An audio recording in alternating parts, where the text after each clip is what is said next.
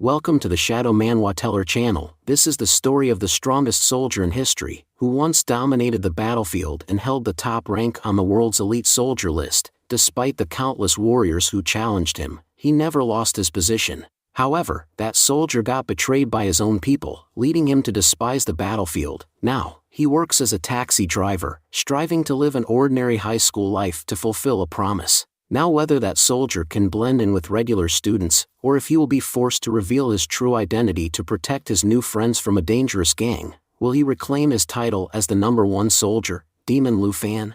The story begins with Lu Fan, a young taxi driver, returning home due to a lack of passengers. As he drives in disappointment, a girl suddenly jumps in front of his car, and without permission, gets inside. Annoyed, Lu Fan questions her reckless behavior, asking if she has a death wish.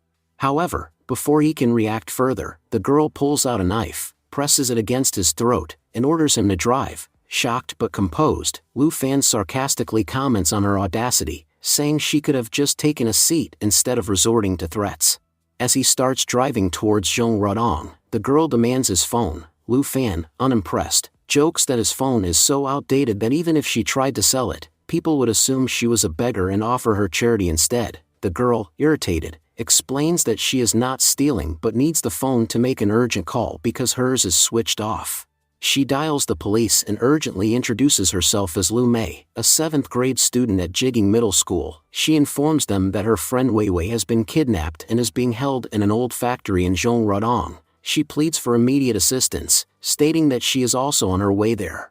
Lu Fan, now realizing the gravity of the situation, exclaims that she should have just told him from the start instead of frightening him. He jokingly adds that her sudden actions almost made him wet himself. Lu Mei, dismissing his complaint, tells him to visit her school the next day to collect his payment. For now, she insists that saving her friend is the top priority. Lu Fan acknowledges the urgency, and determined to help, speeds towards their destination. Upon arrival, Lu Mei quickly exits the taxi and rushes toward the factory. Lu Fan calls after her, warning her to be cautious, but she ignores him and disappears inside. Watching her, he admires her courage but also considers her reckless for venturing in alone. Inside the factory, Lu Mei searches for Wei Wei and eventually finds her tied up. She reassures her friend, promising to rescue her, but before she can act, a group of kidnappers appears. The leader taunts her, mocking the strong bond between the two friends and warning that she has walked straight into their trap. Realizing the danger, Lu Mei starts to panic. The kidnappers jeer, assuring her that they will treat her well. Just as they prepare to attack, a sudden knock echoes from the factory gate. The boss, irritated, wonders who has arrived to interfere. The door swings open to reveal none other than Lu Fan. He casually introduces himself, stating that he is just a taxi driver returning a passenger's forgotten belongings. Lu Mei, frustrated, scolds him for coming back, telling him she had explicitly warned him to stay away. The kidnapper boss, unimpressed, assumes that Lu Fan is trying to play the hero and orders his men to teach him a lesson. One of the goons lunges at Lu Fan, but before he can land a blow, Lu Fan vanishes from sight. In an instant, he reappears at top of a box, teasing him about his sluggish movements.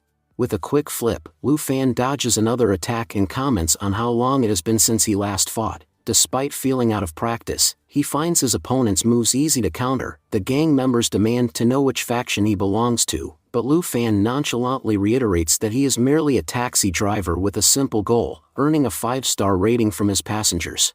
His confidence and calm demeanor leave Lu Mei stunned. She wonders how he remains unfazed in the face of such danger. The kidnapper boss orders his men to attack, but Lu Fan swiftly takes them down within minutes. Shocked by his combat prowess, the boss finally acknowledges that Lu Fan is no ordinary driver.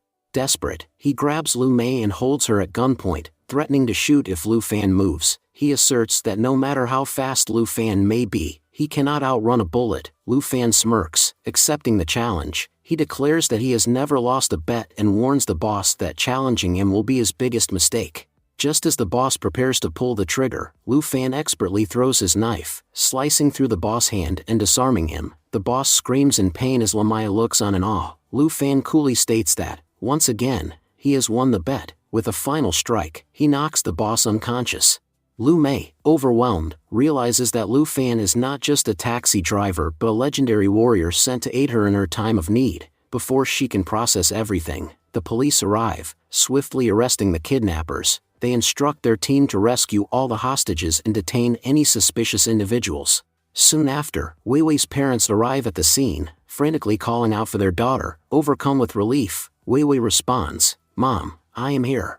As the family embraced, Luo Fan voiced his thoughts. "How can you all forget about me? You finally found your family, but these policemen have arrested me." He turned towards the officers and pleaded, "Listen to me. I am not a villain. I am a hero who risked my life to save this girl." One of the officers responded sternly, "This is a serious case. All suspects will be taken into custody. If the investigation proves your innocence, you will be released." Just then, the squad captain arrived and ordered, "There's no need to arrest him. Leave him to me. I will handle the interrogation."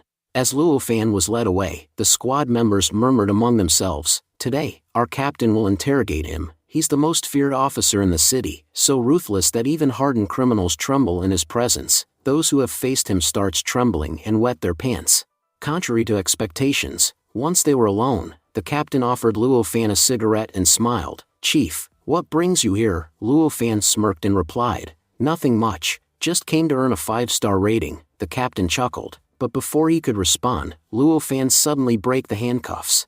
"You're doing a great job," he remarked. "Normally, the police never arrive on time, but today, you did." It was a pleasant surprise. The captain grinned. "Chief, I learned all this from you. I'm merely following in your footsteps." Shaking his head, Luo Fan corrected him, "I'm no longer a chief. I retired from the army and became a taxi driver, so from now on, don't call me chief."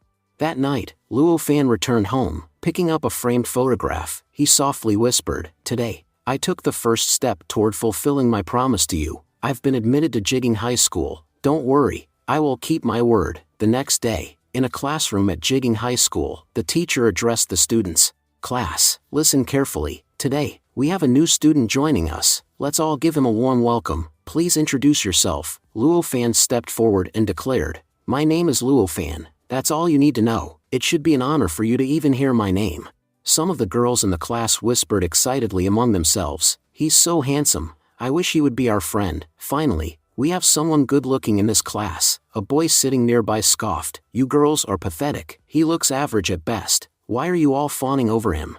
Weiwei and Lu Mei, noticing Luo Fan, muttered, "Isn't he the taxi driver? He's our new classmate now." At the back of the class, a group of bullies observed Luo Fan. One of them smirked and whispered, "This guy thinks too highly of himself. We'll have to charge him double the protection fee." One of the bullies casually stuck out his foot, attempting to trip Luo Fan, expecting him to stumble. The bully was shocked when Luo Fan effortlessly stepped on his foot instead. Crying out in pain, the bully wailed, "This bastard broke my leg." A student turned to Luo Fan and remarked, "You're quite bold, provoking Qian Kun on your first day." "Why, is he important?" Lu Fan asked, unfazed. "Not exactly, but he's part of the Tianman gang, the most powerful gang in this area. They extort protection fees from the entire school. He's the biggest bully here, and no one dares to oppose him." Lu Fan chuckled, "Protection fee? Then he must be rich." "Yeah, he definitely has money," the student confirmed. After class, Lu Fan remained seated when a group of gang members approached him. One of them leaned in and said, "Looks like you don't know the rules around here. In this school, we run the place. If you want to stay out of trouble, pay the protection fee. Put 2,000 yuan on the desk right now, or you'll regret it." The students whispered among themselves, "The new kid is doomed. He'll have to pay up." Lu Fan deskmate Tang says, "Wait a minute, the protection fee is only 1,000 yuan. Why are you charging him extra?" One of the bullies placed a hand on Tang's shoulder and said, "Listen, he stepped on my foot. The protection fee is 1,000 yuan, and my medical expenses are another 1,000 yuan. The gang leader sneered, "You've got a lot of nerve questioning us. It's been too long since someone put you in your place." Before the situation escalated, Weiwei stepped forward, "You guys are terrible. If you're so brave, why don't you pick on someone your own size?" Recognizing her, the gang members murmured, "The princess of the Zhang family is actually defending someone today." The leader smirked, "You can't stop us. Even your father doesn't have enough power to interfere with the Tianman gang." The other students gossiped, "Today's really something. Zhang family daughter is standing up for someone." But no matter what Qian Kun says, the Tianman gang is nothing in front of Zhang family. Lu Fan spoke calmly, noting how young they were and how they worked for personal gain. He remarked that if people truly understood the power of knowledge, they would never act as they had. He expressed his aspiration to become a graduate at Jigang University, emphasizing his reliance on knowledge alone.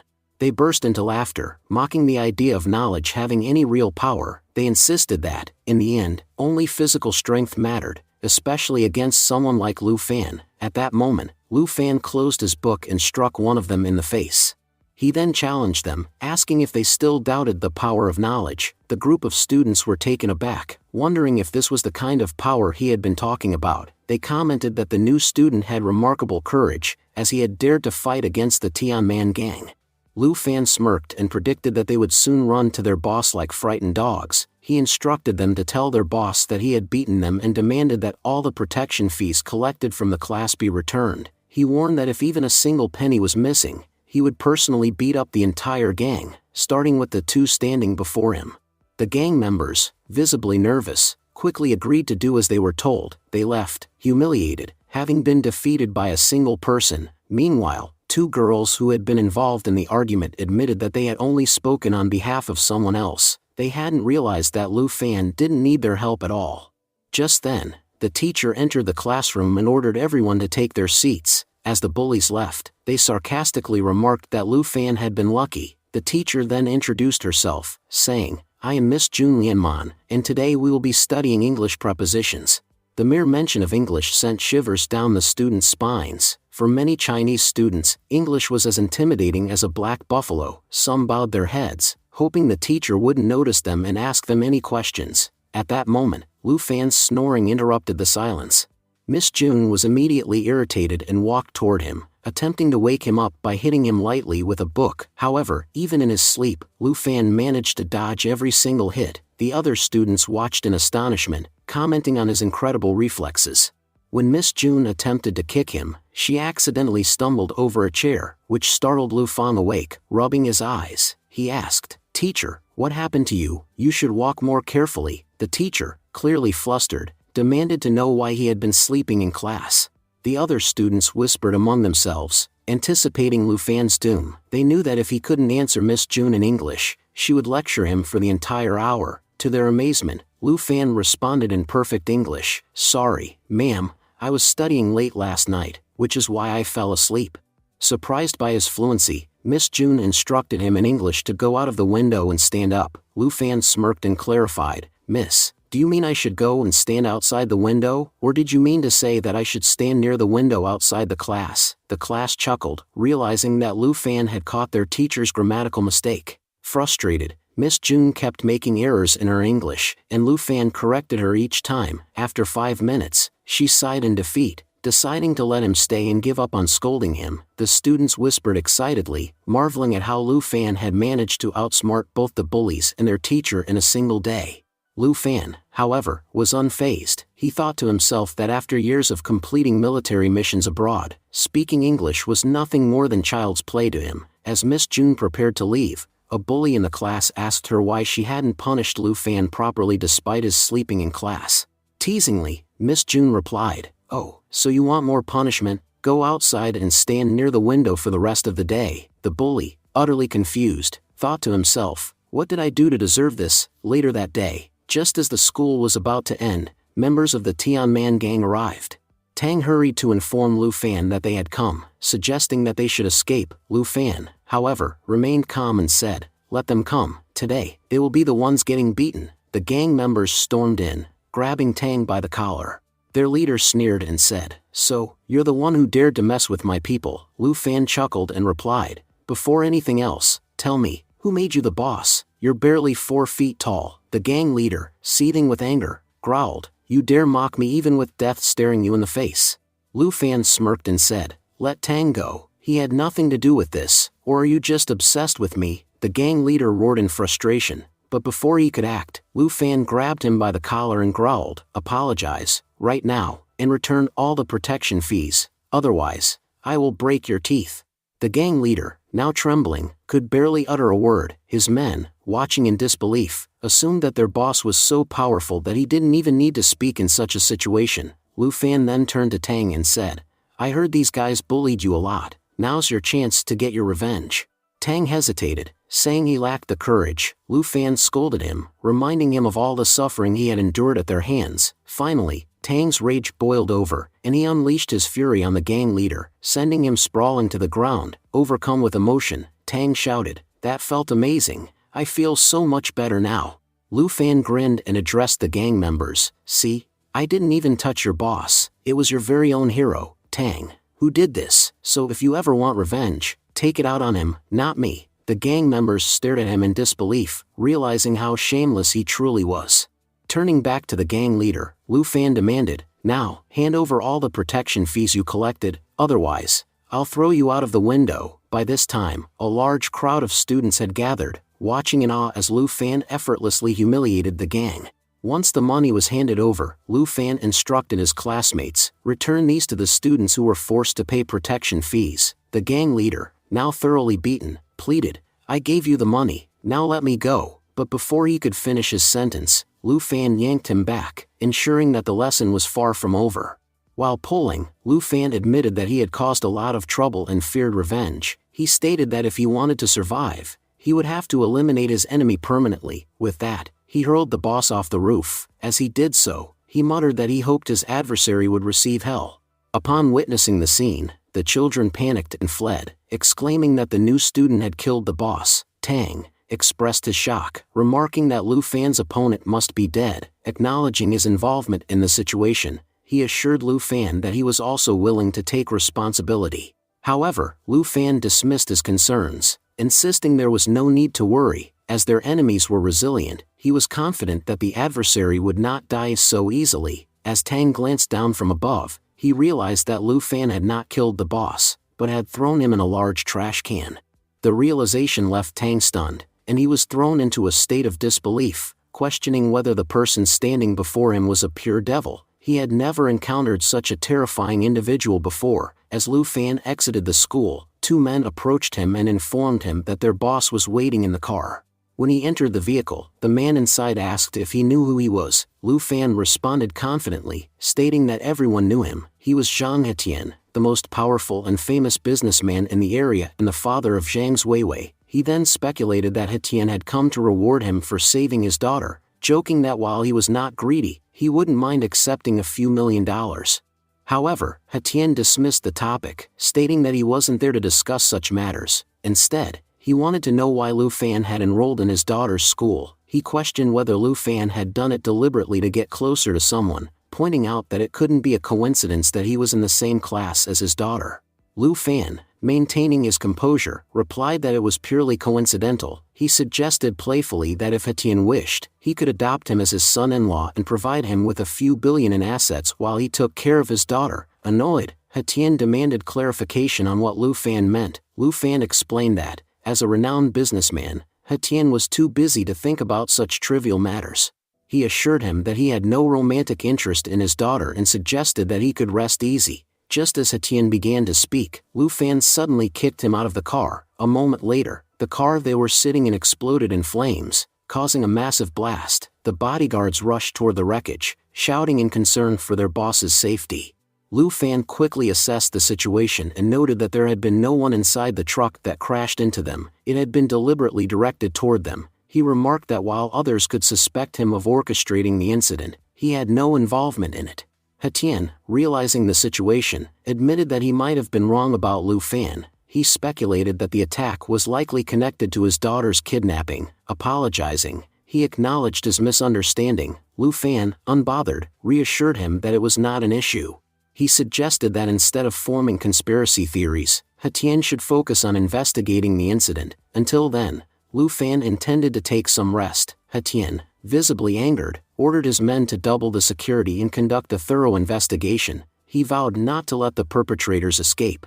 Before anything else, however, he instructed them to take him to the hospital, complaining that the impact had injured his hip. Later that night, Lu Fan stopped at a food stall. As he glanced at the menu, he wondered when the city had become so expensive. The stall owner approached him and took his order. Concerned about his dwindling funds, Lu Fan realized that he needed to find a way to earn money before he ran out of resources. Meanwhile, two customers nearby threw their food away. Claiming there was a cockroach in it, the stall owner, maintaining her composure, reassured them that her food was always prepared in a hygienic environment. She offered to remake their meals free of charge to dispel any doubts. However, the men became aggressive, accusing her of calling them liars. They demanded compensation of 20,000 yuan and insisted that she sleeps with them as part of the deal. Annoyed, the stall owner refused, declaring that she knew they were deliberately causing trouble. She threatened to call the police. In response, one of the men kicked over a table and arrogantly revealed that he was a member of the Black Force gang. He claimed that if he said he had eaten a cockroach, then that was the truth, and no one could prove otherwise. Upon hearing this, the surrounding customers quickly fled. The gang member taunted the stall owner, demanding that she either prove them that they had not eaten the cockroach or spend time with them. Just then, Lu Fan placed his food down and spoke calmly. He stated that it would be easy to prove whether the food contained a cockroach. However, he admitted that their antics had ruined his appetite, and now he was in the mood to deal with them directly. The gang member, unimpressed, warned Lu Fan to stay out of it, threatening to break his teeth if he continued interfering. But Lu Fan, now irritated, challenged them, suggesting that if they had truly swallowed a cockroach, they should vomit to prove it. Laughing, the gang member mocked him, doubting that Lu Fan had the strength to force him to vomit. He boasted that if Lu Fan could prove he hadn't eaten a cockroach, he would consume his own vomit. Without hesitation, Lu Fan struck him with a powerful punch, causing him to throw up immediately. Holding the gang member's head and feet, he sarcastically instructed him to search for the alleged cockroach within the mess. The bystanders were stunned to see a young man defeat a Black Force gang member so easily. Another gang member rushed forward to attack, but Lu Fan swiftly countered with a kick, knocking him down as well. Looking at both of them, Lu Fan mocked them again, urging them to keep searching for the cockroach. Defeated and humiliated, the gang members fled. The stall owner thanked Lu Fan profusely, but he dismissed her gratitude, complaining that they had ruined his meal. Introducing herself as Lan, the stall owner offered to pay for his food elsewhere, but Lu Fan sighed dramatically, lamenting that there was no point in eating well when he had nowhere to sleep that night. He revealed that he was new to the city and hadn't found a place to stay yet. Feeling sympathetic, Lan reassured him that he didn't need to worry. She pointed to an advertisement and mentioned that the room for rent was in her house. Since the previous tenant had just moved out, he could stay there comfortably. Later, Lan led Lu Fan to her home. She explained that two girls had been living there previously, but they had recently left. Their belongings were still there, but he could take the outer room. She assured him that he didn't need to worry about the rent, as her husband would discuss it with him the next day. As she was about to leave, she realized that she hadn't even asked for his name. Lu Fan introduced himself, and Lan reminded him to call her if he needed anything. Left alone, Lu Fan lay down, contemplating his next move. He knew that after attacking members of the Black Force gang, they would surely seek revenge. Concerned that Lan and her family could be in danger, he resolved to stay vigilant. As he relaxed, he noted how clean the house was and how pleasant it smelled, remarking to himself that it was rare for a male's living space to be so well kept. Still, his thoughts soon returned to his earlier fight, concluding that his opponents had been utterly useless. After a pointless fight, Lu Fan found himself covered in dirt. He sighed, realizing he needed a bath. Meanwhile, at the same time, a girl entered in the house, complaining about the party she had attended. She muttered to herself that it had been a waste of time and that her clothes reeked of alcohol and cigarettes. Deciding to take a bath, she walked into the bathroom, only to be met with a shocking sight. Lu Fan was inside, completely naked. Stunned, she blurted out, "Lu Fan, you're here." Equally surprised, Lu Fan responded, "Miss June, you're here too? Good evening." Embarrassed, Miss June quickly shut the door behind her and demanded to know why he was in her house. Shortly after, a call with Lan revealed a misunderstanding. Lan's husband had not clearly communicated that only one of the two girls living there had vacated the room. Lan, assuming both had left, had allowed Lu Fan to stay. Apologizing, Lan promised to come over and make amends within 5 minutes. After the call, Lu Fan turned to Miss June and apologized, insisting he had not meant to intrude and hadn't even brought his luggage yet. He assured her that he would leave immediately and not tell anyone about what had happened. However, as he was about to leave, Miss June stopped him by holding his arm. She acknowledged that he was a good person and admitted she had no heart to throw him out onto the streets. She then made him an offer. He could stay, but only under 2 conditions. He had to keep that night's incident a secret and participate in the upcoming National English Speaking Contest. Lu Fan, relieved by the compromise, agreed without hesitation, jokingly asking if she also wanted a special massage. Miss June, slightly flustered, emphasized that although they would be living together, no one should suspect anything. Lu Fan agreed, suggesting they come up with a believable excuse. As soon as Lan arrived, Miss June provided a convenient cover story, claiming that she and Lu Fan were cousins, ensuring there would be no issues with them staying together. Pleased with the resolution, Lan then invited them both to dinner at her house the following night as an apology. Before Miss June could decline, Lu Fan quickly accepted, later advising Miss June never to turn down a free meal. The scene shifted to another part of town where Boss Huang tells everything to his brother. He complained that he had been bullied at school and demanded that he take revenge on his behalf.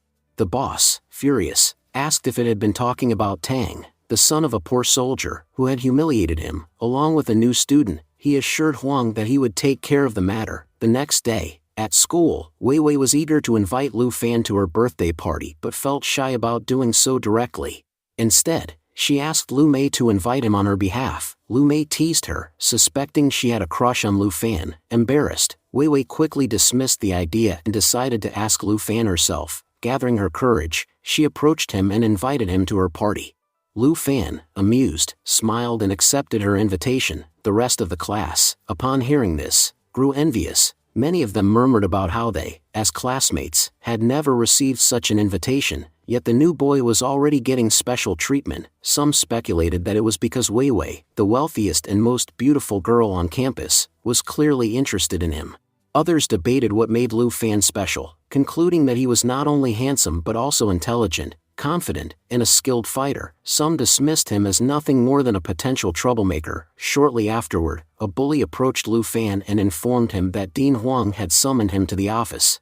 When Lu Fan arrived, he found Tang standing in an awkward position. The dean, his voice raised, demanded Lu Fan's attention. Confirming his identity, Lu Fan, unimpressed, replied that he was indeed Lu Fan and questioned why he had been called in. The dean, exasperated, scolded him for causing chaos in the school and informed him that disciplinary action had been taken against both him and Tang. He then ordered Lu Fan to write an apology and obtain consent from his classmate Huang. At this, Lu Fan raised an eyebrow and pointed out that the dean shared the same surname as Huang, implying favoritism. He asked if the reason behind the forced apology was that they were from the same family. Dean spoke irritably, telling Lu Fan that he was very lucky. He added that if Zhang Etienne had not spoken on his behalf, he would have ended up in jail for murder. Lu Fan wondered when Zhang Etienne had become his uncle. He thought to himself that if this man could keep him out of jail, then he had no reason to be afraid of Dean Huang. He resolved not to listen to anything the dean had to say. Addressing Tang, Lu Fan remarked that it was time for class and dismissed Dean Huang's words as nonsense. He claimed the dean was simply wasting their education. He then turned to Huang and stated that if the dean had any issue with him or his friend, he should speak to his uncle directly instead of summoning him to the office. The dean, clearly infuriated, raised his voice, demanding to know how Lu Fan dared to disobey his orders. As Tang stepped forward, he casually remarked that Lu Fan was incredibly bold. He then noted that the dean was none other than uncle of Shorty Huang and that he was exploiting his authority for personal revenge. Luo Fang, unfazed, admitted that he had already noticed this. However, he then turned to Tang and inquired why he harbored such a deep hatred for the Huang family. He suspected there was a history between them. Tang responded bitterly, saying that his resentment stemmed from the suffering those people had inflicted upon him. Although he lacked the power to harm them in return, his hatred would never fade. Curious, Lu Fan asked if the Zhang family and the Huang family were to face off, who would hold more power. Tang confidently replied that neither family could compare to Lu Fan's uncle. He emphasized that his uncle was the most powerful person in the entire region, a dominant businessman who had no reason to fear anyone. As they spoke, Lu Fan seemed pleased by Tang's words. Soon after, the two of them exited the school. Tang then extended an invitation to Lu Fan to join him for dinner at his home. Knowing Lu Fan never declined a free meal, he immediately accepted the offer. Just as they were about to leave, they encountered Huang, who stood in their path and declared that this would be their last day on Earth. He smirked and boasted that he had brought along Ma Zhang, Huang Tao's best fighter, to put an end to them. Hearing the name Huang Tao and Ma Zhang, Tang's expression darkened with anger. Lu Fan took note of this and realized that Tang had a history with these individuals.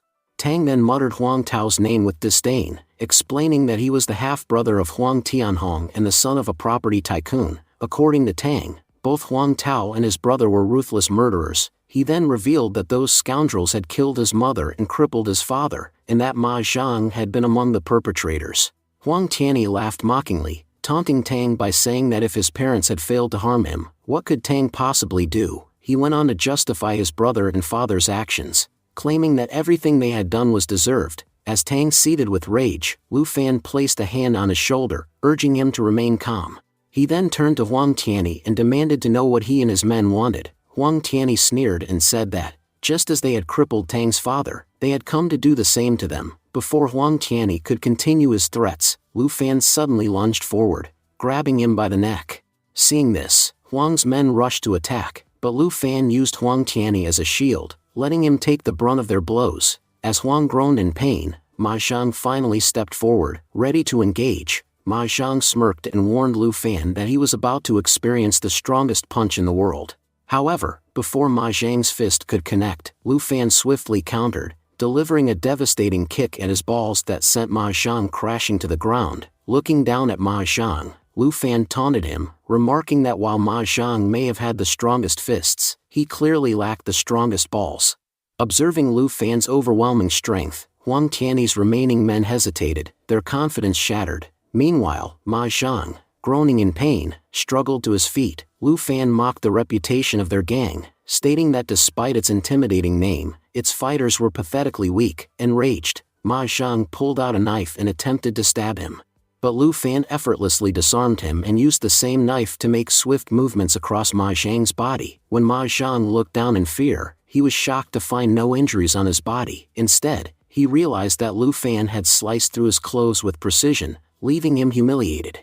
Lu Fan issued a final warning, telling Ma Zhang that if he ever crossed paths with him again, he wouldn't be so lucky next time. Terrified, Ma Zhang and the rest of Huang's men fled in disgrace. Tang, watching the scene unfold, turned to Lu Fan and expressed concern that he had now made enemies of both the Black Force gang and the Huang family. Lu Fan, however, merely shrugged, remarking that it was they who should fear him, not the other way around. He then changed the topic, reminding Tang about their earlier dinner plans. Later, they arrived at Tang's house, where they found Tang's father asleep on the sofa, an empty bottle of alcohol beside him. As Tang gently nudged him awake, he muttered that while his father drank and slept every day, he still kept the house tidy and organized. Lu Fan's gaze shifted to a photograph of a soldier displayed on a nearby table. He asked Tang if his father had once been in the military. Noticing the bitterness in Tang's expression, Lu Fan realized that his father had fallen into hardship and had perhaps even forgotten who he once was. Determined to uncover the full story, Lu Fan insisted that Tang tell him everything about his past with the Huang family. Agreeing, Tang led him outside and pointed toward a construction site. He explained that his home used to stand there, and that his family had once lived on that very land. However, Huang Tianhong had fraudulently acquired the property at an outrageously low price. When the residents resisted, a brutal conflict ensued, resulting in numerous casualties. Lu Fan solemnly guessed that one of the victims had been Tang's mother. Fighting back tears, Tang confirmed this, adding that his father had also suffered, having his legs broken in the chaos. Because of the Huang family's wealth and influence, the incident had been covered up, and the mastermind behind it all had been none other than Huang Tao. According to Tang, Huang Tao had coldly decided that if enough people were killed, the rest would eventually submit. As they re-entered the house, Tang's father had woken up. He noticed Lu Fan and asked Tang if he was a friend. When Tang confirmed, his father left to fetch food and drinks. Seizing the moment, Lu Fan removed his jacket and introduced himself. He then stated that he wanted to spar with a retired soldier. Tang's father laughed, dismissing the idea, claiming that he was just a helpless old man who could do nothing but drink and sleep. Lu Fan, unimpressed, pointed to the photograph and reminded him that he had once been a member of an elite military squad. He questioned whether the pride of a soldier had completely faded from his soul. Stung by the words, Tang's father narrowed his eyes, and in the next moment, he engaged Lu Fan in a sparring match. When Tang returned home, he found his father and Lu Fan sitting, both exhausted but smiling. Seeing his father genuinely happy for the first time in years, Tang couldn't help but feel a sense of hope returning to their lives. Tang's father told him to make something good that day while he himself would have a drink and talk with his friend. Then Uncle Tang asked Lu Fan if he had held back a lot in the fight today, wondering if he was like him and had worked inside the sharp knife squad. Lu Fan replied that he was not from that squad. Uncle Tang then speculated that he must have been from a different elite squad, but Lu Fan denied it. Uncle Tang continued guessing for a long time, but Lu Fan kept refusing. Finally, Uncle Tang remarked that he had named all the elite squads, yet Lu Fan did not belong to any of them. He then asked if that meant Lu Fan was the most elite in the entire country, questioning if he had worked with Wang Jiang's squad. Lu Fan admitted that Uncle Tang had guessed correctly, saying that he had worked in that squad for a few months. Uncle Tang expressed his astonishment, stating that he had worked hard all his life but had never been able to reach Wang Jiang's squad, whereas Lu Fan had worked with an elite squad at such a young age. Lu Fan thought to himself that if he revealed that he had worked with an even bigger squad, Uncle Tang might have a heart attack.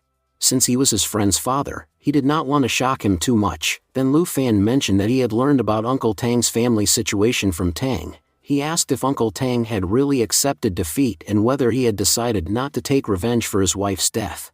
Uncle Tang affirmed that he had to seek revenge but admitted that despite his best efforts, he had always failed against the power of the Huang family. Lu Fan then declared that the Huang family was his enemy as well and that he intended to destroy them. He assured Uncle Tang that even if he had failed alone, he would not fail together with him. Uncle Tang, now hopeful, asked if Lu Fan had any plan. Lu Fan confirmed that he did, explaining that it was a brilliant strategy but that force alone would not be enough. They also needed evidence to completely dismantle the Huang family. Uncle Tang then stated that all the necessary evidence had already been collected. He admitted that despite his preparations, he had lost to the Huang family not only because of their power but also because he lacked connections. Since Lu Fan had worked with Wang Jiang's squad, Uncle Tang said he trusted him and believed he had the necessary connections and strength to bring down the Huang family. Meanwhile, Tang observed their conversation and wondered what had caused such a serious discussion. Later that night, Mr. Zhang visited Lu Fan, who remarked that it seemed as if Mr. Snag was spying on him since he always managed to find him. Mr. Zhang then asked Lu Fan to get into the car. Lu Fan inquired why a multi-billionaire like him was being pursued by a high-class student. He joked that if someone saw them together, they might assume he was Mr. Zhang's hidden son. Mr. Zhang then expressed his gratitude, thanking Lu Fan for saving his life. He added that he had one more favor to ask. He wanted Lu Fan to work as his daughter's personal bodyguard. At first, Lu Fan refused, but then Zhang Hetian explained that he only needed to be the bodyguard for a single day during her birthday party, and they would pay him a considerable sum. Due to his financial struggles, Lu Fan accepted the job, realizing that the money would last him for several months and help him pay rent. When Lu Fan returned home, he found Miss June making tea in the traditional Chinese way. He approached her and commented on her interest in tea making before picking up a cup and drinking it. Annoyed, Miss June told him that she had not made the tea for him. Lu Fan then pointed out that she lived alone and had prepared 2 cups of tea, implying that the second cup must have been for him. He then offered to show her what a perfect cup of tea should taste like. Using his exceptional skills, he prepared tea, and after tasting it, Miss June realized the difference between his tea and hers. She admitted that he made tea at a master level. Lu Fan, however, remarked that he was not a master in making tea, but he was aware that Miss June was an expert at hiding things. He suggested that despite having many talents, she concealed everything. Even if she did not tell him her secrets, it did not matter to him. Miss June then interrupted him and requested his help for the following night. She asked if he could pretend to be her boyfriend just for that one evening. Lu Fan was surprised and asked for clarification. Miss June explained that it was only to refuse a certain man and to make him feel bad. The next day, while running, Lu Fan reflected on everything that had happened and realized that he was being used as a prop. As he was lost in thought, he noticed 2 men snatching something and running away. Seeing that they were about to reach a wide river, he took a long leap and crossed it. As this happened, a bystander pointed out to Master June that he had just seen something incredible. A man had jumped across a 10-meter wide river. Master June was in shock. While growing increasingly worried, the other kidnapper says, "Mind your own business, boy." At that moment, Lu Fan glares at him and releases his hockey power, rendering the man unable to move even if he wants to. Meanwhile, the kidnapper sitting in the car shouts, "Why did you stop? Come here immediately, we need to move." However, Lu Fan swiftly knocks out the man inside the car with a single powerful strike, sending the vehicle reeling from the force. His kick is so strong that even the interior of the car is shaken, while the man inside sits trembling, his knees shaking. When Master Jun's bodyguard arrive at the scene, the woman exclaims, "Just one man has completely destroyed these people." Master Jun's bodyguard demands, "Where the hell did that guy go?" The woman replies, "He was a very kind person. After returning my child, he simply left." Master Jun, still stunned, commented that there was only one person in the entire country capable of such a feat. The next day at school, Tang told Lu Fan that his father had changed after meeting him. He had become happier, quit drinking, and started exercising. Lu Fan joked that such an occasion called for a celebration. Just then, Miss Jun interrupted and told Lu Fan and Tang to stop talking. Lu Fan, however, winked at Miss Jun, causing her to blush. Tang teased Lu Fan, saying that he was quite daring to flirt with Miss Jun, given that nearly every man in the city was after her. He then told Lu Fan that if he wanted to win her heart, he was at the back of a very long line. Lu Fan, on the other hand, thought to himself that there was no need to stand in line. Miss Jun was already his, even if she was only using him as a cover. Later, when Lu Fan returned home, Miss Jun handed him some clothes and told him to change immediately. After changing, Lu Fan jokingly told her that she had seen his body very carefully that day, that the clothes she had chosen fit him perfectly. Blushing, Miss Jun told him not to talk nonsense and reminded him that he had to pretend to be a Harvard University graduate and a millionaire entrepreneur at the party. Lu Fan agreed, and as he waited, Miss Jun took 2 hours to get ready. By the time she emerged, he had already taken a nap. When she apologized for the delay, explaining that she had spent time on her makeup, Lu Fan prepared to book a cab. However, Miss Jun stopped him, reminding him that he was supposed to be a millionaire and should have his own car. "Look, you have your own car," Lu Fan says. "Miss Jun, you turned out to be quite amazing. You booked a rented luxury car. It seems like you hate the person you're trying to reject so much that you're willing to spend this much money just to avoid him." With a smirk, asked if he would be driving. Lu Fan, amused, replied that if she offered him a ride in a plane, he would gladly drive himself. While sitting in the car, they continued talking. Miss Jun instructed him not to call her Miss Jun in front of others and instead to refer to her as Meng Meng. Lu Fan, intrigued, inquired which man she despised enough to go to such lengths to reject. She sighed before revealing that they were on their way to meet her fiancé, whom she described as nothing more than a spoiled playboy her parents had chosen for her. Lu Fan, unfazed, asked what the issue was if the man was wealthy. She frowned and admitted that wealth wasn't the problem, she simply hated him. When they arrived at the port, Lu Fan took in the sight of the extravagant cruise and commented that her fiancé must be exceptionally rich to have booked such a luxurious ship. A nearby waiter approached and politely asked Miss Jun about the gentleman accompanying her. Without hesitation, she casually replied that Lu Fan was her boyfriend. As they boarded the ship, Lu Fan chuckled, noting that her so-called boyfriend belonged to the prestigious Sidhu family, one of the most powerful in the capital. He jokingly wondered whether they would throw him under the bus for revenge. Miss Jun, surprised, asked how he knew about the Sidhu family. Lu Fan smirked and explained that an old grocery shop owner from his building had told him about them. Just then, Miss Jun's fiancé arrived, holding a bouquet of flowers. She glanced at him with disdain and stated bluntly that she did not like flowers. Without a second thought, he throws the bouquet and declared that from that moment on, he also hated flowers. Her fiancé, seemingly unfazed, smiled and mentioned that she looked particularly stunning that day. He announced that he had arranged a grand dinner for her and invited her to join him. Before she could refuse, Lu Fan nudged her and whispered that she should never turn down a free meal. Reluctantly, she agreed. However, her fiancé's expression darkened as he turned to Lu Fan and demanded to know who he was and why he had been holding Meng Meng's hand for so long. He introduced himself as Sidhu Minji and warned Lu Fan to remember his name. With a sneer, he threatened that if Lu Fan dared to come near Meng Meng again, he would make him regret it. Before he could continue, Lu Fan grabbed Minji's wrist and stared him down, telling him to take back his words. He warned that neither Minji nor his brother, Sidhu Mang Fong, would be able to do anything to him. Minji, now visibly shaken, stammered as he asked how Lu Fan knew about his brother. Lu Fan smirked and casually mentioned that the same grocery shop uncle had told him everything. He then advised Minji to apologize immediately if he valued his life. As Lu Fan put Minji in his place, Master Jun arrived and addressed Minji, telling him that he should apologize to Lu Fan. He warned that if not for his brother Sidamang Fong, he would already be dead. Miss June, surprised, turned to her grandfather and asked if he knew Lu Fan. Lu Fan, equally puzzled, wondered what Master June was doing there. Master June explained that he had come to see his granddaughter, though he hadn't expected to run into Lu Fan. Smiling, he asked how Lu Fan had been. Miss June, still confused, asked if they knew each other.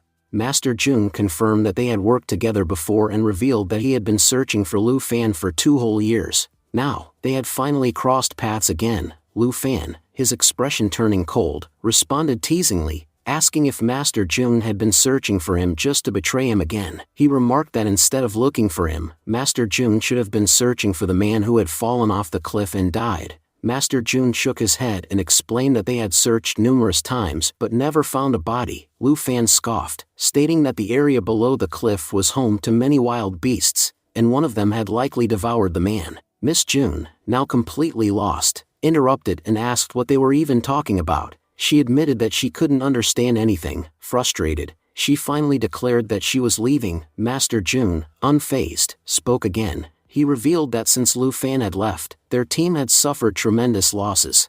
Not even their top 20 fighters remained, and everyone was still waiting for his return. Lu Fan, his voice emotionless, responded that he was not a god, meant to save everyone. He stated that he was now just an ordinary high school student and warned them not to seek him out again. Just then, Master June's bodyguard placed a hand on Lu Fan's shoulder and remarked that Master June had been talking to him, yet you ignored him and simply walked away. At that moment, Lu Fan grabbed the man and threw him aside. As the bodyguard attempted to retaliate with a punch, Lu Fan swiftly dodged, allowing Lu Fan to strike him instead. Master June turned to Jiang Tao and advised him not to be intimidated, saying that even if he were reborn multiple times, he would never be able to match Lu Fan's strength. He went on to explain the significance of the Wan Yuan list, a ranking of the world's top assassins and soldiers compiled from various countries. He revealed that the man standing before them, undefeated and ranked number 1 on that list, was none other than the Demon King, Lu Fan. Meanwhile, Lu Fan was drinking at a club, his mind clouded by memories of his past. He recalled how he and his partner had found themselves on the edge of a cliff while trying to escape a deadly situation. In the end, only Lu Fan had survived, as his female companion had sacrificed herself, jumping off to ensure his safety. The memory tormented him, and he struggled to suppress the emotions surging within him. Lost in thought, Lu Fan was suddenly brought back to reality when a young woman bumped into him, causing his drink to spill on his pants. He turned, ready to lash out, but paused upon seeing the state she was in, her face bruised, her expression filled with fear. His anger quickly faded, replaced by curiosity. Smirking, he asked what he could do for her. Before he could get a response, the girl suddenly crouched at his feet, trying to hide. Confused, Lu Fan asked what she was doing, jokingly remarking that they hadn't even spoken yet, and she was already making bold moves. Desperately, the girl pleaded with him to stay quiet and let her hide for a moment. Just then, a group of men arrived, their leader, an intimidating gangster, calling out in a mocking tone, wondering where the girl could have gone. He declared that she shouldn't be allowed to escape under any circumstances. Once the gangsters left the area, Lu Fan smirked and told the girl that her pursuers were gone. However, he teasingly added that if she still wanted to stay on the floor, he had no problem with it, though controlling himself might be difficult. The girl quickly got up and, looking embarrassed, apologized for ruining his pants. Lu Fan waved it off with a grin, saying that helping beautiful women was a personal hobby of his.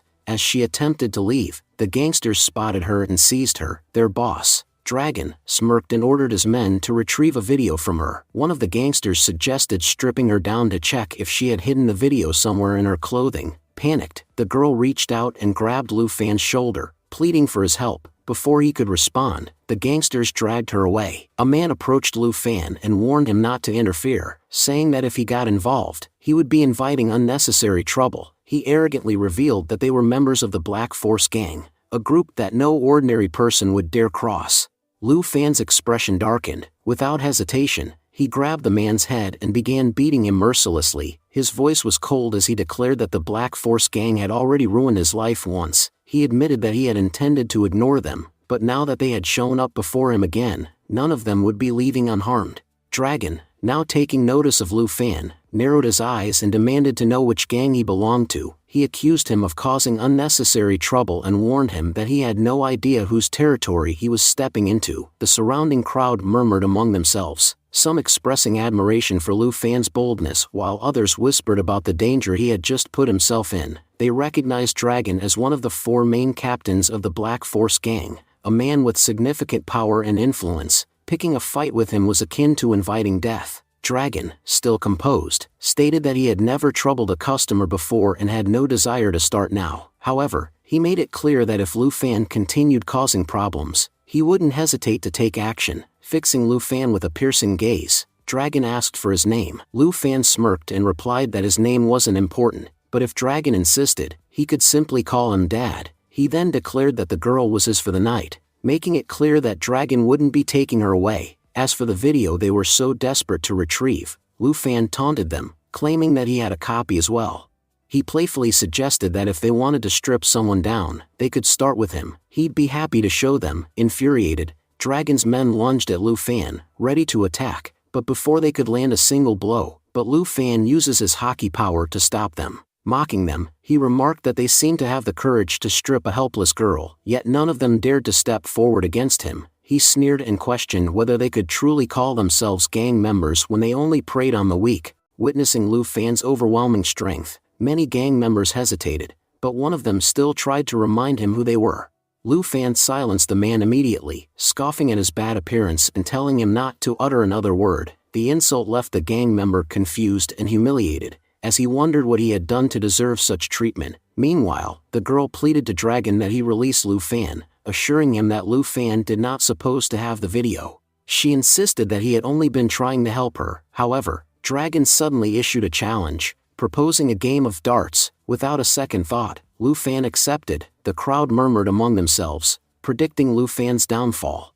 Everyone knew that Dragon possessed exceptional dart skills, and it was almost impossible for anyone to dodge his throws. As the challenge began, Lu Fan braced himself, preparing to dodge with all his strength. Dragon, aiming to secure victory through deceit, threw 3 darts at the exact same spot, declaring that while dodging one was possible, avoiding 3 was impossible. He referred to this as his ultimate killing technique. However, to everyone's shock, Lu Fan effortlessly caught all 3 darts inside his cup. The entire gang was left in disbelief. The girl beside him cheered, convinced they had won and should leave immediately. But before they could escape, Dragon's gang members surrounded them once again. Dragon sneered, stating that while Lu Fan was free to go, the girl would not be allowed to leave. The girl, however, stood her ground and defiantly declared that as long as Lu Fan was by her side, she had nothing to fear. She confidently told Dragon that he would not be able to harm her. Lu Fan, seeing Dragon's growing frustration, smirked and declared that since Dragon had failed to keep his word,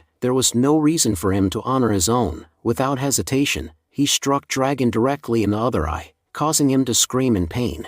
Enraged and blinded, Dragon called for reinforcements, demanding that every available gang member be summoned to ensure Lu Fan did not escape alive. As the gang members surrounded them, the girl grew terrified and urged Lu Fan to leave, insisting that this was her problem, not his. But Lu Fan only smiled and reassured her that he had a habit of never abandoning girls in need. He calmly removed his tie and prepared to fight. The battle broke out, but no one could stand against Lu Fan's skill. He used his tie to take down multiple gang members effortlessly. Seeing him charge forward, several members attempted to flee in fear. Dragon, now barely able to see, anxiously asked if Lu Fan had been defeated. One of his men, trembling, informed him that not only had Lu Fan survived, but he had also single-handedly taken down 30 gang members without suffering a single scratch. Dragon, realizing his utter defeat, sighed and admitted that he had lost. However, he reminded Lu Fan that among the 4 captains of the Black Force gang,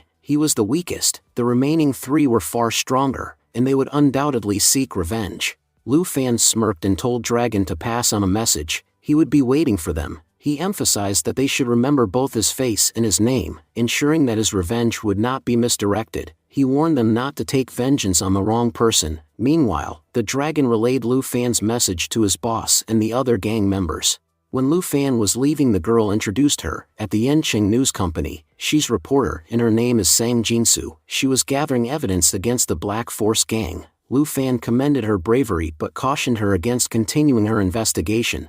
he warned her that the gang was powerful and wealthy, advising her to leave the city to ensure her safety. Lu Fan, after expressing his concern, left the place. Jinsu, however, refused to be deterred. She questioned why she should give up merely because she was a woman. Determined, she vowed to bring the Black Force gang to its knees. Meanwhile, the dragon arrived at the gang's headquarters, where the boss and the 3 captains were gathered. He informed them about Lu Fan's actions, revealing that even with 30 men, they had been unable to stop him. The second captain recalled that the dragon had once been timid and had warned him not to strain his one good eye. Now, standing before them, it was evident that he had ignored that advice. At that moment, Captain White Shark entered the room and provided further information. He reported that the girl involved was Sang Jinsu, an intern reporter. The person responsible for killing their gang members was Lu Fan, a high school student. This was not the first time he had attacked them. He had already taken down several members before. The first captain then questioned the identity of this formidable fighter. He turned to the boss, asking for permission to take revenge on Lu Fan. White Shark accused the captain of using the gang's power to settle personal scores, prompting an argument. However, their boss intervened, stating that there was no need to fight among themselves. Captain Wild Tiger already knew Lu Fan and would handle the situation. On the other side of town, Lu Fan, while eating, sensed that someone was talking about him. Upon returning home, he noticed Miss June had fallen asleep. Acting as a gentleman, he removed his coat and attempted to blow out the candle. However, before he could do so, a sudden gust extinguished it. Observing Lu Fan, Miss June realized that he did not seem arrogant or rude but rather shy, making her feel nervous. She gave him a thumbs up. Lu Fan, confused, asked why she had hit him when he was merely trying to be nice. Miss June apologized, explaining that she got nervous when someone suddenly appeared in front of her at night. As she applied ice to her hand, she recalled her grandfather telling her that Lu Fan was a top soldier. She asked if that was true. Lu Fan confirmed, stating that her grandfather had spoken the truth. He claimed to be a world-class soldier known globally as Superman. Miss June scoffed at his words, calling them nonsense. Lu Fan, undeterred, told her that if she found his words useless, she should at least trust what her grandfather had told her. He added that if he were to say he was just an ordinary student, she probably wouldn't believe him either. The next day, Lu Fan rushed to attend his Weiwei birthday party. Realizing he had forgotten to bring a gift, he quickly grabbed a cup of soy milk and some fried breadsticks. Upon arriving at Weiwei's house, he was greeted by butler Deng, who spoke pleasantly but harbored contempt for Lu Fan. In his mind, he believed Lu Fan was an unworthy match for the young lady. Just then, young Master Bao arrived. Greeting butler Deng, Deng regarded Bao as the ideal candidate for Weiwei. He was wealthy and well-dressed. Even if Bao lacked good looks, it didn't matter since he had money. Like many other rich young men, Bao flaunted his wealth, purchasing an expensive piano as a birthday gift for Weiwei. He boasted that the piano was worth millions and that he wouldn't hesitate to spend even more for her. In contrast, Lu Fan presented Weiwei with soy milk and breadsticks. Butler Deng scoffed, convinced that Weiwei would be furious and throw the food in his face. However, to everyone's surprise, Weiwei happily accepted Lu Fan's gift while completely ignoring Bao's extravagant present. Witnessing this, both butler Deng and young Master Bao were left in shock. Later, in her room, Weiwei enjoyed the food Lu Fan had brought her. She admitted that she never ate junk food, but since it was from Lu Fan, she made an exception. To her surprise, she found it delicious. Meanwhile, in the main hall, Bao introduced himself to Lu Fan, asserting that he was Bao Ningxian, one of the 8 top young masters of Yangchang. He pointed out that each young master had their own special talent, and his was music. While they were talking, a girl approached and asked what everyone was discussing. She then greeted Uncle Deng and inquired about his well-being. Deng, delighted to see her, exclaimed that Boo Boo had finally returned after 10 years. He expressed his joy and said he would call young Miss, confident that she would be thrilled to see her best friend after so many years. Bao, unimpressed, remarked that he hadn't known Weiwei had such a poor-looking friend. Boo Boo attempted to kick Bao, but before she could, she suddenly stops. With a sharp tone, Boo Boo warned Bao that if he spoke again, she would ensure that Bao's body would hit the ground, and all the air trapped in her balloon would be expelled at once. Observing Boo Boo's speed, Lu Fan was impressed by how fast she moved. As Boo Boo turned to him, she asked if he had any issues as well. Startled, Lu Fan quickly assured her that he had no problems and insisted he was a good person. At that moment, Weiwei arrived and greeted Boo Boo with excitement, remarking that it had been 10 years since they last met. She recalled that they had been in elementary school together and had remained best friends ever since. However, she was surprised at how much Boo Boo's physique had changed. She remembered Boo Boo being much smaller and even resembling a scion girl. Boo Boo laughed and explained that after going abroad, she had trained in martial art and boxing. She mentioned that since it was her friend's birthday, she had coincidentally returned and decided to attend the celebration. When Wei Wei mentioned the recent attacks on her, Boo Boo reassured her that she was now serving as her bodyguard. Wei Wei, relieved, suggested that they go out shopping and invited Lu Fan to join them. Lu Fan hesitated, mentioning that he could only take one person on his bike. Wei Wei acknowledged the limitation and noted that not everyone could fit. However, Lu Fan confidently pointed out that Bao, being wealthy, likely had a car nearby. Bao, annoyed, refused to take them along. Lu Fan, unfazed, suggested that if Bao acted as their driver, they could all go together. Otherwise, he would stay behind with him. In the end, Bao relented, and they all left. Wei Wei rode with Boo Boo on the bike, while Lu Fan and Bao traveled by car. During the ride, Lu Fan teased Bao about his weight and urged him to drive faster. Bao, irritated, retorted that he was not Lu Fan's driver and refused to be ordered around. As they drove, onlookers noticed them and whispered about how wealthy they appeared and how cute the girl beside them was. Upon reaching the shopping destination, Lu Fan sighed, complaining that shopping was incredibly dull. He admitted that if he weren't being paid for this task, he would never have agreed to come. Bao, frustrated, grumbled about having to carry so many bags. Lu Fan explained that since Wei Wei had money and could easily afford luxurious items like a piano, it was essential to offer help when possible. He advised Bao to carry the bags without complaints, suggesting that doing so would allow him to grow closer to Wei Wei. Realizing this, Bao reluctantly agreed. Later, at a restaurant, Wei Wei expressed her delight, stating that it was the best day of her life and that she had never enjoyed such good food before. Boo Boo, smiling, remarked that Wei Wei had grown even cuter over the years but commented that Bao was not a good match for her. Offended, Bao snapped, demanding to know how Boo Boo dared to speak ill of him. He then boasted that if Wei Wei desired, he could buy the entire restaurant for her. Wei Wei, unimpressed, dismissed the idea, stating that if she didn't like the place, there was no reason for him to purchase it. Meanwhile, a waiter approached their table with a knife. Sensing danger, Boo Boo quickly threw her knife at him. However, just before it could strike, Lu Fan reacted swiftly, intercepting the attack with his fork. Boo Boo was startled to realize that the waiter was merely delivering a knife to another table and had no ill intentions. Lu Fan, sternly, advised her to think before attacking anyone, pointing out that she had almost killed an innocent person. Boo Boo, flustered, marveled at how easily Lu Fan had blocked her attack. She wondered who he truly was. Lu Fan, downplaying the situation, simply stated that he was nothing more than Wei Wei's classmate. Wei Wei, however, interjected and proudly introduced him, confirming that he was indeed her classmate, Lu Fan.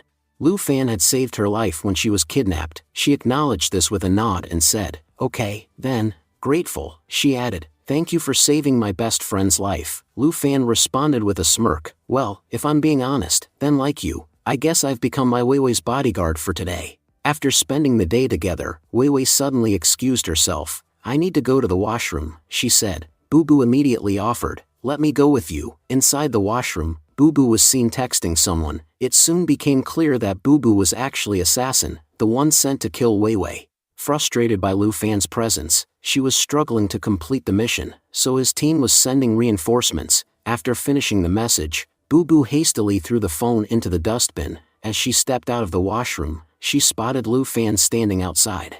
People nearby started murmuring and whispering insults, calling him a jerk for waiting outside the women's restroom. Watching him, Boo Boo grew uneasy. Does he know who I really am? Is that why he's following us? Or is he actually just a jerk? She wondered. Later that night, everyone returned home. Wei Wei turned to Boo Boo and smiled. "Today was the best day of my life because I got to spend it with you." After their conversation, Wei Wei went to her room to change. Meanwhile, Lu Fan spoke to Boo Boo, his voice carrying a hint of sorrow. "You know, I feel bad for Wei Wei. She's young, sweet, kind, and yet, she'll be killed soon, an innocent girl, gone, and the worst part, she'll die at the hands of her best friend. Do you think she would feel worse about her fate, or her friend's betrayal?" Boo Boo felt a wave of nervousness wash over her. "Is he here to stop me?" she thought. Hesitantly, she asked, "So, what are you planning to do?" Lu Fan leaned in slightly and replied, "I was paid to be here, just like you, but for you, the payout must be much higher." Boo Boo frowned. What do you mean? He smirked. Let's say, you give me 70%, I could put on a good act, pretend to get beaten up, that way, you get the chance to kill Wei Wei without interference. Boo Boo scoffed, shaking her head. I know exactly what kind of nonsense you're trying to pull. Lu Fan's expression didn't change. If you don't like the price, we can negotiate. What do you say? Before she could respond, they both heard sudden movement. Boo Boo rushed forward, alarmed, but Lu Fan was quicker, reaching the spot in a single leap. To their surprise, Wei Wei was simply playing with her cat. She giggled. My kitty, you're so naughty. I haven't even changed yet, and you're already jumping on me. Seeing Wei Wei like this, both Lu Fan and Boo Boo suddenly got nosebleeds. Embarrassed, Wei Wei turned bright red. You idiots, what are you two doing here? Get out, now. Lu Fan shrugged. I'm just doing my job, but this idiot, he said, pointing at Boo Boo, is peeping. Meanwhile, a commotion broke out at the entrance. A young man arrived, young Master Qi. Upon seeing him, Uncle Deng stiffened, his face turning pale. Qi smirked. This was my surprise. I didn't even tell Uncle Zhang that I'd be coming to Wei Wei's birthday party, so, listen up, none of you should interfere. The crowd murmured in astonishment. He's not even 20 years old, yet he's one of the world's top 20 billionaires. Is he really here for Wei Wei? Qi continued. I've booked a 5-star hotel and prepared a grand celebration. Everyone can go there and enjoy the party. But as for tonight, only Wei Wei, and I will stay here. Extra guests are not welcome. With that, Qi's bodyguards began escorting people out. Boo Boo was shocked as she observed the bodyguards. They're not just ordinary security, they're all retired mercenaries, she realized. However, Lu Fan and Boo Boo remained unmoved. One of the bodyguards frowned. What's your problem? Why aren't you leaving? Lu Fan smirked. I came here to eat cake. I'm not leaving without it. Qi narrowed his eyes and questions Bao. Who is this? Bao quickly responded. He's Wei Wei's classmate. Qi chuckled. I made sure the hotel had great food, but unfortunately for you, whatever cake Wei Wei eats, I'll be eating with her. One of the bodyguards stepped forward, attempting to push Lu Fan away, but in a single swift movement, Lu Fan flipped him onto the ground. The bodyguard gasped in shock, unable to move. Lu Fan looked down at him and calmly said, I told you, I came here to eat cake, and until I do, no one dares move me. As Luo Fan confidently took action, the crowd around him grew envious. Whispers spread among them, questioning his identity. Some murmured that he was daring to challenge young Master Qi's authority. While Lu Fan and Qi exchanged words, Uncle Zhang arrived, bringing Wei Wei along. Qi, ever the charmer, took Wei Wei's hand and kissed it gently before wishing her a happy birthday. He then announced that he had brought her a rare and exquisite gift, a snow fairy flower from Taiyan Mountain. This flower blooms only once every 70 years, Qi explained. Its nectar has remarkable properties. Anyone who consumes it never ages, even butterflies that drink its juice remain youthful and vibrant for centuries. And Wei Wei, I want you to stay just as young and beautiful. Wei Wei hesitated, staring at the delicate flower. This is too precious, I can't accept it. Before she could say more, Lu Fan scoffed. Wei Wei, don't be fooled. This so-called priceless flower is actually worthless. It's nothing compared to the gift I brought. Qi raised an eyebrow, smirking. Oh, and what grand gift did you bring? From what I remember, it was just soya milk and breadsticks. If you lack knowledge, it's best to stay quiet. Lu Fan smirked right back. At least my gift is something people can eat, he countered. As for your flower, your claims are absurd. The reason those butterflies live long isn't because of this flower's nectar, it's due to their biology. They enter a hibernation-like state, slowing their aging. The flower has nothing to do with it. Qi's confident expression faltered as the realization dawned on him. That shopkeeper tricked me, he thought. Embarrassment crept over him as murmurs of laughter spread through the crowd. Luo Fan crossed his arms. I may not have money like you, but at least I have brains. Qi's eyes narrowed. I see what this is. You like my wife, and now you're challenging me. His voice dripped with amusement. Fine, I accept. Luo Fan rolled his shoulders. I'm not leaving this party until it's over. Qi turned toward the grand piano in the corner. Then let's make it interesting, he declared. I composed a special piece for Wei Wei. Consider this my second birthday gift to her. He sat down and began playing. As the elegant melody filled the room, admiration rippled through the crowd. Guests whispered about Qi's talent, praising him for being not just rich and handsome but also musically gifted.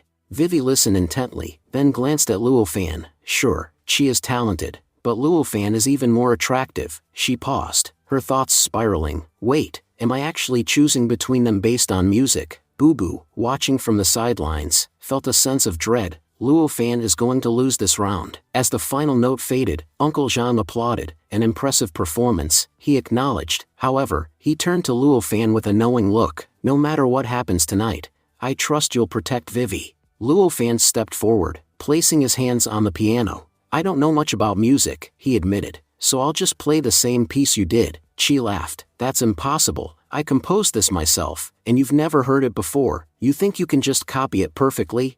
Without another word, Luo Fan began to play. The moment his fingers touched the keys, a strange melody filled the air. The audience's murmurs grew confused. Something was off. Chi's expression darkened as realization hit him. He's playing my piece in reverse. Not only that, but he wasn't missing a single note. Wei Wei's eyes widened. That's actually really cool. A tense silence followed. Then, Chi exhaled in frustration. I concede with that. He turned and left. As the crowd settled, Vivi's birthday cake finally arrived. Everyone wished Wei Wei a happy birthday, and she gratefully thanked them all. Meanwhile, Boo Boo sensed that the moment had come. As Wei Wei closed her eyes to make a wish, someone suddenly attacked her from the side. Just in time, Boo Boo intervened and stopped the assailant. It was revealed that the attacker was none other than the man who had come to assist Boo Boo. However, upon seeing Boo Boo protect Wei Wei, the man realized that Boo Boo had betrayed him. Enraged, he lunged at Boo Boo, accusing her of treachery and declaring, Traitor 98, I will not spare you. As they fought, they moved through a corridor and into a separate room. Assassin taunted Boo Boo, calling him 98 and claiming that her end had come. A fierce battle ensued with Assassin. Assassin says that he knew she could never match his strength. Meanwhile, Lu Fan had finished playing his music, and Wei Wei, having made her wish, looked around in confusion, wondering where Boo Boo had gone. As the candles were about to be blown out, Lu Fan assured her that he would go and find her. Back in the fight, Boo Boo was struggling against Assassin. Assassin remarked that their numbers determined their strength and acknowledged that she could never defeat 86. She attempted a knee strike, but 86 easily blocked her attack. Boo Boo, sensing the power difference, admitted that the strength of a top-tier killer was on another level. However, Boo Boo struck him against the headbutt, which only enraged the assassin, who launched a deadly counterattack. Just as the attack was about to land, Lu Fan arrived, calling out to Boo Boo and reminding her that Wei Wei was waiting. Lu Fan then questioned Boo Boo about her original mission, asking why she had not gone through with killing Wei Wei. Boo Boo, visibly shaken, confessed that Wei Wei was her best friend and that she could never bear the guilt of taking her life. Lu Fan, with a regretful smile, informed him that his decision meant he would no longer receive any payment. The assassin stated that since Lu Fan had witnessed everything, he too had to die there. In response, Lu Fan smirked and challenged him, saying that if the assassin intended to kill him, he should go ahead and try. Without hesitation, Lu Fan activated his hockey power, turning the assassin's own sword against him and piercing through him in an instant.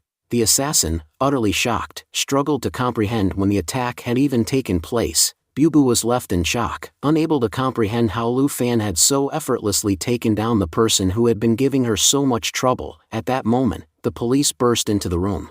Recognizing Lu Fan, one of the officers recalled that he had been arrested previously. The officer accused Lu Fan of committing murder, but before he could proceed, Mr. Zhang intervened, stating that Lu Fan was his daughter's bodyguard and that he had merely taken down an attacker.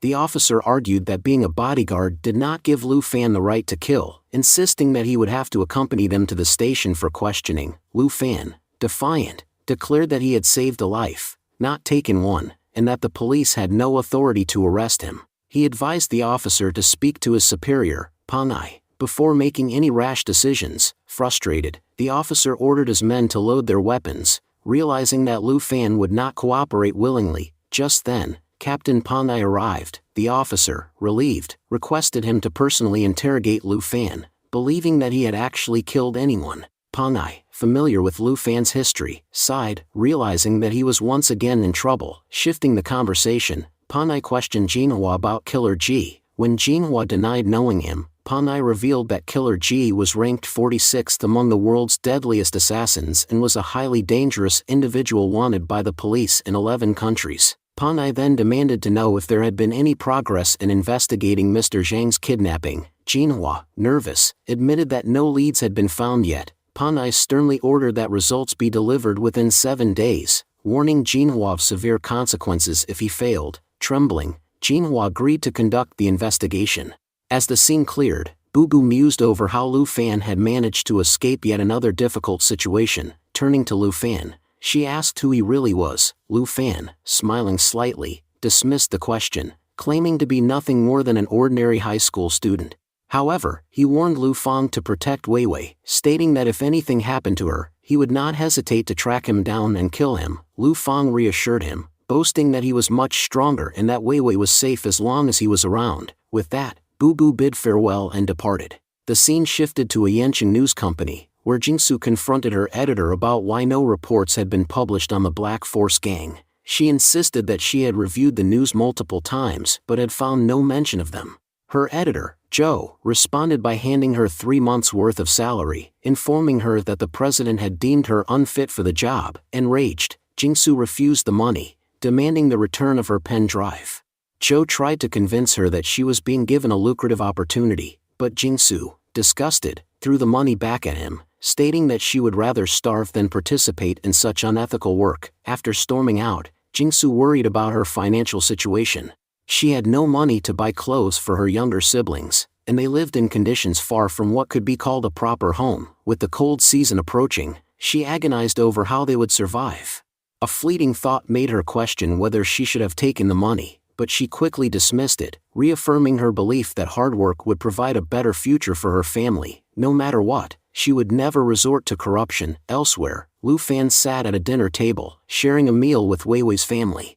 Wei Wei's mother asked Lu Fan if he had just transferred to Wei Wei's class. Lu Fan confirmed, explaining that he had recently transferred from Country M and had joined the same high school. Curious about his background, Wei Wei's mother inquired about his family and where he lived.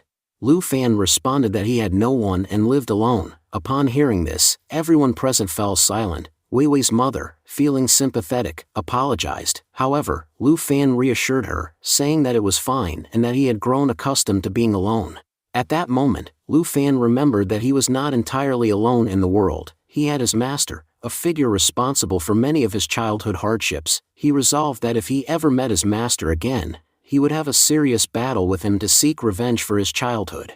Meanwhile, Uncle Zhang offered Lu Fan a job as a bodyguard once again, but Lu Fan firmly declined. He was clear in his mind that, despite needing money, he would never take on a position that would entangle him in such matters again. Uncle Zhang then proposed a generous sum for just 1 day's work. Hearing this, Lu Fan reconsidered and admitted that for that amount of money, he would be willing to accept the job. Uncle Zhang then mentioned that he was aware of the issues between Lu Fan and Huang Taihong, assuring him that when the time was right, he would provide assistance. Lu Fan, realizing the difficulty of earning money without a stable income, finally agreed but set a condition: he would work for only a month. Later, when Lu Fan went to Wei Wei's room, he saw her playing the piano. He couldn't help but admire how lovely she looked while playing and singing. As she finished, Wei Wei turned to him and expressed her gratitude, acknowledging that he had saved her life twice. Lu Fan downplayed his actions, stating that the first time had been a coincidence and the second time was merely a responsibility as her bodyguard.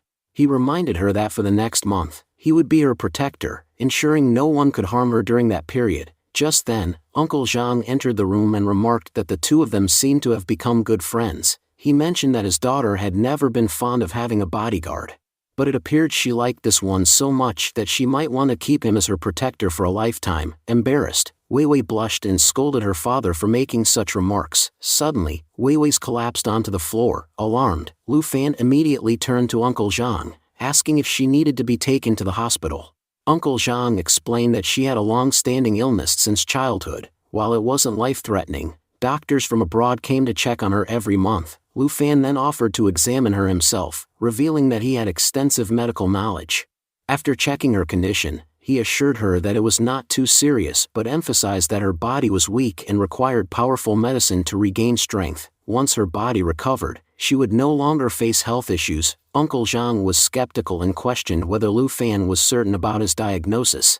He pointed out that over 200 doctors had examined his Wei Wei, yet none had been able to cure her. Lu Fan, confident in his abilities, asked if Uncle Zhang trusted him. Without hesitation, Uncle Zhang replied that he did. Lu Fan then wrote a prescription and instructed him to administer the medicine every 3 days. He assured Uncle Zhang that after completing the treatment, Wei Wei would never fall ill again. With that, Lu Fan bid him farewell. As Uncle Zhang watched Lu Fan leave, he found himself wondering how someone so young could possess such knowledge. He even contemplated asking Lu Fan to examine his own health, as he had been struggling for 20 years to have another child with his wife. On his way home, Lu Fan reflected on his new job, which paid $10,000 per day. This income would cover his rent and living expenses for an entire year. Feeling elated, he decided to treat himself to a good meal at Sister Lan's restaurant. However, as he approached the area, he noticed a large crowd gathered in front of the establishment. To his shock, the entire restaurant had been destroyed, and Sister Lan was sitting amidst the wreckage, crying. Lu Fan immediately rushed to her and demanded to know what had happened. He asked if the Black Force gang was responsible, vowing to make them suffer if they were behind it.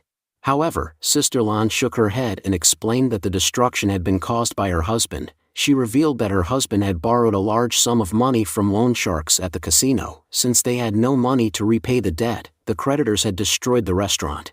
Lu Fan then asked how much her husband owed and where he was. Sister Lan informed him that her husband had borrowed $500,000 but had disappeared, likely hiding to avoid the loan sharks who were searching for him. Frustrated and overwhelmed, she declared that she had lost all patience and intended to file for divorce. As she could no longer endure such a marriage, Lu Fan decided to help her, but for now he was unsure how. As he arrived home, his thoughts were interrupted by the sound of something crashing inside. Lu Fan suspected that the loan sharks had come looking for Miss June. As soon as he stepped inside, he saw her lying unconscious. After checking her pulse, he realized that she was fine and nothing serious had happened to her. As he carried her to the room, Miss June suddenly regained consciousness. Seeing him so close, she panicked and assumed he was about to do something improper. Without thinking, she slapped him. Realizing her mistake, she quickly apologized, saying she had misunderstood him again. Lu Fan reassured her, saying it was no big deal, as things like this often happened to guys and he had grown accustomed to it. Feeling guilty, Miss June offered to help him with his upcoming practice exam, but Lu Fan declined, stating that he could handle it on his own. Miss June, eager to make amends, insisted that it was her first time offering to tutor someone. Miss June, amused by her determination, remarked that he seemed quite confident. Lu Fan said she would only truly understand his abilities once the exam results were out. The next day, Lu Fan arrived at the examination hall. His friend, Tang, asked whether he thought he would pass. Lu Fan confidently assured him that he would, telling him not to worry. As the teachers distributed the test papers, Lu Fan felt a twinge of nervousness, realizing it had been a long time since he had taken an exam. However, he quickly composed himself and began answering the questions. After the exam, Tang sighed, saying he was exhausted, and invited Lu Fan to play. Lu Fan declined, explaining that he had something else to do. Nearby, a group of bullies speculated about what kind of plans he had, jokingly suggesting he was going on a date. Just then, Lu Mei and Wei Wei approached him, saying they had been waiting for him. The other students, witnessing the scene, complained in exasperation that both the campus beauty and the class beauty were after the same guy, while they struggled with their studies. Later, Lu Fan accompanied Lu Mei and Wei Wei home. As he was about to leave, Wei Wei invited him inside for a while, but he politely declined, saying he preferred to go for a walk. Without another word, he started jogging away. As he ran, Lu Fan reflected on how long it had been since he last exercised and worried that he might gain weight if he didn't stay active.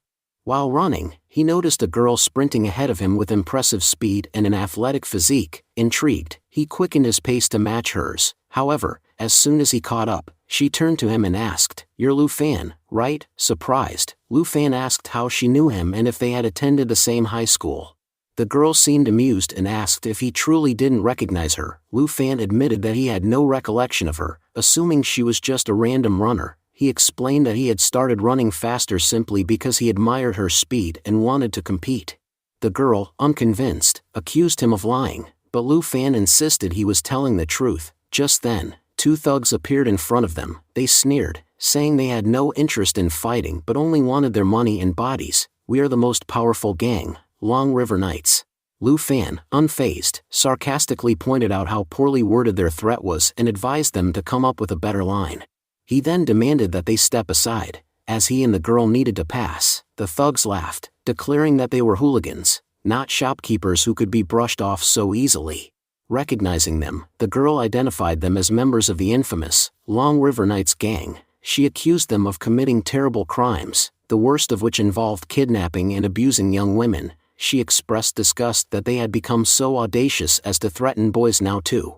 Lu Fan, intrigued by their boldness, smirked and remarked that this was his first time, so please be gentle to him. The leader of the gang, unimpressed, says, "Girl, you are our target, not this bastard," and lunged toward Lu Fan to attack. However, before Lu Fan could react, the girl swiftly delivered a powerful kick to the thug, sending him staggering backward. She declared that they had been searching for these criminals for a long time and that today, there would be no escape for them. The goon sneered and said, "You're definitely a managing grade 3 martial artist, aren't you?" The girl says, "You guessed wrong," while Lu Fan thinks, "Master Zhu had explained this to me." Martial art was widely practiced in China and divided into various levels. Even Minjing Grade 3 is also a level in martial arts. Each level has vast differences in skill. Before Lu Fan could step in to help, the girl had already overpowered the goons. Lu Fan couldn't help but think, "Writer, you really steal my moment." This was my chance to impress the girl. Meanwhile, the girl looked at the fallen goons and snapped, "What are you standing around for? Call the police." Moments later, the authorities arrived and swiftly apprehended the criminals. The officers turned to the girl and Lu Fan, expressing their gratitude. "Thanks to you, we've caught some major criminals. You've done a great job."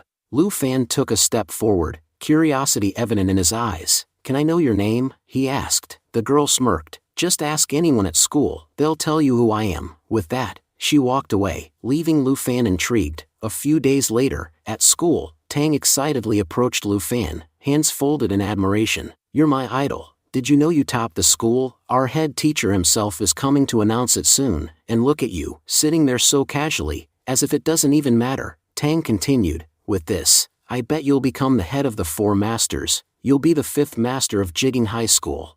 Lu Fan raised an eyebrow. "The 4 masters? What's that?" Tang looked at him in disbelief. "You don't even know," he explained. "At Jigging High, there are 8 campus beauty and the 4 masters. They're the idols of the school, the dream princes of every student, and I guarantee, you'll be the best among them." Lu Fan pondered for a moment. "Is there a campus beauty here who knows how to fight?" Tang nodded enthusiastically. "Of course, Lu Mei is a skilled fighter." Lu Fan smirked, recalling her combat skills. "I know about that firsthand. What about others?" Tang added, "There's also Chanilan, another campus beauty. She might know how to fight too." As their conversation continued, the classroom door swung open. Their head teacher, Miss Zhou, entered and announced, "This time, Lu Fan has secured the top rank." The class erupted in excitement, whispering among themselves, "Lu Fan will definitely become one of the 4 masters now." Lu Fan sighed inwardly. "I just wanted to keep a low profile. Why is this happening to me?" Standing up, he muttered, "I'll go to Wei Wei and Lu Mei. Calling them every time doesn't feel right." As he approached them, Tang suddenly pulled him aside and handed him a letter. Lu Fan received a letter asking him to meet near the campus lotus pond. The letter was from Song Dai. Curious, Wei Wei turned to Lu Mei and asked, "What's going on with Lu Fan? Do you know anything?"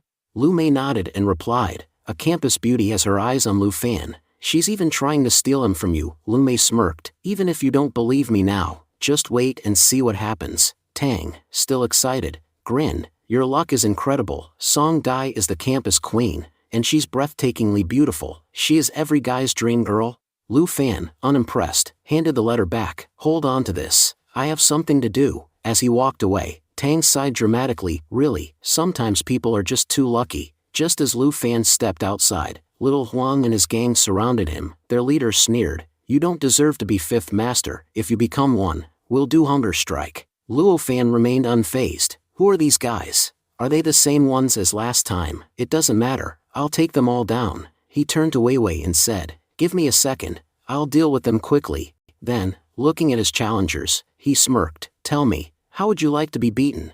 Yet, the gang didn't attack, they simply stood ready, waiting for something. Lu Fan's eyes narrowed. "This is a trap." He glanced around and spotted Dean Huang watching from a distance. "So that's the plan. They want me to make the first move so they can catch me red-handed and throw me out of school." Lu Fan chuckled. "Your plan was clever, but I saw right through it." One of the goons scoffed. "We didn't build these muscles just for show. We're strong too." Just as Lu Fan prepared to act, Miss June arrived. "Lu Fan, come to my office after class," she instructed. Then, turning to the gang, she scolded, "Aren't you ashamed of bullying your classmates? If I see this again, I'll call your parents and have you all punished." The gang members paled and quickly dispersed. Miss June then warned Lu Fan, "These guys come from powerful families. Be careful around them." Meanwhile, back in the gang's hideout, little Huang was being berated. I told you to make sure no teacher came, yet Miss June showed up. Because of you, my position as one of the 4 masters is in danger. Little Huang, desperate to save himself, grinned. Wait, don't hit me. I have an amazing idea. Use it, and you can get your revenge. The 4th master of jigging school, Gang Meng, listened intently as little Huang smirked. Lu Fan has a weak friend named Tang. He doesn't know how to fight. If you beat him up, Lu Fan will come running for revenge. Young man grinned. Perfect. First, we'll take care of Tang, then, we'll go after his girl, that bastard. He was happy spending his days with those 2 girls, but when I saw this, I completely lost my mind. At the Lotus Pond, Song Dai was waiting for Lu Fan, but he never arrived. Frustrated, she muttered to herself that Lu Fan had rejected her, and she would never forgive him for it. Meanwhile, Lu Fan had gone to Tang's house, where he sat comfortably in front of his desk, sipping a drink. Uncle Tang, noticing that the beer was almost finished, instructed Tang to fetch 2 more bottles. The moment Tang stepped out, Lu Fan and Uncle Tang began discussing their plan. Lu Fan turned to Uncle Tang and asked if he had found out anything. Uncle Tang nodded, explaining that he had followed those people for a few days, only to uncover a disturbing truth. Tae Hung, who appeared to be a property dealer, was actually involved in child trafficking in collaboration with the Black Force gang.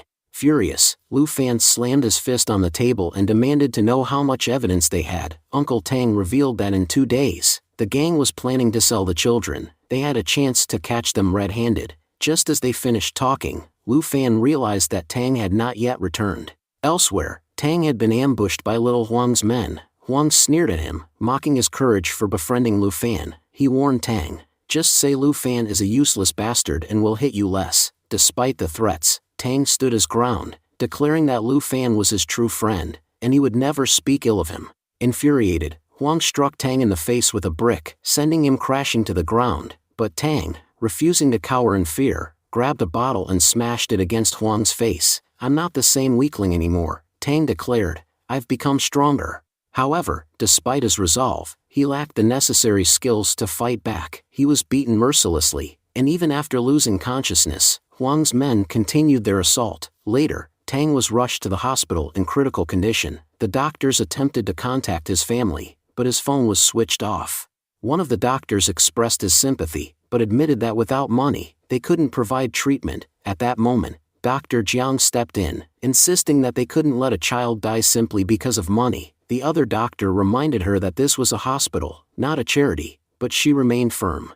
"A doctor's duty is to save lives at all costs," she said. "If this child isn't treated soon, he will die. I'll take full responsibility." Without hesitation, she began Tang's surgery. A greedy doctor standing nearby scoffed at her, remarking that she was being arrogant. Meanwhile, Tang's father, worried about his son's absence, kept calling him. When he finally received a call, he rushed to the hospital, only to learn that Tang had been severely beaten. Upon hearing the news, he was devastated. Then he tells Lu Fan everything. At the hospital, director confronted Dr. Jiang in his office. He reprimanded her for constantly taking in patients who couldn't pay, causing financial losses for the hospital. He doubted that Tang's family would be able to afford the treatment. Dr. Jiang offered to have the expenses deducted from her salary, but the director reminded her that her salary had already been docked for the month.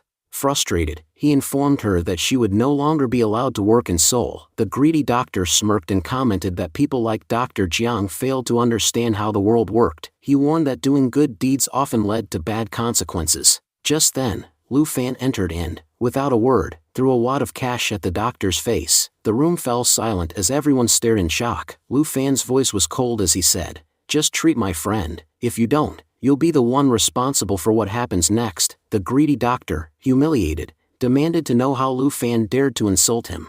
Tang's father pleaded with the director to save his only son. The director, unmoved, scoffed at their desperation and signaled for some thugs to deal with them. At that moment, Lu Fan made a phone call. "Mr. Zhang, I need some money," he said. Mr. Zhang responded without hesitation, "Will 1 million be enough, or should I send more?" He assured Lu Fan that he was willing to help him with anything. Lu Fan replied that 1 million would be sufficient and promised to explain everything when he returned home. Meanwhile, the director, still processing what had just happened, was filled with shock. He wondered if Lu Fan had just been speaking to the great tycoon Zhang Hetian. The goons in the hospital exchanged whispers, their voices filled with unease. Someone among them murmured, "Was that really Zhang Etienne?" They had all heard the voice and recognized it instantly. It was definitely him, the biggest investor of the hospital. One of them explained that Zhang Etienne was a powerful figure, an influential investor, and that Zhang Etienne was his close associate, almost like a brother. Lu Fan, in his usual composed manner, addressed the director and said that if there was no objection, he could call assistance for his friend. The director, realizing the gravity of the situation, quickly shifted his tone. He pleaded for forgiveness and assured Lu Fan that the hospital was already using its best doctor to treat his friend. He emphasized that Dr. Jiang would take full responsibility for the child's well-being, and nothing should happen to him. Greedy Dr. Lu, now eager to please, also reassured Lu Fan that he would personally oversee the treatment. Ignoring Dr. Lu entirely, Lu Fan approached Dr. Jiang. He mentioned that the nurses had informed him about how she had fought against everyone to ensure his friend received treatment. With genuine gratitude, he thanked her and pleaded for her to continue treating his friend. Dr. Jiang, maintaining her professional demeanor, told Lu Fan that there was no need for him to bow or plead. She would simply do her best. Director affirmed that Dr. Jiang was an exceptional doctor and that she would certainly make every effort to save the child. Meanwhile, Dr. Lu returned to the director after overhearing the conversation. He confidently stated that Lu Fan was certainly a fraud. However, instead of praising him, the director slapped Dr. Lu across the face. With an air of disdain, he demanded, "Do you even know who Zhang Etienne is? I was provoking a man of such influence just for a mere dog like you. From now on, keep your mouth shut." Shortly after, Dr. Jiang emerged from the operating room and informed Lu Fan that his friend's condition had stabilized. She allowed him to visit but warned him not to question the patient too much. As soon as Lu Fan and Uncle Tang entered the room, Uncle Tang anxiously asked how this had happened and who was responsible. Tang, still weak, revealed that some bullies from his class had attacked him. Hearing this, Lu Fan's expression darkened with rage. His voice was cold as he declared that he would not let those bastards get away with it. They had made a grave mistake by laying a hand on his friend. As Lu Fan stormed out, his anger evident in every step, those around him felt the intensity of his fury. Some were even moved to tears. Dr. Jiang, concerned, reminded him that he was a student and should not involve himself in such matters. She insisted that she would contact the police, confident they would handle the situation appropriately. However, before she could make the call, Lu Fan stopped her by gently placing his hand on walls. He looked at her seriously and stated that he had his own reasons for handling things his way. The police could not be involved. He assured her that he would be fine and then turned to leave. Observing all this, Dr. Lu rushed back to the director and reported that Lu Fan was nothing more than a poor man. The director, skeptical, asked if he was sure. Dr. Lu confidently confirmed it, adding that Lu Fan would never be able to afford the hospital fees. He even went so far as to guarantee it. The director, concerned about the hospital's expenses, instructed Dr. Lu to demand payment from Tang's family before continuing treatment. Only after payment was secured would they resume treating the child. Soon after, a nurse entered Tang's room with an injection, ready to administer it. However, Dr. Lu stopped her. He turned to Tang and coldly stated that treatment could only proceed if they paid in advance. Tang's father, desperate, offered the only 500 yuan he had, pleading for them to start treatment while he arranged for the remaining amount. Dr. Lu scoffed at the amount, mocking him. He declared that bed charge is 2,000 and a single injection costs 300 yuan, yet Tang's father was offering a mere 500. "What do you take me for, a beggar?" he sneered. Tang's father, on the verge of breaking down, begged him to treat his son first, promising to pay the full amount afterward. However, Dr. Lu remained unmoved, stating that hospital rules required full payment before treatment. Just then, a nurse interjected, her voice filled with urgency. She warned that the patient's condition was deteriorating rapidly. If the treatment was delayed any longer, his health could take a severe turn for the worse. Meanwhile, onlookers in the hospital, appalled by the treatment of the patients, began murmuring among themselves. They criticized the hospital for its unethical practices and heartless approach, expressing their disgust at how it prioritized money over human lives. The director arrived and declared that without money, they were only waiting to lose even more. He instructed that anyone unable to pay should be thrown out. Just as the staff was about to remove the Tang from the bed, Dr. Jiang intervened, asserting that the patient was under his care and could not be taken without his permission. The director scoffed, retorting that while the patient might belong to Dr. Jiang, the hospital belonged to him. Without hesitation, he ordered that both the patient and the doctor be removed. As Dr. Jiang was being dragged away, Manager Su made an unexpected entrance. The director, startled, greeted him with feigned enthusiasm, apologizing for not being informed about an inspection in advance. He insisted that had he known, he would have arranged a proper welcome. Feigning ignorance, Manager Su inquired about the situation. When asked, he brushed it off as routine duty and urged Manager Su to disregard it, shifting the conversation. He then asked why the manager had come. Manager Su requested to see Dr. Jiang, prompting the director to realize that senior officials must have learned about him. He muttered that he had intended to deal with Jiang himself. However, Manager Su interrupted, stating that Dr. Jiang had been dismissed. But why? At that moment, Dr. Jiang stepped forward and addressed Manager Su. She acknowledged his termination but remained unconcerned. Instead, she implored Manager Su not to compromise professional integrity. She condemned the practice of forcibly evicting patients in critical condition, arguing that it was morally reprehensible. Manager Su asked the director what is happening here. The bystanders outside began murmuring, revealing that this was not an isolated incident. They recounted how patients who couldn't pay were mercilessly thrown out, even if they only needed a day's extension. The revelations enraged the director, who dismissed their claims as nonsense. However, before he could react further, Manager Su delivered a resounding slap across his face. Manager Su then informed the director that Mr. Zhang had instructed him to ensure Lu Fan's payment reached Miss Jiang. The mention of Lu Fan's connection to Zhang Hetian shocked both the director and Dr. Lu, who were left speechless. Manager Su then declared that both the director and Dr. Lu would be investigated to assess the extent of their malpractice, the financial losses incurred, and the damage to the hospital's reputation. He warned that if evidence of corruption surfaced, they would be permanently blacklisted from the medical profession. Dr. Jiang, meanwhile, expressed his disbelief, questioning what Lu Fan had to do with the situation. She was astounded that Manager Su, a high-ranking authority from headquarters who rarely visited, had personally come to deliver the money, while Uncle Tang states that Lu Fan is just an ordinary high school student.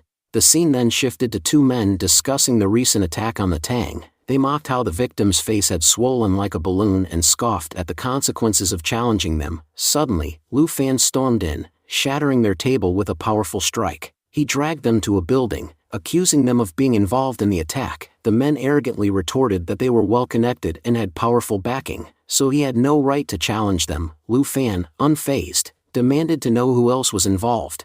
One of the men, defiant, declared that they would rather die than betray their allies. Lu Fan smirked and warned them to prepare for the worst. He struck the wall beside them with such force that a portion of it crumbled. One of the men fainted on the spot, while the other panicked and immediately confessed. He revealed that 10 men had been involved in the attack and were now hiding in the cat factory. Lu Fan deduced that Huang Tianyi was leading them, confirming that their failure to eliminate him had led them to target his friends instead. He coldly stated that if they had killed him, he might have forgiven them, but since they had harmed his friend, there would be no mercy. Arriving at the cat factory, Lu Fan found Huang Tianyi waiting for him. With a smirk, Tianyi taunted him, boasting that while Lu Fan had assumed his friend was targeted by only 10 men, he had actually prepared 100. He declared that the moment Lu Fan entered the factory, he had sealed his fate. Lu Fan remained undeterred, dismissing Tianyi's threats. As soon as Tianyi commanded his men to attack, Lu Fan effortlessly knocked them down one by one. Tianyi, in disbelief, watched as Lu Fan moved with inhuman speed, incapacitating his men before they could even react. Some cried out about their broken limbs, while others were too dazed to comprehend what had happened. Terrified, Tianyi questioned whether Lu Fan was even human. Realizing that all his men were defeated, Tianyi fell to his knees and begged for mercy. He hastily confessed that the Fourth Master Gang had orchestrated the entire attack and that he had merely followed orders out of fear. Unmoved, Lu Fan delivered a final punch, warning that he would not issue another warning. Next time, he would ensure Tianyi's permanent demise. Meanwhile, inside a classroom, the gang Meng was answering a teacher's question with confidence. The teacher commended him for his attentiveness and encouraged him to continue his excellent performance. Just then, the classroom door burst open with a violent kick. Lu Fan stepped in, grinning. "Good evening, sir," he said mockingly. "I hope you're doing well. I just came to have a little chat with our friend here." Shocked by the destruction of the door, the teacher could only wonder whether it had been made of paper. as it had broken so easily. The sudden and forceful entrance left the gangmeng furious. He demanded to know how Lu Fan dared to disrupt his class in such a manner. Remaining unfazed, Lu Fan simply instructed him not to disturb the class or himself. He then suggested that they continue their conversation on the terrace and ordered the gangmeng to follow him immediately. Feigning a stomachache, gangmeng requested permission from the teacher to leave for the washroom. To support him, his allies also asked for permission to accompany him, causing the teacher to grow uneasy. On the terrace, Lu Fan sternly informed the gangmeng that if the attack had been solely against him, he might have let it slide. However, dragging his friends into the matter had been a grave mistake. Before resorting to extreme measures, he demanded to know who had been involved in this matter. He emphasized that he did not take pleasure in harming innocent people. One of the gangmeng's subordinates, visibly shaken, admitted that Lu Fan was known to be incredibly powerful and advised against engaging in a fight. Infuriated, the gangmeng silenced him with a punch. Lu Fan, unimpressed, warned them to stop wasting time and prepare for a beating. Gangmeng, however, ordered his men not to interfere, claiming that he would handle Lu Fan alone. He launched a rapid attack, but Lu Fan effortlessly dodged every strike. Despite his relentless efforts, gangmeng failed to land a single hit. As he continued his assault, he boasted about his rigorous training and daily gym workouts, insisting that Lu Fan could not evade him forever. However, Lu Fan remained unfazed and taunted him, saying that his slow speed would never be enough to touch him. He mockingly suggested that instead of protein powder, what gangmeng truly needed was Chinese medicine. Frustrated by Lu Fan's insults, gangmeng tried to retort, but suddenly, his knees buckled, and he collapsed to the ground. His subordinates gasped in shock, unable to comprehend what had just happened. Gangmeng himself was bewildered, feeling as if his entire body were breaking apart. Writhing in pain, he demanded to know what Lu Fan had done to him. Lu Fan casually responded that he had merely targeted a few pressure points. He then informed gangmeng that for the next 6 months, his body would not function properly. Grabbing him by the hair, Lu Fan warned him to be grateful that they were in school and that he was no longer the ruthless person he once was. Otherwise, he would have cut him into 3,000 pieces and fed him to the dogs. Desperate, gangmeng called out to his friends, pleading for help. However, none of them dared to move, terrified by Lu Fan's overwhelming presence. Some even attempted to escape by jumping off the roof, while others who failed to flee begged for mercy. Lu Fan, however, remained indifferent. He coldly remarked that if they had shown mercy to his friend Tang, perhaps he would have considered sparing them. But since they had not, he saw no reason to be kind. At that moment, a teacher intervened, trying to reason with Lu Fan. Understanding that the teacher had come to protect the students, Lu Fan decided not to continue the fight. Instead, he issued one final warning: he would do nothing more than what they had done to Tang. Upon hearing this, panic ensued, and the remaining gang members fled. The teacher, still in shock, watched as students jumped from the roof in a desperate bid to escape. Meanwhile, Lu Fan felt a tinge of disappointment that he had been unable to finish them off. Just then, a familiar voice interrupted him. It was Miss June, who arrived at the scene, stating that she was too late. She then informed Lu Fan that he would now have to go to jail. Unfazed by the consequences, Lu Fan remarked that if going to jail meant avenging his friend, then so be it. He would rather face imprisonment than live with the regret of not acting. As he turned to leave, he noticed the same girl who had once run away from him. She admitted that she had initially thought he was a coward but now found him quite impressive. Lu Fan, uninterested in small talk, questioned why he should engage in a conversation with someone whose name he didn't even know. The girl then introduced herself as Qianilan, revealing that she had ranked second in a recent competition where he had placed first. As he walked away, Lu Fan assured her that next time, she would claim the top spot since he would not be competing again. Qianilan challenged his assumption, asking if he thought she was incapable of defeating him. Later, when Lu Fan arrived at Miss Lan's hotel, he had a strange feeling that this might be the last time he would dine there. Miss Lan, noticing his demeanor, inquired if something was wrong, but he remained silent and quickly left after paying his bill. Seeing the unusually large sum of money he had left, Miss Lan jokingly asked if he had robbed a bank. Lu Fan chuckled and replied that if he had, he would have given her at least 100 million. As he ate his noodles, he contemplated his fate. His days of freedom were coming to an end, but there were still a few things left to do before he would willingly surrender himself. With that, the scene shifted back to the school. The school principal confronted Dean Huang, demanding to know where he had been while the recent events unfolded. Dean Huang hesitated before offering an excuse, insisting that nothing significant had happened, just a typical fight among students. He dismissed it as a common occurrence. However, the principal, clearly unimpressed, struck Dean Huang's face with a book and reprimanded him, stating that 50 children had been injured and hospitalized. With frustration, the principal questioned how such a serious matter could be downplayed. Attempting to shift the blame, Dean Huang pointed the finger at Lu Fan, suggesting that expelling him would resolve the issue without causing further problems for the school. The principal, equally exasperated, agreed, asserting that such a student did not deserve to continue studying there. At that moment, Miss June intervened. She challenged their stance, arguing that if Lu Fan did not deserve to study, then perhaps no one in the school did. She reminded them that Lu Fan was a prodigy. Having secured the top rank in the school, his potential could bring significant prestige to their institution in the future. Expelling a student of his caliber, she warned, could be detrimental to the school's reputation. Dean Huang, clearly irritated, questioned why Miss June was defending Lu Fan. In response, she turned to the principal and firmly stated that her support stemmed from a pragmatic concern. At the end of the year, when other prestigious schools proudly displayed their top students, their school would have no one to showcase. By expelling their best student, they would risk tarnishing their credibility.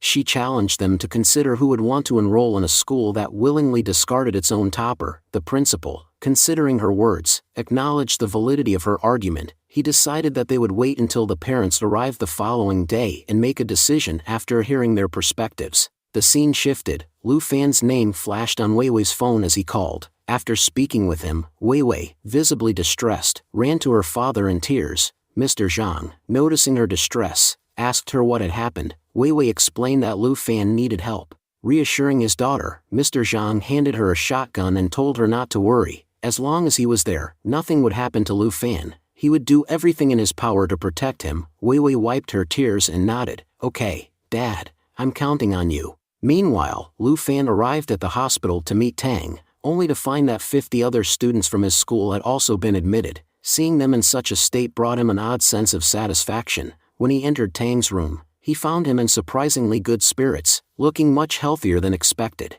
Tang, noticing Lu Fan, greeted him cheerfully. He revealed that Dr. Jiang had provided exceptional care, which had led to his rapid recovery. Lu Fan, relieved to see his friend well, informed Tang that he had already avenged him. The cries of pain echoing through the hospital halls belonged to those responsible for hurting him. Both Tang and his uncle were in awe. Really, Lu Fan, you're incredible, Tang exclaimed. Lu Fan then turned to Uncle Tang and requested a private conversation. Once outside, he got straight to the point. I need information on Tai Hong. I've already injured 50 students, which means I'm in trouble. But before they come after me, I need to eliminate Tai Hong. Tell me everything you know. Uncle Tang revealed that Tai Hong was working with the Black Force gang and was heavily involved in child trafficking. However, he admitted that he didn't know their exact whereabouts.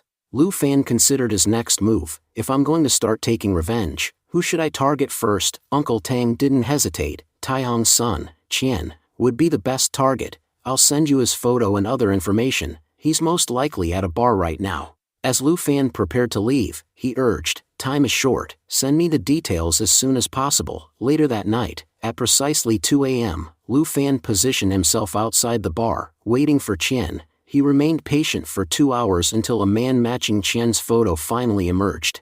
Observing him closely, Lu Fan muttered to himself, that's Tai Hong's son, one of the 4 captains of the Black Force gang. Lu Fan silently followed Qian, keeping a safe distance. As he trailed him, he found himself outside a grand mansion. Just as he arrived, a man approached Qian and informed him that everything had been taken care of and that he should leave immediately.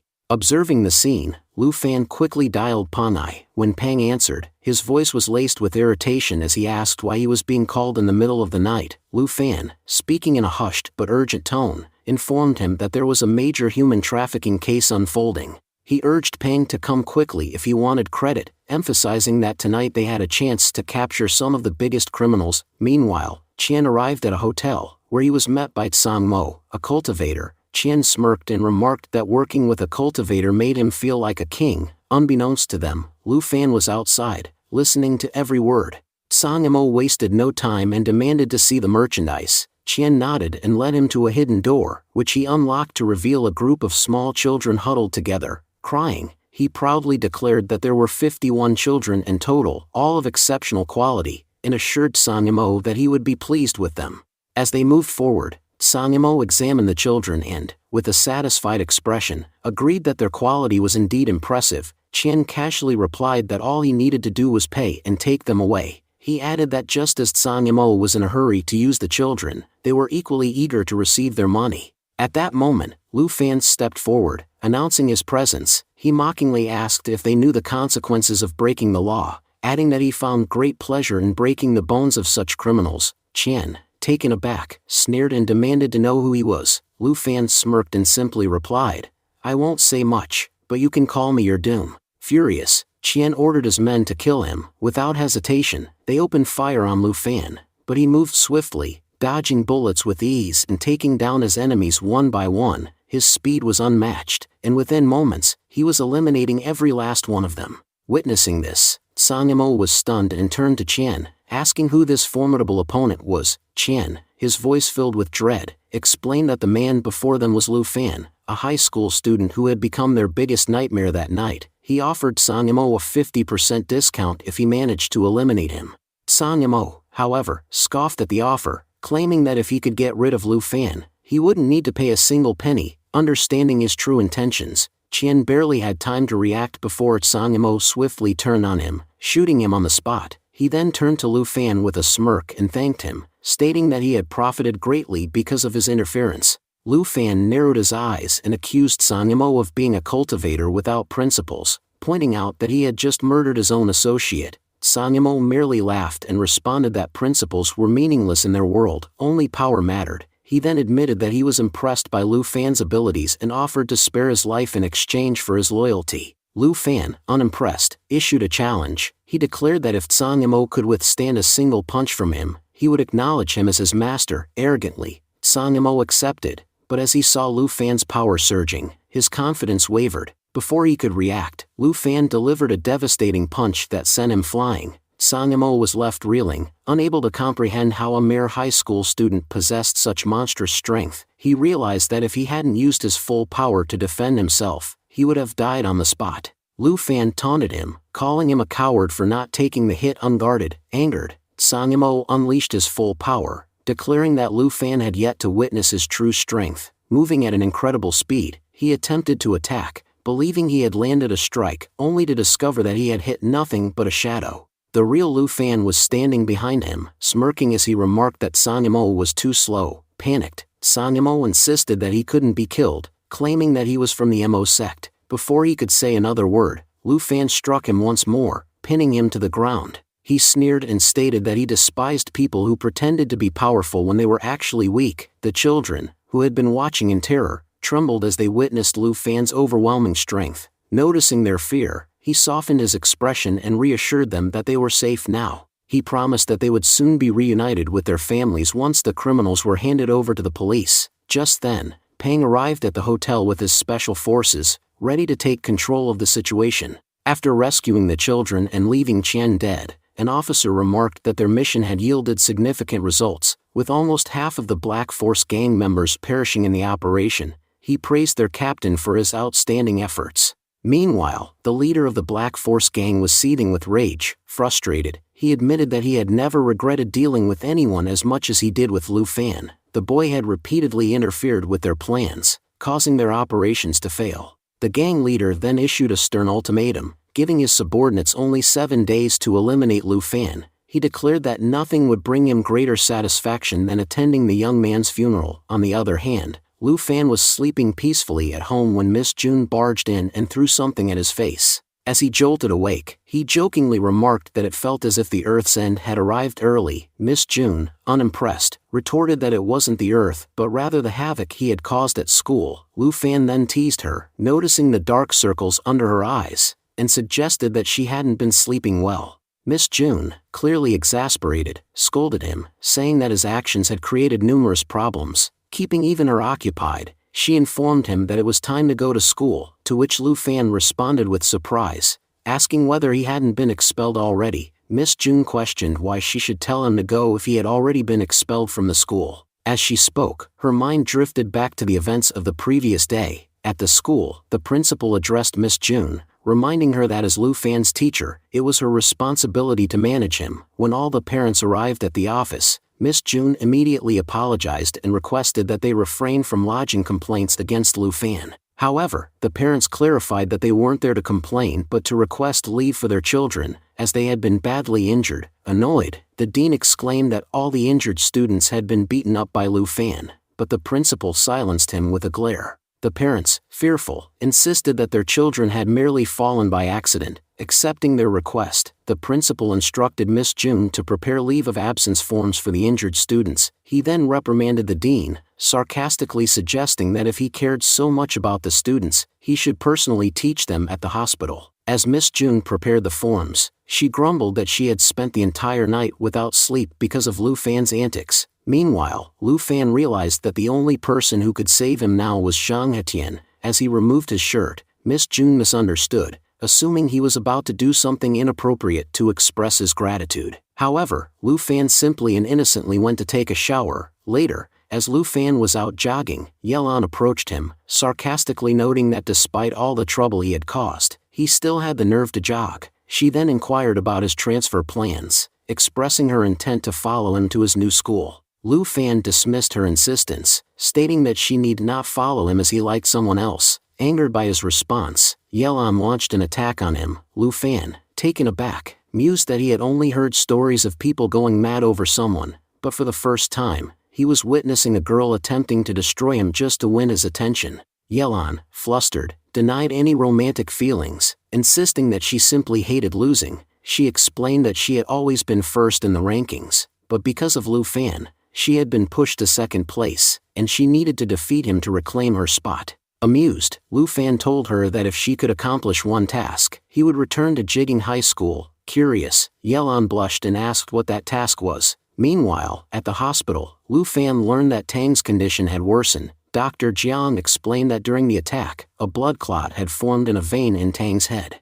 Initially undetected, a CT scan had revealed the severity of the issue, putting Tang's life in grave danger. Uncle Tang, visibly shaken, desperately asked if there was any way to save him. Dr. Jiang solemnly stated that the only option was a highly risky operation with a mere 50% success rate. Lu Fan, deep in thought, suggested that if the clot could be extracted from the vein, everything would be fine. Dr. Jiang, however, quickly dismissed the idea, emphasizing the complexity of the surgery since it involved a delicate part of the brain. She reiterated that surgery was the only viable solution. Without another word, Lu Fan turned and walked away. "It's fine, just give me 2 more hours, and I will fix everything." Lu Fan leaves everyone wondering what he had in mind. Lu Fan arrived at the Chinese medicine shop and handed over the prescription to the shopkeeper, instructing him to provide the medicine accordingly. The shopkeeper informed him that he would have to wait for 2 minutes. As he waited, Lu Fan reflected on the effort he had put into mastering this prescription, never expecting that one day it would prove so useful to him. His thoughts drifted back to his childhood. Recalling a memory of his master, he remembered being tied to a tree, suspended in the air. While his master spoke sternly, his master had warned him, "Start talking about the Hua Tunine flavor soup immediately. If you don't reveal its secrets, soon your backyard will be engulfed in flames." As he spoke, his master threw a burning stick near his backyard, intensifying the pressure. Despite the heat and distress, Lu Fan had managed to explain, "Flavor 1 can heal external injuries, Flavor 2 helps in healing internal organs, particularly in protecting the heart, liver, and kidneys. The third flavor significantly aids in balancing blood circulation and digestion." Back in the present, Lu Fan shuddered at the memory. He muttered to himself, "That was terrifying, even today. Thinking about it sends shivers down my spine." Just then, the shopkeeper returned with the herbs. Lu Fan took them and rushed to where Uncle Tang was anxiously watching over his injured son. Tang. Seeing Tang's critical condition, Uncle Tang was visibly distressed. Lu Fan approached him reassuringly. "Uncle Tang, don't worry. I have prepared a medicine for Tang. Within a day, he will recover completely." Before Lu Fan could administer the medicine, Dr. Jiang intervened, blocking his path. "You cannot give this medicine to Tang.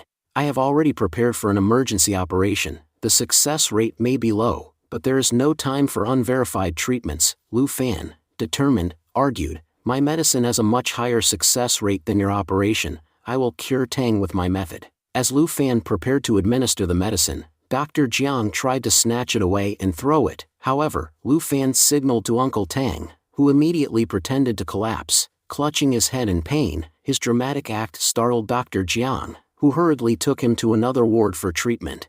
In the commotion, Lu Fan managed to save the medicine and quickly administered it to Tang. Later, Lu Fan visited Zhang Hetian's house to express his gratitude. "Thank you for your help. Calming the parents of 47 children was no small feat." Zhang Hetian responded with a smile, "Helping you is an honor for me, but I didn't do it without reason. A group of assassins will be arriving in our city soon. As you know, they will likely come after me." Lu Fan reassured him, "Don't worry, I will protect you." Just then, Wei Wei arrived and called out, "Lu Fan, let's go." Lu Fan nodded, "All right, Mr. Zhang, I'll take my leave." He and Wei Wei got into the car and drove off. Suddenly, another car rammed into theirs from behind. Wei Wei was about to step out, but Lu Fan stopped her. "Stay inside, I'll handle this." The driver of the Lu Fan's car stepped out angrily and yelled, "Don't you understand? You hit my car." The other driver, looking apologetic, replied, "I'm sorry, my friend. I was in a hurry." Lu Fan glanced at the dent in the car and added, "There's nothing major, we can claim the insurance. You can go." The first driver thanked, "You're too kind to let me off so easily. I had brought some fruits for you." As he opened it, Lu Fan realized there was no fruit inside, only a gun. Before he could react, the man started firing. Lu Fan swiftly ducked behind a nearby rock, pulling driver with him. Spotting some loose stones, he threw them at the attacker's car, buying enough time to get driver back into the car. He started the engine and attempted to escape, but the attackers continued their relentless pursuit. "Call the police immediately," Lu Fan commanded as he maneuvered the car. "I'll get us out of here." Wei Wei, panicked, asked, "There are so many of them, will we make it?" Lu Fan analyzed the situation. "There are 6 vehicles chasing us, meaning at least a dozen mercenary assassins. These aren't ordinary killers, they don't care about their own lives. Unlike others, they don't kill for money but for the thrill.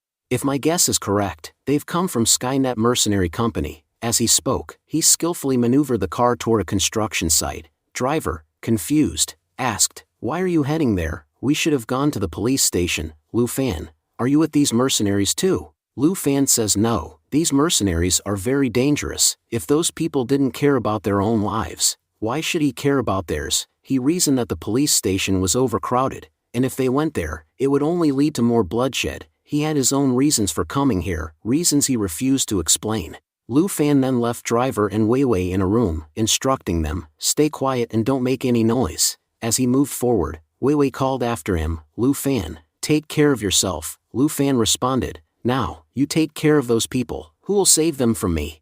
Meanwhile, all the mercenary assassins had also gathered at the construction site. The isolated location only made them mock Lu Fan further. However, as they entered construction site, they began searching the premises. The first floor appeared empty, but Lu Fan sat comfortably on the ceiling, observing everything while tracking everyone's positions. "There are 16 people here in total," he murmured to himself. Just then, a man below him muttered, "If I find him, I won't let him go." Lu Fan smirked and whispered, "Take my life." Then, as the man turned around, Lu Fan swiftly killed him. Hearing the commotion, the red-haired assassin fired his gun, but in the confusion, he accidentally shot his own ally. Before he could react, Lu Fan swiftly took him down as well. One by one, Lu Fan continued eliminating them, leaving a trail of bodies behind. The leader of the assassins attempted to contact his men, but there was no response. Realizing the silence, he became alarmed. He suspected they were under attack, but the thought that a single person could have wiped out his entire team seemed absurd. He assumed at least 50 top-tier mercenary warriors were behind the assault. Nervously, all mercenaries turned to his boss and asked, "Boss, what do we do?" The boss replied grimly, "We have only one option. We have 15 minutes left. If we find the target within that time, we will strike. If not, we must retreat. We cannot afford to leave without completing our mission. Stick together and don't get separated."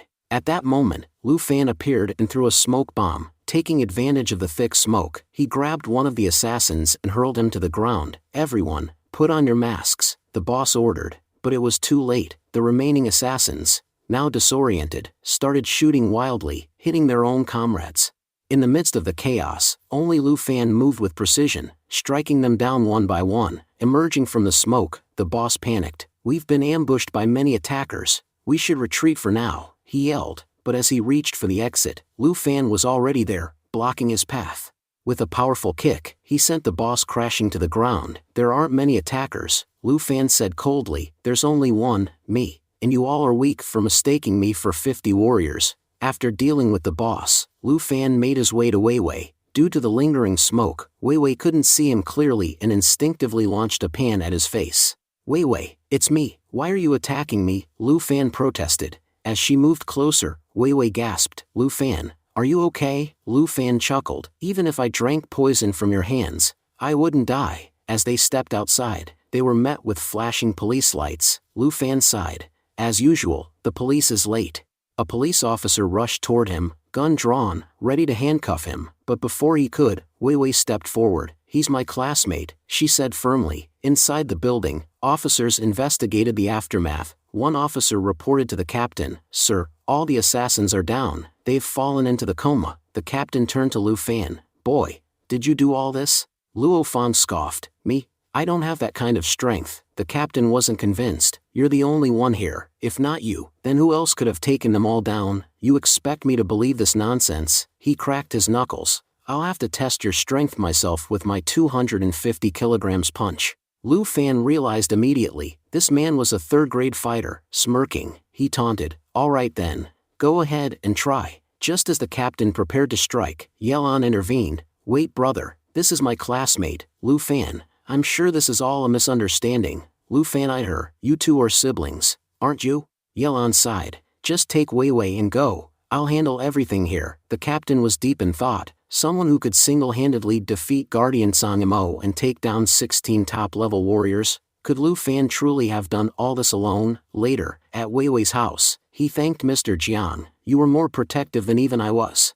Mr. Jiang smiled. Because of you, we've captured some assassins alive. Soon, the mastermind behind the attack will also be caught. Lu Fan, you've done incredible work over these past few days. Our family is safe now. Lu Fan nodded. That's good. Now I won't have to work as a bodyguard anymore. Anyway, I'm heading to the hospital to see my friend Tang. Wei Wei's mother exchanged a look with Uncle Zhang, signaling something he didn't understand. Don't you know? She whispered. Wei Wei likes Lu Fan. Uncle Zhang shrugged. Even if she does, what difference does it make? Lu Fan may be impressive, but he's just a student. Besides, don't forget our promise.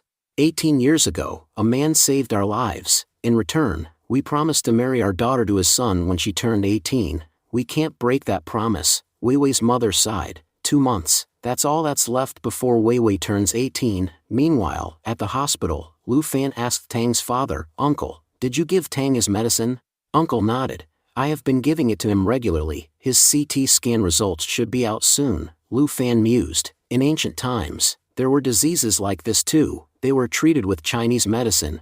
I used a secret recipe from Hua Tuo's era. Dr. Jiang, who had just arrived, scoffed. You believe in such things? Lu Fan smirked. I was just thinking aloud. Dr. Jiang held up the CT scan results, astonished. Earlier, there was blood pooling in Tang's brain, but now, there's nothing. It's completely gone. Lu Fan grinned. Miraculous, isn't it? Dr. Jiang frowned. No, there are no miracles. You definitely gave him something. Lu Fan recalled his master's warning, never reveal the secret of the medicine. If he did, his master had jokingly threatened to rip his underwear. He decided to stay silent. Just then, Dr. Jiang spotted a small pouch. Uncle Tang panicked and shouted, that's my kidney tonic. Without it, I'll lose my special strength. Dr. Jiang and Lu Fan exchanged stunned glances. Dr. Jiang sighed. Uncle Tang, take care of yourself. I'm off to check on my other patients. Lu Fan shook his head, smiling. Uncle Tang, you're one of a kind. Lu Fan praised Uncle Tang,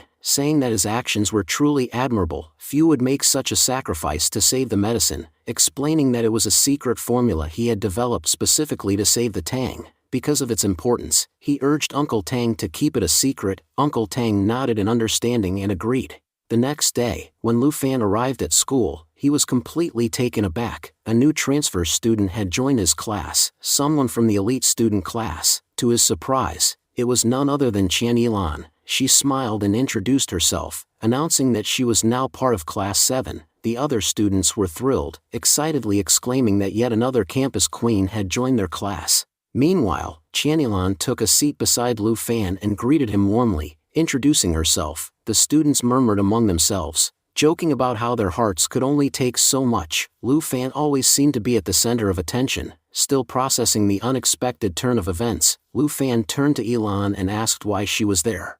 With a confident expression, she told him she had come to protect him. She pointed out that every time she saw him, he was caught up in some kind of trouble, so he clearly needed her help. She told Lu Fan, "Are you surprised?" Lu Fan, taken aback, responded that he wasn't surprised but rather shocked by her sudden presence.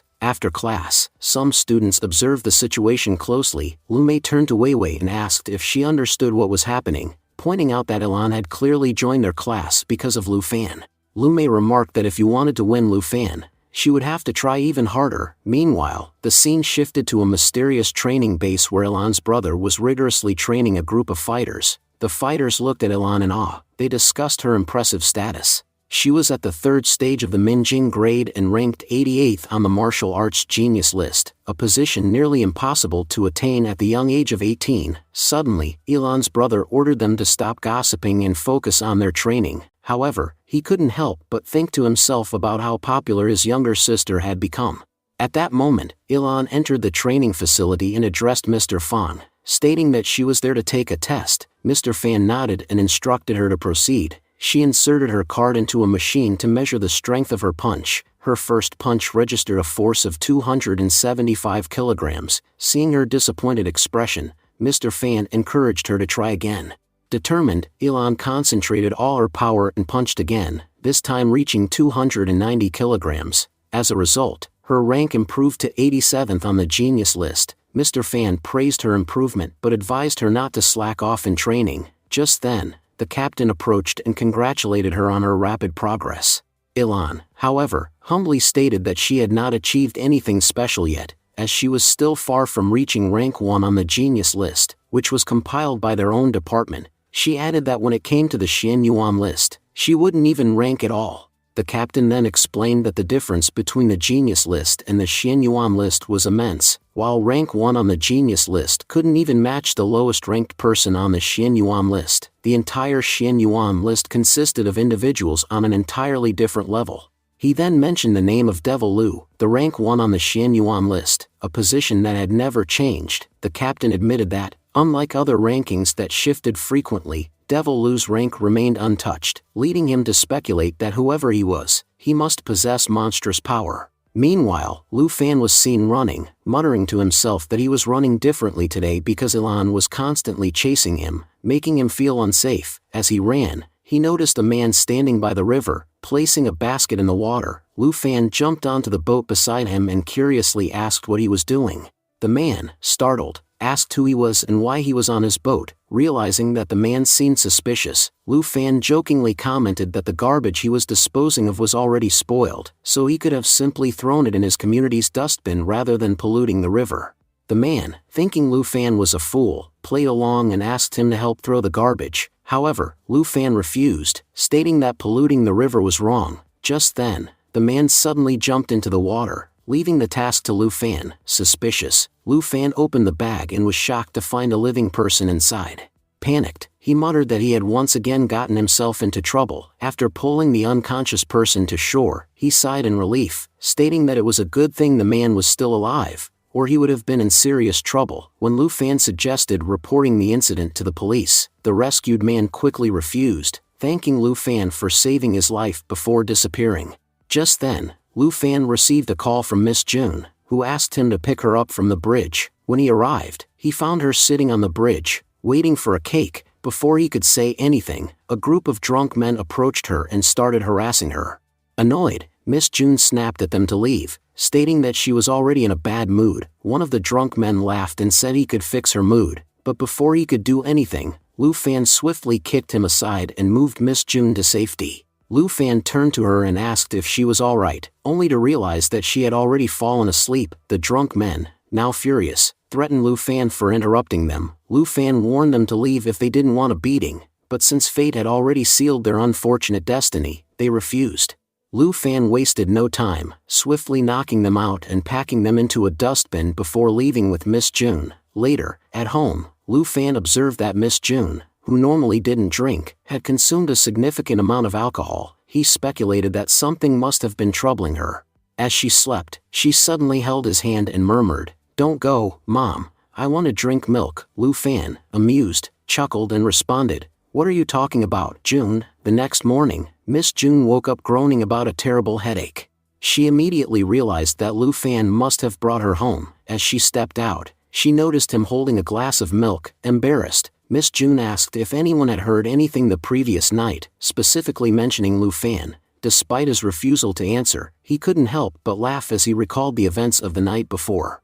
As she closed the gate, Miss June remarked that Lu Fan was a bad person for eavesdropping on others' conversations. Lu Fan thought he had survived the ordeal. The scene then shifted to a gang base, where a man was angrily addressing Boss Leo. He demanded to know why they hadn't dealt with Don, the man who had dared to throw Boss Leo into the water. Boss Leo calmly responded that he never attacked anyone unless provoked, but if someone crossed him, he wouldn't hesitate to retaliate. He tells Xiao Rui to investigate the matter. Meanwhile, Ilan approached from behind and grabbed Lu Fan's hoodie, accusing him of hiding from her. Lu Fan, embarrassed, admitted that he had been avoiding her but couldn't help laughing at her persistence. Ilan retorted that if it weren't for her, Lu Fan would still be rotting in jail. Lu Fan thanked her for her help but insisted she let him go. Ilan then revealed that they had captured several members of the mercenary group during their investigation. She explained that these individuals were associated with Skynet Mercenary Group, a dangerous and powerful organization known for their formidable combat skills. Ilan praised Lu Fan for single-handedly defeating 16 mercenaries the previous day. Despite his power level being at Mijing Grade 1, she questioned where he had learned to fight so well. Lu Fan admitted that he was actually at the Platinum rank and revealed that his master was none other than Great Li Hen. Ilan, skeptical, accused him of learning his skills from a video game character. Lu Fan brushed off her comments and suggested he is heading towards the hospital. Ilan says that Lu Fan is more powerful than me and his speed is also much more than mine. I am unable to understand who this Lu Fan really is. Upon arriving at the hospital, Lu Fan looks at Tang and asks if he's recovered. Uncle Tang assured him that Tang had fully recovered. Lu Fan asked about Dr. Jiang, expressing his desire to thank him. Uncle Tang explained that Dr. Jiang had resigned from the hospital. Lu Fan asks who has the courage to get her out of the hospital. Uncle Tang says that she has resigned on his own, because providing free treatment to many patients caused financial losses for the institution. Lu Fan, feeling guilty for his earlier impulsiveness, decided to invite Dr. Jiang to dinner as a gesture of gratitude. Dr. Jiang accepted the invitation. Dr. Jiang says Dad Lu Fan is coming. His dad says he also wants to meet Lu Fan, who created the 9-flavor Hua Tua soup at such a young age. Lu Fan prepared to travel to his home. During the train ride, Lu Fan found himself seated next to a young boy who struck up a conversation. He said Lu Fan uncle, but Lu Fan said, "How can I look like an uncle? I don't even have a beard." The boy, bored, suggested they play a game together using his Nintendo console. Lu Fan agreed, and the two quickly bonded over their shared gaming skills. As the train approached the next stop, the boy revealed that he was visiting his cousin, who happened to live nearby. He joked that his cousin was very pretty but already taken, so Lu Fan wouldn't stand a chance. When the train arrived, Dr. Jiang was waiting at the station to pick up Lu Fan. To everyone's surprise, the young boy exclaimed that Dr. Jiang was his cousin. Dr. Jiang, equally shocked, asked why the boy had come to visit. The scene concluded with the group heading to a hotel, where the boy teased Lu Fan, saying he never expected Uncle Lu Fan to be connected to his cousin. He curiously asked how Uncle Lu Fan had won his cousin over, wondering if he played games exceptionally well or if his physical strength surpassed his own. He noted that many wealthy individuals had pursued his cousin, yet she had rejected them all. He found it puzzling that she had chosen someone like Uncle Lu Fan. As Lu Fan picked up the child, he warned him not to call him uncle again. He instructed the child to remain quiet, adding that the place seemed quite expensive and he feared it would empty his pockets.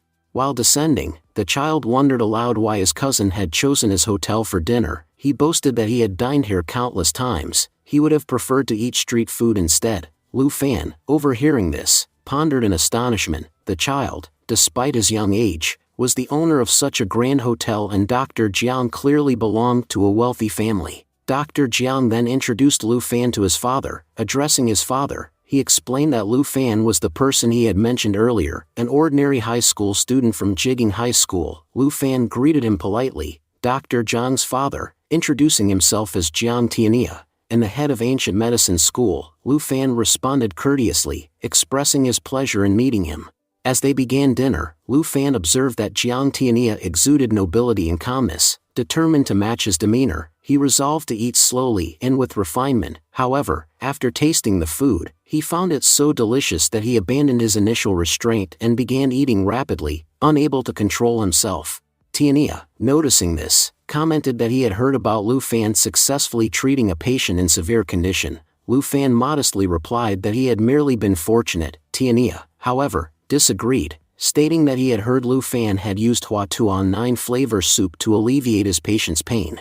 Lu Fan feigned ignorance, claiming he did not understand what Tianhe was referring to. Tianhe remained unconvinced, insisting that it was undoubtedly the work of 9 flavor soup. With great enthusiasm, Tianhe admitted that he was thrilled at the prospect of finally witnessing Hua Tuan 9 flavor soup firsthand. At that moment, the child interrupted, asking what 9 flavor soup was and if it was particularly delicious. Annoyed, Tianhe sternly told the child to be quiet, warning that if he continued to talk nonsense, he would punish him. As they finished their meal, Lu Fan reassured Tianhe not to be so serious and thanked everyone for the delicious food. However, before Lu Fan could leave, Uncle Tianhe stopped him. He explained that their medical school followed all of Dr. Hua Tuo's recipes, and at one time, Hua Tuan 9 flavor soup had been their greatest treasure. Unfortunately, it had since been lost. He clarified that he did not wish to offend Lu Fan but was desperate to know if he possessed the recipe. Dr. Jiang, visibly embarrassed, asked his father why he was bowing. Uncle Tianhe interjected, pleading to ask a crucial question that was of great importance to his life. Seeing Dr. Jiang's distress, Lu Fan relented, agreeing to help. He asked what exactly Uncle Tianhe wanted from him. Uncle Tianhe explained that the 9 flavor soup was once their school's most prized possession, but its current condition was poor. They were unsure whether the recipe they had was even correct.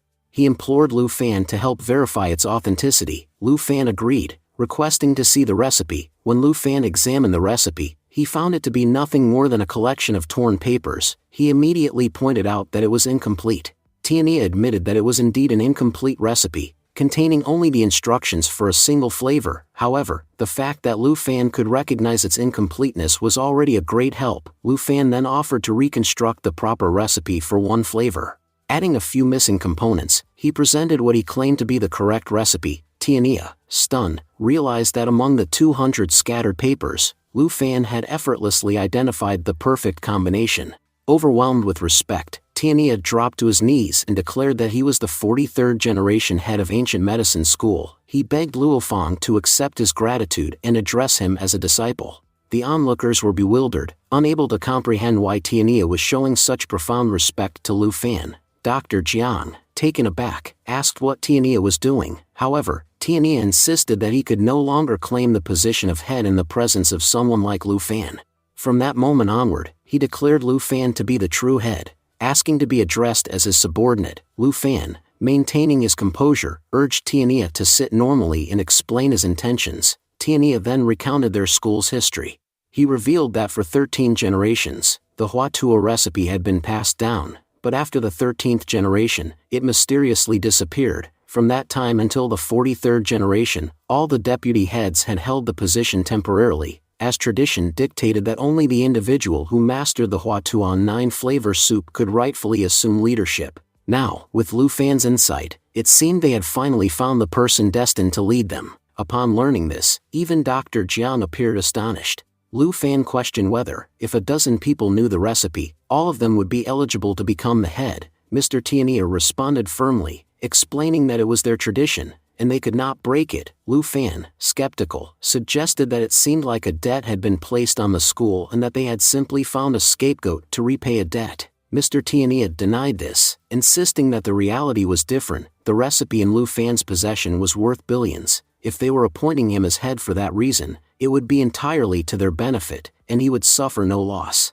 Lu Fan then speculated that if money was not the motive, then they must have an enemy. Mr. Tianhe, however, dismissed the notion. He acknowledged that their rank was the lowest among the 3 sects, 5 sections, and 9 schools, but despite this, they had good allies and no known enemies. Still perplexed, Lu Fan pointed out that they had no adversaries, no debts, yet they wanted him as their leader. he admitted he did not understand the situation and requested some time to consider his decision. Mr. Tianyi agreed, saying that no one could expect to gain such authority so easily. He invited Lu Fan to visit the school whenever he was ready to assume his position, but warned him that until he did, he would face certain difficulties. He then assigned Dr. Jiang as a personal guard to follow Lu Fan's every instruction and assist him when needed. Curious about the structure of the martial arts world, Lu Fan asked about the 3 sects, 5 sections, and 9 schools. Mr. Tianyi explained that the 3 sects referred to the Brutal Sky Sect, the Sky Sect of Taoism, and the Feather Sky Sect, each representing the pinnacle of Chinese martial arts. He recounted that within these sects, a powerful cultivator named Mo Yuan Yu had once been considered the #1 demon in the world. The 3 sects had united to defeat him with great difficulty, but he had not been killed, only subdued. Beyond the 3 sects, Tianyi continued, the 5 sections were highly respected and possessed exceptional skills. These 5 were the Wudong faction, Godflower Palace, Yin Yang faction, Free faction, and Snow Mountain factions, each specializing in different disciplines. Below them were the 9 schools, one of which was their own ancient medicine school. Further below these schools were numerous smaller factions that formed part of the martial arts world. As Lu Fan processed this information, he realized that despite being a martial artist himself, he had been unaware of the vastness of the martial arts world. He then inquired about the ranking of the ancient medicine school among these major factions. Mr. Tianyi admitted that while 17 prominent martial forces currently existed, their school ranked 17th. Though their ranking was unimpressive, their school held significant respect due to its role in treating injuries. Regardless of strength, every martial artist needed medical care, which ensured that their school had no enemies. Lu Fan, however, remained unconvinced. He questioned why he should become the head of a school ranked so low. He wondered if a better opportunity might present itself in the future. With that thought, he decided to return home. As he left, Lu Fan contemplated the magnitude of the martial arts world. He resolved to seek guidance from someone knowledgeable, like Ilan, whose boxing skills suggested she was a martial artist. Additionally, he planned to ask the vegetable store owner near his building, suspecting that he might also possess valuable insights. Just then, Dr. Jiang stopped him, asking if he was heading back. Lu Fan, sensing the implication, preemptively remarked that he hoped Dr. Jiang wasn't acting as his personal bodyguard on his father's orders. In response, Dr. Jiang handed him a token, explaining that he was not qualified to protect him but that the token would be of great help. He advised Lu Fan to present it upon his arrival at the school, assuring him that others would immediately recognize its significance.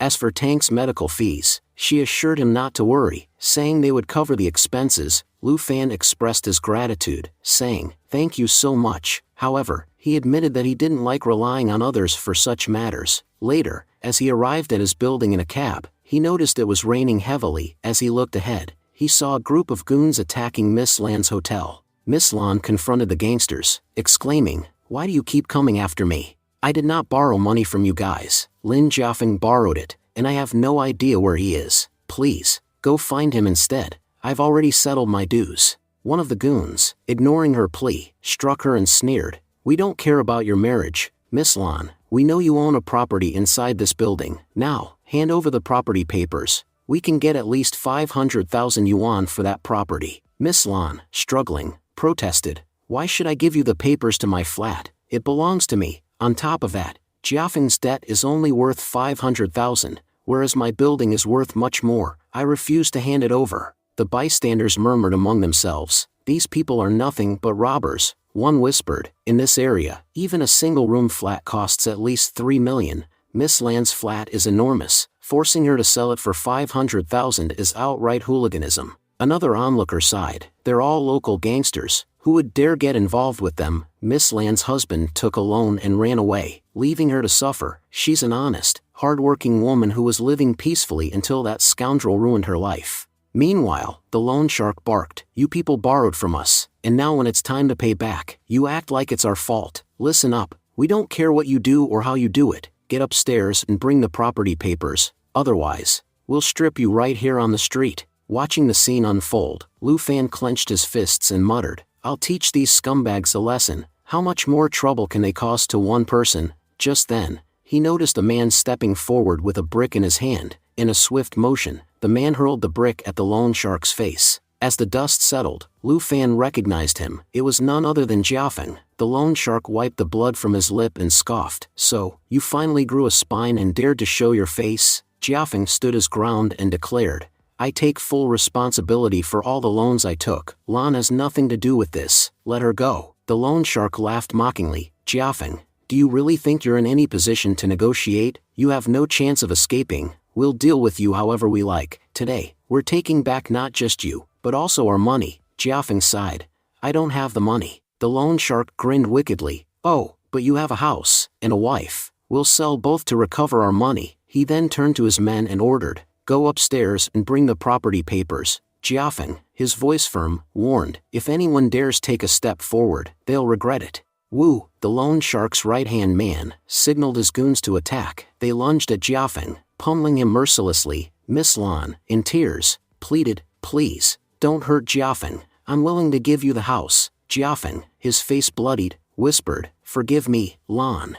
I've ruined everything, our home, our money, our respect, everything you built with your hard work. I deserve this." Lan sobbed, "God, please send someone to help us." Just then, a slow, deliberate clap echoed through the street. Everyone turned to see Lu Fan stepping forward with a smirk. The gangsters stopped, eyeing him warily. "What do you want?" one of them snarled. Lu Fan chuckled. "Oh, don't mind me. I just came to watch the drama. Please, carry on." A goon swung at him, but in an instant, Lu Fan retaliated with a brutal kick, sending the thug sprawling. He dusted off his hands and smirked. "If you're wondering why I'm hitting you, well, sorry, I have no reason. I just got really angry watching all this. Here's the deal, you can have the property papers. If you defeat me." Wu stepped forward, cracking his knuckles. "Who do you think you are, boy, daring to mess with me? Iron Wolf." Lu Fan tilted his head mockingly. "My name, it won't matter to you. You people don't deserve to call me by my name, but if you insist," he smirked, "you can call me Daddy." Infuriated, the gangsters charged at Lu Fan. However, he was ready. With lightning-fast reflexes, he countered every move, taking them down one by one. As he fought, he declared that he would be unable to pay Sister Lan the next month's rent in this manner but insisted that he would not vacate the house. Determined to protect her, he picked up a brick and continued his assault, warning that no one else could take the house from her. During the fight, one of the gang members exclaimed that this man was too dangerous and that Lu Fan was slaughtering them like dogs. He swore that if they failed to defeat him, he would paint his face black and roam the city on a donkey. However, in a short time, Lu Fan had overpowered everyone, leaving them unconscious. Seated on Wu, Lu Fan mocked his opponents, reminding them of their earlier bravado. He then kicked one of them back and warned them all never to show their faces there again. As the defeated gang members fled, the local residents stepped forward to support Miss Lan, acknowledging her as a kind-hearted person who had suffered due to her husband's actions. Jiafeng urged Lu Fan not to involve himself in the matter, but Lu Fan grabbed his collar and retorted that if it were for Jiafeng, he would never have gotten involved in the first place. He insisted that Sister Lan was a good person who was suffering because of him.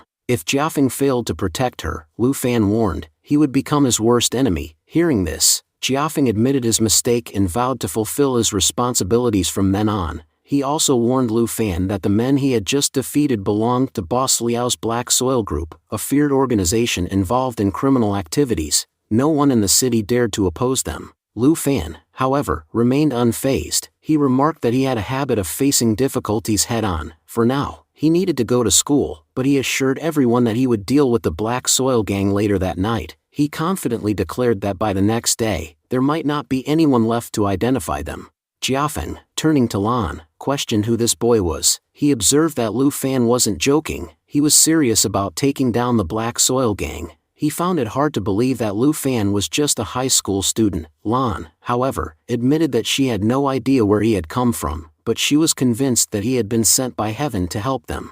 Later, Lu Fan went to Mr. Zhang's house to pick up Weiwei when Mr. Zhang called him over. Sitting beside him, Mr. Zhang expressed his gratitude for taking care of Weiwei. Because of Lu Fan's help, their family was now safe, and they had managed to defeat their enemies. He revealed that he had arranged 4 bodyguards for Weiwei, implying that Lu Fan's services as her protector were no longer required. However, Lu Fan declined any compensation, stating that Mr. Zhang had already done enough for him. Even when Mr. Zhang insisted, Lu Fan refused, explaining that the favors he had received far outweighed any he had given. Instead of money, he assured Mr. Zhang that if he ever needed help in the future, he only had to ask. As Lu Fan left, Mr. Zhang watched him, reflecting on a promise he had made 18 years ago. I wish I hadn't made that. He found himself wishing he had chosen someone like Lu Fan for Wei Wei. I can't think of anyone better than Lu Fan from Wei Wei. Meanwhile in school, Lu Mei says that I heard that from now on Lu Fan will not be your bodyguard. Wei Wei replied that his father told her she no longer needed protection, as he had assured her that she was safe. However, Lu Mei pointed out that Ilan had been lingering around Lu Fan for a long time. Seeing her still sitting near him, Wei Wei found herself feeling uneasy. She thought to herself that she truly disliked seeing Lu Fan with someone else and wished she had the courage to express her feelings to him. Later, Ilan invited Lu Fan to join the upcoming school trip, revealing that they were headed to Jingfu village. She acknowledged that he wasn't interested in trips but insisted that the place they were visiting was famous. According to legend, a water dragon resided in a river there, and it held a mysterious crystal in its mouth, waiting to bestow it upon someone. Lu Fan dismissed the story as mere folklore, meant to attract tourists. He argued that although both dragons and crystals seemed captivating, they always disappeared upon closer inspection. However, he conceded that the trip might present an interesting opportunity. Hearing this, Ilan excitedly asked if he would join them, but Lu Fan declined, stating that he found trips boring. Later, as school ended, Wei Wei sat in her car, preparing to head home. Lu Fan watched her leave. Feeling that his responsibility had finally ended, he realized that he had neglected his studies for a long time and now had the chance to focus on them. However, just then, he noticed a man hiding under Wei Wei's car. Alarmed, he started running, realizing that Wei Wei was in danger. He attempted to call her, but she had already fallen asleep in the car. Then he calls Mr. Zhang that he has seen an assassin under Wei Wei's car. At the same time, Wei Wei's bodyguards received an alert about the situation. Wei Wei's car arrived at her house. They held their attacks upon noticing Wei Wei in the car. Taking advantage of the moment, Assassin swiftly killed all the other guards. As he stepped out of the car, Assassin greeted Zhang Hetian mockingly, saying he had dreamed of this moment for a long time. Zhang Hetian questioned why Chu was involving his daughter in their conflict, arguing that their enmity was between the two of them. However, Chu retorted that because of their feud, he had lost both his family and his company. He blamed Zhang Hetian for ruining him by exposing his illegal activities. Despite Zhang Hetian's insistence that someone else would have reported him eventually, Chu refused to accept responsibility. He then ordered Zhang Hetian to kneel and apologize. Without hesitation, Zhang Hetian complied, begging for his daughter's life. However, Chu sneered, declaring that an apology was not enough. He would derive more satisfaction from killing him. Just as he was about to pull the trigger, Lu Fan arrived and struck him down with a powerful blow. Chu, startled, demanded to know who he was. Lu Fan simply replied that he wasn't interested in giving his name but that Chu could consider him his death. When Chu lunged to attack, Lu Fan effortlessly knocked him unconscious with a single kick. Meanwhile, it was discovered that a bomb had been planted on Wei Wei's body. The guards desperately called for anyone with expertise in defusing explosives. Lu Fan, assessing the situation, stated that the bomb would detonate if tampered with. Chu, regaining consciousness, smirked and declared that he was ready to die but wouldn't go alone. He would take Zhang Hetian and Wei Wei with him. As tensions escalated, one of the bodyguards subdued Chu while Lu Fan realized that he had to act quickly. Determined, he called for a minute's time to defuse the bomb. Wei Wei, however, pleaded with him to leave her behind, insisting that she didn't want to be the reason for others' deaths. Lu Fan, remaining calm, reassured her that he would handle the situation. Just then, Ilan and Pang arrived, but Lu Fan firmly refused to let them come any closer. He warned Pang to clear the area, explaining that if an explosion occurred, it would be extremely dangerous. Trusting Lu Fan's words, Pang immediately started evacuating everyone. Chu emphasized that do whatever you can, you will still not be able to save Wei Wei. Zhang Hetian, overcome with emotion, lamented that despite having money, he had been unable to protect his daughter. Wei Wei then turned to Lu Fan and said that if she was with him, she could die without any regrets. Lu Fan, determined, repeated that no one was going to die. With only 30 seconds remaining, he turned to Wei Wei and asked her which color she liked. Before she could answer, Chu shouted that there was no time and insisted on cutting the black wire. Hetian interjected, insisting that it's definitely not the black wire, but the red wire. At that moment, Wei Wei gathered her courage and confessed her feelings to Lu Fan. Without hesitation, Lu Fan cut the black wire. As the countdown reached 0, everyone braced themselves for the explosion, believing it was their end. However, Lu Fan calmly reassured them, saying that because of him, their ticket to heaven had not been issued. Relieved, Wei Wei stepped forward and embraced Lu Fan. While Pang's men expressed their amazement, they remarked that such dramatic moments were only seen in movies, yet they had just witnessed it in real life. Ilan, overwhelmed with emotion, slapped Lu Fan and demanded to know if he even had experience in defusing bombs. She questioned who had taught him such a skill. Lu Fan, with a smirk, responded that she could have simply asked nicely. Still puzzled, Ilan pressed him further, asking how he had known to cut the black wire. Lu Fan casually replied that he had no technical knowledge, he had simply cut it because black was his favorite color. Then, without hesitation, he announced that he had urgent matters to attend to and was leaving. Before departing, Lu Fan leaned in and whispered something into Pangui's ear. Pangui assured him not to worry as the task would be completed without any trouble. He reassured Mr. Zhang that such a problem would never arise again. With that, he bid them farewell and advised everyone to rest.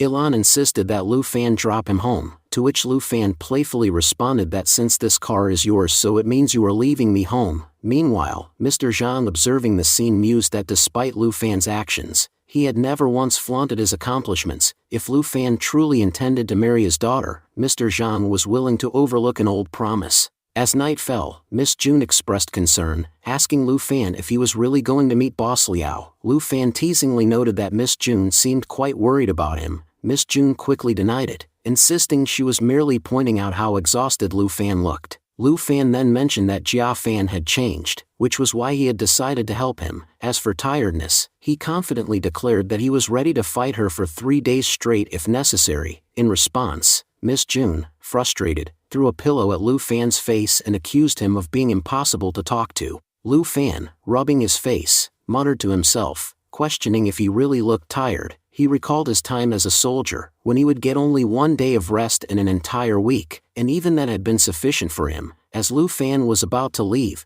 Miss June inquired whether he was really heading to confront the boss. Meanwhile, elsewhere, Wu reported to his boss that he had failed to retrieve the money because Jia Fang had a formidable fighter on his side. He described how, unbelievably, the fighter had taken down 10 men in just 10 minutes. Hearing this, the right-hand man scolded the subordinate, pointing out that not only had he failed to recover the money, but he had also brought disgrace to their reputation. Boss Liao, noticing the Wu's trembling hand, grabbed it in anger, and without hesitation, drove a knife through it.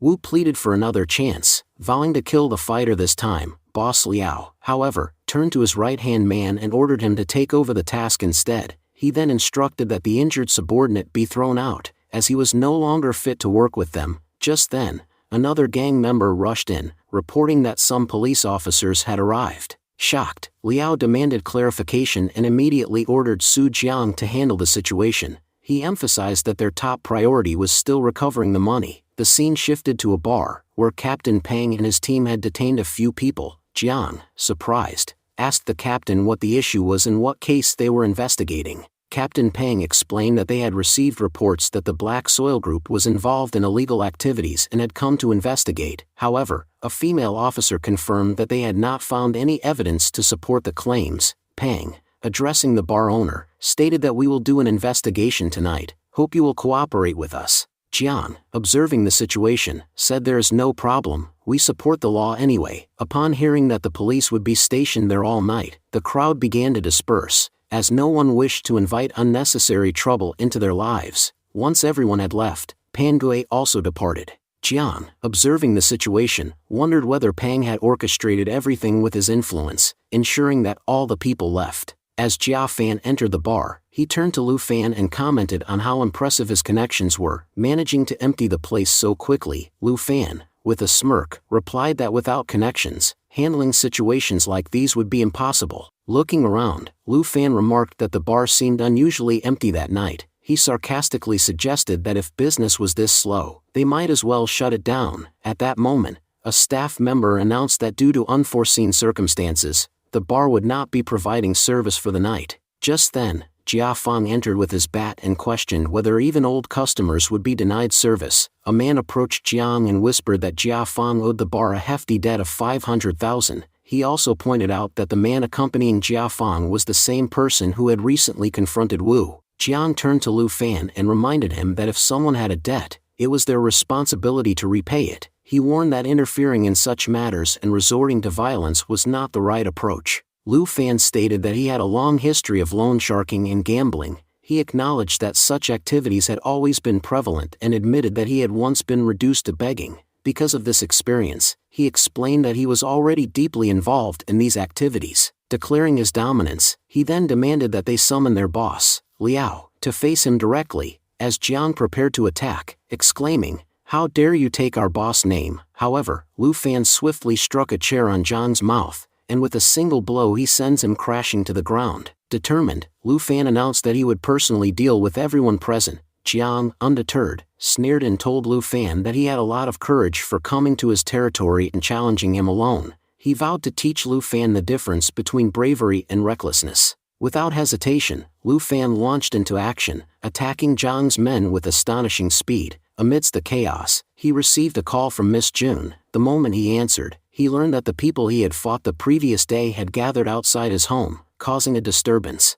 They were making noise and knocking on doors in the building below. Lu Fan instructed Miss June to contact the police immediately, assuring her that he would arrive soon. Turning his attention back to the present situation, Lu Fan asked Jia Fan where Boss Liao's office was located. Jia Fan informed him that it was usually on the second floor. Lu Fan then instructed him to hold on while he confronted their boss. As he advanced, Jiang attempted to stop him, but Lu Fan effortlessly moved forward, stepping over those in his way. At that moment, Jiang grabbed a chair and attempted to attack Lu Fan, but with a single, powerful strike, Lu Fan shattered both the chair and Jiang, clearing his path to the second floor. Meanwhile, Liao, noticing the commotion below, asked one of his men what was happening.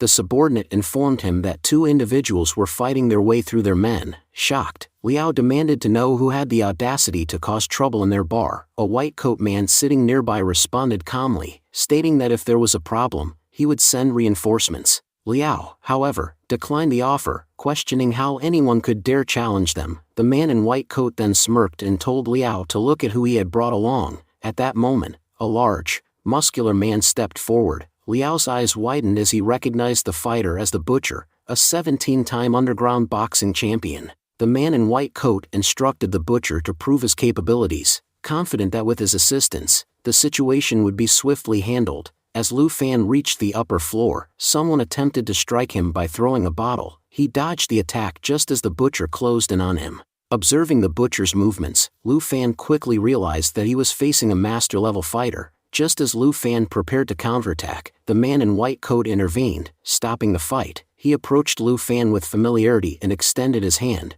revealing that he was someone Lu Fan had previously saved. However, before he could finish speaking, Lu Fan recognized him and, pulling his hand away, declared that if the man was aligned with Liao's group, they could not be allies. He accused Liao's people of harming his friends. The man in white coat seemed surprised and asked Lu Fan what exactly had happened. He assured him that if his people were responsible, he would deal with them immediately. Liao, sensing trouble, began to worry about the situation unfolding before him. Meanwhile, Lu Fan demanded to know who Liao Ju was. Moving forward, Liao introduced himself. Lu Fan immediately confronted him, accusing him of sending thugs to threaten his landlord. The man in white coat turned to Liao, his tone sharp, and questioned his audacity, emphasizing that Lu Fan was the one who had once saved his life. He warned Liao that harming Lu Fan's people was a grave mistake. Realizing the severity of the situation, Liao's right-hand man intervened, instructing their men to stand down. His subordinates, confused, asked why they were not allowed to attack. He explained that it was the boss's direct order. Meanwhile, Miss Lan, now relieved, suggested that they leave. She expressed her concerns for her husband, but Miss June reassured her, stating that as long as Lu Fan was involved, there was nothing to worry about. After understanding the full situation, the man in white coat turned his fury on Liao, demanding to know how he could have acted so recklessly. Liao, realizing he had made a serious mistake, slapped his right-hand man and ordered him to apologize. The right-hand man, in turn, struck Jiang and demanded that he apologize as well. However, when Jiang turned to struck someone, he realized there is no one there to slap. There was only Lu Fan and Jia Fan. Later, Jiang says, "Jia Fan, you don't need to pay the debts and we are sorry we troubled you so much." Jia Fan said, "It wasn't entirely your fault. I was also partially to blame. I shouldn't have gambled." At that moment, man in white coat spoke up, Here's what you should do, since it was your group that injured Jia Fang. Compensate him with 100,000 yuan to cover his medical expenses. Hearing this, Liao thought to himself, not only was I attacked and beaten, but now I also have to pay money. I've suffered a huge loss here. However, Jia Fang immediately responded, no, Bossren, I can't accept this money. Bossren insisted, Jia Fang, you deserve it, am I right? Lu Fan, as Lu Fan was about to leave, he said, we should get going, our work here is done. But just then, Ren stopped them and handed them his card. If you ever need help, don't hesitate to call me. Jia Fang, still in disbelief, praised Lu Fan, admitting that he had only feared Liao. Unaware that Lu Fan knew someone even more powerful, Lu Fan responded casually, stating that it was merely luck that had connected him to these individuals. Meanwhile, Liao fumed, questioning how Lu Fan had dared to act so arrogantly. Bossren then revealed that the day Lu Fan had saved him, later he sought guidance from his fortune teller. He had been told that his fate was tied to the man who had saved him, and as long as he remained by Lu Fan's side, good fortune would follow him. Consequently, he warned Liao and his men not to cross Lu Fan, lest they bring misfortune upon themselves.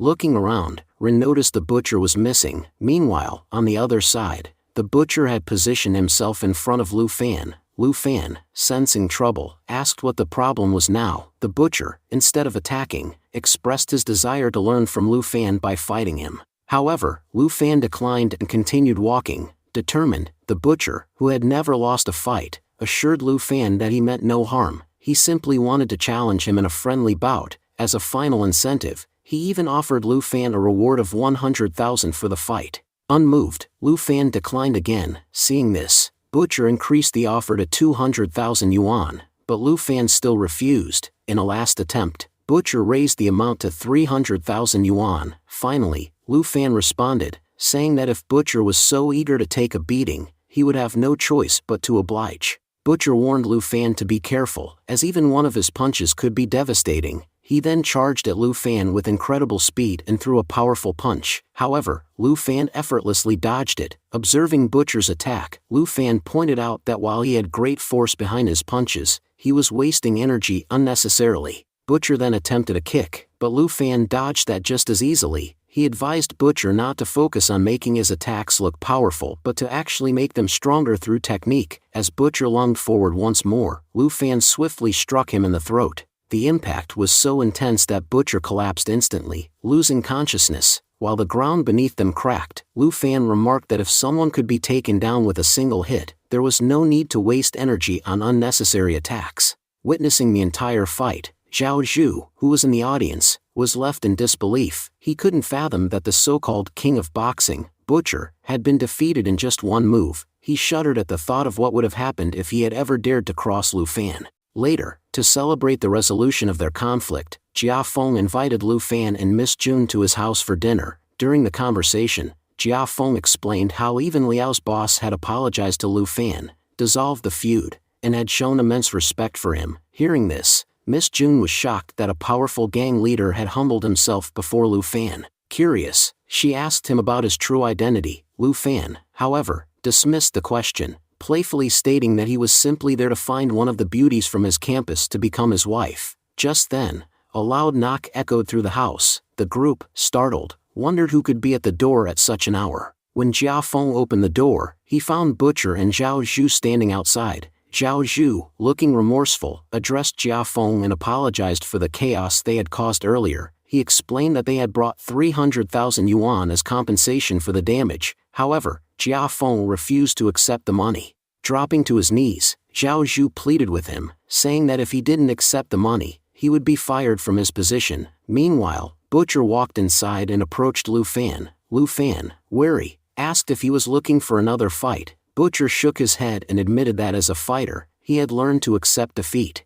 However, he pointed out that Lu Fan was not a true fighter. He questioned why. Despite discussing money earlier, Lu Fan had refused to take any. Lu Fan simply replied that he never accepted money without a reason. Without another word, Butcher grabbed a drink from Lu Fan's hands and took a sip. He then declared that since he had now shared a drink with Lu Fan, the money was his payment for it. Saying this, Butcher left, leaving everyone in shock at the bizarre turn of events. Gangsters were now paying Lu Fan instead of extorting him. The next day, Lu Fan went to a store to buy fast food. As he stood in line, a girl suddenly hugged him from behind. Surprised, Lu Fan asked who she was. The girl, unfazed, introduced herself as Song Dai. Lu Fan, still confused, told her that this was their first meeting and asked how he could help her. Song Dai reminded him that she had written him a love letter. At that moment, Lu Fan recalled that she was the same girl who had confessed to him on the first day of school. Song Dai commented that he looked even better in person than in his photos. However, Lu Fan quickly dismissed her words and advised that they should focus on their studies instead of such things. Song Dai smirked and remarked that she finally understood why Ilan found him so boring. She assured him that she was not joking and was completely serious. She then made him an offer. If he transferred to her class, she would do anything he asked. Suspicious, Lu Fan questioned if she was trying to compete with Ilan. Song Dai admitted that no matter what happened, she could not afford to lose to Ilan. She wanted everything that Ilan desired. Realizing her true intentions, Lu Fan decided to play along. He suddenly looked behind her and called out, "Ilan, you're here." Instinctively, Song Dai turned around to look. However, by the time she realized she had been tricked, Lu Fan had already disappeared. Meanwhile, in another part of the city, the scene shifted to the Black Force gang. A man named Dragon reported to his boss that he had successfully captured the girl who possessed incriminating video evidence against them. He reminded the boss that last time, she and Lu Fan had wrecked their entire bar. The gang leader, unimpressed, ordered his men to lock the girl up. As for Lu Fan, he declared that he wanted his head. He wanted to set an example for everyone. No one could mess with the Black Force gang and get away with it. Dragon assured his boss not to worry, promising that the job would be done soon. After Dragon leaves, the gang leader sneered at Lu Fan, saying that even if he were to kill him 100 times, he still wouldn't be satisfied. He warned Lu Fan to prepare for the upcoming fight, emphasizing how intense it was going to be. Meanwhile, Lu Fan was in class, dozing off while the lecture continued. Suddenly, his phone vibrated with a message. When he checked, he found a picture of Jin Soo tied up and a location directing him to Forest Park. Realizing the kidnappers must have assumed Jin Soo was his girlfriend, probably because he had fought for her the other day, Lu Fan muttered that the Black Force gang was truly despicable. He realized they weren't after Jin Soo but using her to lure him out. Standing up, he asked for permission to leave, which Miss June granted. Without hesitation, Lu Fan leaped out of the second-floor window. His classmates gasped in shock, wondering how he always managed to jump from such heights without getting injured. Once outside, Lu Fan deliberately ran in front of a speeding car, forcing the driver to slam on the brakes. The furious driver rolled down the window, ready to curse him out, but Lu Fan casually asked, "How much did this car cost?" Annoyed, the man boasted that it was a brand-new luxury car worth 5 million yuan and scoffed at Lu Fan, saying someone like him could never afford it. Lu Fan smirked and did some quick calculations. If you drive a 5 million yuan car daily, that means each day's worth is about 300 yuan. That's not too expensive. How about I be generous and give you 400 yuan for today? That makes this car mine for the day. Before the driver could fully comprehend what was happening, Lu Fan yanked him out of the car and threw him onto the pavement. The man screamed, accusing him of stealing his car for just 400 yuan. At that moment, Lu Fan received a call from Dragon, warning him to arrive at the given location within half an hour or else Jin Soo wouldn't be spared. Without wasting a second, Lu Fan hit the gas and sped towards the destination. Meanwhile, White Shark commented that Lu Fan would take some time to arrive. Dragon, growing impatient, suggested they entertain themselves in the meantime. Grinning wickedly, he moved toward Jin Soo, attempting to tear her clothes. However, Jin Soo headbutted him with full force, breaking his nose. White Shark burst into laughter, mocking Dragon for being beaten by a girl. Furious, Dragon ordered him to keep an eye on her, declaring that he'd be back in 2 minutes. White Shark assured him there was nothing to worry about. Smirking, he added that he was much more handsome than Dragon, and now that Jin Soo couldn't even scream, Jin Soo thinks this bastard has paralyzed my body. As White Shark started unbuttoning his shirt, a sudden noise made him pause. He grabbed his belt and hurled it in the direction of the sound, demanding to know who was there. From the shadows, Lu Fan stepped forward, smirking. "Your reaction time isn't bad," he remarked. White Shark, unfazed, chuckled and revealed that 100 of his men were stationed outside.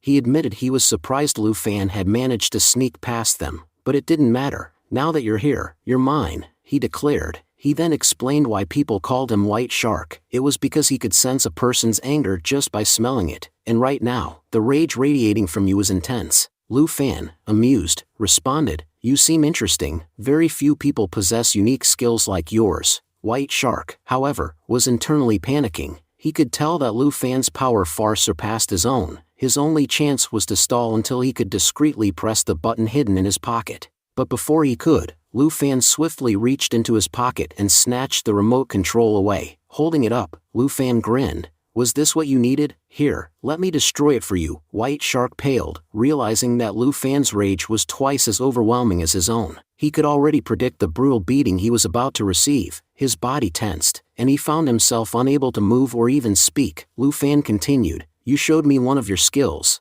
Now let me show you mine." He unleashed his hockey power, an overwhelming force pressing down on White Shark. Within seconds, White Shark dropped to his knees, struggling to breathe. Lu Fan smirked. "I haven't even used my full power yet, and you're already losing consciousness." Turning to Jin Su, he added, "I almost forgot about you." He then moved towards her, swiftly eliminating the restraints binding her. Jin Su, still shaken, asked, "How did you even find this place? They were giving you false locations, weren't they?" Lu Fan responded with a knowing smile. "When you're in deep trouble, your friends come through. Mine helped me out this time." A flashback showed Lu Fan making a call to one of his friends, who initially thought it was just another job request and refused. But when Lu Fan revealed his identity, the man was shocked. "Boss, you called me?" he asked in disbelief. Lu Fan dismissed the small talk. "We can chat later. Right now, I need to see if your capabilities are still up to the mark." Jin Su, now outside with Lu Fan, pointed out the massive problem ahead.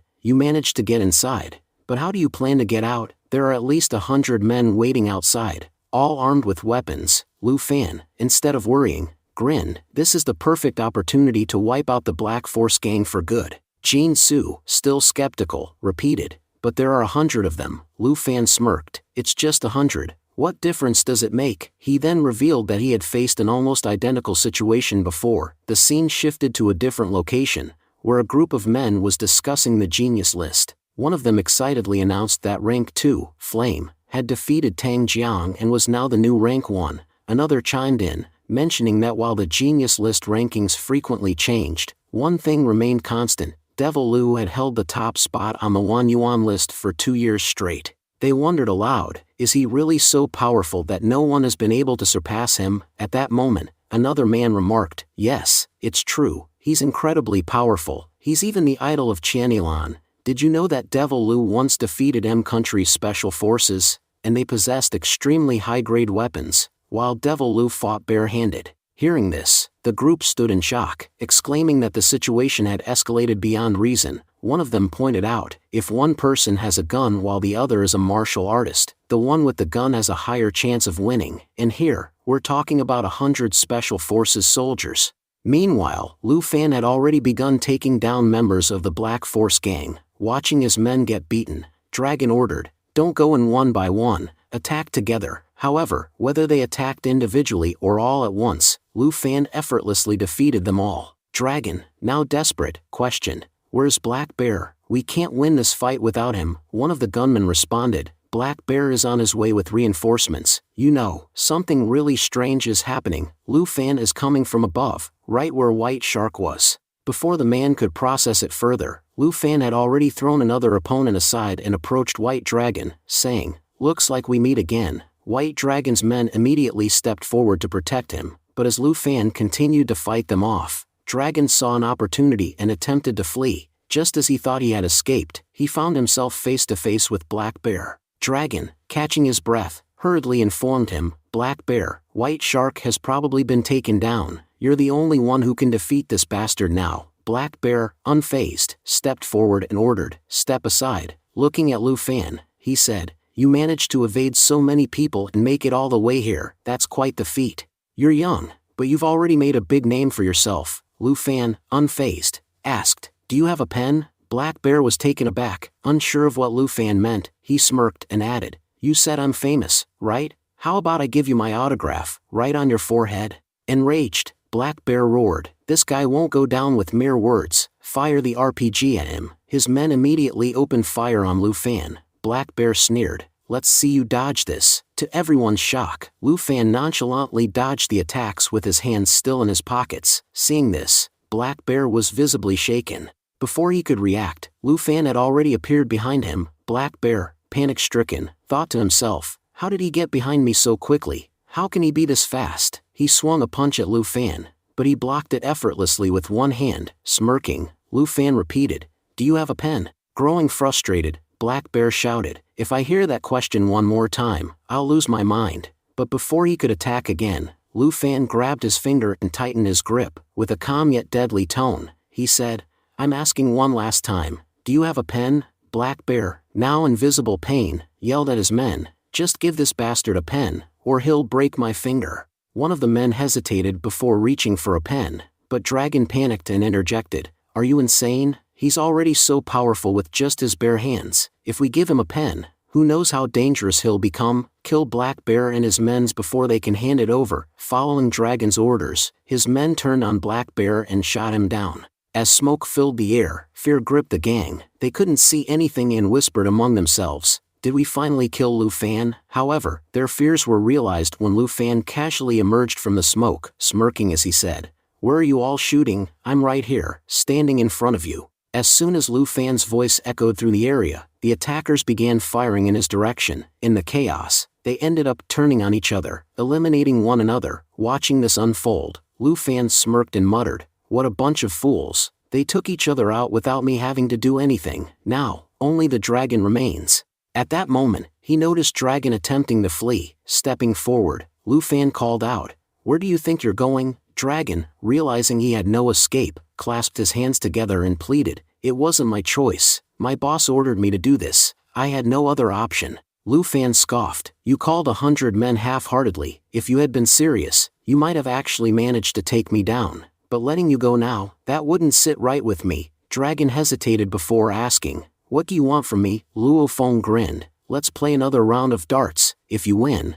I'll let you walk free." With no other option, Dragon agreed. He immediately unleashed his deadliest technique, Dart Rainstorm, aiming it at Lu Fan. Impressed, Lu Fan remarked, "Not bad, that's actually a solid attack." Meanwhile, Dragon continued to flee, muttering to himself, "I don't care if he survives or not. I just need to get out of here. I never want to see him again." However, before he could escape, Dragon collapsed, lifeless. Lu Fan smirked, "Well, that was fun. You know, I'll probably never meet someone like you again in my life." He then glanced at Dragon's lifeless body and added, "I couldn't sign my autograph on your friend's forehead earlier, but I left my signature on yours." Elsewhere, Jinsu stood unaware of the danger behind her. White Shark had positioned himself to attack when a voice suddenly rang out, "You shouldn't be standing there." Startled, Jinsu turned around to see Lu Fan. Her eyes widened, "You're alive. I'm so glad to see you." Then, confused, she asked, "But why did you tell me not to stand here?"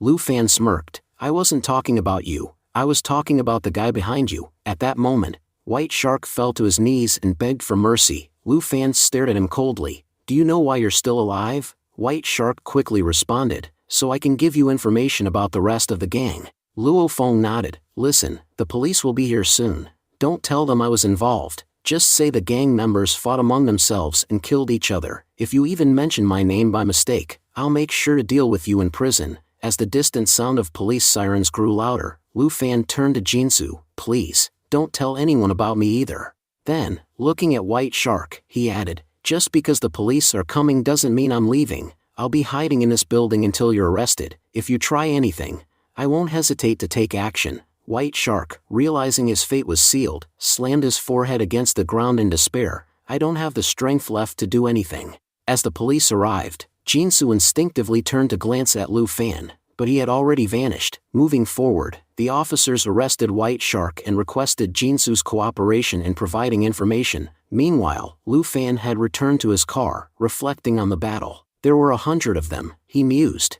"but even 100 of them weren't as strong as the ones I've fought before." He then recalled his past encounters, battles against elite special forces, moments where he had defied the odds. Sighing, he admitted, "If I think about it, this peaceful life is actually better than that old one." Shaking off the nostalgia, he muttered, "I should return this guy's stuff quickly before I get into unnecessary trouble." Later, upon returning home, Lu Fan received a call from Iron Face. "I'm in Jinling City," Iron Face said. "Where are you in Yancheng? I'm coming to meet you." But Luo Feng refused. "No need, I'll be coming to Jinling next month. Until then, Don't tell anyone about it, or else, excited, Iron Face assured him. Don't worry, I'm a man of my word. I'm just happy that you're coming to see me. Shortly after, another call came in, this time from Jinsu. She informed him that she had given her statement to the police and, as a token of gratitude, invited him to dinner. Later that evening, Lu Fan arrived at the restaurant.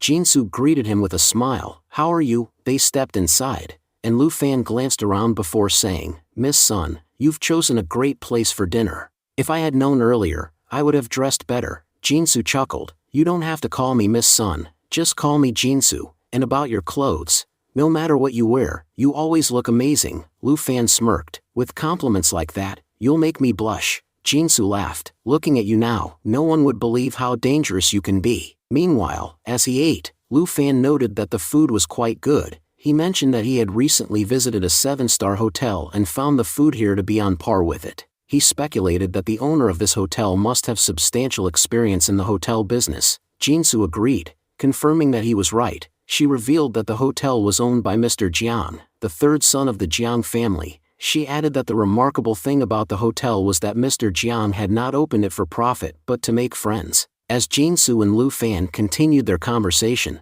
a man noticed them from a distance. That man heads up to the 4th floor. He informed Master Lu and Master Yi that the person they were looking for was seated downstairs. Master Lu found this to be an incredible coincidence, as he had just been discussing with Master Yi that they should meet the person who had defeated Gang Meng. He remarked that since the person had come to them on his own, they could now speak with him personally. Master Lu, whose full name was Love Master Lu Yuchan, was recognized as the most talented individual in the Lu family. Master Yi, whose full name was Yi Jingchen, one of the top 4 masters at Jigging High School. He then turned to Master Lu and asked if he would accompany him to meet Lu Fan, expressing his curiosity about whether the newcomer was truly capable of joining their ranks as one of the 4 masters. Master Lu, however, dismissed the idea, stating that he had no interest in meeting the newcomer. He argued that no matter what the person had done, he could never replace the 4 masters. In response, Master Yi suggested that Master Lu wait while he met Lu Fan himself. He then approached Lu Fan and introduced himself as Yi Jingchen from Class 28. He expressed his pleasure in meeting Lu Fan,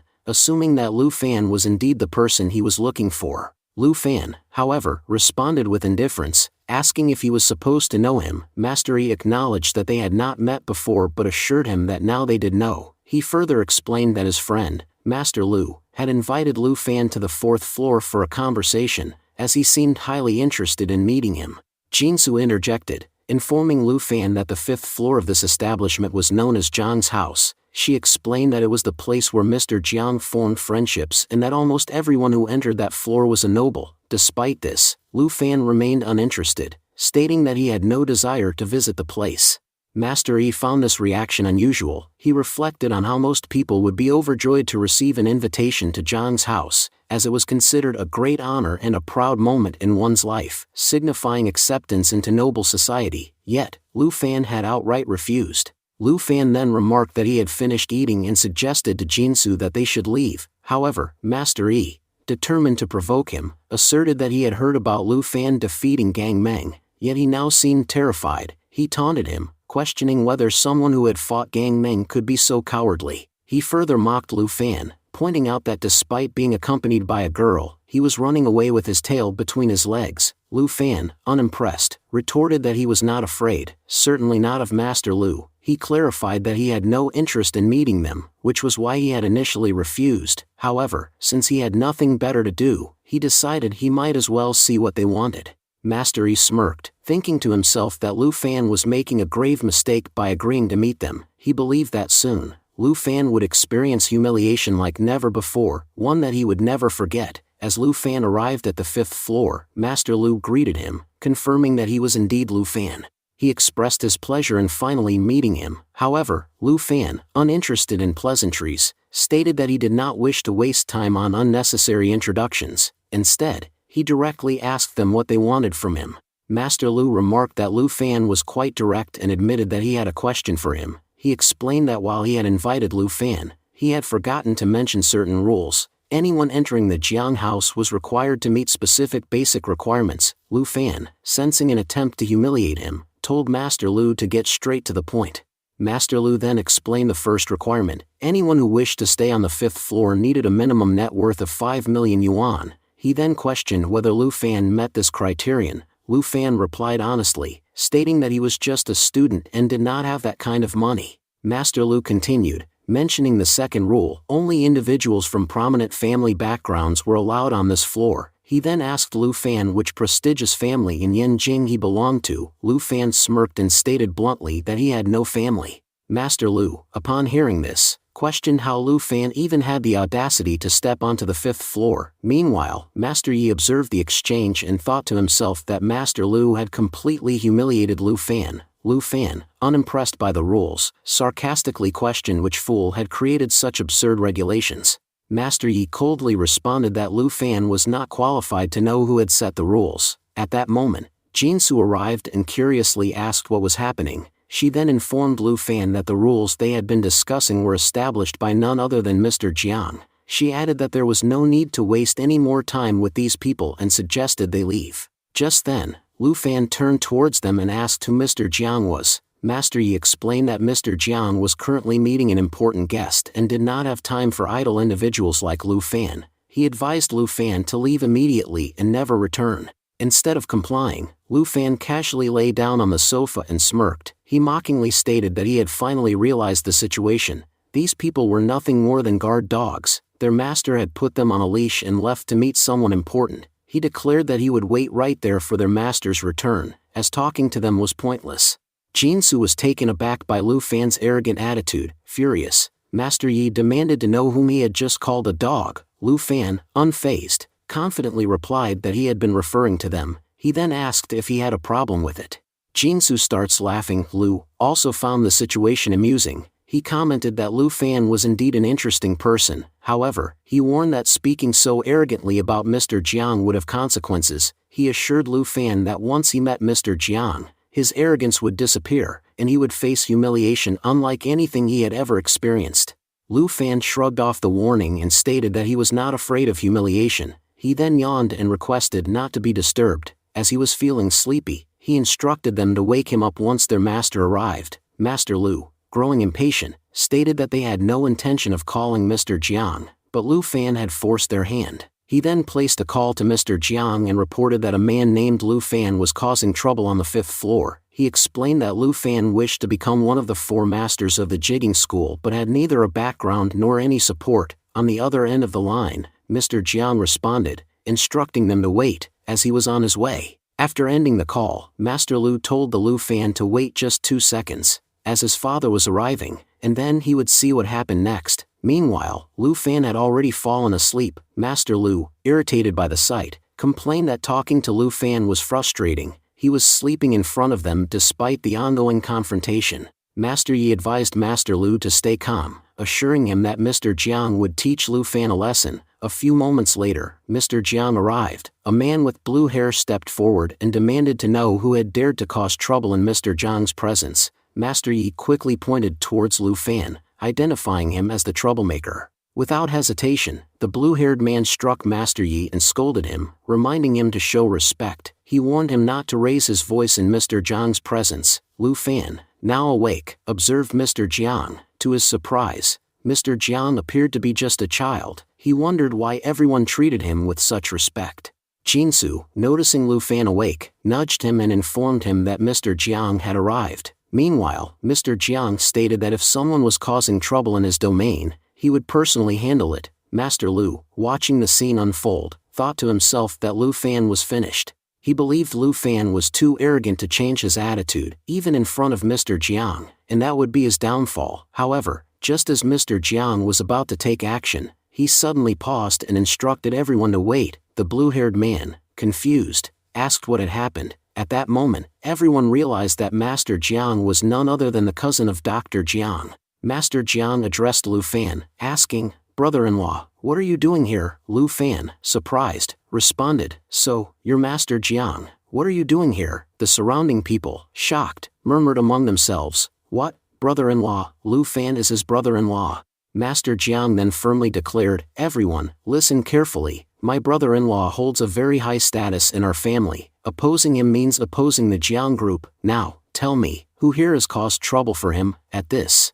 Master Yi hesitated before saying, "I never expected the Jiang group to support Lu Fan." Meanwhile, Lu was deep in thought. Now it all makes sense, he realized. No wonder he was acting so arrogantly. As discussions continued, Master Jiang commanded, "Step forward, whoever is responsible for causing trouble for my brother-in-law." Two men hesitated before stepping back, revealing Mr. Yi, who now stood alone. He protested, "How can you do this to me?" Master Jiang narrowed his eyes. "So, it was you who created trouble for my brother-in-law," Mr. Yi attempted to explain. "Listen, Master Jiang." But before he could finish, a blue-haired man suddenly struck him. The blue-haired man scolded, "Everyone who steps onto this floor is our guest. How dare you treat one of our guests so rudely?" Master Lu, stepping forward, struck Yi as well and said coldly, "You're not even worthy of being my friend." Yi, now confused and frustrated, questioned, "Why are you all attacking me? Don't you realize we are related?" However, the two men who had hit him only became angrier and snapped, "Apologize, now." Just as Yi was about to comply, Lu Fan interrupted, "There's no need for that." Meanwhile, Jinsu, observing everything, thought to herself, "Now I understand why Lu Fan was acting so arrogantly and why he had no interest in coming to the 5th floor. Lu Fan then turned to Master Jiang and asked, "Would you like to eat at a stall with me? Last time, you treated me to dinner, so now it's my turn." Master Jiang, pleased, replied, "Of course, eating with you will be enjoyable." As they prepared to leave, Jiang instructed his men, "Go and fetch the contract." The blue-haired man, sensing something unusual, asked Master Jiang, "Sir, is there a problem? Why are you requesting the contract papers?" Without hesitation, Master Jiang tore the document apart and declared, "I have no interest in working with your family." Lu Fan smirked, saying, "You have quite the nerve." Master Jiang responded, "And so do you, dating other women while claiming to be committed to my cousin." Jinsu, flustered, quickly interjected, "No, we're just friends." Meanwhile, the blue-haired man, fuming with anger, turned to Lu and struck him again. "Because of you, my business is ruined. Where will I find another project this big?" Yi, now desperate, along with Lu, pleaded, "Please forgive us." The blue-haired man scoffed, "Get out of here, and never show your face to me again." Elsewhere, Master Jiang and the others continued enjoying the party. Lu Fan asked, "What brings you here?" Master Jiang replied, "You already know that once I grow older, I will inherit the family business. To prepare, my father gave me a few $1 billion so I could prove my talent. That's why I came here, to do business." Lu Fan frowned, "But because of me, you destroyed a perfectly good business deal." Master Jiang smirked, "You're my brother-in-law. I can destroy a $100 million business for your sake without hesitation, and even if I fail at business, it doesn't matter. I will still inherit my father's $100 billion fortune." Lu Fan sighed, realizing, he's absolutely right. The world of rich people is completely different from ours. Jinsu, smiling, added, "Say what you want, but I had a lot of fun today." With that, everyone resumed drinking. Eventually, Lu Fan arranged for Jiang to leave with his driver, saying, "I'll personally take Jinsu home. She's had too much to drink." As Jiang departed, Lu Fan muttered, "She barely had 2 drinks, and yet she's completely drunk. If she can't handle alcohol, why did she even drink?" With that, he lifted Jinsu and carried her toward her residence. However, as he reached the entrance, security guards stopped him. One of the guards questioned, "What are you doing here so late at night?" Lu Fan replied, "Isn't this the Spring Seedling Orphanage? I'm just here to bring Jinsu home." He mentioned that she had consumed a little alcohol. At that moment, security guard asked if Jinsu had returned, and then while putting Jinsu to sleep, commented that times were tough for Jinsu. She had been under a lot of stress lately but expressed relief that she had at least had a drink. "At least she will be able to sleep peacefully tonight." Lu Fan, curious, inquired why this situation was causing so much concern. The security guard then asked Lu Fan if he was Jinsu's boyfriend, hinting that there was something important he wanted to share. Outside, the security guard explained that a lot of troubling events had taken place in the orphanage. If it weren't for Jinsu, the orphanage would have been destroyed by now. If Jinsu left, he feared the orphanage wouldn't survive for long. Lu Fan, frustrated, pleaded with him not to create suspense and to clearly explain what was going on. The security guard then revealed that the land near the road had been purchased by the Taihong Group, who planned to build a shopping mall there. While a shopping mall could have been beneficial, they had recently been shown a document stating that their land legally belonged to the Taihong Group.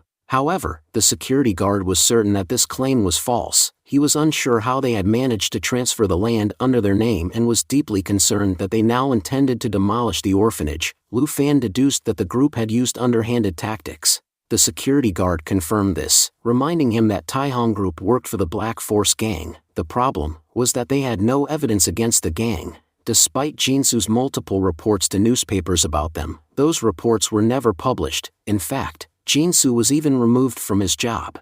Outraged, Lu Fan questioned how such heartless people could call themselves human. They are willing to snatch away shelter from orphans who have no one else to rely on. They should at least fear God. Just then, some thugs arrived, shouting mockingly, "Is there anyone left in the orphanage, or have all the orphans already died?"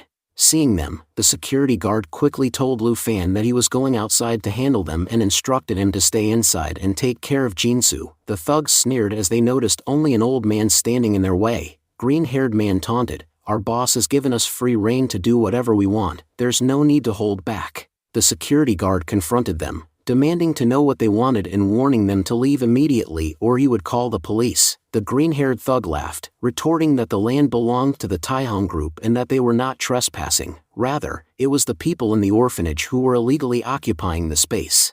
Despite this, he scoffed at the security guard's threat to call the police. Determined, the security guard vowed not to let them take the roof from over the orphans' heads. A red-haired thug, annoyed, suggested that they stop wasting time and finish off the old man immediately. Seeing the thug advancing toward him, the security guard trembled. In an instant, the red-haired thug broke the security guard's stick and prepared to strike him. Mocking him, the thug remarked, "You're already old enough to go to heaven. Why are you fighting for a property?" Just then, a stone flew through the air and struck the red-haired thug's head. Furious, he demanded to know who had thrown it. Before he could react, more stones began raining down on them. Lu Fan had arrived, accompanied by a group of children. The children shouted, "Evil people, leave this place immediately." The thugs sneered at the kids, asking if they had a death wish. One of them turned to Lu Fan and demanded to know who he was and why he was throwing stones at them. Lu Fan smirked and replied, "I don't care about names. You can just call me a nightmare, or if you prefer, think of me as these children's Superman,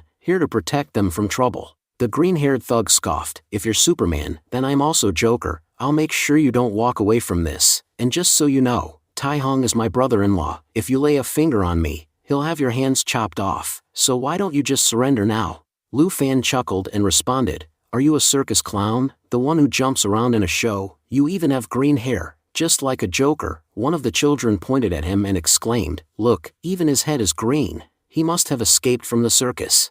At this, everyone burst into laughter. The green-haired thug, irritated, ordered his men to silence them and teach Lu Fan a lesson. Meanwhile, Lu Fan turned to the children and reassured them, "Wait here while I deal with these bad uncles." As one of the bald thugs attempted to kick Lu Fan swiftly landed a punch, knocking him unconscious. One down. "Now, it's your turn." Witnessing this, another red-haired man stepped forward to attack, but Lu Fan dodged the attack and throws him to the ground. A third fighter then approached and warned Lu Fan not to be arrogant. He proudly declared himself the Iron Fist of Iron Street and boasted that he had never lost a boxing match. However, the moment his punch connected with Lu Fan, his own hand broke. Wu Gui was left in shock, realizing that all of his fighters had been defeated. Lu Fan smirked and taunted, "What happened? Why are you just standing there? Come fight me already." Wu Gui, still shaken, demanded Lu Fan's name if he truly had the courage. Before Lu Fan could respond, the children cheered and shouted, "You're the villain, the Joker, and he's our hero, Batman." Lu Fan corrected them, revealing his real name, "My name is Lu Fan. Go tell Tai Hong that I am the one who will put an end to his dirty businesses." Terrified, Wu Gui and his men fled the scene. The security guard, grateful for Lu Fan's help, expressed his thanks. Lu Fan assured him that he would resolve the matter soon so that the criminals would never return to the orphanage. Addressing the children, he praised their courage and advised them to call him immediately if they ever saw those thugs again. Later, Lu Fan took a taxi back home. Upon arrival, he noticed Song Dai waiting outside his building. She greeted him cheerfully, remarking on the coincidence of meeting him there. Lu Fan responded dryly, pointing out that it was, in fact, his own home. Dai playfully scolded him for being boring and suggested that instead of calling it a coincidence, he assumed she was stalking him. Luo Feng nonchalantly asked, "And what's wrong with that?" Grabbing his hand, Dai urged him to take a walk in the park. Lu Fan refused, explaining that night walks were not a good idea. Dai then suggested they go inside together, revealing that she lived on the 4th floor of the same building. Lu Fan was surprised and asked why she had moved into his building. He accused her of stalking him at a whole new level. Dai teased him, saying that she would continue to stalk him until he joined Class 19 and accepted her proposal. She then dismissed the conversation, stating that she was going to sleep. Before leaving, she reminded him that if he ever needed anything, he could come to her. Lu Fan was left wondering about Dai, finding her presence unsettling. He felt as though she was always planning something dangerous involving him. Meanwhile, the scene shifted to Xianyuan Court, where a group of students were discussing an upcoming fight. They speculated that the top 2 ranks on the genius list were about to face off. One of them recalled how, ever since Flame had pushed Tang Jian to 2nd place, this fight had been inevitable. Tang Jian, who had been ranked first for years, was likely trying to reclaim his position. Tang Jian himself admitted that he had always believed no one could surpass him, until Flame did. Now, he wanted to see Flame's strength in real life. Flame, determined, assured Tang Jian that he would give his best to prove himself. The fight began with Tang Jian charging at full speed. Spectators were in awe of his strength. Noting that he was only 20 years old yet possessed incredible power, rumors circulated that his punches carried the force of 350 kilograms. Tang Jian, seeing his younger opponent, resolved not to lose to him. However, Flame gathered immense energy and, with a single powerful punch, sent Tang Jian flying backward. Shocked and unable to believe his defeat, Tang Jian struggled to understand how a student from Jingyi School, known for its lack of strong fighters, could be this powerful. He suspected that Flame had trained under the Skyfire ancestor, which explains his rapid growth. Flame stepped forward and asked, "Rank 2, are you okay?" Tang Jian, furious, brushed off Flame's hand and left without a word.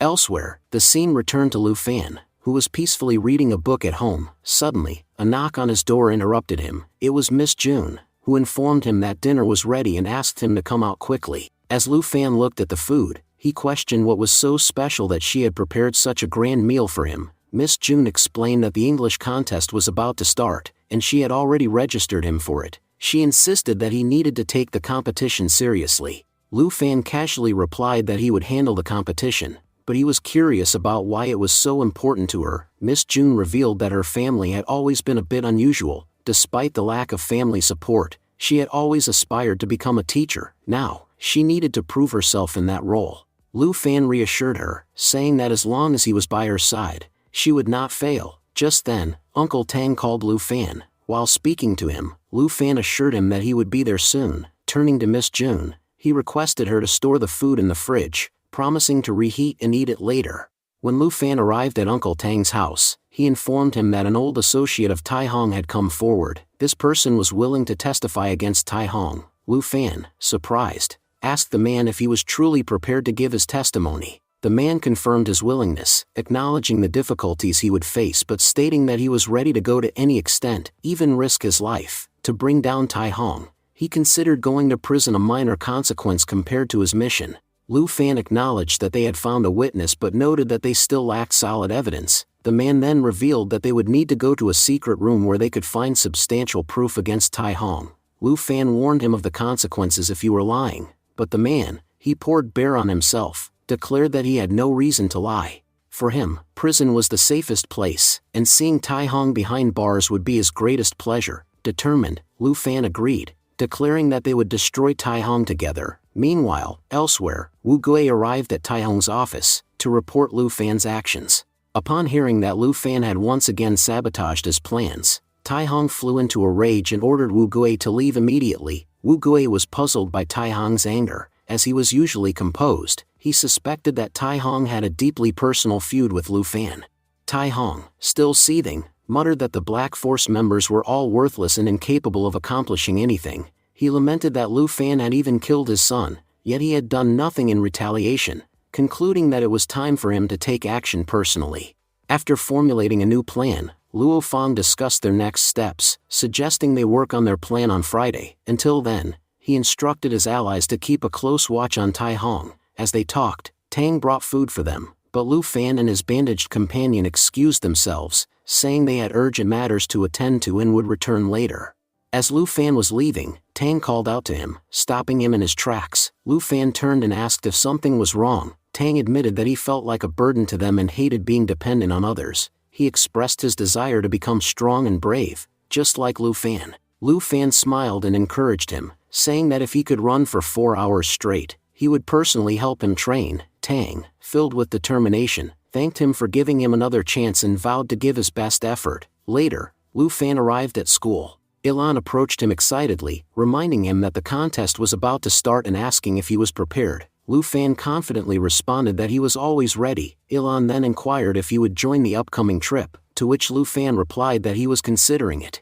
Just then, Wei Wei approached and invited Lu Fan to a party that night. Lu Fan, realizing that it was a high-class party, assumed that the food would be excellent. With a grin, he agreed, stating that he never turned down free food. He told Wei Wei that he would see her that night.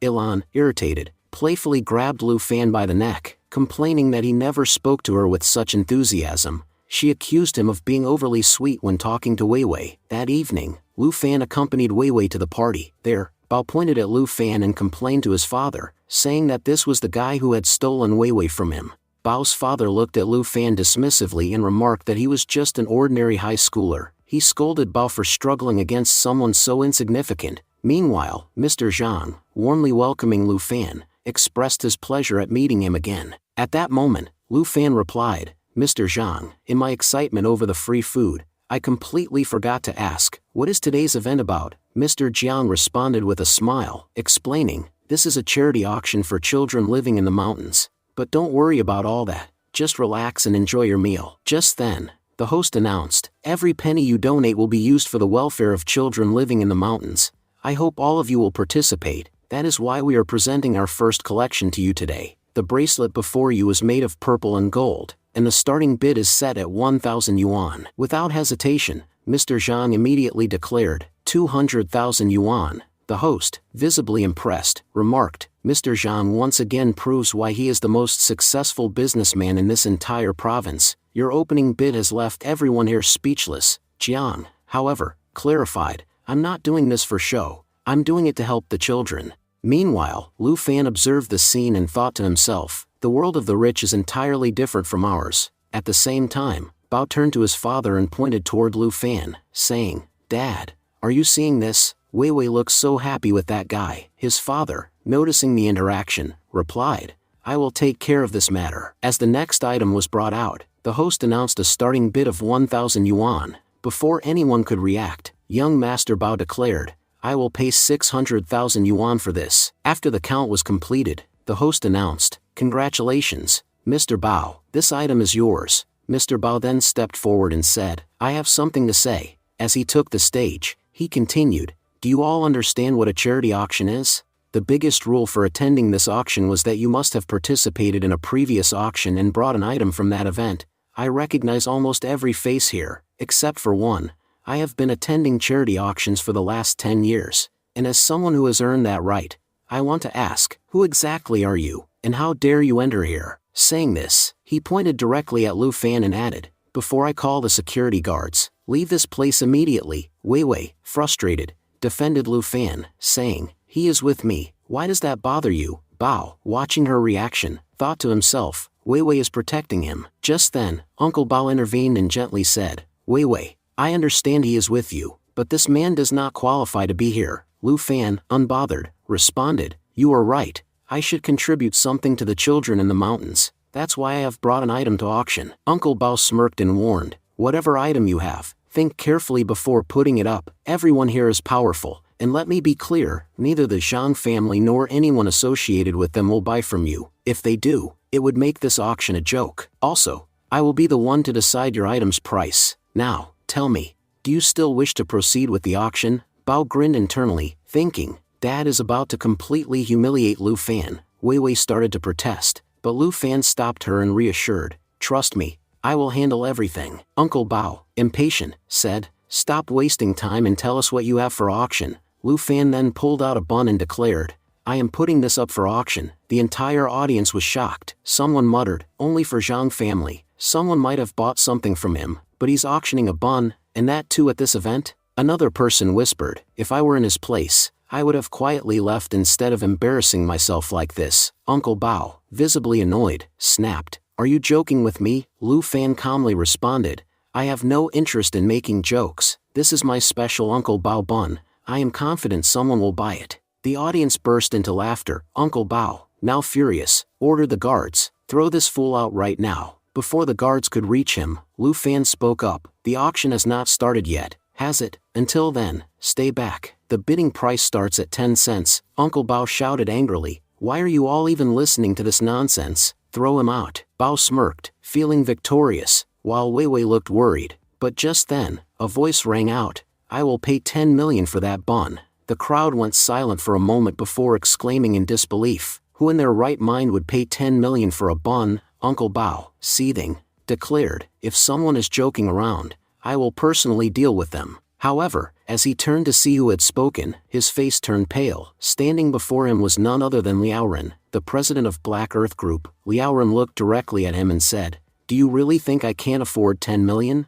Uncle Bao, now nervous, stammered, Of course not, sir. You can afford 100 million if you wish. Internally, however, he was panicking. Who exactly is Lu Fan, that Liaoren would personally stand up for him? Bao, too, was rattled. He thought, Black Earth Group is 10 times larger than ours, and they are extremely dangerous. How does Lu Fan have connections with them? Meanwhile, Lu Fan turned to the host and said, You seem to be enjoying this drama. Now that the bidding is done, hurry up and complete the sale. The host quickly began the final countdown. The audience murmured, Bao Jinghua has just made the biggest mistake of his life. Finally, the auction host handed the bun over to Liaoren. The moment Liaoren took a bite, he spit it out in disgust. He then declared, This bun is worthless, just like the person on whom it is named. The crowd immediately understood his message. Someone whispered, that was a direct warning to Bao Jinghua. He should just leave now. Bao Jinghua, realizing the humiliation, made an excuse and left hurriedly. Lu Fan turned to Liaoren and said,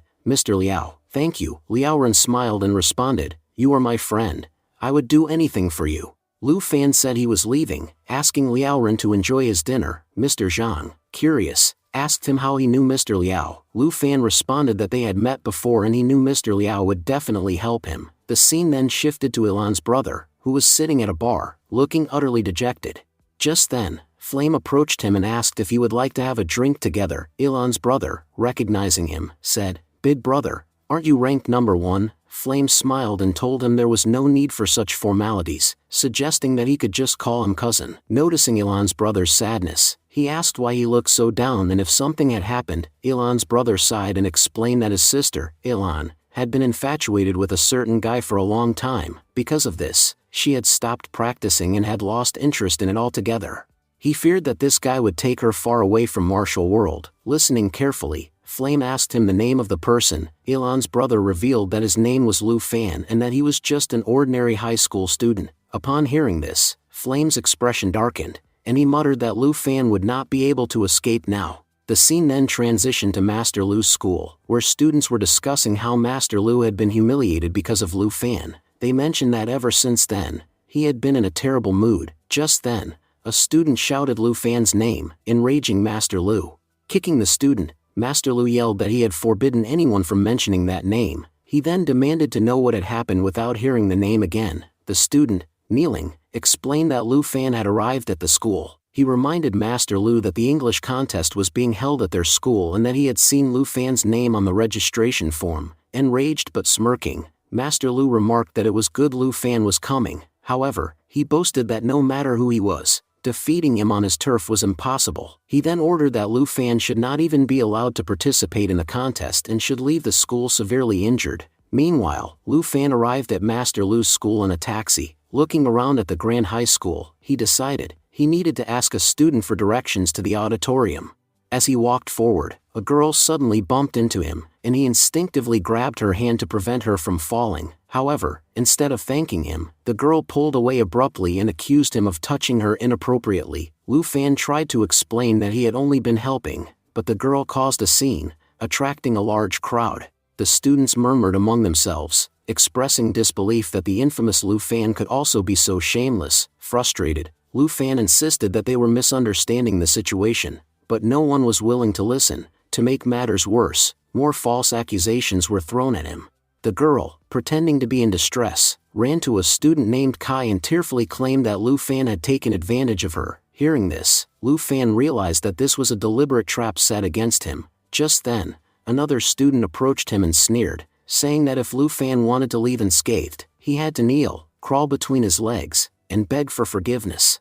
He further warned that if Lu Fan hesitated, he would miss the contest altogether. Lu Fan thought whether he should just beat them and make a quick escape. At that moment, Song Dai arrived and demanded to know who dared to harass Lu Fan. Turning to Lu Fan, she reassured him not to worry, promising that she would handle the situation.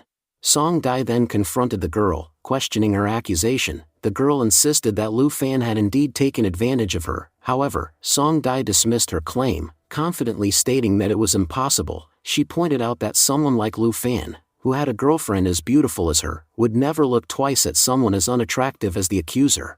Song Dai went on to insult the girl, telling her to take a look in the mirror and compare herself to Lu Fan before making such outrageous claims. The gathered students gasped, realizing that Song Dai was actually Lu Fan's girlfriend. They murmured amongst themselves, noting that she was one of the top 10 beauties of Jigging High School and doubting the truth of the other girl's accusation. Left with no valid arguments, the opposing students fell silent. Song Dai continued, emphasizing that Lu Fan was the most handsome guy in the entire city. She claimed that if anyone searched for information, they would find that every girl in their school admired him. Furthermore, she mockingly added that even their school's cleaner looked 1,000,000 times better than the girl making the false accusation. To settle the matter, Song Dai challenged them to check the security cameras if they still doubted Lu Fan's innocence. With that, she turned to leave with Lu Fan. As Kai moved forward to attack, he spoke, "You can't escape from here so easily." But before he could react, Lu Fan turned around and delivered a powerful punch. He then looked at Song Dai and said, "Wait here for a second. I'll take care of this." Without hesitation, Lu Fan charged at the group of attackers, taking them down one by one as if they were nothing more than mere obstacles. Seeing that all 10 of Kai's classmates had already been defeated, Kai's confidence shattered, and fear gripped him. Lu Fan smirked and said, "Consider yourself lucky that I have a contest to attend, otherwise, I would have made sure to teach you all a proper lesson." Song, who had been watching in awe, remarked, "Lu Fan, you're even cooler than I had imagined." Meanwhile, Master Lu sat alone, feeling pleased with himself. He was certain that his men would soon bring him good news of Lu Fan's humiliating defeat. However, when his men arrived, their expressions told a different story. "Master Lu, Lu Fan is unbelievably strong. He completely crushed us," one of them stammered.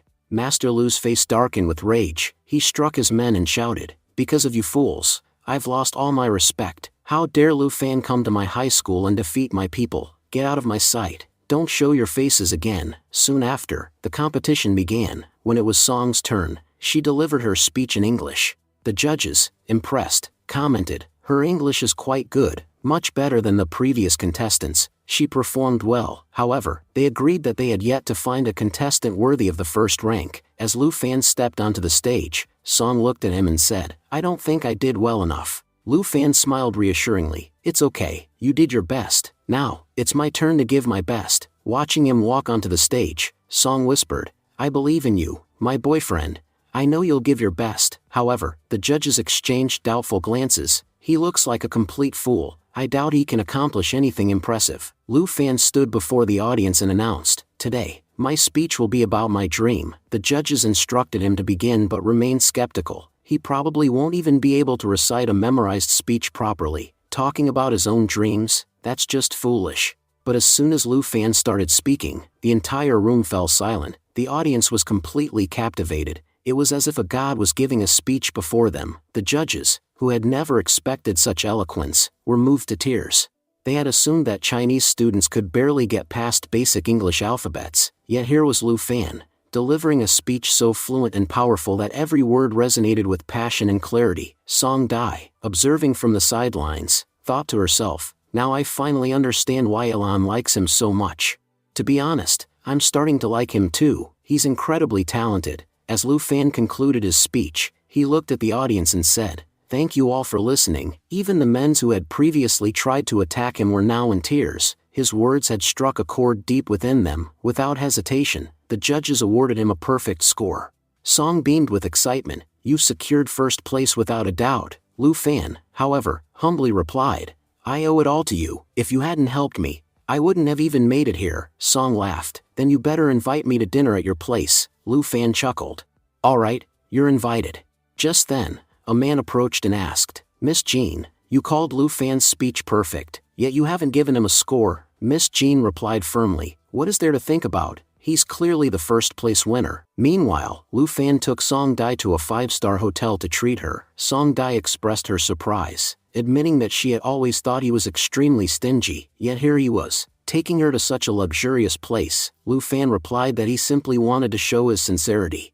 However, in his mind, he was thinking that the real reason he brought her there was to avoid paying the bill himself. As Lu Fan entered the hotel, Jinsu approached him, asking if she could help. Curious, Lu Fan asked what she was doing there. Jinsu explained that his cousin, Jiang, had helped her secure a job and had even made her the manager of a department. Song, who was also present, remarked that Lu Fan seemed to know a lot of people. Just then, Lu Mei and Wei Wei arrived, exclaiming that it was quite a coincidence to see him there. They explained that they had come to try out the newly opened hotel. Recognizing Song, they asked if she was indeed the same person. Song, smiling, expressed her pleasure at meeting them. Lu Fan, noticing the string of coincidences, found it unusual. Meanwhile, Jiang was seen walking in with Jiang Ju. Jiang mentioned that your shop was just across the street and invited her to visit his hotel whenever she wanted.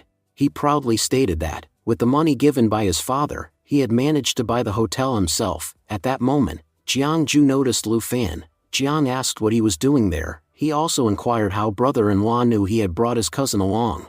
Lu Fan, equally surprised, asked Jiang and Jiang Ju what they were doing there. The mention of brother-in-law left all the girls in shock. Jiang, realizing the situation, accused Lu Fan of bringing all his girlfriends to the same place. Lu Fan quickly clarified that they were all just his classmates. Just then, Lu Fan received a call from Uncle Tang, who asked him to meet. Excited, Lu Fan announced that he would be back soon. Before leaving, he instructed Jiang to take care of his classmates, explaining that an urgent matter had come up. Saying this, he dashed out like a rocket. Watching him go, Jiang remarked that Lu Fan was his idol and that one day, he wanted to charm women just like him. When Lu Fan met Uncle Tang, he informed him that at 8 p.m., the defense at Taihong Company would be significantly weakened, making it the perfect time to attack. Lu Fan agreed, stating that it would be the day their enemies met their end. Uncle Tang, filled with rage, declared that he would finally avenge his wife. Unbeknownst to them, their conversation was overheard by Tang from outside. Upon reaching Taihong Company, Uncle Tang observed that most workers had left for home, leaving only Taihong's elite guards behind. The bandaged man remarked that the Black Force gang was Taihong's right hand, while the construction company was its left. He speculated that his wife and son were likely being held captive inside the building. Lu Fan assured him that as long as he stood with them, they would take full responsibility for rescuing his family. Inside the building, Wu Gui was scolding his subordinates. He angrily declared that his brother-in-law needs that orphanage, and we have to get it for him no matter what. Frustrated, his men cursed Lu Fan for ruining their previous plan and vowed that the next time they saw him, they would not let him escape. One of Wu Gui's subordinates announced that he was heading out to destroy the target. He added that if he encountered Lu Fan along the way, he would make sure Lu Fan did not survive. Just then, Lu Fan burst through the door and pinned the man down. Smirking, he remarked that it seemed like the last beating had not been enough, as they were still searching for him.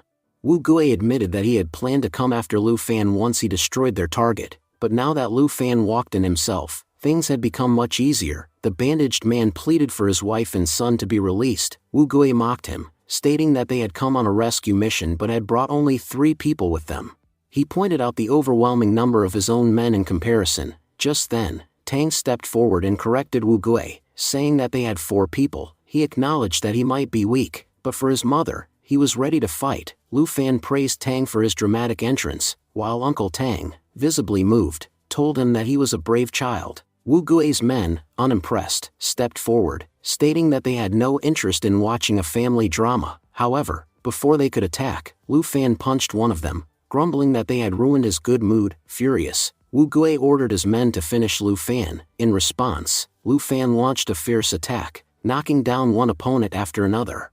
Watching the battle unfold, the bandaged man remarked that Lu Fan is incredibly skilled at fighting. Uncle Tang, with a knowing look, told him that he had yet to witness Lu Fan's true power, as he was still holding back. Meanwhile, seeing his men being beaten to a pulp, Wu Gui decided that he needed to escape before he became the next victim. Lu Fan demanded to know, if you don't want to get beaten up, tell me where the hostage is. The captives, terrified, pointed toward the corner of the inner room, saying that the hostage could be found there. However, before Lu Fan could enter, Wu Gui arrived and immediately sealed the room. He then declared, "Now, no one can enter this room. Outside, my men are already dealing with your allies. It's time for me to take my revenge on you." At that moment, Lu Fan shattered the back wall effortlessly and remarked, "Even though you own a construction company, the quality of your work is terrible. It looks like you use cheap cement." Meanwhile, Tang was struggling in battle, managing to land 2 hits while taking 4. Concerned, Uncle Tang asked, "Tang,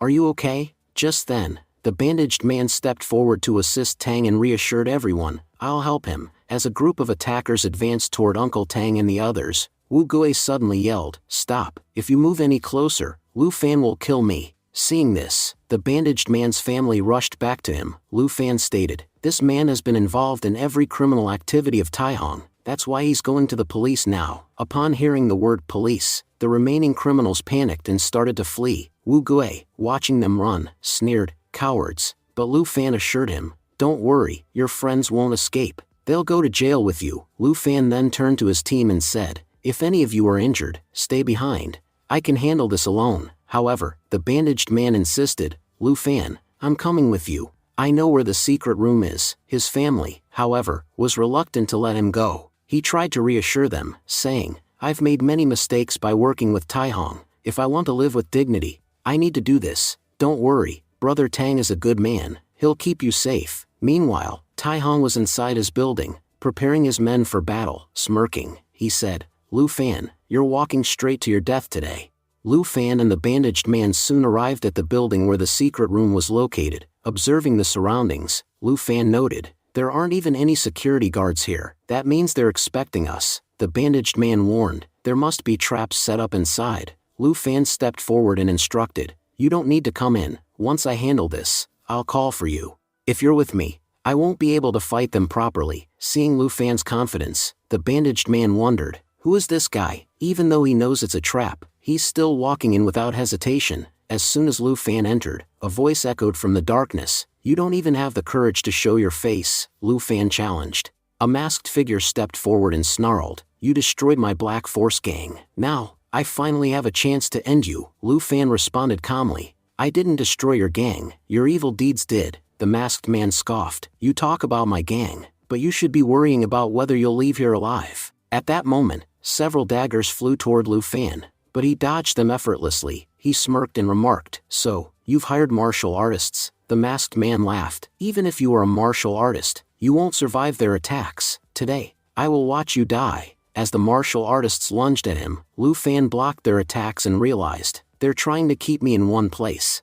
They don't want me to escape." The masked man taunted, "How does it feel to be trapped? Do you really think you can win this fight?" Lu Fan replied confidently, "Honestly, your so-called preparation isn't that impressive." Frustrated, the masked man ordered, "Kill him, use the ultimate attack, 5 rings of death."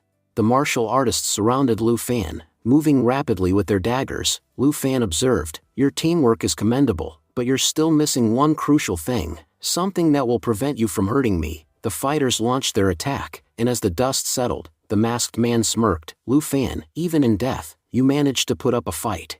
But then, Lu Fan's voice rang out, "Why don't you open your eyes and check? No one has died here." The masked man was shocked to see Lu Fan standing unharmed. "Those flying daggers? I caught them mid-air. Your accuracy was good, but your power was too weak. Here, take your knives back." With immense force, Lu Fan hurled the daggers back, piercing the bodies of his attackers. The masked man, in disbelief, gasped, "You took out my #1 killer group in a single move?" Lu Fan smirked, "You gave them excellent weapons, but they didn't know how to use them. If you have anything else, show me now, or else, I'll finish this." Enraged, the masked man charged at Lu Fan and landed a punch, sending him backward. Lu Fan grinned and said, "Finally, someone worth fighting." Removing his mask, Taihong revealed himself and declared, "You want to know who leads the Black Force gang? It's me." Lu Fan examined him for a moment before replying, "Before we start, why don't you introduce yourself properly? Didn't your mother teach you that unless you introduce yourself, people won't recognize you?" Furious, Taihong shouted, "You destroyed my gang, tormented me for so long, and you don't even know who I am." Taihong then smirked and added, "You may be fast, but you're not faster than a gun." At his signal, his men emerged, all aiming their guns at Lu Fan. Without hesitation, he ordered them, "Shoot this bastard and finish him off." Finding himself surrounded by snipers, the bandaged man panicked and muttered, "We are not going to survive this. Today is our last day." Meanwhile, despite having their targets in sight, the snipers hesitated to shoot.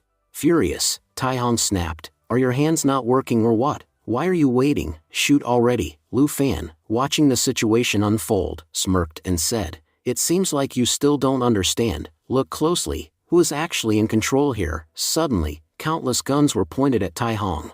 Lu Fan continued, "Whether it's intelligence or strength, I surpass you in every way." Tai Hong, now visibly shaken, stammered, "How is this possible?" At that moment, Pangue entered the scene and calmly stated, "Your men did nothing wrong, they were simply standing at their assigned positions. However, I have arrested them all, and now, an additional charge is placed on you, attempt to murder." Tai Hong, in utter disbelief, muttered, "Have I lost? I have never lost in my entire life. Could this be real? Have I truly been defeated?" Pangue, still composed, warned him, "Listen Tai Hong, don't make any sudden moves. If you do, we will shoot."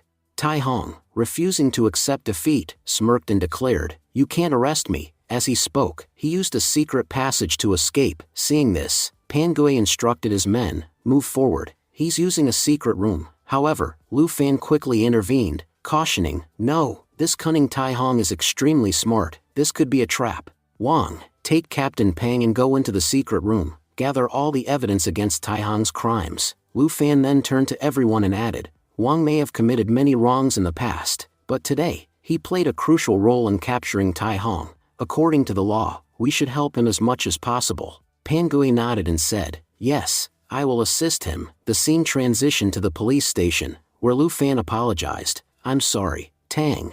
I couldn't capture Tai Hong." Uncle Tank reassured him, "Tai Hong's gang has been destroyed. Even if he survived, he has lost all his power. I may not have been able to take full revenge, but at least I got half of it. That is enough." Tang says, "Thank you, Luo Feng. I will take my revenge myself." Lu Fan responded with a smirk, "All right, then, I will help you with that revenge." As Lu Fan approached his building, he sighed, "I'm exhausted. The good thing is, today is Saturday, and I can finally sleep for a long time." Just then, he noticed Song walking away with a suitcase. He called out, "Are you leaving?" Song, without stopping, replied, "Isn't this what you wanted? That's why I am leaving." Feigning sadness, Lu Fan lamented, "My neighbor is leaving. I feel terrible." Song, unimpressed, reassured him, "There's no need to be sad.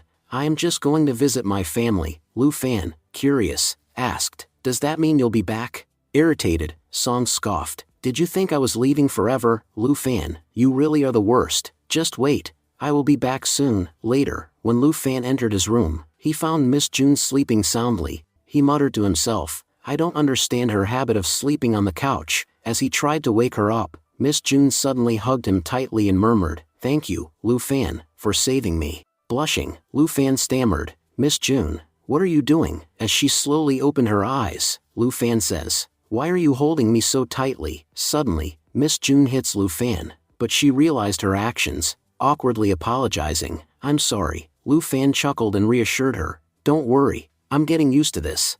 Miss June then revealed, "I had a dream about you. Oh, by the way, I received a call from the contest organizers. They informed me that you are the only student who passed with full marks. You even secured the first rank in the contest. That's why I was waiting for you, but since you took so long, I fell asleep." Later that night, Lu Fan lay in bed, deep in thought. He recalled that Tai Hong's stance resembled that of the martial artist Kang Imo. He concluded, Tai Hong must have been a martial artist in the past, but whom should I ask about this? Then, he thought of someone and murmured, "Yes, I can ask Ilan." The next day, Lu Fan went to the park in search of Ilan. He spotted her on the training ground, practicing her martial arts. Watching her, he thought, "If I want to know anything about the martial arts world, Ilan is the only one I can ask." He observed Ilan executing a technique called leopard fist. Recognizing it, he mused, "I have learned this technique before. The issue with it is that it contains many useless moves. However, if refined correctly, it could be highly effective." Absent-mindedly, he tried imitating her technique and accidentally struck a tree, breaking it. Startled, Ilan turned to him and exclaimed, "What do you think you're doing?" Lu Fan scratched his head and explained, "I saw you practicing, so I thought I'd try copying you, but I guess I got carried away and broke the tree. Ilan smirked and challenged, if you really want to learn, then call me master, and I'll teach you the technique. Lu Fan immediately declined. No, I have no interest in learning this. Trying to change the subject, he pulled out a mask and asked, do you know what this is? Ilan's expression darkened as she asked, where did you get this? Lu Fan casually responded, I found it in the market. I want to know if this mask is related to Kangmo. Ilan examined it and explained, this belongs to the martial arts world, but it is not from Kangmo. From what I can tell, it is linked to the 7 Abyss Evil Schools. Lu Fan suddenly asked, what exactly is the 7 Abyss Evil School? At that moment, Ilan explained, saying that the 7 Abyss Evil School represented the 7 evil forces. She added that these 7 organizations had mysteriously disappeared 10 years ago. She then turned to Lu Fan and questioned him, where did you get this from? Tell me the truth. Lu Fan, realizing that Ilan could always catch his lies, responded, yesterday, the police destroyed Zhang Taihang's group. There was an intense battle at the scene. I happened to be passing by and found this mask lying there. Ilan, narrowing her eyes, asked, you were scared, right? You didn't actually enter the crime scene, did you? Then, lowering her voice, she added, what I'm about to tell you, don't share it with anyone. Lu Fan immediately assured her, if you say so, I won't tell anyone. She then revealed, the Xianyuan court has been searching for Tai Hong, and he will soon be captured. By the way, you know my Uncle Ping, right? It's his birthday next week. Would you like to come with me? Lu Fan hesitated and replied, you always take me to strange places. I'm not interested. It'll probably be really boring. Ilan, trying to convince him, said, but there will be many martial artists there. Everyone will be talking about martial arts. Lu Fan, rubbing his eyes sleepily, said, fine, I'll think about it. I'm really sleepy right now. I'm going to bed. The scene shifted to Uncle Ping's birthday party. Ilan was looking around impatiently and muttered, the party is about to start, but why hasn't Lu Fan arrived yet? He's not even picking up his phone. Meanwhile, Lu Fan was sitting alone on a building rooftop, deep in thought. He murmured to himself, I really don't like attending birthday parties. I'd rather sit here and observe from a distance. At the party, Ilan's brother stepped forward and addressed the guests. Thank you all for attending this banquet and for celebrating my father's birthday. To make this even more enjoyable, we've organized a martial arts competition. The winner will receive a grand prize from my father. He then asked, if everyone is ready, let's begin the competition. Lu Fan, now paying attention, thought to himself, this should be interesting. Just then, a man stepped into the arena and introduced himself. My name is Ding Jiuyong, and I am from Gold Mountain.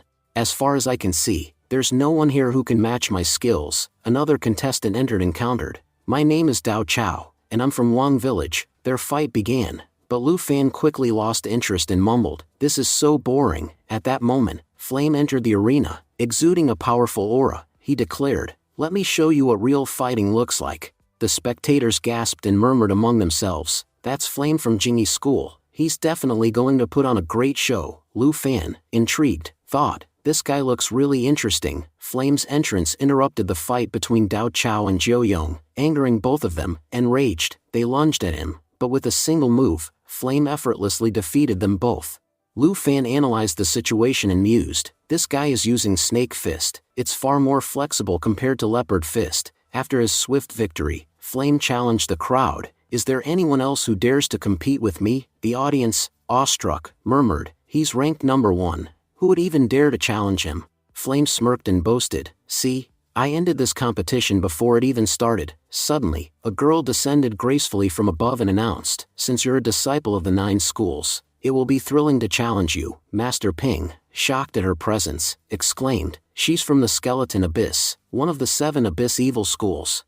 Lu Fan, not surprised, thought to himself, I had a feeling the Abyss School members would reveal themselves sooner or later, and now, they have. The girl smirked and remarked, interesting that you still remember us after all these years. My name is Jiang Ji, and I'm here to personally wish Master Ping a happy birthday. The crowd whispered amongst themselves, but the Abyss School disappeared 10 years ago. Why are they revealing themselves now? Are they planning a comeback in the martial world? Master Ping, unfazed, sternly replied, Jiang Ji, I am not welcoming you here. When you return, tell your leader this, if the Abyss School dares to re-enter the martial world, our Jingyi School will destroy you. Jiang Ji chuckled and taunted, oh, I just came to compete, but why do I sense fear in your eyes? Is there really no one in your school who can defeat me? Flame stepped forward and retorted.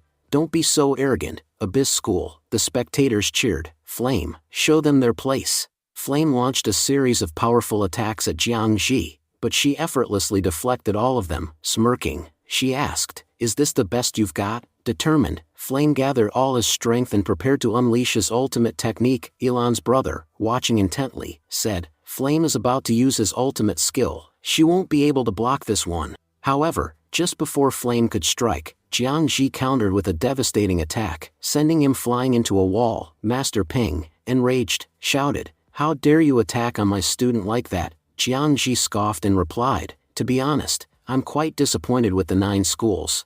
I didn't expect that a single attack would be enough to make Jingyi School's leader himself step in and challenge me. Lu Fan was deep in thought, his gaze fixed solely on a student from Evil School. The mere presence of this student had unsettled everyone around. It seemed that when these individuals had existed in the past, their impact on the world had been extremely dangerous. Just then, Dr. Jiang arrived at the scene.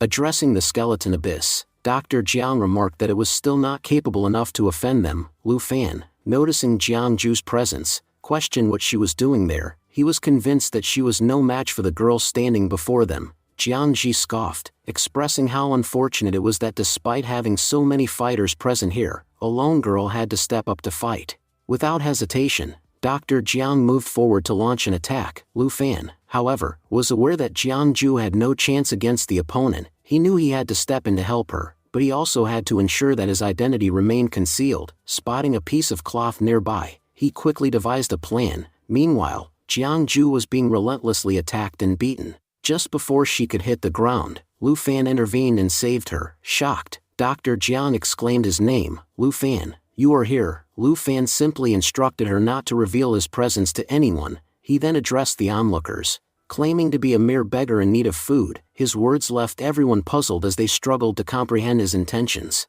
Lu Fan then feigned interest in the competition, declaring that he wanted to participate. Jiang Ji, skeptical, warned him that his life was already difficult. Why would he willingly walk into death? Ignoring her concerns, Lu Fan introduced himself as Little Lang from the nearby beggar sect. However, Jiang Ji was unconvinced, stating that he was merely pretending to be weak, while hiding immense power. Meanwhile, the spectators whispered among themselves, questioning how can this guy defeat this girl, whom Flame could not defeat. They assumed he was either insane or had come there just to get beaten up. As Jiang Ji moved forward to attack, Lu Fan effortlessly dodged her strikes. This left her stunned. How could an ordinary-looking man evade her attacks so easily? Frustrated, she launched multiple attacks, yet not a single one managed to touch him. Lu Fan began to wonder how this girl was able to predict his every move. Then, it struck him, she possessed mind-reading abilities. Smirking, he announced that now that he had figured it out, she had no chance of escaping. Saying this, he executed the leopard fist technique. The sheer force of the attack shocked everyone, as a massive explosion erupted in the arena. As the dust settled, the onlookers stared in disbelief at the crater left behind. Does the leopard fist really hold such immense power? They murmured. Jiang Ji, still processing what had happened, noted that Lu Fan had not even used internal strength. Deciding she had accomplished what she came for, she announced her departure. Lu Fan, on the other hand, realized that every student in this school seemed to use the leopard fist. If he were to simply walk away, they wouldn't let him leave unnoticed. Just then, Jin Ning stepped forward and demanded to know Lu Fan's rank within their Jingyi school. Lu Fan, maintaining his cover, reiterated that he was just a beggar. He then pointed out that the sect's warrior, Flame, appeared to be severely injured and advised them to focus on helping him instead. As Jin Ning rushed to assist Flame, Lu Fan seized the opportunity to slip away. Meanwhile, Dr. Jiang had treated Jin Ning's injuries. She explained that a mild poison had been used on him but assured them that he would recover quickly. Grateful, Jin Ning thanked her for her help. As she left, Dr. Jiang pondered how Lu Fan could be so powerful. Elsewhere, Master Ping questioned Jin Ning about the beggar's true identity, but Jin Ning denied knowing anything. Master Ping explained that such a powerful leopard fist technique couldn't possibly belong to any of their students. He suspected that someone senior must have taught it. Jilin guessed that the person behind it was Ilan's classmate, Lu Fan. He confessed that he had already been suspicious of Lu Fan for a while, as the boy had been linked to several incidents before. As for the fist technique, he was sure that Lu Fan had learned it from Ilan and had come here just to show off his abilities. Master Ping said that if that was the case, then they had no choice but to teach Lu Fan a lesson. He emphasized that no one could learn their techniques without joining their group. Later, when Lu Fan returned to his apartment, Song was already there. Lu Fan asked her why she had returned so soon, saying his good days had only just started.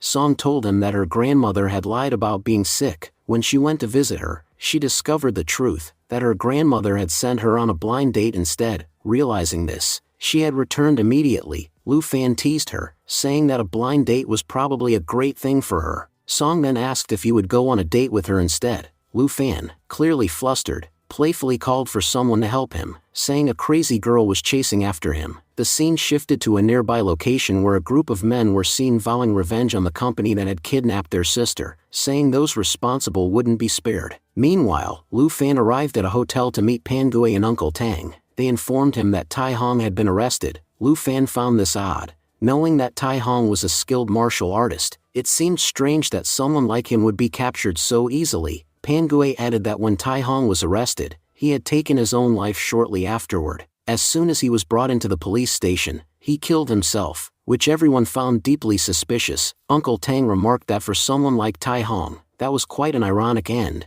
Lu Fan told Pan Gui that things didn't add up. They had to investigate. Pan Gui agreed, saying he had already started looking into it. He also mentioned that Wan Kong, the one who had helped them, his sentence significantly reduced and would likely be released in 2 years. While they were discussing this, Jiangning arrived. He jokingly asked Lu Fan why his future brother-in-law was here. Lu Fan replied that he was just talking with his friends. Jiangning then mentioned that his cousin had just opened a pharmacy that day and asked if he would come with him. Lu Fan agreed immediately and asked Tang to join them, saying Dr. Jiang had helped him a lot and he hadn't even thanked her properly yet. At the pharmacy, Tang thanked Dr. Jiang. Seeing the place empty, Jiangning asked his cousin if business was slow. Dr. Jiang smiled and said that an empty store meant everyone was healthy, and that made her happy. Just then, Lu Fan noticed someone entering the shop. It was Master Ping. He congratulated Dr. Jiang on opening the new pharmacy, and she thanked him. Jilling then saw Lu Fan and asked what he was doing there. Lu Fan responded by asking if Jilling had a problem with him being there. Master Ping asked Jilling why he was speaking so rudely. Jilling turned to his father and revealed that this was the same Lu Fan who had come disguised as a beggar and had secretly learned their martial arts techniques.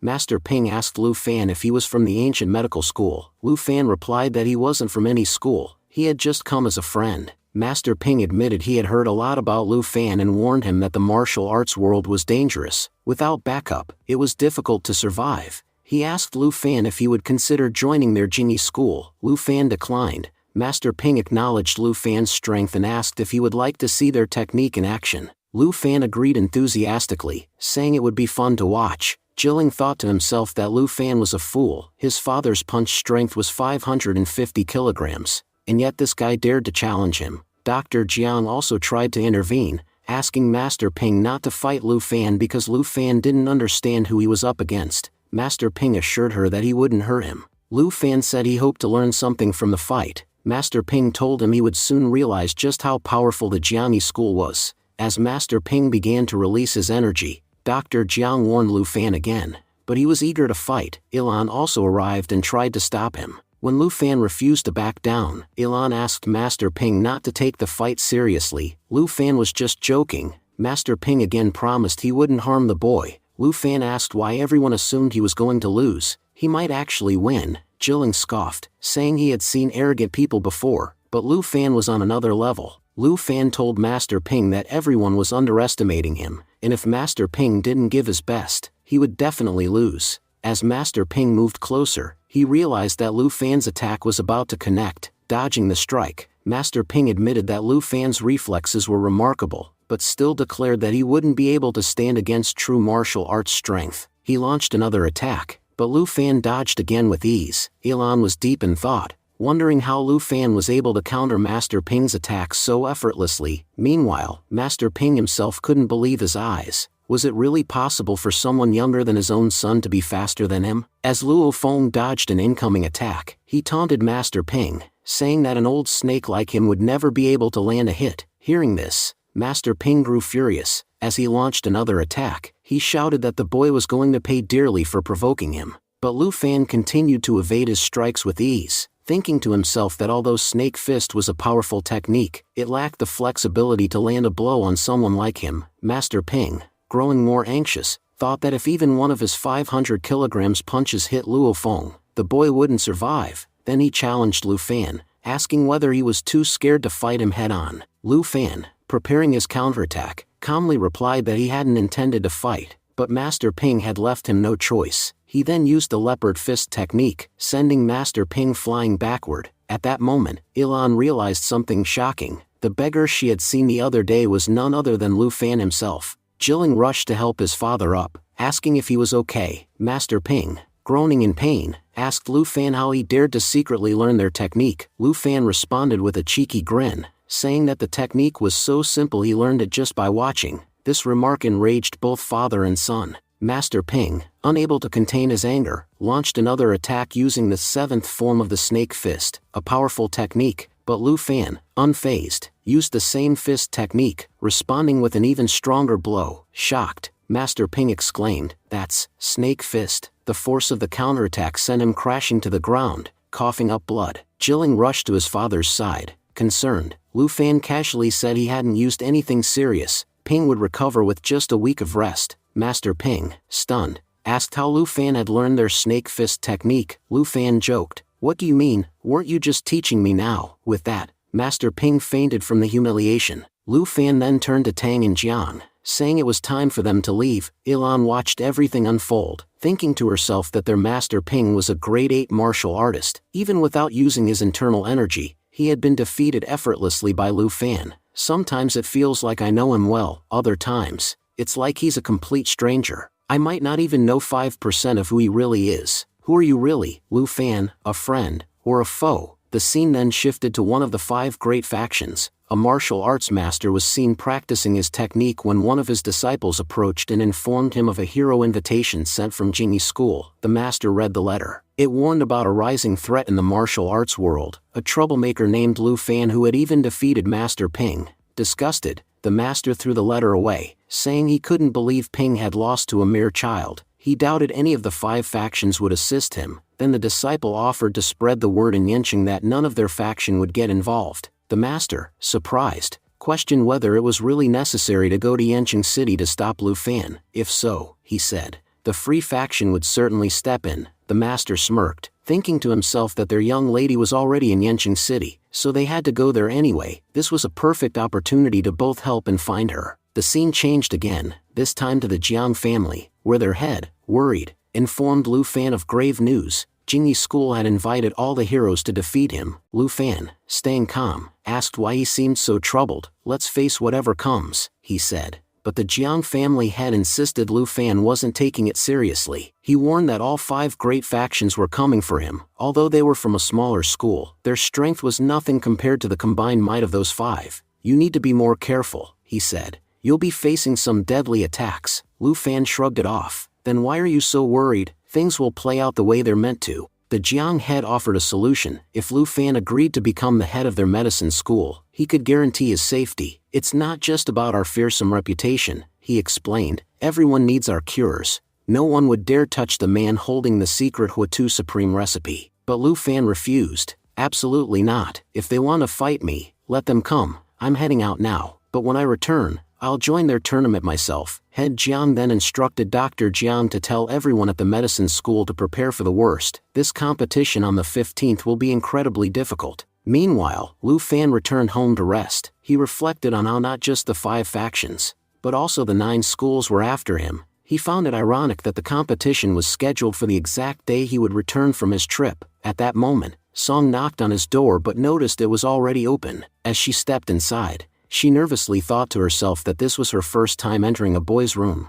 She noticed a photo of one of Lu Fan's old friends and wondered who the girl in it was. Lu Fan, seeing Song in his room, thought to himself that today the fish had fallen right into the net. While he considered himself a good person, he also thought that any girl entering his room was practically giving him a chance. He grabbed Song and asked what she was doing there. Surprised by his sudden appearance, Song dropped the photo frame. In an attempt to save it, Lu Fan pushed her aside and managed to catch it. Lu Fan scolded her, saying she shouldn't touch his things without permission. If that frame had broken, what would she have done? Tearing up, Song replied that she was the one who got hurt. yet he was scolding her over a photo frame. She ran out of the room, saying he was a terrible person and that she would never talk to him again. Looking at the photo frame, Lu Fan thought about how school life had been her dream, a dream he was now living alone. Every time he went to high school, he wished she were there with him. The next day, Lu Fan's school bus departed for the trip. He had a strange feeling that something was calling him to the destination. As the bus jolted along the road,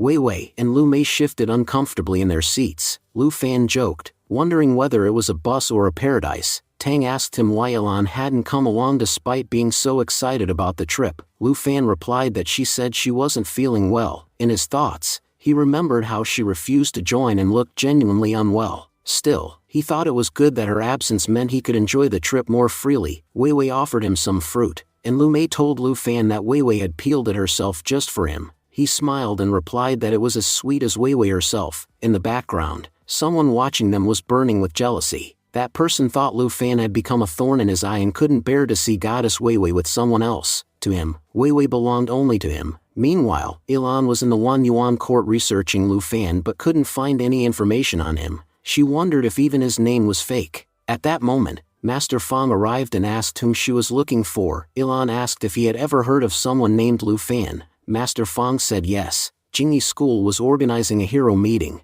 and all the factions were going to fight against that very man. He believed Lu Fan had military connections, which was why the court had no data on him. Ilan was shocked to learn this and recalled how Lu Fan had been so friendly with the Pangui, who even called him chief and captain. She thanked Master Fang and silently vowed that she would soon uncover the truth about Lu Fan. Back on the bus, everyone was thinking about how long the journey was. Wei Wei asked Lu Fan what he planned to do in Jingfu village. Lu Fan admitted he hadn't thought about it yet. Wei Wei then shyly asked if he'd like to walk around with her. Before he could answer, the jealous guy from earlier interrupted them. He insulted Lu Fan, calling him the most useless guy he had ever seen and told him to stop wasting Wei Wei's time. Lu Fan coolly replied, calling him a mosquito and asking who he was. The guy corrected him, saying his name was Litian and accused Lu Fan of overestimating himself. In response, Lu Fan ignored him and casually began eating the fruit by Wei Wei's hand. Litian tried to impress Wei Wei by talking about Water Dragon in Jingfu village and asked her to come along,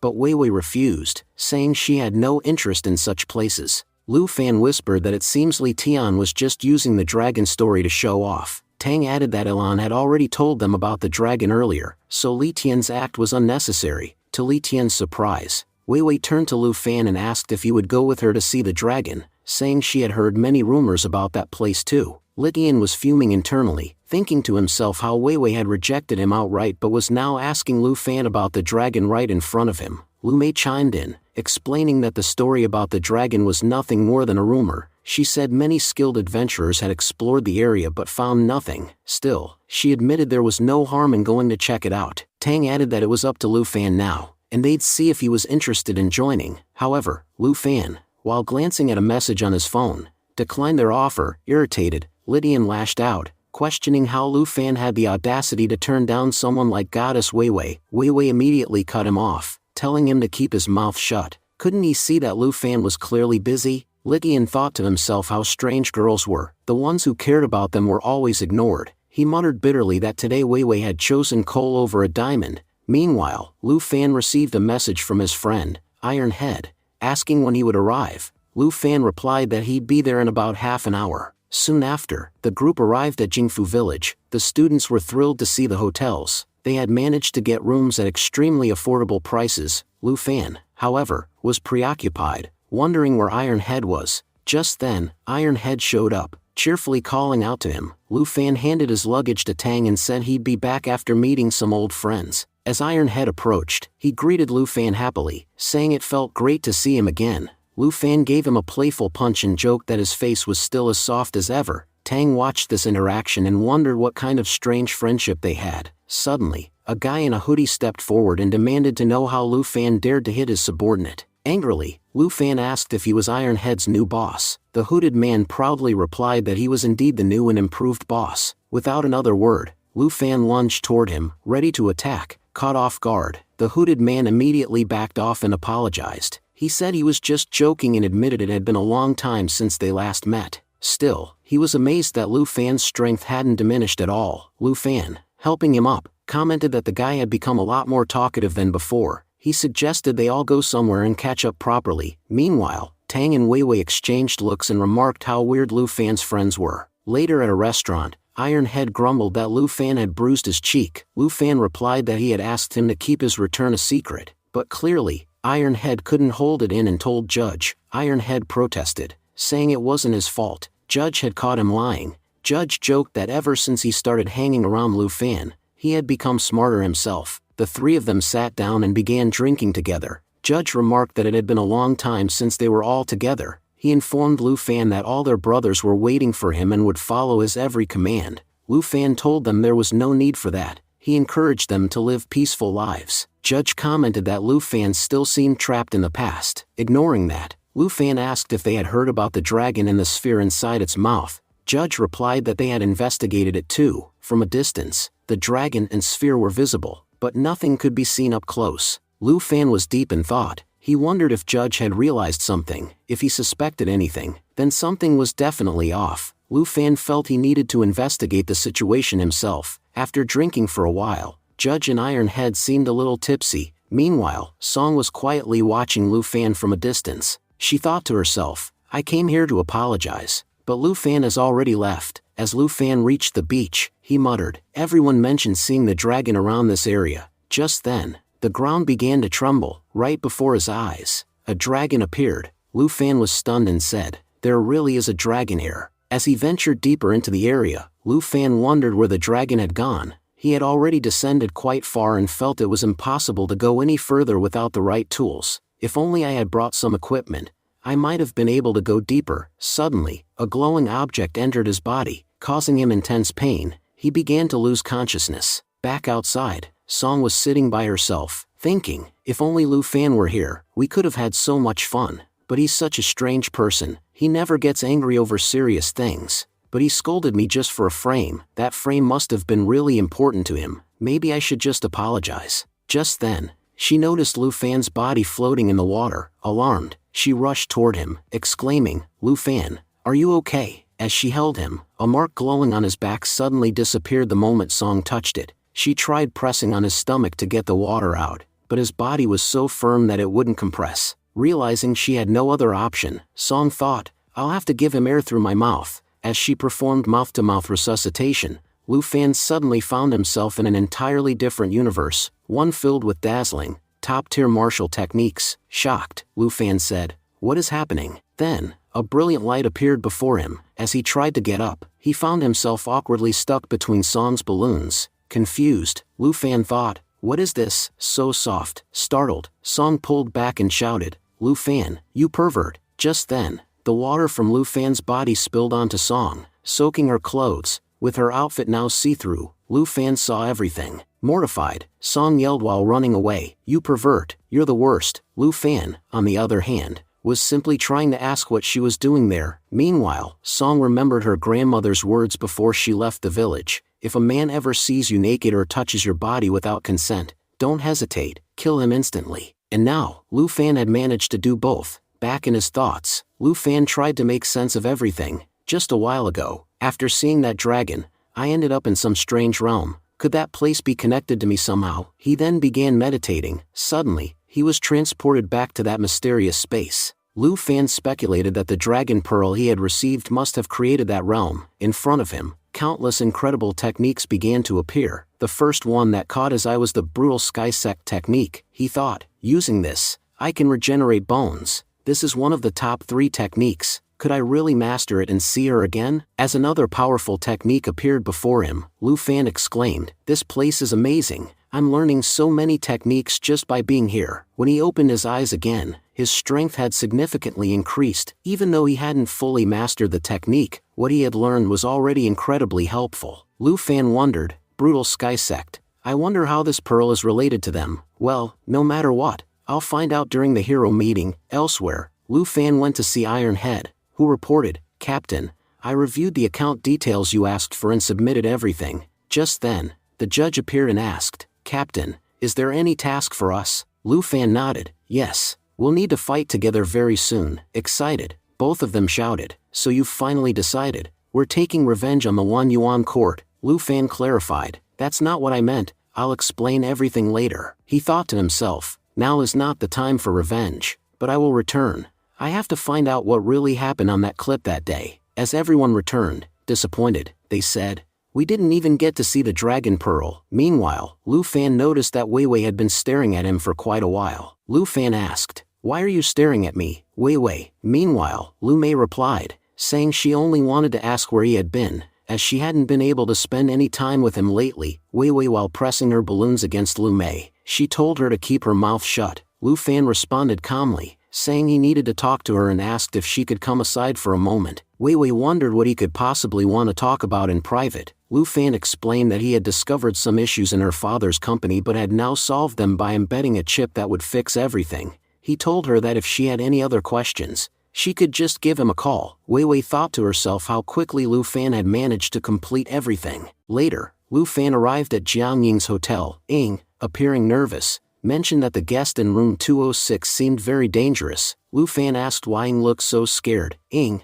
visibly relieved to see him, exclaimed, "Brother-in-law, you're finally back." He shared that a strange guest had checked in 5 days ago and hadn't stepped out of the room even once. He feared the guest might be involved in something illegal. Lu Fan brushed off his concerns, saying that if the person was just staying in the room, there was nothing to worry about and that Ying was stressing over nothing. Ying still looked concerned and asked what they should do if there was a problem. Lu Fan reassured him, saying, "That's exactly why I'm here." Ying smiled and said that's the reason Lu Fan was his favorite. Elsewhere, the head of the Jiang family informed Lu Fan that since he had returned, they had already arranged the formal ceremony for him to become the head. They were just waiting on his approval. Lu Fan, however, declined, saying he was too busy. Head Jiang pleaded with him, even grabbing his feet, urging him not to say no. He explained that if Lu Fan became the head before the upcoming hero meeting, he'd be able to properly represent them. Lu Fan asked skeptically why they thought others would be able to trouble him, confidently claiming that no one could even touch a hair on his head. Seeing Lu Fan's resistance, the Jiang family had offered him a scroll containing a secret martial technique called the God Neck Technique, exclusive to the ancient medicine school. Lu Fan,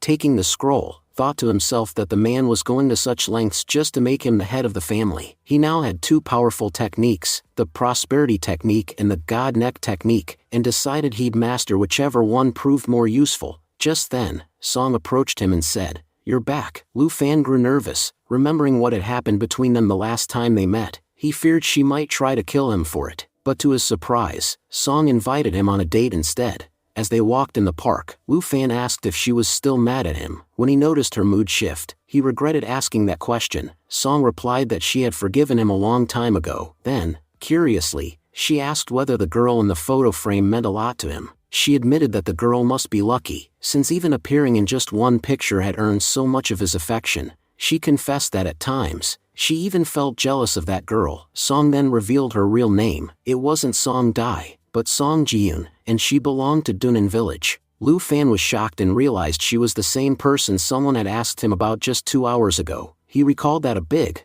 burly man had approached him asking, "Do you study at Jigging High School?" Lu Fan confirmed and asked if there was anything he could help with. The man introduced himself as Song Ben and said he was looking for his sister Song Jiyun, who studied at Jigging High School. Since Lu Fan hadn't known that Song Dai and Song Jiyun were the same person, he had denied knowing her. Song Ben mentioned that he and his siblings had been searching for her, but since she was on a school trip, they hadn't been able to find her and had to stay in the area. Lu Fan told him that most students had already returned from the trip and school would reopen the next day. He offered to help him find his sister if he came by the school. Song Ben thanked him and asked for his name. Lu Fan replied, "My name is Lu Fan." Back in the present, Lu Fan told Song Jiyun that her brother had been looking for her, but since they had mentioned the name Jiyun, he hadn't realized they were talking about her. Jiyun asked if he had really met her brother. Lu Fan nodded and said it was just 2 hours ago. He thought to himself, why do these siblings look so different? Do they have different parents? Just then,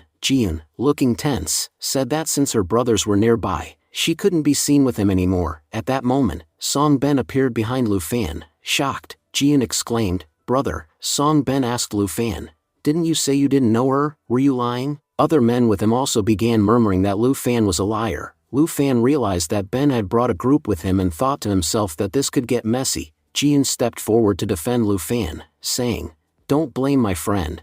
I never told him my real name, that's why he didn't recognize I was Jiyun. Her other brothers also greeted her happily, saying how glad they were to finally see her, since they hadn't been able to contact her. Lu Fan was surprised to see that although all the brothers looked like gangsters, they were speaking very gently in front of Jiyun. Jiyun told them she didn't need their protection anymore, but her brothers yelled that the outside world was full of danger and if they didn't protect her, who would? She calmly replied, Lu Fan will protect me. I have something to do now, so you all can leave. Song Ben grew furious and shouted, what's your relationship with my sister? Are you the reason she's asking us to leave? Lu Fan quickly clarified, we're just classmates. But Ben didn't believe them. Enraged, he lunged at Lu Fan, ready to attack. However, Jiyun stepped in close to Lu Fan, stopping her brother from going through with it. Lu Fan said, so you're attacking me just because I'm standing next to your sister? You guys are way too overprotective of her. At this, Song's brother stepped forward and said, we don't gang up on someone.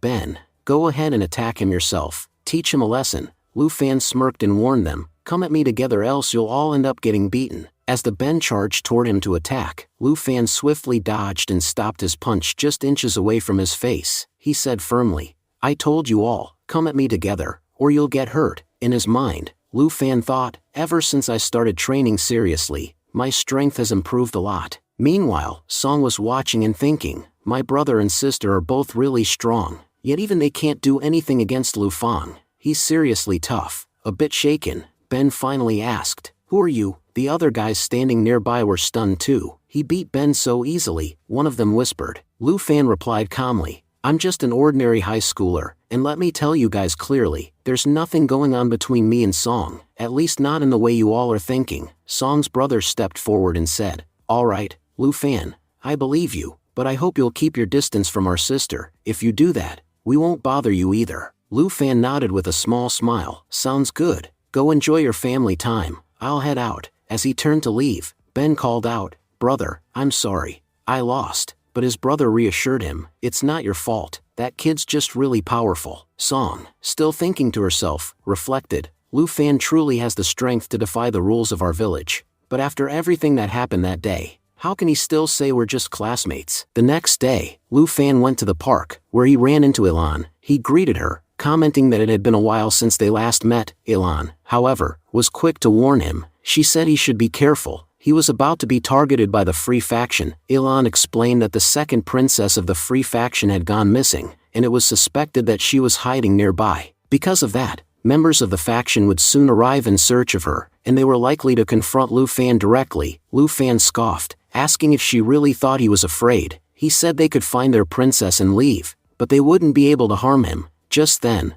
Wei Wei appeared and called out to him. Ilan excused herself and left. Wei Wei remarked that Ilan seemed like a good friend. Lu Fan replied, you could call her a friend, or maybe a rival. Wei Wei silently thought to herself that rivalry is often the first step toward love. She then informed Lu Fan that her father was waiting at the school gate to speak with him. When Lu Fan arrived there, Mr. Zhang spoke up, praising him. He called Lu Fan a business genius. He admitted that even though he had hired thousands of employees, he hadn't realized there were fake accounts infiltrating his company. But Lu Fan uncovered everything in just one day, saving the company billions. Lu Fan humbly replied that he didn't deserve the praise. Internally, he thought, this wasn't even my doing. It was Iron Head who figured everything out, and I'm the one getting the credit. Wei Wei asked if it was true that the company had grown thanks to Lu Fan. Mr. Zhang affirmed it and added that it would grow even more. Wei Wei turned to Lu Fan and said, you're incredible. Lu Fan, however, felt conflicted. He was good with computers,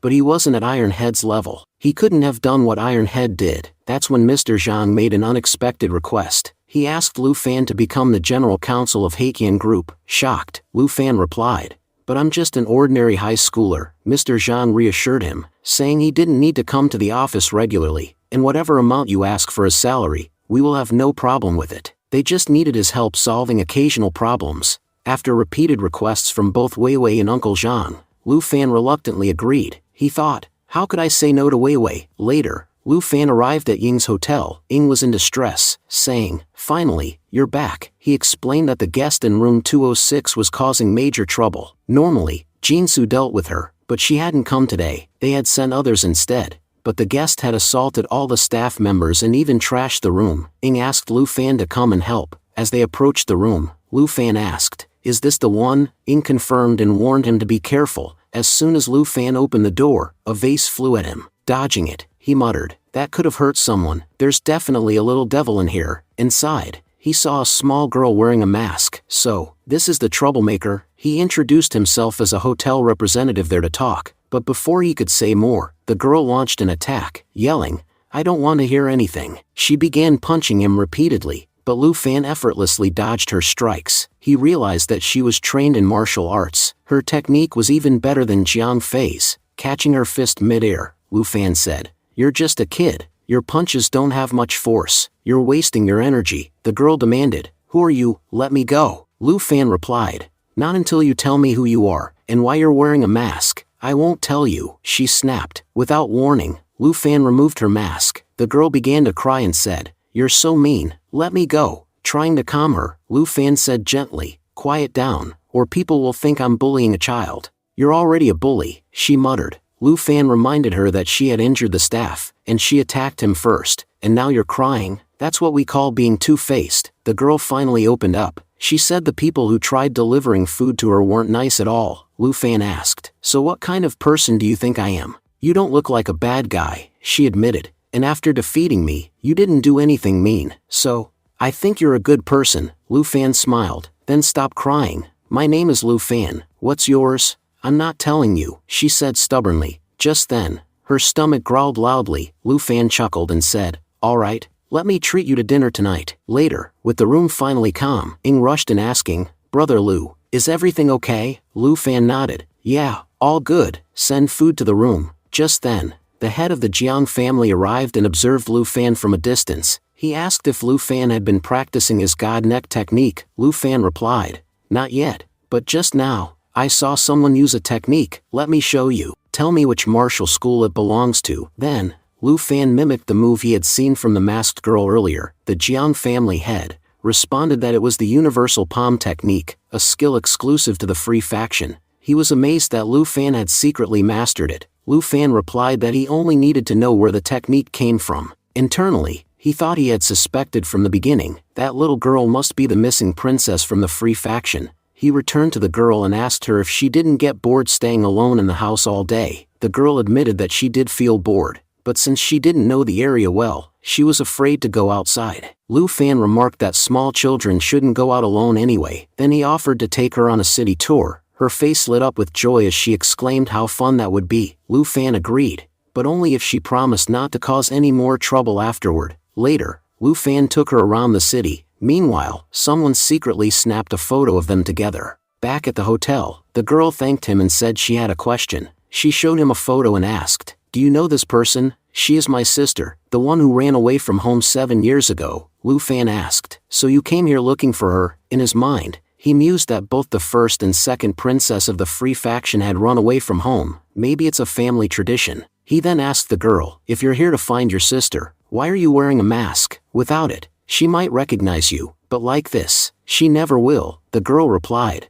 "I ran away from home. My family is looking for me, and I can't return until I find my sister." Lu Fan reassured her, saying, "Don't worry, I'll help you find her." The girl thanked him again. Lu Fan told her to go rest and promised he'd come see her the next day. As he left, he thought to himself, "I know how it feels to search for someone you've lost. I have to help this kid." Just then, a man appeared behind Lu Fan and lunged at him. Lu Fan dodged the attack, quickly realizing that the assailant was a soldier king. The soldier king said he hadn't expected Lu Fan to dodge his strike. Lu Fan demanded, "Who are you?" The attacker replied, "My name is Howard Marone. Remember it, because it's the name of the man who will end your life." Lu Fan scoffed and said, "No one in this world strong enough to kill me has even been born yet." Howard, irritated by Lu Fan's confidence, growled, "You're arrogant, and I especially enjoy killing arrogant people." Lu Fan smirked and retorted, "You're ranked last on the 100 nation warrior list." Howard, visibly shocked, asked, "How do you know my ranking?" Lu Fan coolly answered, "I even know your real father's name, which is Lu Fan." Furious, Howard lunged at Lu Fan again. As they fought, Howard shouted, "Even if I'm last ranked, I'm still a soldier king. There are only a few people in this country who can match me. You can't make a fool of me." But Lu Fan dodged every move with ease. "You might be powerful, but not than me." He grabbed Howard's head and slammed it into a wall, then kicked his leg and fractured it. Grabbing him by the collar, Lu Fan demanded, "Tell me, who hired you to kill me?" In his thoughts, Howard admitted that Lu Fan was insanely strong. He tried to reach for his dagger, but Lu Fan stomped on his leg and blocked his hand before he could grab it. "You know," Lu Fan warned, "by refusing to answer my question, you're signing your own death warrant." Trembling, Howard finally gave in. "It was Jin Cheng. He hired me," Lu Fan sneered. "That bastard, one of the four masters, the same guy whom I brought to his knees that day. Looks like he's still holding a grudge." Howard, terrified, pleaded, "I was just doing my job. Please forgive me." As Howard begged for mercy, Lu Fan tossed his dagger aside. Lu Fan said he was sparing Howard's life, but in return, Howard had to send a message to Jin Cheng. As soon as Jin Cheng picked up the call, he asked, "Is the job done, Howard?" Howard replied angrily, saying that he had almost died because of Lu Fan. Jin Cheng mocked him, saying, "Weren't you a so-called soldier king? You talked big, but you couldn't even handle Lu Fan." Howard, still frustrated, told him that Lu Fan had left a message for him. "He said he'll give you a gift very soon, something you'll never forget." Grumbling to himself, Howard asked why Lu Fan was so arrogant. In a fit of rage, as he tried to throw his phone, he accidentally hit his hand on the table, breaking a bone. Meanwhile, Master Ping was seen on a video call with the head of the Free Faction. The faction leader asked, "Are you saying our second princess is in Yancheng with that bastard Luo Feng?" Master Ping confirmed it. "They're in the same hotel. We believe Lu Fan lured her in to steal one of your techniques." The elder from the Free Faction responded, "I'm sending our people immediately. Keep the princess safe until then. Lu Fan must not be allowed to harm her." Master Ping reassured him, saying he had already dispatched his men, but in his mind, he thought grimly, "Lu Fan, this time, you won't escape." When Lu Fan returned to the hotel, he noticed a large number of people discussing the second princess. He found it suspicious and thought it was strange for so many people to be looking for a little girl. Upon closer observation, he realized they were from Jingyi school. He wondered how they had found out the princess was there. One of the men from the group confronted Lu Fan, saying, "We're here to retrieve the second princess of the Free Faction. Tell us where she is." Lu Fan claimed he didn't know, but another man showed him a photo from the night before, of Lu Fan with the princess. "You're saying you don't know her, but this photo says otherwise." Grabbing the man by the collar, Lu Fan growled, "How dare you track us?" He thought to himself, "Because of me, that girl might get caught." The man warned him not to act arrogant and demanded he reveal the princess's location, or the Free Faction would make sure he paid dearly. But Lu Fan threw him aside and said coldly, "Tell the Free Faction they can't do anything to me. And as for your Jingyi school, if you ever follow me again, I won't spare any of you." As the group left, they muttered that they would report everything to their leader. Lu Fan thought grimly, "Now the Free Faction will come at me with full force." When he reached the second princess, she asked in surprise, "You're back so soon?" Lu Fan said he had something to ask her. "I almost forgot. You're the second princess of the Free Faction, aren't you?" Shocked, the girl responded, "What are you talking about? I don't know anything about that." Lu Fan explained, "Your universal palm technique revealed your true identity." Confused and a little hurt, the girl asked, "If you knew who I was, why did you treat me like that?" Lu Fan answered softly, "Because you're just a child who needs help. But now there's a problem. Jingyi school and the others have found out your location." The second princess was visibly shaken. "How did this happen?" Lu Fan admitted, "It's my fault. They were tracking me, and because of that, you got exposed." She asked why they were chasing him. "It's a long story," he said. "But for now, just tell me, do you want to go back to the Free Faction?" The girl shook her head and said she still hadn't found her sister. "Everyone says she'll never come back and that I should stop searching. But I don't want to give up." "So you won't return?" Lu Fan asked. The girl replied, "Now that everyone knows, they won't leave me here. They'll take me back." Lu Fan gently placed a hand on her head and said, "No one can force you while I'm here, and as for your sister, I'll use all my strength to help you find her." He thought to himself, "This child is so innocent. I have to protect her." Elsewhere, Master Ping reported to Elder Fu that Lu Fan had beaten their men and refused to reveal the princess's location. Elder Fu said, "That bastard sure has guts." Master Ping added, "To be honest, I've never met someone this arrogant in my life. The second princess isn't safe with him." Elder Fu replied, "I've already sent Elder Disciple to capture Luo Feng and rescue the princess. He won't return empty-handed." Master Ping noted, "Lu Fan is powerful. Only Elder Disciple can take him down." Elder Fu agreed, saying that Elder Disciple was extremely powerful, and the people of Jingyi school couldn't underestimate him. Master Ping apologized for overstepping earlier. Still, he thought to himself, Lu Fan will be the one to show them their place. I know how strong that bastard really is. Back at the hotel, Lu Fan was walking while speaking on the phone when he realized someone was following him. He attacked, only to hear a familiar voice. "Captain, it's me, Judge," Lu Fan asked, surprised. "What are you doing here?" Judge said he missed him, but Lu Fan wasn't convinced. "You're terrible at lying. You found out I'm in trouble, didn't you? That's why you came to help." Judge smiled and said, "If you already know everything, why bother asking?" Just then, elder disciple from the Free Faction arrived at the hotel. Judge joked, "Speak of the devil and he appears." Lu Fan said, "Let's go meet him.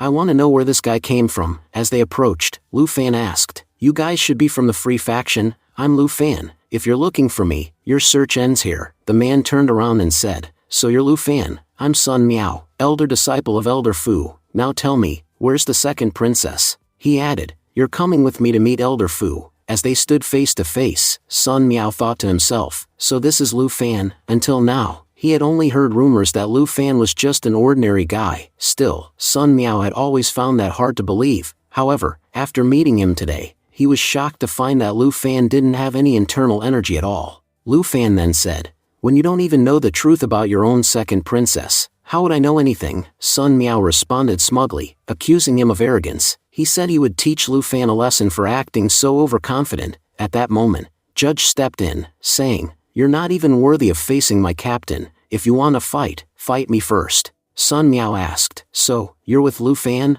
Judge nodded and replied, "Yes, he's my boss. Now, are you going to fight or not?" Without answering, Sun Miao launched an attack, but Judge easily dodged his strikes. Lu Fan watched silently and thought to himself, Sun Miao is strong, no doubt, but there's nothing truly exceptional about his technique. As the fight continued, Judge suddenly came to a halt, waiting for Lu Fan's command. Lu Fan gave a quiet order to finish the fight. As Sun Miao rushed forward again, Judge countered with a single punch, knocking Sun Miao backward in one powerful blow. Shocked, Sun Miao gasped, "How is this possible?" Judge calmly replied, "Boss said to do it, so I did. That punch was just the first move. Within the next 2 moves, I'll end you." Still not giving up, Miao launched another attack, mocking, "You think you can defeat me with just a regular brush? That's ridiculous." But Judge moved in swiftly, attacking again. This time, Sun Miao collapsed in defeat. Members of the Free Faction stood nearby, shouting angrily, "How dare you attack our leader? You'll pay for this." Judge turned to Lu Fan and asked, "Boss, was that good enough?" Lu Fan chuckled and replied, "You had to use 2 full moves just to knock down a rat." Judge laughed and admitted he tried to show off, but couldn't do it. He then turned to Lu Fan and asked, "Why are these people even after you?" Lu Fan simply replied, "It's a long story, I'll explain it later." But in his mind, Lu Fan was already concerned. The Free Faction won't sit quietly now. It's not safe to leave the second princess here. Later, Lu Fan took the second princess back to his home. Upon seeing them, Miss June asked, "Lu Fan, who is this?" He replied, "She's my cousin. Her family is dealing with some issues right now, so I brought her here. You know how unsafe it is to leave a child in someone else's care. I thought it would be safer this way." Miss June praised him, saying he did the right thing. Introducing herself to the girl, she said, "My name is June Lianman." The second princess shyly greeted her. Lu Fan said he would come back later to pick up his cousin, and then left. Meanwhile, Elder Fu was seen yelling at Sun Miao, "How could you lose to someone who doesn't even possess internal strength? That wasn't even Luo Feng you fought, it was just one of his lackeys." Sun Miao begged, "Please forgive me, Master." Master Ping asked, "What should we do now?" Elder Fu replied firmly, "No one must find out about this incident. Jingyi School and Sun Miao jointly investigate Lu Fan. I'll personally attend the hero meeting. On that day, I'll defeat Lu Fan in front of everyone, and take the second princess too." Master Ping nodded, "Sounds like a solid plan. I'll take my leave now." As Ping departed, Sun Miao asked, "Master, why haven't you taken direct action against Lu Fan yet?" "I'm seriously worried about the second princess," Elder Fu said coldly. "Only Lu Fan knows where she is. Without him, we'll never find her. Use that scoundrel. However, you must just find the princess. Once we have her, I'll deal with Lu Fan myself." The next morning, Lu Fan was seen running in a park when Elan approached him urgently. "There's bad news," she said. "The Free Faction will definitely attend the hero meeting. Their Elder Fu is coming, and he plans to fight you personally." Lu Fan sighed. "I had a feeling this would happen." Elan pressed him further, "Tell me, what trouble have you caused recently?" Lu Fan smiled and replied, Do you really think someone with a face this cute could cause trouble? Elon warned him seriously. If you haven't done anything wrong, don't start now. I just came to tell you, aside from the free faction, many others have sent their teams. Everyone's going to be at the hero meeting. Lu Fan nodded. I figured everyone would show up. Elon shook her head and said, You're really strange. Aren't you afraid at all? I've been overthinking everything, wondering what might happen to you. Lu Fan reassured her. Why are you worried? Nothing will happen. Just then, Elon handed him a book and said, This is the best I can do for now. Lu Fan flipped through it. This is the participant list for the competition. You've done a great job collecting this. He looked at the names and added with a grin, looking at all these strong opponents, this is going to be fun. Elon spoke, This is going to be fun. Don't you see how powerful all of them are? I'm afraid you might end up losing your life. Lu Fan, calm and unfazed, replied, These people can't do anything to me, and if they're calling in a team for help, do you think I don't have a team of my own? Elon asked sharply, Who's going to help you? The ancient medicine school? Lu Fan smiled and said, You'll find out soon enough who's coming to help me. They're so strong, they can easily defeat all of these guys. Elon, blushing slightly, thought to herself, Where does this guy get all this confidence from? As she began walking away, she warned him, I've already told you, whatever happens to you in the hero meeting now, it's all on you. Lu Fan responded with a smirk, Why are you even bothering? It's not like you care about me, yet you're putting in all this effort. Later, Lu Fan called Iron Head. Annoyed Iron Head answered the call, grumbling, Who the hell is disturbing my sleep so early in the morning? Lu Fan chuckled and said, Maybe calling you this early was a huge mistake. Iron Head, flustered, quickly tried to cover up, Captain, I was just mumbling in my sleep. I didn't mean anything by it. Lu Fan reminded him, You wanted a task from me that day, didn't you? Well, here it is. Will you fight for me? Later, Lu Fan returned to their hotel. Looking around, he wondered, They still haven't arrived yet. At the same time, the head of the Jiang family questioned, Head, how did you even get into conflict with the Free faction, and now you're getting involved with the matter of the second princess too?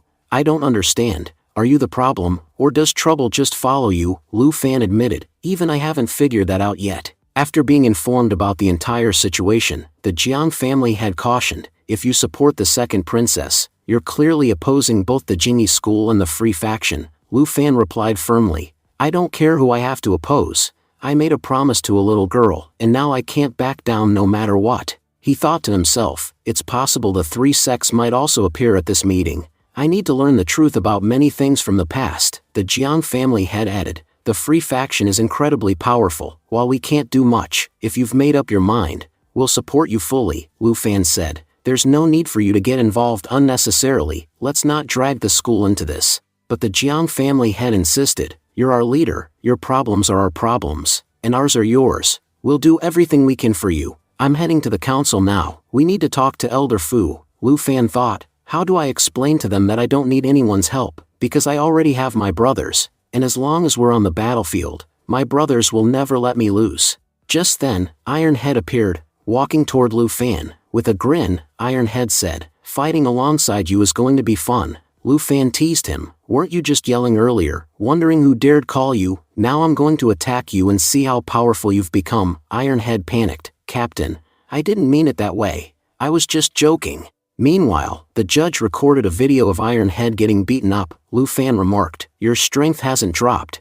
but you haven't made any progress either. Looks like you've gotten lazy. Anyway, today's training is enough. Let's go inside and talk. After learning the full story, Iron Head exclaimed, How dare those bastards hold a meeting against you? The judge added, You did the right thing by calling us. We'll destroy them now. Lu Fan nodded, That's exactly why I called you here. We'll show these martial world guys their place. Against the three of us, they don't stand a chance. Later that night, after drinking together, Lu Fan's comrades fell asleep. Lu Fan, still restless, said to himself, I can't rest. I need to head to the school. If Ilan is already on her way to join, I wonder if she brought Umbrella with her. Scene shifts. The guests for the hero meeting had begun to arrive. An elder announced, The hero meeting will begin in a few days. Tell our enforcement team to get into action. Another elder added, I've already personally sent a team to capture Lu Fan. Elder Ping added, That Qianilan, the daughter of Qianyan, is a traitor. She gave Lu Fan the list of hero meeting participants. The first elder was furious. How could she do something like that? Send a team to arrest the Qian family too. If they're traitors, they must be punished. Elder Ping, fuming with vengeance, thought to himself, Lu Fan, you embarrassed me in front of everyone, now, you'll regret it. Scene shifts to a park. Ilan was walking in the park. As she opened her umbrella, she said, "Where's Lu Fan?" She had brought umbrella for him when suddenly, members of the enforcement team rushed toward her. They shouted, "So it's you, the daughter of Qian Yan." "Qian Ilan," Ilan replied, "you're from the enforcement team, aren't you?" But before she could say more, the enforcement team attacked her. They accused her, saying, "You helped Lu Fan, which means you violated the rules of Jingyi School." Ilan denied it firmly. She said she had neither betrayed Jingyi School nor was Lu Fan a bad person. As she defended herself, she began to fight back against the attackers, fighting them off. She shouted, "Something as cowardly as this doesn't run in the Qian family's blood." While attacking her, a girl stepped forward and introduced herself. "I'm Tong Hongyu," she declared. "I've never failed in my life, and you think you'll escape me?" As she spoke, she unleashed her bands to restrain Ilan, but because Ilan quickly moved to the side, the bands wrapped around a tree instead. Ilan warned her, "I am a member of the Wan Yuan court. You have no authority to arrest me." She responded, "We know you're from the Wan Yuan court, but you only got that title because of Jingyi School, and now, that school has labeled your entire family as traitors." Ilan was stunned. All this, for such a small incident? Jingyi School branded my whole family as traitors? She thought in disbelief. Just then, Tong Hongyu used her abilities and managed to capture Ilan. As she beat her down, she commented, "Despite being so young, you're incredibly powerful." Trying to restrain Tong Hongyu, Ilan attempted to punch her, but at that very moment, someone launched a sneak attack from behind, rendering Ilan unconscious. Tong Hongyu stood over her, saying mockingly, "It hurt me so much to beat you up, not because I pitied you, but because soon, your dear Lu Fan will be caught too,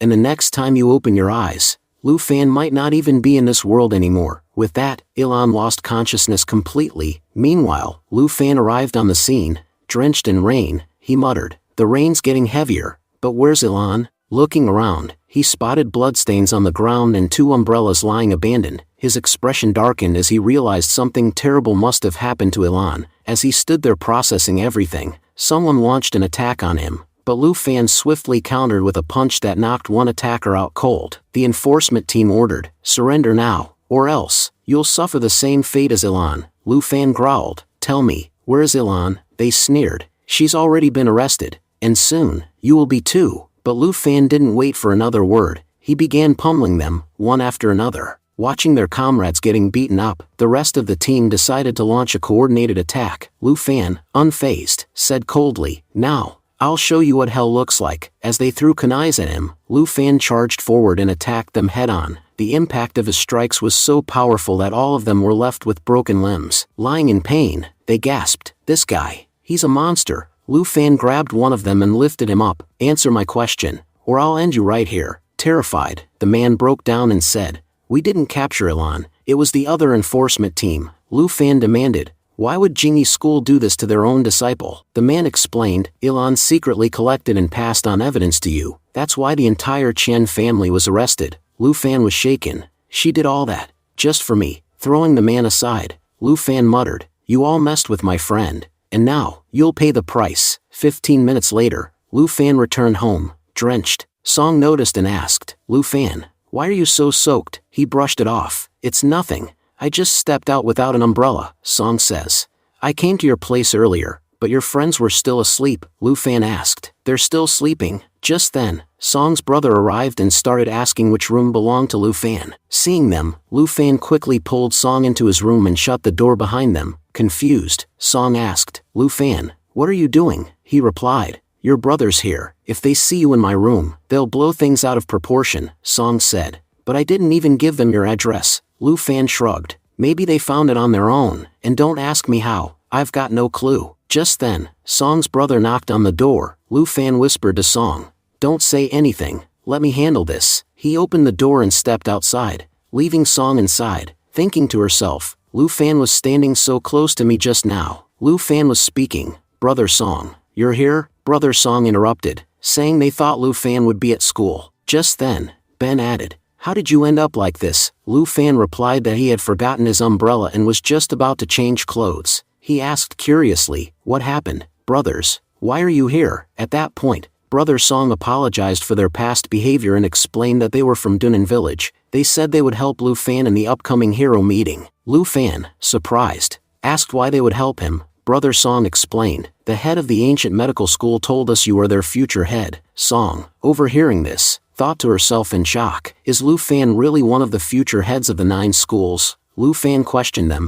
asking if the ancient medical school had promised them something. Brother Song nodded and explained, "Head Jiang promised us that if we help you during the hero meeting, he'll support our village in the future. Getting support from the ancient medical school is like receiving a blessing from heaven. That's why we're ready to risk everything for this hero meeting. To be honest, we're not doing anything noble, it's business. We help you, and we benefit." Lu Fan agreed, saying, "All right then, do as Head Jiang instructed." Internally, Lu Fan couldn't believe Head Jiang was going this far for him. "He even contacted everyone he knows just to help me," Brother Song asked. "So, Lu Fan, what are you going to do?" Lu Fan replied, "I have a few plans of my own. If I need help, I'll definitely call you." Brother Song said, "All right then, we'll return to Head Jiang. Just don't tell Song about any of this." Ben added, "You know how dangerous the hero meeting is. If Song finds out, she'll never let us get involved in something this risky." After they left, Lu Fan spoke to Song. "So, you heard everything, didn't you?" Song responded, "You're the future head of the ancient medical school, and the hero meeting is being held against you. Who are you really?" Lu Fan replied, "Just remember, I'm your classmate, nothing more. I just needed to talk to my friends. Can you give us a moment alone?" Song insisted, "Look, I know the hero meeting is extremely dangerous, but I support my brother. Promise me, you and my brother will come back safely." Lu Fan smirked and said, "Do you really think anyone can harm me?" Meanwhile, Song was thinking, if Lu Fan comes out of this situation safely, I won't hesitate to make him my official suitor in front of the entire family. Iron Head was sleeping when Lu Fan suddenly punched him in the face. Startled, Iron Head shouted, "Who dares attack me in my sleep?" He looked up and saw Lu Fan standing over him. Judge walked in and asked, "Captain, what happened? Why are you soaked?" Lu Fan replied, "One of my classmates has been kidnapped." Judge, "Go find out where all the hero meeting participants are staying." Judge answered, "I know, they're at a hotel near Cloud Mountain. Jingyi School booked a 5-star hotel for them." Iron Head said, "If we know where they are, let's go rescue your classmate right now." Lu Fan shook his head. "No, the 3 of us won't go. We'll reveal our true power at the hero meeting in front of everyone. As for my classmate, Judge can handle that alone." Judge saluted and said, "Yes, Captain, I'll take care of it." Iron Head started crying. "Why do I always get punched but never get a real mission?"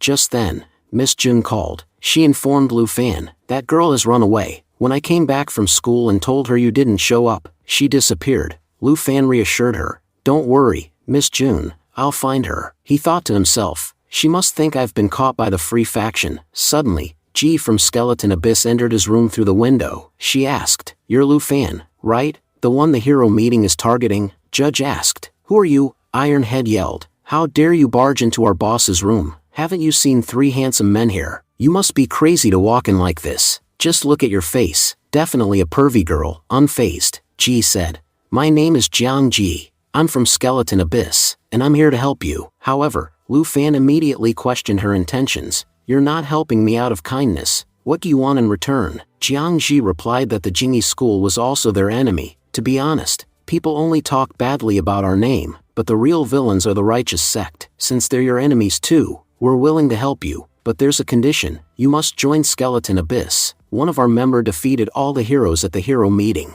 That news will spread fast. If you join us and win the next meeting, it'll benefit both sides." Lu Fan, unconvinced, responded, "You know my strength. You're expecting me to win easily and bring attention to your group. Let's be honest, you just want to use me." Iron Head chimed in sarcastically, saying, "We're not 2-year-olds to fall for that trap." Jiang Ji insisted, "Don't be arrogant, Lu Fan. How do you expect to win the hero meeting alone? You might lose your life. Joining us would benefit both of us." Lu Fan stood firm, "I'm not joining anyone. You can leave now." Frustrated, Jiang Ji warned, "This will be the biggest mistake of your life. No matter how strong someone is, they can't win an entire war alone." With that, she left. Iron Head commented, "She was just here to use you. When you refused, she flipped and blamed you instead." Lu Fan dismissed the topic. "Forget about her. Go and rescue my classmate, Iron Head. Come with me. We need to find a young girl." Iron Head grinned, "Boss, you've really changed. A girl from Skeleton Abyss just left, and now you're out looking for a child." Lu Fan hit him lightly and replied, "Stop talking nonsense. Let's go." Outside,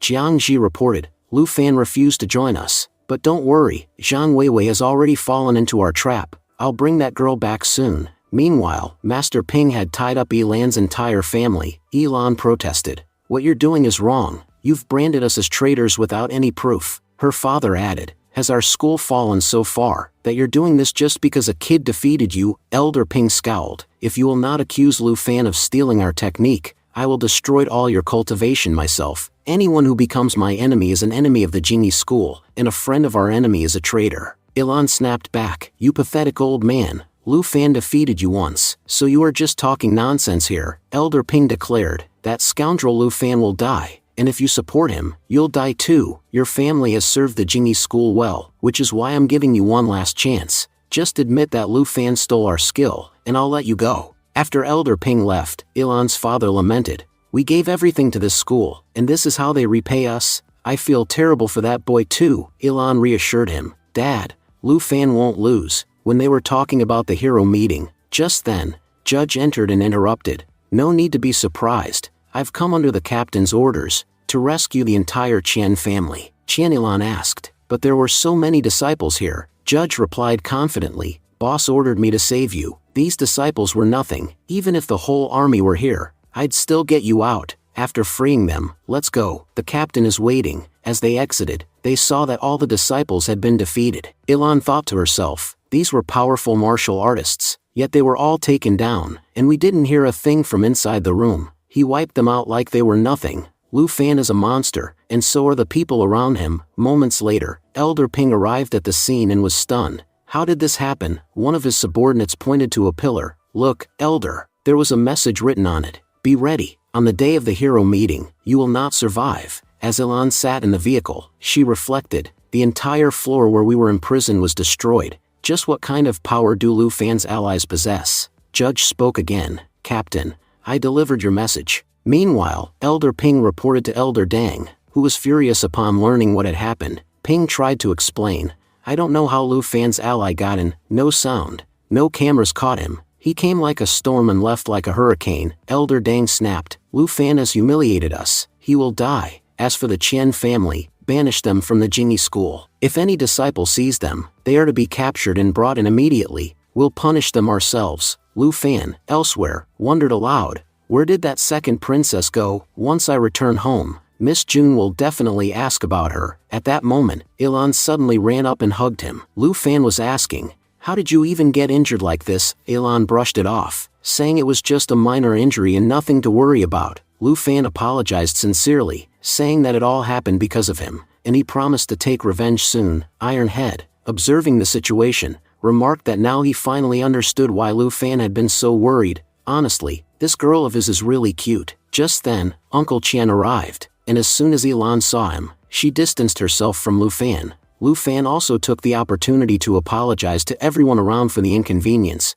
Qian said solemnly, this time, the fault lies entirely with Jingyi school. I'm ashamed to have ever been associated with them. He turned to Lu Fan and asked, so, what do you plan to do next? Lu Fan reassured everyone not to worry and said he could easily handle the situation from here on. Suddenly, Elan grabbed Lu Fan's hand and said excitedly, come with me. I'll take you to a truly amazing place. It will be very helpful for you. As they sat in the car, Lu Fan wondered to himself where she was taking him. Soon, Elan brought him to a place called the Zhuanyuan Court. Lu Fan, surprised, thought to himself, is this really the Zhuanyuan Court? Elan then explained, I want you to join the Zhuanyuan Court with us. Lu Fan was puzzled. He hadn't expected the Zhuanyuan Court to have such a small branch. Then, Elan takes her mom and dad for the first test. While looking around, Lu Fan noticed that he was still ranked number 1 on the Zhuanyuan ranking list. Even after all this time, no one had been able to surpass him. Elan said with admiration, do you know who that is? That's Devil Luo. He's incredible. I've never seen him in person,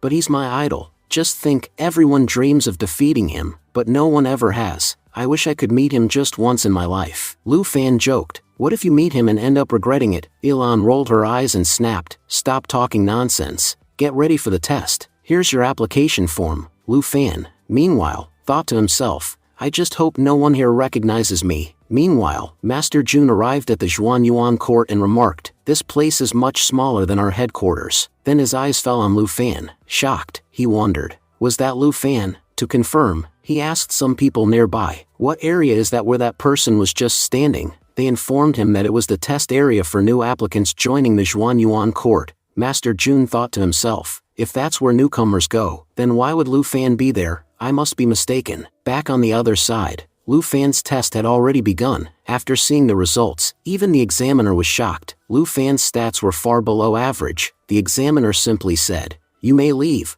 Lu Fan smirked to himself, satisfied that he had successfully fooled them. Ilan returned and asked, "How did your test go?" Lu Fan lied with a straight face, "It went really well." Ilan said happily, "Even my parents did great on their tests. I think you'll enter the genius list as soon as you officially join." Lu Fan then suggested, "You all should stay with me for a few days. It's not safe to be out alone right now." Meanwhile, after inspecting the entire place, Master Jun remarked, "The masters here are quite weak. It'll take serious effort for anyone from here to reach headquarters level." The branch in charge admitted, "Well, our branch is quite small." At that moment, Master Jun spotted Lu Fan again and urgently said, "Bring me that guy's form. I can't be mistaken. This is definitely Lu Fan." Soon, he received Lu Fan's form. The in-charge asked, "Master Jun, what's so special about this boy?" Master Jun replied, "He's no ordinary person. You could say he's the most talented individual in this entire city." The branch in charge was stunned.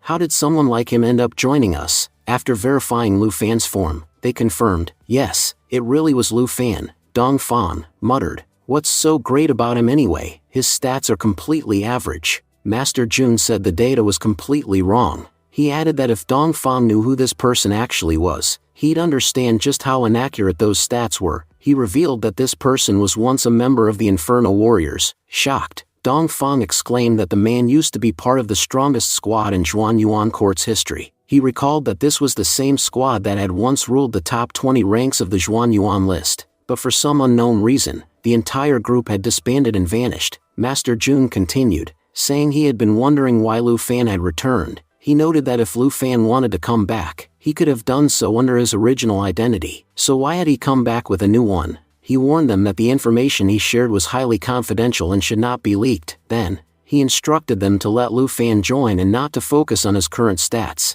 Master Jun thought to himself that perhaps Lu Fan had finally found a reason to return, and maybe the misunderstandings of his past could now be resolved. Half an hour later, Ilan approached Lu Fan and told him she wanted to go with him to the hero meeting. But Lu Fan, with a firm yet gentle tone, declined and asked her to wait at home. He promised her he would return safely. Internally, Lu Fan thought she shouldn't be worried about him, but about the Jingyi school, because they had no idea who they had picked a fight with. Meanwhile, only 2 days were left until the hero meeting. Jingyi school was aggressively recruiting more members to strengthen their side. Over at medicine school, everyone did what they could to assist Lu Fan. As preparations continued, 2 days passed in the blink of an eye, and the day of the hero meeting finally arrived. Scene shifted to Cloud Mountain. At the base of the mountain, 2 guards stood watch to prevent Lu Fan from climbing up. They noticed Lu Fan approaching with 2 other young boys. One of them, using binoculars, scoffed that Lu Fan had only brought 2 people with him for support. He assumed Lu Fan wouldn't survive this. The fatty guard taunted Lu Fan,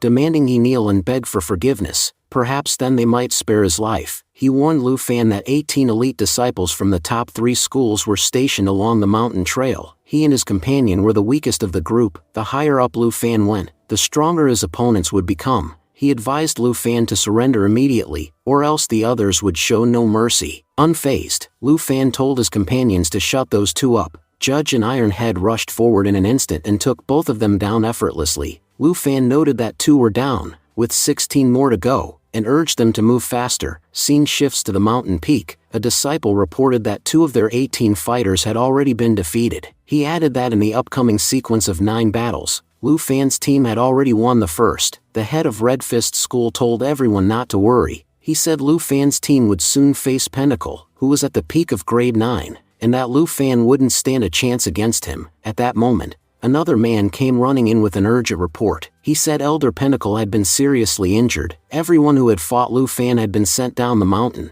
The 2 companions Lu Fan brought were extremely dangerous, and so many of their fighters had already been beaten that there was barely any space left for anyone else to even stand. Enraged, Elder Dang shouted at everyone to calm down. He reminded them that Pinnacle wasn't their only grade 9 master, there were others as well. He said their trump card, Fan Haotian, had yet to appear, and Lu Fan would be powerless against him. The head of Red Fist School agreed, saying Fan Haoyan was the strongest among all grade 9 cultivators. It was said that no human at his level could defeat him. When did he join Jingyi School? Elder Dang added that a year ago. After witnessing my power, he joined us. Master Ping then remarked that their Elder Dang is truly exceptional. Meanwhile, Dr. Jiang was seen growing increasingly anxious about Lu Fan. Downstairs, her team was busy treating the wounded. Lu Fan, visibly frustrated, muttered that they were supposed to fight 18 opponents. He then asked how many they had defeated so far. Iron Head replied calmly that they had already taken down 17, only one remained. Just then, Fan Haoyan launched a sudden surprise attack on Lu Fan from above. Just then, Judge moved swiftly and eliminated both Fan Haoyan and his sword. Judge announced that with this, the battle was finally over. However, before they could catch their breath, another man stepped forward. He challenged Lu Fan directly, saying he was here to prove himself by defeating Lu Fan. But before he can attack Lu Fan, Iron Head stops him midway. Master Dang questioned why the number 1 genius of Red Fist School, Tian Min, was even there. He reminded him that according to his own words, his disciple was currently in seclusion, which meant Tian Min shouldn't have shown up in the first place. At that moment, Red Fist School's head, yelling in frustration, he scolded Tian Min, reminding him that he had forbidden him from coming in the first place. Tian was nowhere near Lu Fan's level and shouldn't have tried to challenge him. But Tian didn't listen. He repeatedly attacked Iron Head, who effortlessly dodged every strike. Lu Fan sighed in irritation, muttering that his time was being wasted again. Judge shouted from the sidelines, urging them to hurry up and finish off this trash. Tian shouted angrily, "Who are you calling trash?" But before he could do anything, Judge suddenly launched an attack on him. Iron Head quickly grabbed Tian and said, "Good thing I caught him, otherwise he would have fallen off the mountain." But while trying to catch Tian, his clothes got torn, leaving him humiliated. That moment became a permanent stain on his martial career, something he would never live down. Furious, Master Dang screamed at Lu Fan, accusing him of having the audacity to beat up everyone from their side. He warned that Lu Fan should realize that if all 9 schools and the 5 great factions joined forces, they could defeat him. Judge muttered sarcastically to his boss, questioning whether Master Dang had gone senile. He pointed out that first Dang had organized a pointless competition, and now that his fighters were being humiliated, he was spouting nonsense. It felt like they had been summoned here just to get beaten up. Lu Fan responded bluntly, saying, "This isn't your father's kingdom, we'll do whatever we please." He then encouraged his team to show everyone what they were truly capable of on the battlefield. Before engaging in another fight, Lu Fan addressed the crowd, "Before I beat you up, I want to ask something. You claim that anyone with internal strength is a martial artist, right? And you people were the ones who called me the biggest disgrace to martial arts. But the truth is, I don't even have internal strength, so if I'm not a martial artist, how can I be called the disgrace of martial arts?" Elder Dang stepped in, accusing Lu Fan of misleading everyone. He claimed that Lu Fan had stolen the snake fist technique from their Jingyi school and had even kidnapped one of their disciples. After committing so many crimes, how are you not a disgrace? Lu Fan snapped back, saying, "Your brain must be full of hay. There's no point talking to you. I'd rather speak with the sensible martial artists here." He then addressed the audience and posed a question. "Other than members of Jingyi school, did anyone actually see me steal their technique? If I really did, where's the evidence?" He continued, "Now they're saying I even kidnapped their female disciple. Fine, I'll bring her here in front of everyone so she can tell the truth. Who's right and who's wrong? The real issue is that Jingyi school can't handle their loss. They're just trying to fool you into ganging up on me." Elder Dang, still fuming, shouted,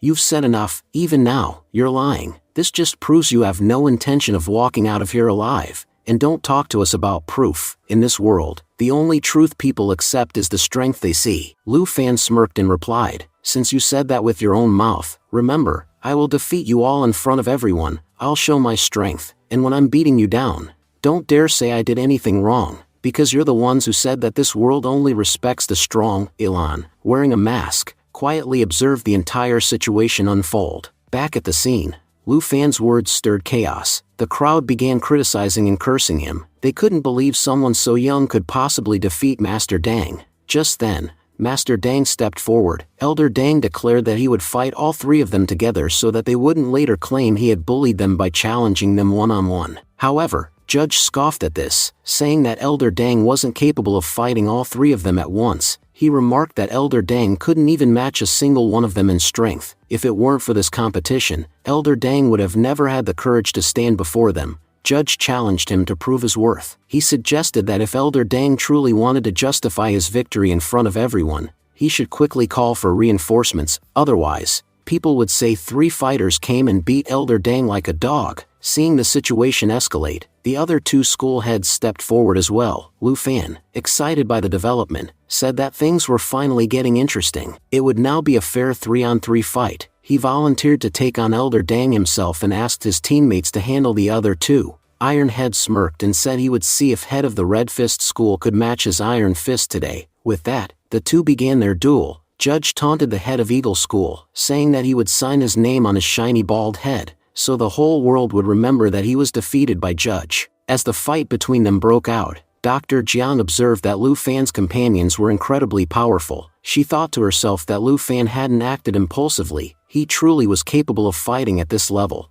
As long as the Free faction didn't interfere, he had a real shot at winning. Head Jiang reassured her, saying not to worry. Lu Fan's strength was enough to defeat these old men. Meanwhile, the crowd began shouting at Elder Dang, demanding to know why he wasn't fighting yet. They urged him to show this brat his true power. Stepping forward, Elder Dang finally said, "Now you'll see what real Snake Fist is." As he prepared his Snake Fist technique, Lu Fan responded confidently, "Then see for yourself how powerful I really am." Both their attacks clashed, and then, in a flash, they vanished. Elder Dang shouted, claiming this proved Lu Fan had stolen their technique. He warned that this time, Lu Fan wouldn't be able to dodge his leopard fist, but Lu Fan simply asked, "Do you know the difference between you and me?" He explained that Elder Dang's leopard fist was old and weak, whereas the one Lu Fan had crafted was far more powerful and refined. Their attacks clashed once again, causing a massive explosion. As the dust cleared, Lu Fan's leopard stood tall while Elder Dang's was crushed beneath it. Frustrated and angry, Master Dang accused him of stealing not one,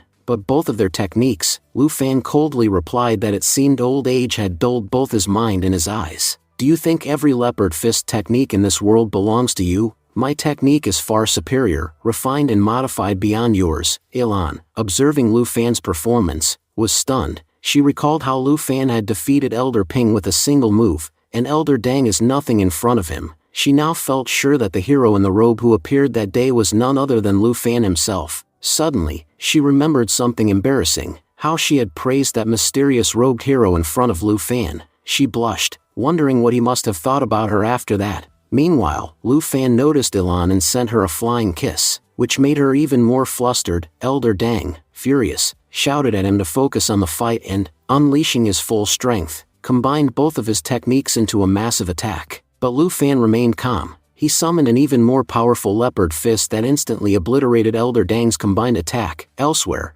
Judge was also dominating his fight. The head of Eagle School couldn't even stand his ground. Eventually, all 3 friends defeated the 3 school heads. Everyone watching was left in utter shock. How could 3 young men pull off such an incredible feat? Ilan cheered with joy, announcing that Lu Fan had won. Dr. Jiang added that their victory was truly unbelievable. Those powerful school heads were now lying defeated on the ground. The spectators murmured in awe. These 3 weren't just fighters, they were geniuses of another level. They had defeated the heads of 3 major schools. Their power was beyond imagination. Someone remarked that in every era, only one king usually rises to the top, but in this martial era, 3 kings had appeared at once, each with a future too great to even predict. As everyone marveled at their abilities, a doubt began to grow in their minds. Why had the Jingyi sect wanted to eliminate such powerful individuals? Could it be that their true motive was to suppress anyone who posed a threat? Just then, Elder Dang began to put on an act. He said that just because someone was stronger didn't mean they could steal from others and get away with it. He called out to the powerful elder, pleading with them to protect their technique and eliminate Lu Fan once and for all. Lu Fan said firmly that just a while ago, the man had refused to provide any proof and tried to avoid the matter by talking about strength. But the moment Lu Fan revealed his own power, that same man suddenly started labeling him a villain. Judge, turning to the crowd, asked, "Why is no one among the disciples speaking up now? Weren't all of you acting so righteous a moment ago? Just look at your leader, look at what he's doing." Meanwhile, the disciples began requesting, "Elder Fu, please punish all 3 of them." But Elder Fu remained composed and replied, "This is a hero meeting. I have no authority here. I only came to Yancheng for one purpose, to find the second princess." He He then looked directly at Lu Fan and stated, "Tell me where the second princess is, and I'll let you walk away." Lu Fan responded truthfully, "I honestly don't know where she is." Elder Fu's expression turned cold as he said, "Then you're in deep trouble." Without hesitation, Lu Fan turned to his allies and said, "Judge, Iron Head, step back. Elder Fu is extremely powerful. I'll handle him alone." The scene shifted to the battle arena, where tension filled the air. Everyone had assumed that Lu Fan and his friends would fight Elder Fu as a team, which is why so many people had bet in their favor. But now, seeing Lu Fan standing alone, the crowd began demanding refunds in frustration. Elder Fu stepped forward and sneered, "You plan to fight me alone? Don't be arrogant, call your teammates, or you'll be beaten badly." But Lu Fan replied without fear, "Instead of wasting your breath, why don't you just show me your strength?" Hearing this, Elder Fu moved forward and declared, "Then watch carefully, let me show you the power I possess." Watching from the sidelines, Elder Dang commented with a serious tone, "Our Elder Fu is already incredibly strong, and yet this foolish boy dares provoke him. He's practically inviting death." As Elder Fu launched his attack, Lu Fan swiftly dodged, combining his snake and leopard fist techniques to strike back at Elder Fu. Just then, the second princess rushed in and pleaded, "Elder, please don't hurt Brother Luo." Everyone present was shocked to see the second princess arrive. Lu Fan wondered why she had come. He was sure she wasn't supposed to be involved in this. The second princess firmly told Elder Fu not to attack. Elder Fu exclaimed, "You've returned, second princess?" Lu Fan was surprised by her loyalty and courage. He thought to himself that he hadn't expected her to stand up for him like this. Elder Fu respectfully greeted the second princess, but she ignored him and walked straight toward Lu Fan. The onlookers were stunned and whispered amongst themselves that even Fu Jincheng was showing this young girl great respect. What shocked them even more was when the second princess affectionately called Lu Fan her brother. People began to murmur in disbelief, wondering what their relationship really was, and whether they were in trouble now. The second princess asked if she had arrived too late. Lu Fan, amused, thought she had actually come quite early. He had hoped to learn some new combat techniques during this fight, but hadn't managed to learn anything at all. She then asked her elder to step back and not engage in a fight. Watching this unfold, Dr. Jiang teared up and said with relief, "Lu Fan is finally safe. He came prepared from the start. I was worrying for nothing." Elan, blushing, whispered to herself, "What is it about Lu Fan that makes all the girls, young and old, fall for him?" Meanwhile, the three school heads were in despair. They complained that since Elder Fu wasn't going to fight, their plan was ruined. They grumbled that the hero meeting had turned into a joke, and they were the ones who had ended up defeated. Suddenly, 3 students from Elder Dan's school collapsed in front of him. Upon examining their bodies, they noticed the mark of the skeleton abyss on them. Elder Dan, furious, demanded to know who dared to kill disciples from the Zingi school. Then, noticing the mark again, he muttered, "Skeleton abyss." Fear gripped everyone. A mysterious pollen began to spread, and panic ensued. Someone shouted that it wasn't just pollen, it was poison. A moment later, an elder from the skeleton abyss arrived with a group of followers. She announced loudly, "I heard there's a hero meeting happening, so I came to watch. But today, we're here to eliminate the trash from the Zingi school." The crowd gasped. Someone exclaimed that the skeleton abyss had disappeared 10 years ago. How could they return now? If they were truly back, they wouldn't spare anyone. Elder Fu tried to calm everyone. He explained that the skeleton abyss once had the legendary 13 pink devils, who were immensely powerful. But after the last great war, most of them were injured, and only one original member remains. Then he turned to the woman leading the group and asked, "Do you remember me, Een? Or did you forget me after getting beaten 10 years ago?" Een glared at him and said, "Fu Jincheng, how could I forget? Your righteous sect destroyed the 13 pink devils. I'm here to avenge my sisters." She then smirked and added, "And look who we have here, your precious second princess. What an extraordinary physique she has. If I take her back and train her in the skeleton abyss, she could become a true demoness of the martial world." The second princess was alarmed. She thought to herself that if she was taken away, her sect would be completely humiliated. Turning to Lu Fan, she said nervously, "Brother, she's threatening me." Lu Fan reassured her, saying, "Don't worry, your brother is here. No one will lay a hand on you." Elder Fu was enraged and shouted, "How dare you insult our second princess? Last time, my master destroyed you, and this time, I will finish the job myself." Een responded confidently, "I admit we are not the original 13 pink devils, but your master isn't here either, is he? Defeating someone like you will be far too easy." As soon as Elder Fu was surrounded, the group advanced to attack him. While the intense battle continued, Lu Fan commented on the explosions, saying Elder Fu was truly remarkable in combat. He pointed out that Elder Fu had successfully pushed back their opponent's disciple. However, the second princess offered a different perspective, saying, "They aren't trying to fight him, they're trying to poison him." She explained that the group was using a powerful technique known as pink skeleton,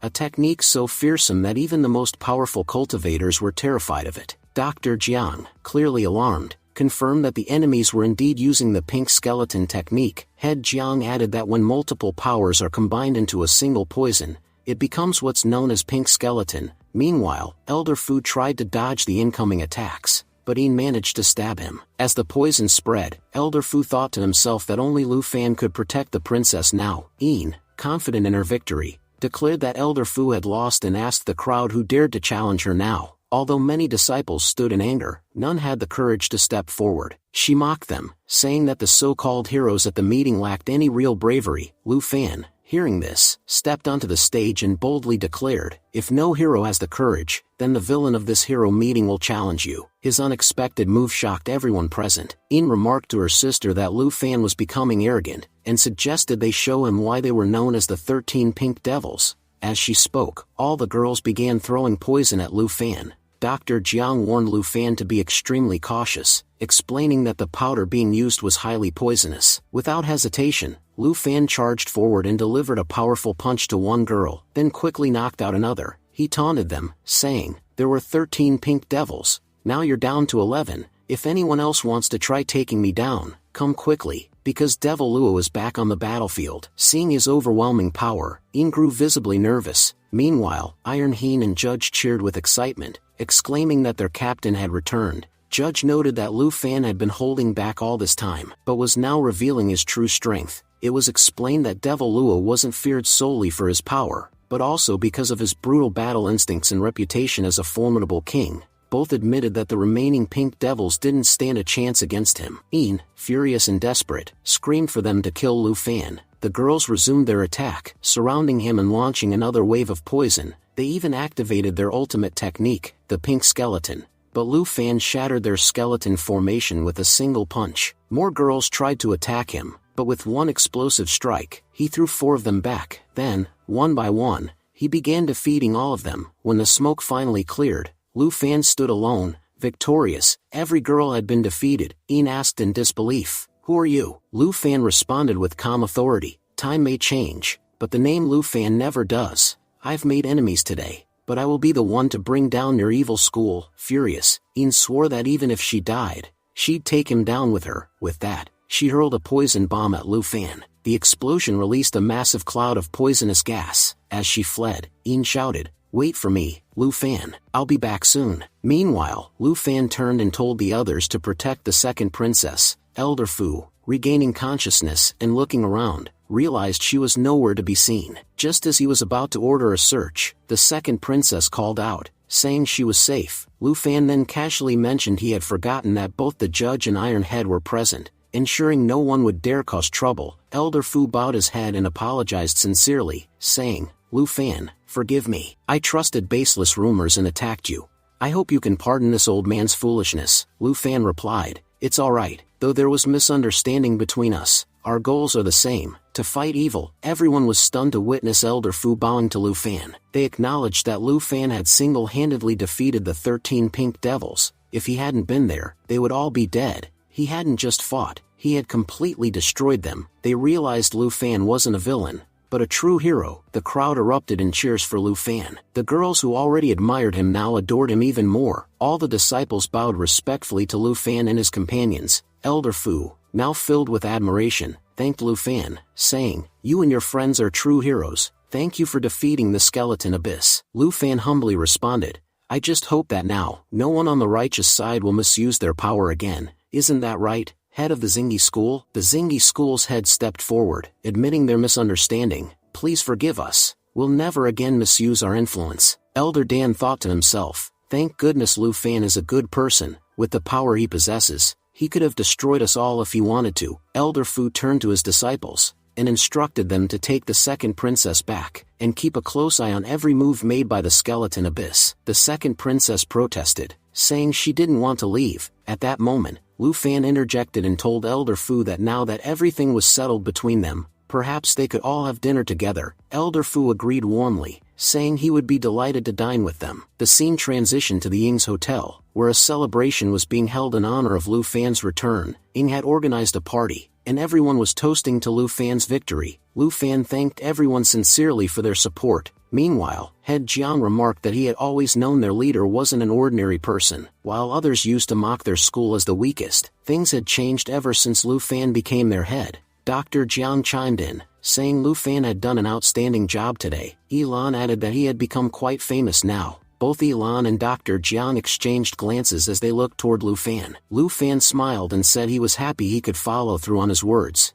As Dr. Jiang served him, she suggested they talk a little about the medical school. Elan agreed and questioned just how much of his strength Lu Fan had been hiding all along. Meanwhile, a silent rivalry began brewing between two girls, creating a subtle tension. Caught in the middle, Lu Fan tried to excuse himself when the second princess called out to him. He told the others he would be back in a moment. Elan frowned, muttering that he had escaped again using another excuse. Later, Lu Fan asked Elder Fu if he would like to share a drink. Elder Fu responded with surprise. Grateful that Lu Fan had forgiven him so quickly, he said it meant a lot. While they were drinking, the second princess used the opportunity to slip away. After chatting for a while, Elder Fu reflected on how impressive the three boys were. He thought that if they had them on their side, their future would be very bright. Suddenly, he looked around and asked where the second princess had gone. Lu Fan asked if something was wrong. Elder Fu responded with concern. The second princess had disappeared. Everyone immediately began searching for her. After some time, they reported back that she was nowhere to be found. Elder Fu ordered every available person to be deployed,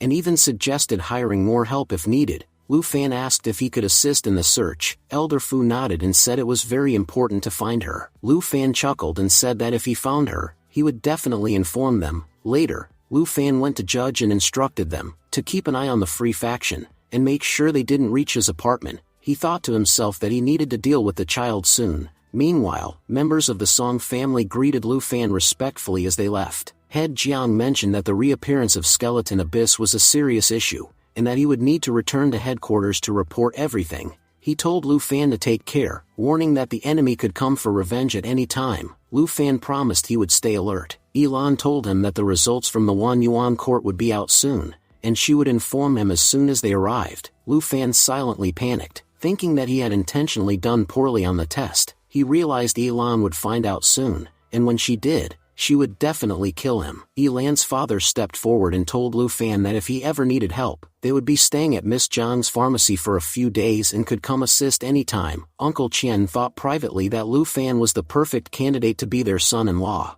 Anne had the same thought. She was determined to pair Elan with Lu Fan no matter what. Lu Fan, puzzled by their sudden sweetness toward him, grew suspicious. Something didn't feel right. It was too good to be true. Elsewhere, Brother Song was speaking on the phone with Ji Yun. She said their plan had worked. They had gotten Lu Fan drunk. Now it was Ji Yun's turn to do her part. Pulling out a love potion, Ji Yun declared that from now on, Lu Fan belonged to her. No other girl would be able to claim him after tonight. Half an hour later, Lu Fan arrived at his house. Song, watching from a distance, smiled as she saw him finally come home. She secretly slipped the love potion into a glass. As Lu Fan entered his home, he noticed Song. She told him she had heard about what he did during the hero meeting, and that he had done an incredible job. Beaming, Lu Fan thanked her, complimenting her on her outfit. He asked if there was something special going on. Song replied coyly that she was just heading to bed and assumed he must be tired. She figured he might be thirsty, so she offered him the glass containing the love potion.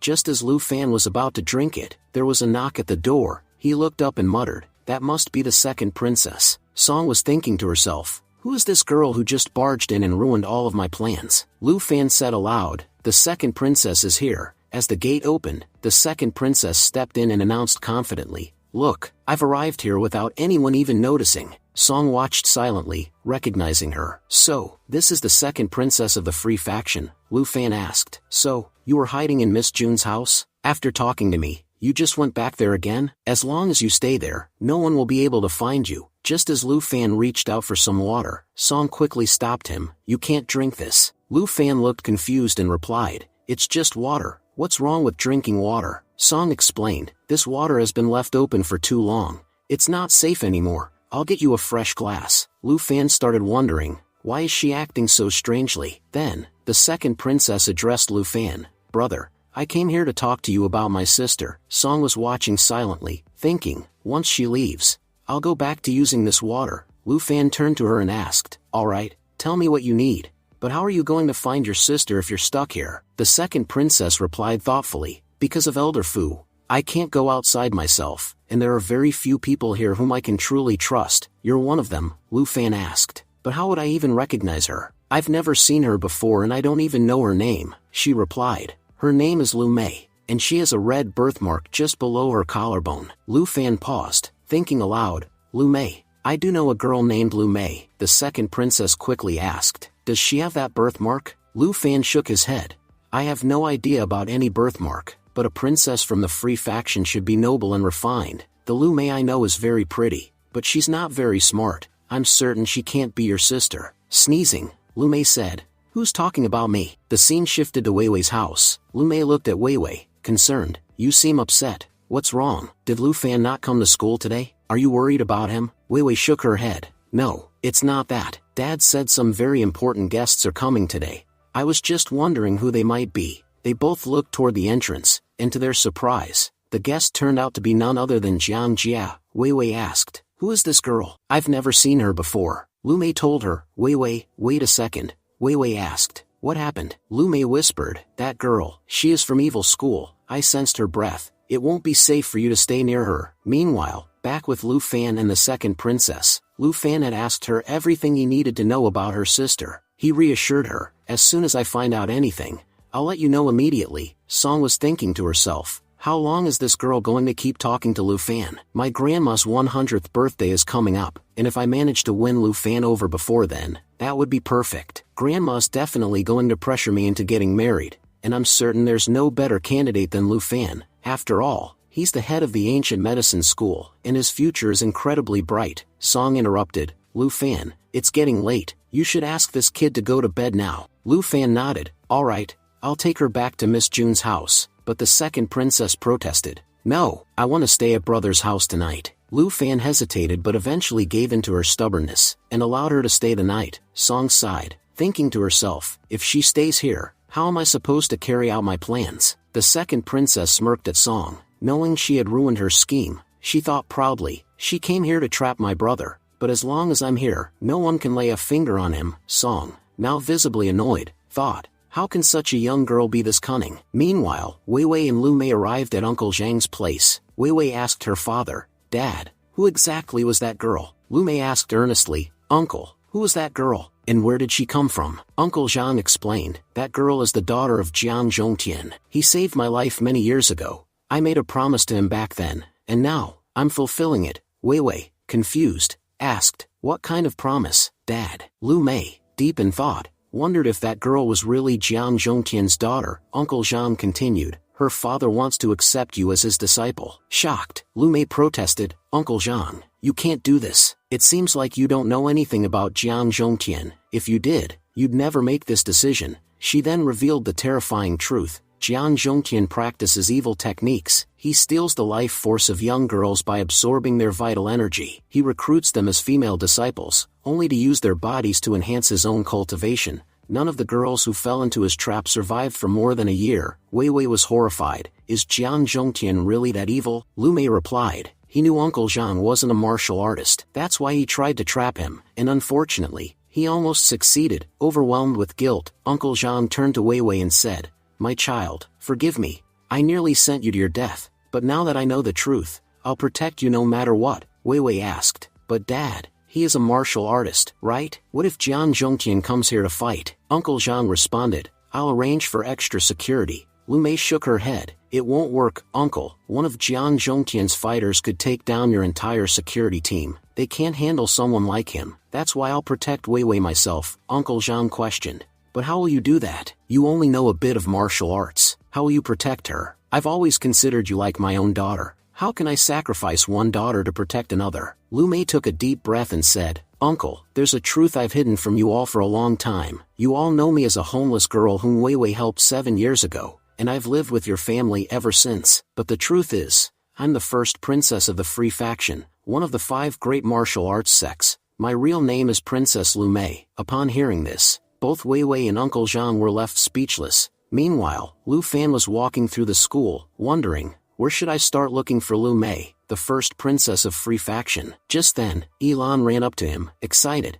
I've got amazing news for you. Lu Fan asked curiously, what kind of news could make you this happy? Elan grinned. You passed the test for the Wan Yuan court, along with the others. All 3 of you will be issued orange access cards. Lu Fan blinked in disbelief. They actually let me pass. I thought my performance was awful. He wondered silently, how did I manage to pass with such a poor performance? Elan punched his shoulder playfully. What's that supposed to mean? Are you trying to say my parents are not capable enough to pass? Lu Feng stammered. No, you're misunderstanding me. I thought I'd fail for sure, so passing is honestly a surprise. Elan smiled. Come to the branch office by 7 p.m. today. Our chief executive wants to meet you in person. As she walked away, Lu Fan thought to himself, I'm sorry, Elan, I'm planning to disappear soon. According to the rules, if someone doesn't report in within 3 days of passing the test, they're expelled. That's exactly what I'm going to do. He looked around the school. Lu Mei and Wei Wei didn't show up today. What could have happened? Back at home, Lu Mei warned Wei Wei, it's not safe for you or your parents to stay here anymore. Come with me to my sect. You'll be safe there. Wei Wei hesitated. But didn't you run away from that sect as a child because you hated living there? Then what's the point of going back after all these years? Besides, my dad can't just abandon his company. Lu Mei replied firmly, staying here means inviting death. You have to understand, Skeleton Abyss is incredibly dangerous. As for me, I know how to escape the Free Faction. I did it once, years ago. I can do it again. While they were still talking, Wei Wei's phone rang. It was Lu Fan. Wei Wei, why didn't you and Lu Mei come to school today? You didn't even submit a leave application. Wei Wei answered, we're in trouble. A girl from the evil faction named Jiang Jia came to our house. She wants to take me away. Lu Mei quickly interjected, don't tell him everything. He won't understand anything about evil sects or the martial world. But Lu Fan had overheard enough. Wait, Jiang Jia? Are you talking about Jiang Jia from Skeleton Abyss? Wei Wei confirmed, yes, that's exactly who we're talking about. Lu Mei looked at him in disbelief. How do you know about Skeleton Abyss? Lu Fan replied, it's a long story. I'll come over and explain everything in person. Stay where you are, I'm on my way. He hung up and thought to himself, how did Wei Wei get tangled up with Skeleton Abyss? No matter how wealthy she is, she's still just an ordinary person. Getting involved in martial world, it's dangerous beyond imagination. The scene shifts to Skeleton Abyss, where Jiang Jia was making a call. She seemed frustrated and said, why isn't Zhang Hetian picking up my call? Something definitely feels off. Turning to the group, she added that some of them should accompany her to the Zhang family estate. Meanwhile, the scene transitions to Lu Fan, who had just arrived at Wei Wei's house. Concerned, he asked her why there was unusually heavy security stationed around her home. Wei Wei then explained everything to Lu Fan. In response, he reassured her confidently, saying that as long as he was around, neither Skeleton Abyss nor anyone else could harm her or her family. Wei Wei admitted that after hearing his words, she felt much calmer. She recalled how terrified she had been when she first heard the truth from Lu Mei's mouth. On the other hand, Lu Mei was lost in thought. She realized that while she wanted to protect Wei Wei couldn't bear to see her struggle and didn't trust her enough to believe she could handle everything on her own. Instead, Wei Wei placed unwavering trust in Lu Fan, sharing all her problems with him because she believed he could protect her from anything. Lu Fan then asked Lu Mei how she knew about the situation. Lu Mei bluntly said she wouldn't tell. Wei Wei, trying to ease the tension, chimed in, explaining that Lu Mei was a very secretive person. She revealed that Lu Mei used to be the first princess of the Free Faction. Lu Mei, visibly annoyed, reminded Wei Wei that she had asked her to keep it a secret. Wei Wei defended herself, saying, but you never told me not to tell Lu Fan. Lu Mei countered, a secret is a secret, whether it's from Lu Fan or anyone else. Shocked, Lu Fan asked, you belong to the Free Faction? Wei Wei nodded and added, I've known Lu Mei for 7 years, and even I found out about this today. Lu Mei then turned to Wei Wei and pleaded, please, do me a favor and never bring up this matter again. Switching the topic, Lu Fan pointed out, Lu Mei, what happened to the birthmark below your collarbone? Right-handed, Lu Mei asked, how do you know about that? Luo Feng teased, I guess it's far enough below your collarbone that I couldn't see it. Embarrassed and angry, Lu Mei slapped him and snapped, if you know about it, that means you must have seen it at some point. Tell me, when exactly were you staring at me? Wei Wei stepped in, saying, Lu Fan is a good guy, he would never stare at you like that. In the midst of all the banter, Lu Mei accidentally fell onto Lu Fan. As he caught a glimpse of the birthmark, he muttered to himself, "That girl misled me. It's not below the collarbone, it's above her basketball." Lu Mei, blushing, called him a pervert. Lu Fan quickly defended himself. "I wasn't staring at you. I was just trying to confirm whether you're the girl from the photo." Wei Wei, looking at the photo, asked, "Lu Mei, isn't this a picture of you as a child?" Shocked, Lu Fan said, "I can't believe it. She's really the first princess." Lu Mei, still stunned, demanded, "Where did you get that photo? Who told you to keep an eye on me?" Lu Fan replied, "There's a 12-year-old girl who ran away from home, just to look for you." Wei Wei was completely confused. What is even going on right now? Lu Mei, growing emotional, revealed, "That girl is no one else but my little sister." She then remembered a scene from her childhood. When she was leaving home, her younger sister had promised that she would find her one day. Surprised, Wei Wei said, "Lu Mei has a younger sister too." She turned to Lu Fan and said she wanted to meet her. Lu Fan nodded and said, "All right, come with me. I'll take you to her." Soon after, they arrived at Lu Fan's house. As he opened the gate, a young girl, Lu Mei's sister, ran up and greeted him. "Brother Lu, did school end early today?" Lu Fan smiled and said, "I've got a big surprise for you today." Wei Wei looked at the girl and exclaimed, "She looks exactly like a younger version of Lu Mei." Overwhelmed with emotion, Lu Mei said, "Jiling, you've grown so much." Jiling ran up to her, crying, and hugged her tightly. "Sister, I finally found you. Please, don't ever leave me again." Lu Mei hugged her back and said tearfully, "Forgive me, Jiling. This was all my fault." Watching them, Lu Fan reflected, "I must admit, the bond between these sisters is something special. They hadn't seen each other for years, and yet they remembered and loved each other like no time had passed." Just then, the scene cuts to the Zhang family estate. Skeleton Abyss's men had slaughtered all the bodyguards. Zhang Etian said, "Jiang Jia, listen to me carefully. Wei Wei isn't home right now." Jiang Jia snapped, "Don't try to fool me. Just tell me, where's Wei Wei right now?" Scene shifted to another location where Lu Mei said sincerely, "Lu Fan, thank you so much for taking care of my little sister." Jiling also added gratefully, "Yes, thank you, brother, for looking after my elder sister." Lu Fan responded casually, "There's no need to thank me. Anyway, if you've noticed, the Free faction is still searching for Jiling. Now that you two are together, you need to be extra careful." Jiling remarked thoughtfully, "You know, sister, brother Lu Fan is incredibly powerful. He's even stronger than our elder Fu." Lu Mei asked in surprise, "Wait, does Lu Fan have any special status?" Jiling nodded and began explaining, "There was a hero meeting. Lu Fan attended it, and with his allies, he defeated everyone. Even when a massive attack occurred, he protected everyone there. After that, he became the true hero of the hero meeting." Lu Mei, now shocked, exclaimed, "Hero meeting? And the 13 Pink Devil were involved too? What is going on? How come I've never heard about this?" Jiling continued, "You know the people from the Jingyi sect were chasing Lu Fan? After that, many things happened." Jiling went on to explain everything in detail. Lu Mei, now fully shocked, said, "Lu Fan, you're really that strong?" Wei Wei added with a proud smile, "I already knew it. Our Lu Fan is truly incredible." Lu Mei pressed further, "Tell me quickly, who exactly are you?" Lu Fan chuckled and replied, "I'm just a handsome, ordinary high schooler, with a little bit of power, so, tell me, do you like me?" Lu Mei responded irritably, "If you don't want to tell the truth, fine, but at least don't joke around." Meanwhile, Lu Mei thought to herself, "I've never heard of such a young and talented guy before. Lu Fan's background must be extraordinary, even beyond our expectations."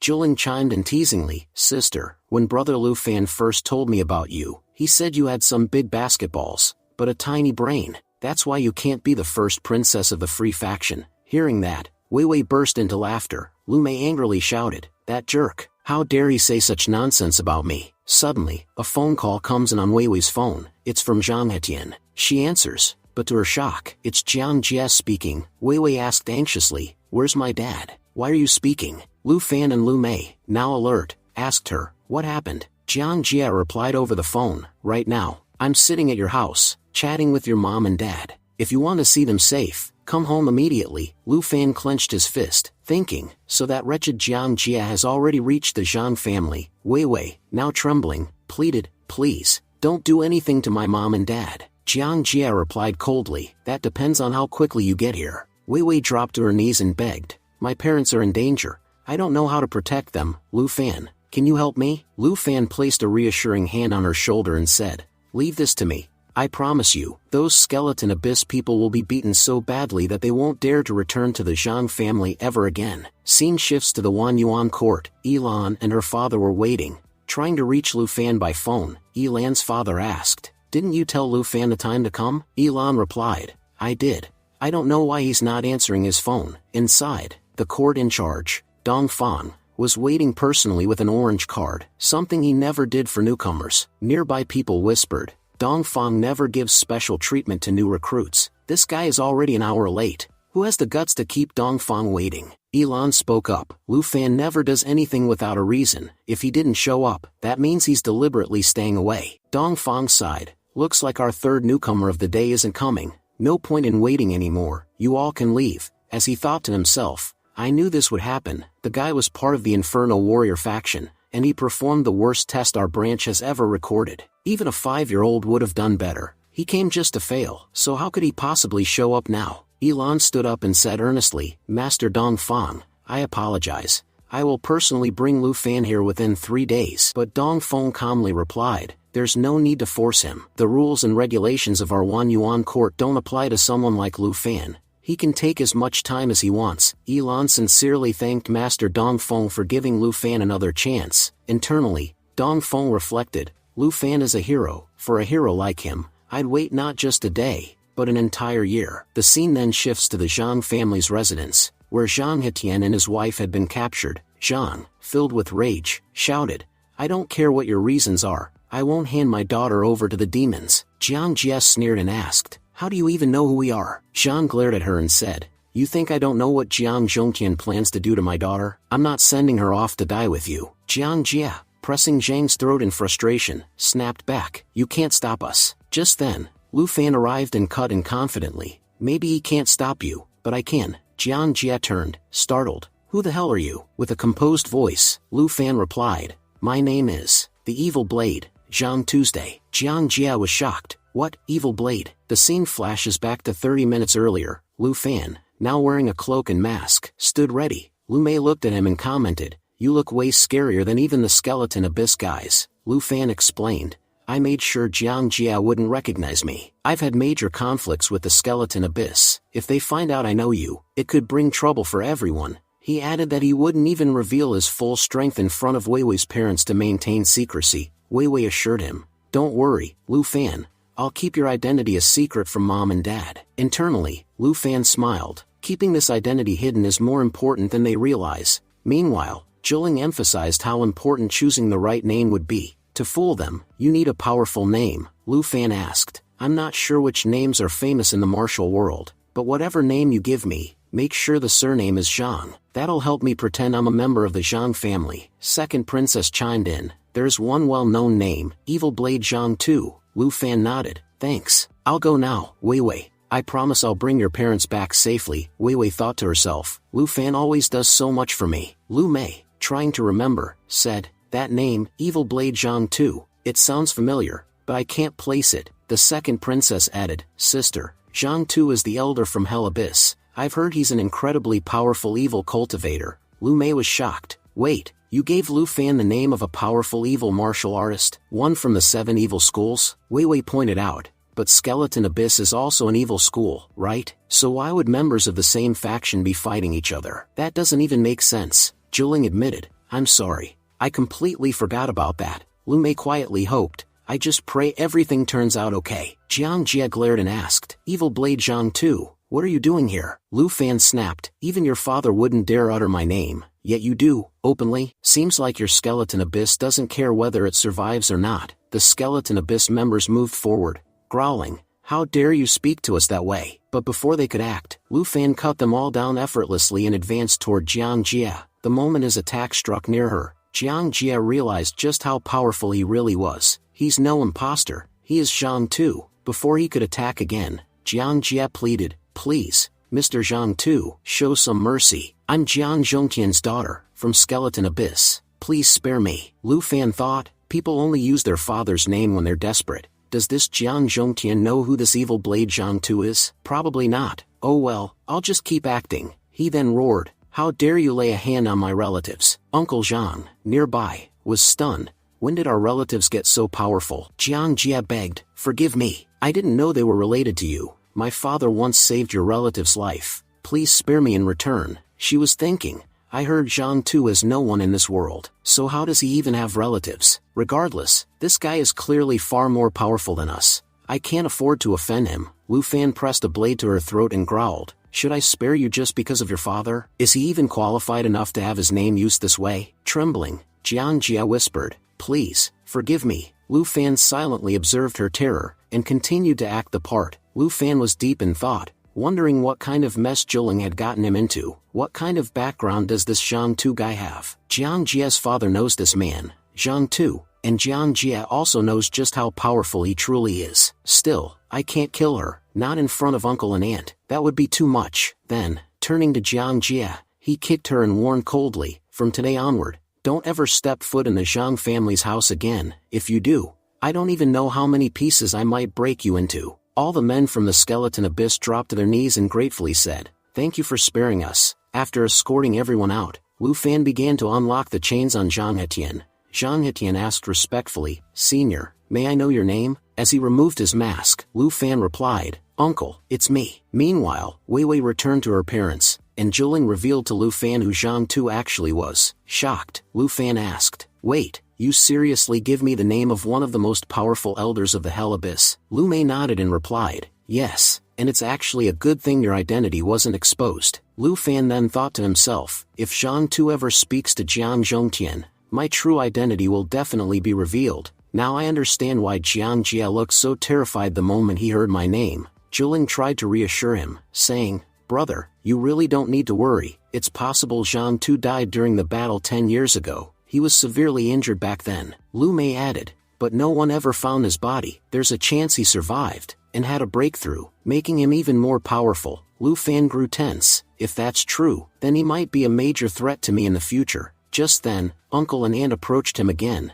and thanked him sincerely. Lu Fan responded with humility, please, don't keep thanking me. It makes me feel small. I didn't do anything special. I simply fulfilled my responsibility. Zhang Hetian smiled and said, honestly, with you around, I never feel worried. Lu Fan shared, a few days ago, I learned a new skill. I'm glad it helped you. Wei Wei's mom stepped in and said gratefully, Lu Fan has done us a huge favor today. Turning to Wei Wei, she asked, you know how to return a favor, right? Hearing that, Wei Wei blushed shyly. When Lu Fan stepped outside, he noticed that he had missed 50 calls from Elan. Great, I've helped solve everyone else's problems, but now I've landed in trouble myself. Meanwhile, Jiang Jia was walking out, muttering, our luck really is awful. Who would have thought that Zhang Hetian is actually related to Evil Blade Zhang Tu? One of Jiang Jia's subordinates asked, what should we do now? Irritated, Jiang Jia snapped, we need to leave Yanqing immediately. I've heard that Evil Blade is extremely dangerous. He was in a good mood today, which is probably why he let us go. Otherwise,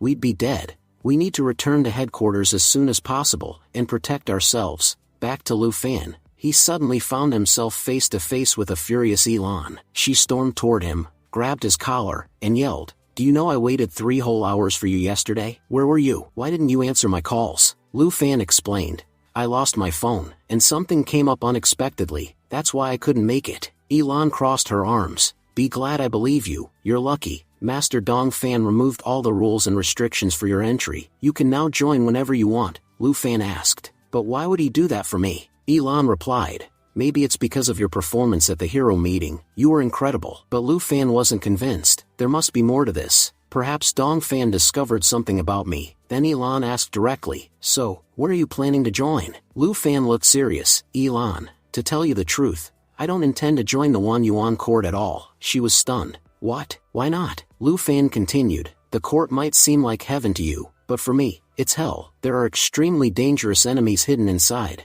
I can't tell you everything, but trust me, Wan Yuan court is a dangerous place. Elan was shaken. Lu Fan never acts this serious. Then she stepped closer and said, Lu Fan, listen, I don't care who your enemies are, I'll always be on your side. She placed her hand on his shoulder, and then punched him hard. You could have told me all this yesterday. I waited 3 hours because of you. Lu Fan winced and thought, man, this girl is really something else. Later, when Lu Fan arrived at his hotel, he was greeted by the Song brothers. Brother Lu, our grandma's 100th birthday is coming soon, and we promised she'd see all of us together that day. But now that we're asking Ji Yun to come back with us, She's refusing. You're one of her closest friends, right? Can you help convince her? Lu Fan replied. I can try. The Song brother nodded. Great, then I'll wait for you at the school gate tomorrow. Meanwhile, Song herself was scheming about how to trap Lu Fan through her love potion. Later, she asked Lu Fan, so where's the girl? Did you send her back? Lu Fan replied, yeah, she's staying with her sister now. Actually,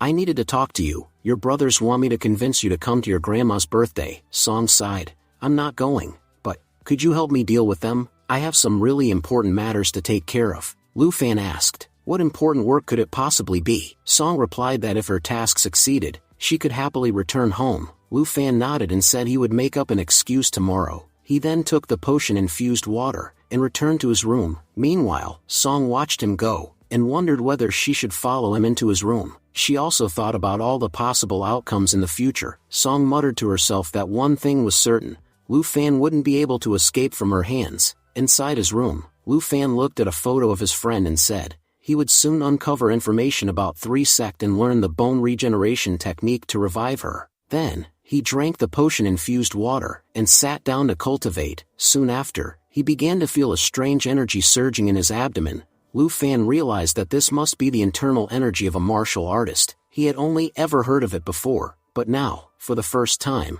he could actually feel it. Outside, Song tried to check if Lu Fan had drunk the water, but just as she approached, she was pushed back by a powerful shockwave from within the room. She gasped, wondering what kind of powerful impact it had been. Lu Fan called out, asking why she was standing outside his room. Song nervously made up an excuse, and checked again to see if he had drunk the water. She saw that the glass was indeed empty, but Lu Fan didn't seem affected at all. He simply told her to go get some rest, and returned to his room. Song thought to herself, is this guy immune to drugs? Even such a potent love potion had no effect on him. Inside, Lu Fan felt his energy had increased tenfold. Though he was still at the Minjing Grade 1, the lowest realm of cultivation, he believed his body strength alone was now enough to defeat powerful opponents. He declared to himself that the top rankers of the martial world better prepare themselves, because Devil Lua was coming to take their ranks. The next day, Song's brothers met Lu Fan at the school gate. They told him they would wait for him until school ended. Lu Fan replied that whether Song would agree to meet them or not was entirely up to her. He reminded them that there was no rule preventing them from entering the school, so why were they waiting outside? Ben responded that the guards always chased them away. Brother Song added that their grandmother had told them schools were secret places, and that only fools would try to enter. He admitted that now it made perfect sense. Grandma's warning wasn't nonsense after all. Lu Fan thought to himself how innocent they were. They didn't even realize it was their clothing that kept the guards from letting them in. Then Brother Ben said they often waited outside the gate for Sister Song, but she never came out. He asked Lu Fan where she might be sneaking out from. Lu Fan guessed she might be jumping over the wall, and told them to keep an eye on it. The Song brothers were thrilled by his suggestion, saying it was brilliant. Since all 7 of them were present, they could easily cover the entire school wall. After they left, Lu Fan thought to himself how foolish all of Song's brothers were. He knew the campus had at least 100 exit routes, and he didn't believe Song was dumb enough to jump over a wall when so many other exits existed. He was satisfied, thinking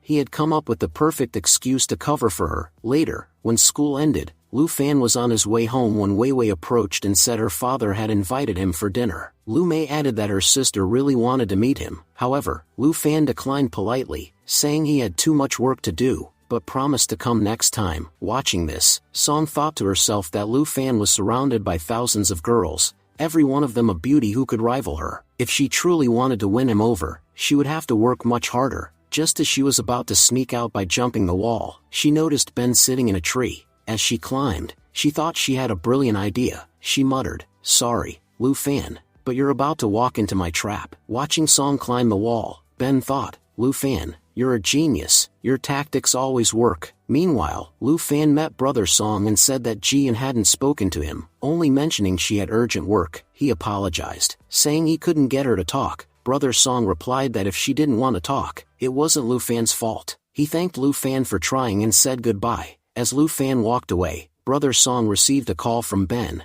who told him he had found Sister Song. Brother Song asked where she was now. Ben replied that he was following her, and would send the address as soon as he reached her house. Meanwhile, Song had already reached Lu Fan's house. She thought to herself how difficult it was to ensnare Lu Fan, and decided she needed even more dangerous tactics. She then began taking a shower. Outside, the Song brothers gathered near a building. Brother Song said, "Lang Fong apartment, isn't this Lu Fan's house?" The second brother asked if he was sure their sister lived here too. Ben confirmed confidently that he was absolutely sure. He had just seen Ji-eun enter through the same entrance. The brothers started talking among themselves, finding it quite the coincidence that both brother Lu Fan and Ji-eun lived in the same apartment complex. What surprised them more was that Lu Fan didn't seem to know this himself. They admitted that the building was large and densely populated, so it wasn't unusual for residents not to know each other. Soon after, Lu Fan arrived at the building's lobby and spotted the Song brothers. He asked what brought them there. The brothers smiled and said it was good to see him.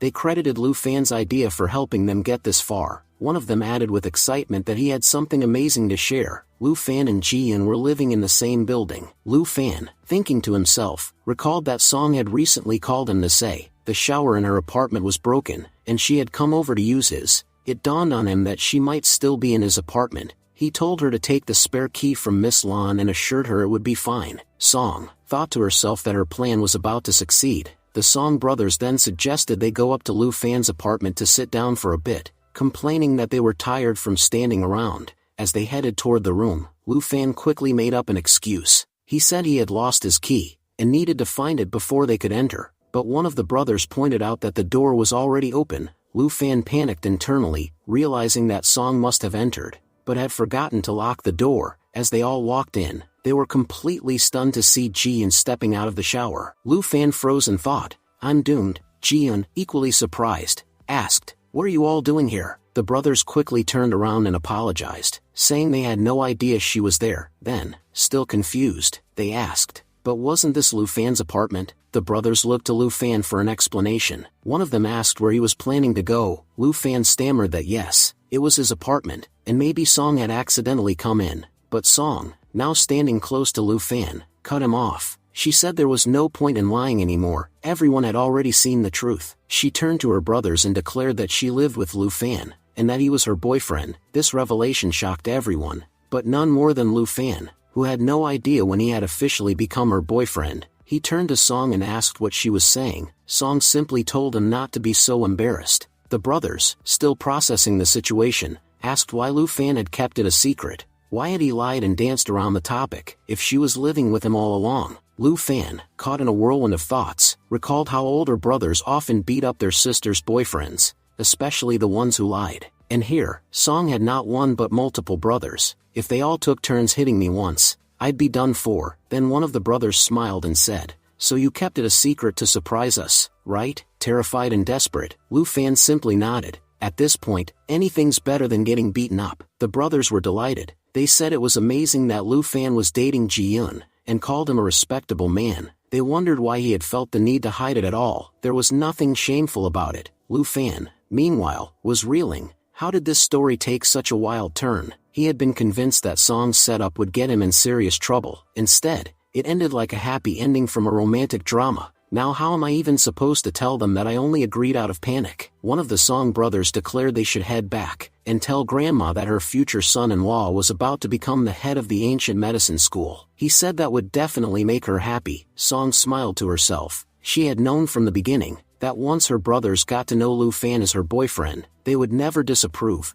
As they left, the brothers joked that Lu Fan should take care of himself, and that they'd love to see a little Lu Fan running around soon. Lu Fan sighed, wondering why it felt like these siblings had all teamed up to trap him. After they left, Lu Fan turned to Song and asked, "Why did you do this?" Song looked at him calmly and replied, "What did you think? I've been honest about my feelings from the very beginning." Lu Fan said that no matter what the situation was, if it concerned someone's dignity, especially Song's, then he simply couldn't bring himself to lie. Song replied gently that he didn't need to lie in the first place. She added confidently that she was ready to turn any of his lies into the truth if necessary. Lu Fan looked at her and asked what it was that she really wanted from him. At the same time, he was silently thinking to himself that he couldn't agree to anything just yet. He had made a promise to someone, and until he fulfilled it and protected that person, he couldn't allow himself to think about love or relationships. Song then shared something heartfelt. She told Lu Fan that, if she were being honest, everything she was doing was for her grandmother. Her grandma wanted a grandson-in-law, and her 100th birthday was coming up next week. Song said she wanted Lu Fan to come with her, and make her grandmother happy. Lu Fan raised an eyebrow and asked if she was basically asking him to pretend to be her boyfriend. Song nodded and said yes,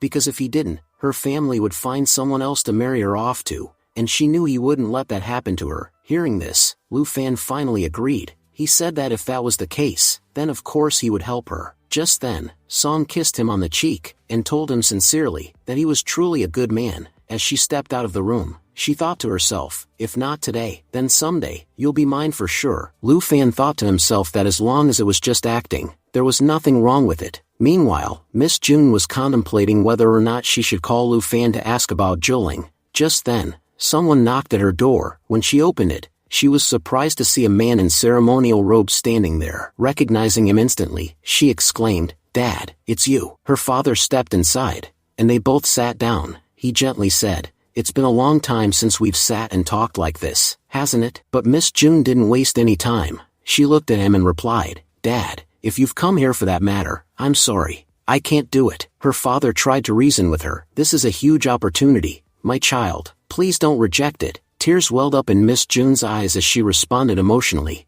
"I don't want to do this. Do I not even have the option to say no?" Her father spoke with deep seriousness. "Our entire family's fate is at stake. In 2 days, they'll come to take you. If you agree, our family will rise higher than ever before. It could be a blessing for all of us. But if you refuse, it might mean the end of our family. We're not in a position to say no to the Godflower Palace. I'm sorry. I hope someday you'll understand that I did everything not just for the June family, but for you too." Still crying, Miss June asked, "How much time do I have left?" Her father replied, "You'll have to leave the day after tomorrow." Miss June whispered to herself, "That means I only have 1 day left, just for myself." She forced a faint smile and said, "1 day is enough." That night, she called Lu Fan over to her house. When he arrived, she greeted him warmly and said, "You're the only one I want to say goodbye to." Lu Fan noticed her wearing a beautiful dress, and drinking alone. He asked jokingly, "You call me over late at night, dressed like that, and drinking, what's going on? Something feels off." Miss June blushed and said, "Stop overthinking,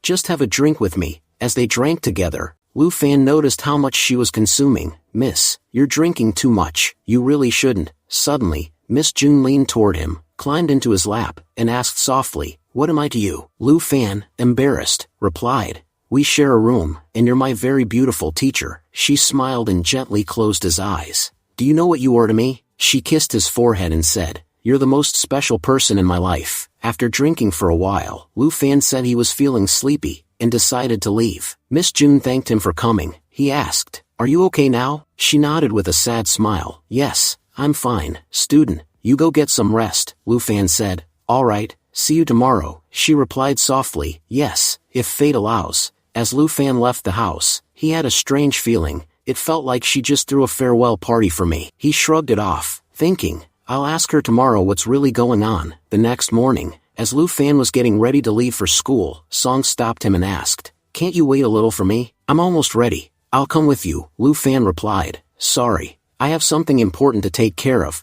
I can't take you with me today." When he reached Miss June's room, he was surprised to find Miss Lan instead. He asked, "Miss Lan, why are you here? Where's Miss June?" Miss Lan looked troubled as she said, "She's gone." Shocked, Lu Fan asked, "Gone? What do you mean? Where did she go and why?" Miss Lan replied, "I don't know all the details. She just asked me to give you this note." Lu Fan unfolded the letter and began to read. "Lu Fan, by the time you read this, I'll already be gone. I've resigned from school, and cut all ties to this city. Please don't try to find me. I'm going to the Godflower Palace. Becoming a teacher was my dream. I came here to live that dream, and during this journey, I found an amazing friend, you. But fate is not something I can escape. Today, we must part ways. I still hope that someday, our paths will cross again. Until then, remember me, your teacher, Jun Lian Meng." Lu Fan stood frozen, overwhelmed by the letter. I knew something was wrong. The Godflower Palace faction, that's one of the 5 great factions. How did Miss June end up involved with them? He couldn't explain it, but a heavy, uneasy feeling crept over him. I have to find out what's going on. Without wasting a moment, Lu Fan ran to find Lu Mei and told her everything. Upon hearing that Miss June had left, Lu Mei was visibly shaken. Lu Fan explained, "I'm sure the Godflower Palace is behind this. I don't know the full details, but after reading that letter, I know they're involved. Lu Mei's expression turned serious. What if Miss June is a chosen one, just like me? Lu Fan asked. Chosen one? What do you mean? Lu Mei explained. The Godflower Palace selects someone to send to the Universal Taoist rites. 7 years ago, they chose me. That's why I ran away from home. Every 5 years, the portal to the Universal Taoist realm opens. It's a place where the most powerful martial artists in the universe gather. The 5 great factions and the 3 major sects all come there to choose their successors, hoping to shape a brilliant future. Lu Fan asked, then what's the issue? Every sect chooses suitable talents for themselves and helps them grow. Isn't that a great thing? Lu Mei replied seriously. Everything I've told you so far has only been about the light side of the Universal Taoist rites, but its dark side, it's terrifying. Girls like me and Miss June aren't chosen based on our qualifications but on our appearance. Lu Fan was shocked. What does appearance have to do with martial arts? Lu Mei nodded grimly. Whatever you're thinking, you're absolutely right. The disciples of the 3 major sects come here and handpick girls for themselves. If any of them refuse, they're forced. You could say those girls are nothing more than tools for the 3 major sects. The men do whatever they want with them simply because they're from those sects. The other sects offer girls to them to maintain good relations. Some girls aren't even allowed to leave without permission. The 3 major sects imprison them just for their bodies. When I was selected for this, I left my home 7 years ago. I refused to live my life as a prisoner and a tool. Lu Fan's mind reeled. I can't believe that the 3 most powerful sects in the martial world, along with the 5 major factions, are involved in something this disgusting. One sect even sacrificed their own princess for it. Lu Mei added, the families of the chosen girls benefit greatly from this arrangement. That's why the 5 major factions willingly offer girls to the 3 major sects. Even my own family was prepared to hand me over for profit. She sighed. The worst part is, no matter who you are, you can't refuse. This rule has existed for years, and no one dares to break it. Lu Fan clenched his fists and swore silently. No matter what happens, I won't let Miss June fall into this filth. I'll protect her from the Universal Taoist rites. Out loud, he demanded, tell me, Lu Mei, where exactly does this take place? Lu Mei shook her head. There's no fixed location. Besides, Lu Fan, you can't even enter. He asked. Why not? She explained. Only members of the 3 major sects, the 5 major factions, and the 9 prestigious schools are allowed in. And from the 9 schools, only the elders and heads are granted entry. Disciples aren't permitted. Without authority, you can't set foot inside. Lu Fan asked. Can the heads of the 9 schools attack this place? Lu Mei answered. Only a few individuals, some elders and heads, are allowed to enter. As Lu Fan started to leave, he said, thank you for the information. Looks like I have no choice now. I must become the head of the ancient medical school. Lu Mei, watching him go, worried silently. Lu Fan, don't do anything reckless. The scene shifted. Lu Fan arrived at Dr. Zhang's place. She asked, Lu Fan, what brings you here? Without wasting time, he said, I don't have much time. I need to become the head of ancient medical school as soon as possible. Dr. Jiang looked surprised. You want to be the head? But you've always rejected that role. Lu Fan replied, back then, I didn't understand what I was turning down. Now I know, and I want to help people as the head. She responded calmly. It'll take a bit of time. Things are a little unstable at the school right now. Once everything settles down, we'll appoint you as head. Privately, she wondered. There must be a reason behind Lu Fan's sudden change. Still, it's a good thing he's finally ready to take this responsibility. Lu Fan urged, look, I really don't have time. Please ask your father to appoint me as head before the Universal Taoist rites trial opens. Miss Jiang asked, how do you know about that? Lu Fan replied, I can't explain right now, but I have to attend it. She finally relented. All right, I'll speak to my father once I get home.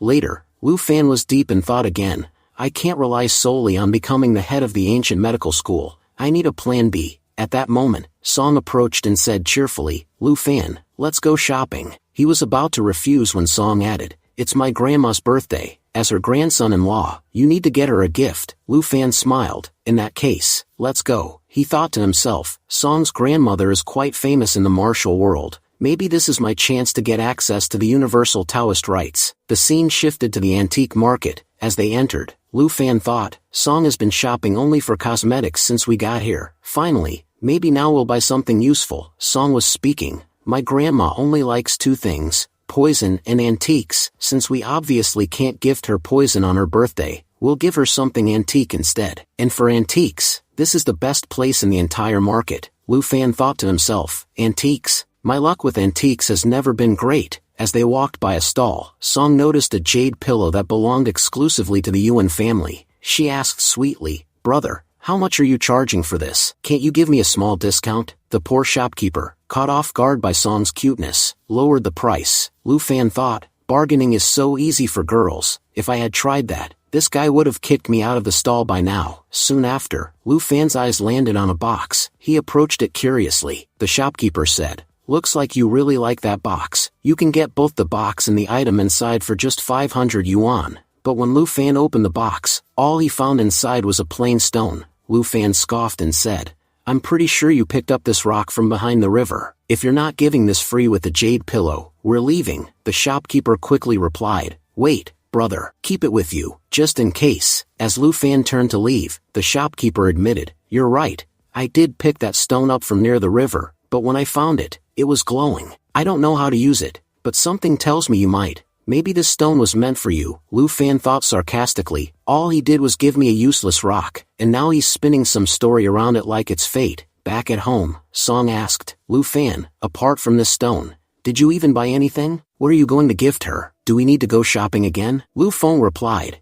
"You already bought the jade pillow. That's enough as a gift." Song wasn't convinced. "No, I bought that. What are you giving? If you really want to show sincerity, you'll have to give an extra gift." Lu Fan thought to himself in frustration, "Does this mean I have to spend more money? If I knew earlier that I'd be the one giving gifts, I would have refused to come in the first place." Just then, the box Lu Fan had picked up began to emit a faint glow. Scene shifts to the skeleton abyss. Jiang Jia was reporting to her father, "Jiang Zhongtian, my mission has failed." Jiang Zhongtian asked, "What happened? Tell me everything." Jiang Jia explained the full situation, describing everything that had gone wrong. After hearing the whole story, Jiang Zhongtian muttered, "That boy, Lu Fan, he seems quite interesting." Jiang Jia added angrily, "He's the bastard who ruined our entire plan. We were defeating all the schools in the hero meeting, but he showed up and killed 12 of our elite pink evils. The remaining are severely injured." Jiang Zhongtian commanded, "Find out who's backing that boy. He couldn't have become so powerful on his own. He ruined my plan,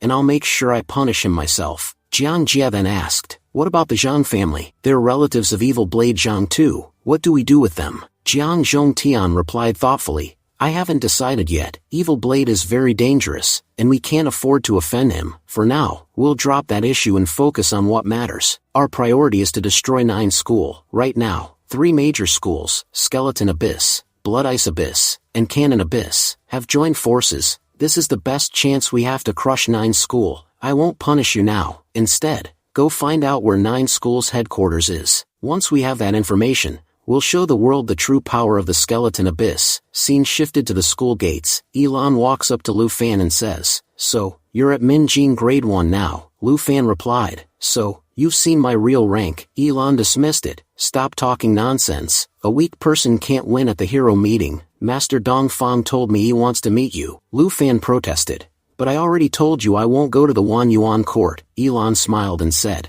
"I know, that's why we're meeting him at the park. You won't need to go to the court." Lu Fan thought, "What does Master Dongfang even want from me?" At the park, Elan said respectfully, "Master Dongfang, Elder Jin Yan, I've brought Lu Fan." Jin Yan looked at Lu Fan and thought, "This kid's just at Minjing Grade 1. Why would Master Dongfang want to meet someone like him?" Dongfang said, "Jin Yan, Elan, both of you wait here. I want to talk to Lu Fan alone for a bit." Jin Yan thought, "What's so special about this guy that even Master is giving him so much respect?" After stepping aside, Dongfang introduced himself, saying, "My name is Dongfang. It's a pleasure to meet you." Lu Fan smiled and replied respectfully, "Master Dongfang, I've heard a lot about you from Elan." Just then, Dongfang unexpectedly began listing the code names of Lu Fan's teammates. Hearing this, Lu Fan's expression turned serious. He wondered if Dongfang had figured out that he was actually Devil Luo, but before he could dwell on it, Dongfang asked calmly, "May I know your code name?" Lu Fan,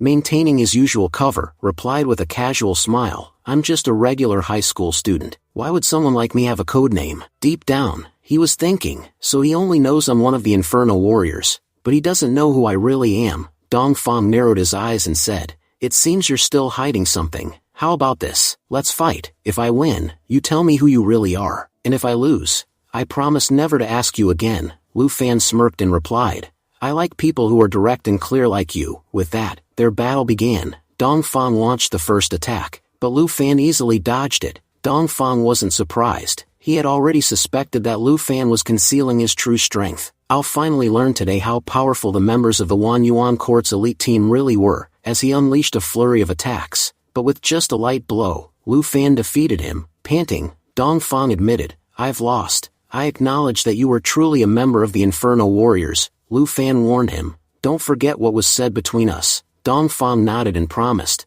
"I won't bother you again, but I do hope you'll consider joining us someday." As Lu Fan walked away, he casually added, "All right, but don't go telling anyone about our fight." Later, Elan approached and asked, "What were you two talking about?" Lu Fang simply said, "Nothing much, just some playful banter." Dongfang clarified to her, "I tried to convince Lu Fan to join us by showing him my strength, but he didn't accept." Jin Yen, one of Dongfang's subordinates, questioned, "Master, why would you try to recruit someone who's only at the first level of the Mingjing grade?" Elan immediately cut in, "Don't make the mistake of underestimating Lu Fan. In reality, he's incredibly strong." Meanwhile, Lu Fan quietly began to leave. Elan said to the others, "I'll catch up with you all later." As she left, Jin Yan whispered, "Master, I saw that guy. He's just at the first level of Mingjing. How dare he reject you?" Dongfang responded sternly, "Speak with respect. He's a rare talent. Even if we have to wait 100 years for someone like him, it would be worth it." Jin Yan, now brooding, thought to himself, "Both Master and Elan seem to be very fond of Lu Fan. If he stays around, I'll never have a chance to win Elan's heart. Looks like it's time to show my strength." The scene shifted to young Master Yi, who was speaking with his older brother. "Big brother, will you help me deal with Lu Fan?" His brother responded coldly, "No one insults our Yi family and gets away with it. If he has, then he won't survive." Young Master Yi continued, "So, what should we do?" Even the soldier King Howard Morton was defeated. The elder brother replied, "Lu Fan is tough. You underestimated him. Now that he has offended the Yi family, survival is no longer an option. I spent a fortune hiring a shadow mercenary from abroad. He's far stronger than Howard. That mercenary will kill Lu Fan, and also retrieve the girl he stole from you." The scene shifted again. Song had prepared a delicious meal for Lu Fan, thinking it would make him really happy. But as she was setting up, she sensed someone trying to open the gate. Expecting it to be Lu Fan, she went outside to check, but instead, it was the shadow mercenary, sent to kill Lu Fan. The mercenary looked at her and commented smugly, "Such a pretty girl. Now I understand why young Master Yi fell for her." Song demanded, "Who are you?" The man replied coldly, "I'm a mercenary. I've been paid to kill Lu Fan, and take you back." Just then, Song launched a poison dart attack, but the mercenary effortlessly destroyed them. Song was stunned. Why isn't the poison working on his gloves? The mercenary swiftly knocked her unconscious, and left a note for Lu Fan before taking Song with him. Lu Fan arrived home to find the door lock broken. Inside, the food was spilled, and signs of a struggle were evident. His eyes narrowed when he saw a note left behind by the shadow mercenary. It mentioned a meeting at an abandoned factory at 8 p.m. Lu Fan clenched his fists. "Song's been kidnapped. I have no choice but to go." At the factory, the shadow mercenary handed Song over to Yi Jin Cheng, who had arrived to make the payment. The mercenary greeted him, "Brother, you're right on time. We've completed the task you gave us. We brought the girl." Yi Jin Cheng nodded and said to Commander Milken, "As soon as you take care of that Lu Fan, we'll pay you in full." Milken assured him, "The girl's here. The boy will arrive soon." Song glared at Yi Jin Cheng, shouting, "So it was you behind all this?" Yi Jin Cheng smiled darkly, "Don't worry. As long as I'm here, no one will hurt you." Song pushed him away, yelling, "Keep your filthy hands off me. What are you planning to do by kidnapping me?" Yi Jin Cheng responded smugly, "I just want to show you how much better I am than that loser Lu Fan. He always wants to play the hero, right? He'll definitely come here, and when he does, you'll see him get beaten down right in front of you." Realizing she wasn't the real target, Song gasped, "Lu Fan, he's the one they're after." Meanwhile, one of the shadow mercenaries, Fang Bu, heard the name Lu Fang and found it familiar. Fang Bu asked Milken, "Commander, may I see Lu Fan's information?" Milken shrugged, "If you want to, go ahead. But he's nothing special, just an ordinary high schooler." Still suspicious, Fang Bu discreetly forwarded Lu Fan's information to someone else. The scene moved to Yan Cheng's villa, where a red-haired man furiously shouted at someone, "How dare you sell illegal weapons on my turf? Looks like you don't value your life." The group trembled, begging for mercy. Just then, Fang Bu's message arrived on the red-haired man's phone. As he looked at Lu Fan's photo, he was visibly stunned. Back at the factory, Yi Jinqing turned to Milken. Commander, once you kill Lu Fan, the deal is complete. Milken nodded. We left a note for him. He should be arriving any minute now. Song pleaded. You're doing all this, for such a petty reason? Yi Jinqing scoffed. Petty for you, maybe. But for me, that bastard humiliated me. I'll make sure he dies right in front of you, and I won't even leave his body for his family to find. Song screamed. You can't do this. I won't let you. Yi Jinqing smirked. You can't stop it. You won't be able to warn him. I don't understand girls like you. You always chase after the guys who don't even care about you. Meanwhile, the ones who actually like you, you ignore them completely. He stepped closer menacingly. If your heart won't accept me, then your body will. With that, he tried to tear her clothes. Song screamed,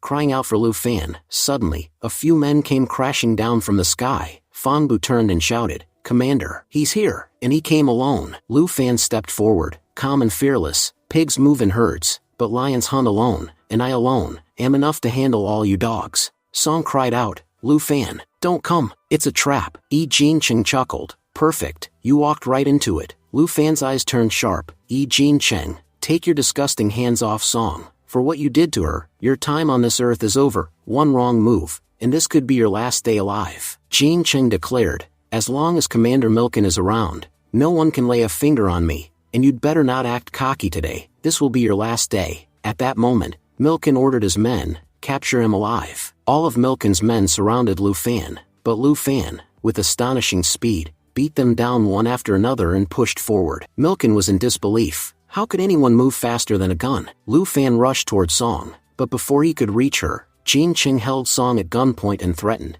take one more step, and I won't hesitate to kill her. Just then, the shadow mercenaries attacked Lu Fan, and managed to hold him at gunpoint. Jinqing smirked and said, didn't I tell you? I'd be the one winning today. Lu Fan retorted, only cowards use women as shields. If you've ever had a drop of courage in your life, then let Song go and fight me. Jinqing sneered, you're clearly not going to back down. Fine, there's no use killing Song. Let me show you something far more entertaining. Saying this, he reached toward Song's basketball. Lu Fan growled, you're going to lose those hands today. The shadow mercenaries laughed. What a fragile little girl. This is turning out to be fun. Maybe the young master will let us play with her later too. Lu Fan's expression turned cold. I will not let you disrespect Song's dignity today. Then, turning around, he knocked out one of the mercenaries with a single blow. He warned, Jinqing, if you even touch Song, I will kill you without hesitation. Jinqing replied mockingly, you think one gun is enough to scare me? Look around. How many guns are pointed at you? When your own house is made of glass, you don't throw stones at others. Lu Fan responded calmly, then let's make a bet. Let's see who walks out of here alive. Seeing Lu Fan's unshakable confidence,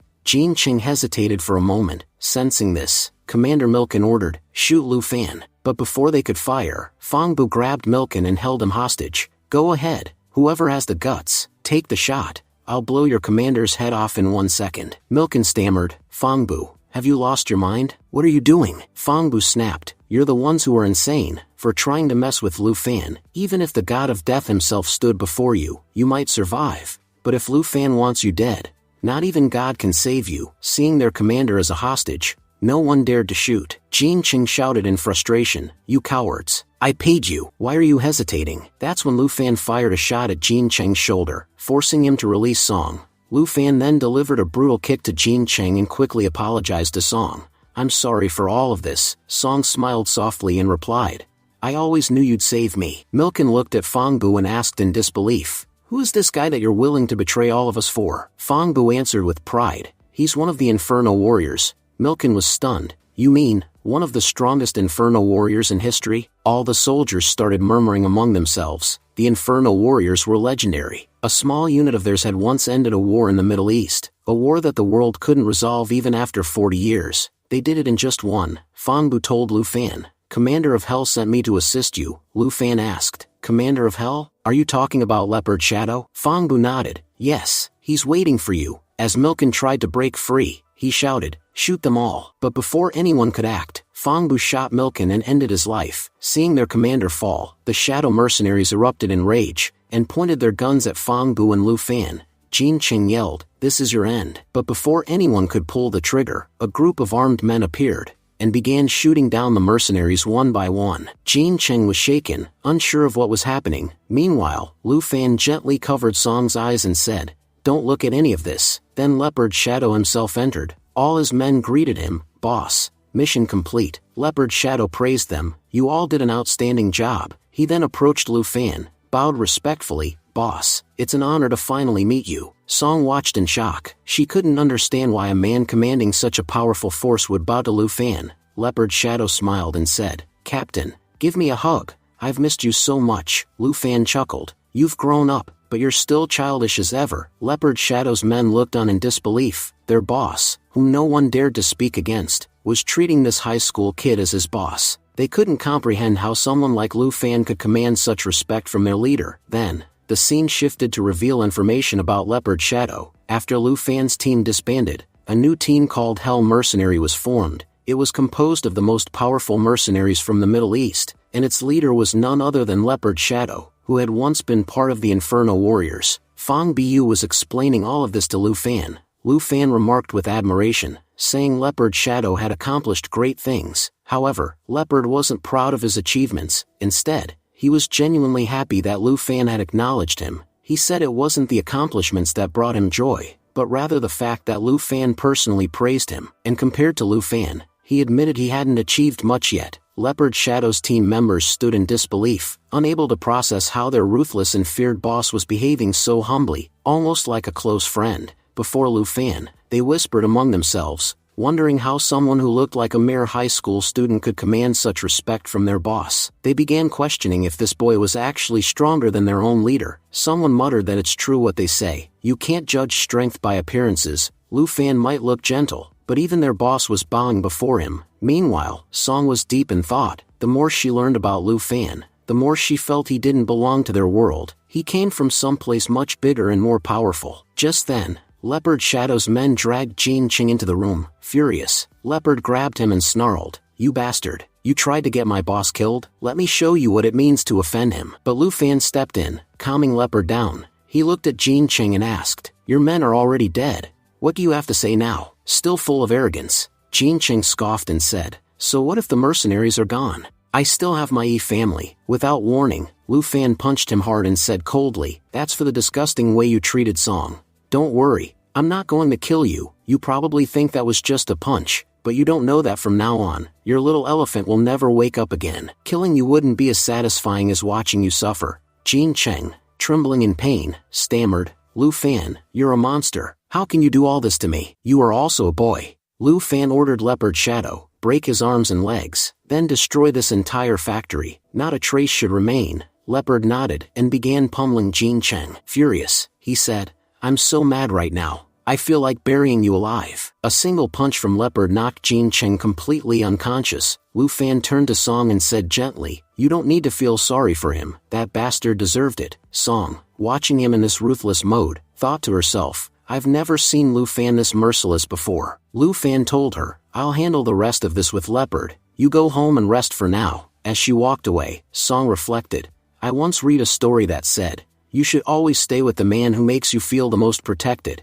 And with Lu Fan, I feel safer than I ever have. Even if I have to wait 100 years for him, it would still feel too short." After Jin Cheng was beaten up, Leopard tossed him outside into the trash heap. Lu Fan asked him, "How did you know I was here?" Leopard explained, "After leaving the army, I started a small security company. These so-called shadow mercenary were our business rivals, so I infiltrated their team with my man Fang Bu to take them down. I had to leave for some work, which is why I returned a little late. Fate has been kind to me. I never stopped looking for you, and because of that, my entire team was informed about your appearance. When Fang Bu heard your name, he passed your information to me, and that's how I ended up here with you today." Lu Fan chuckled and said, "Jin Cheng had terrible luck. Thanks to that idiot, we met again, and he had to face the consequences." Just then, the entire factory exploded in a fiery blast. Leopard Shadow turned to Lu Fan and said respectfully, "Captain, or should I say, Demon Luo, welcome back. That was a little return gift from your humble servant." Lu Fan replied quietly, "Devil Luo died a year ago." Leopard shook his head and said,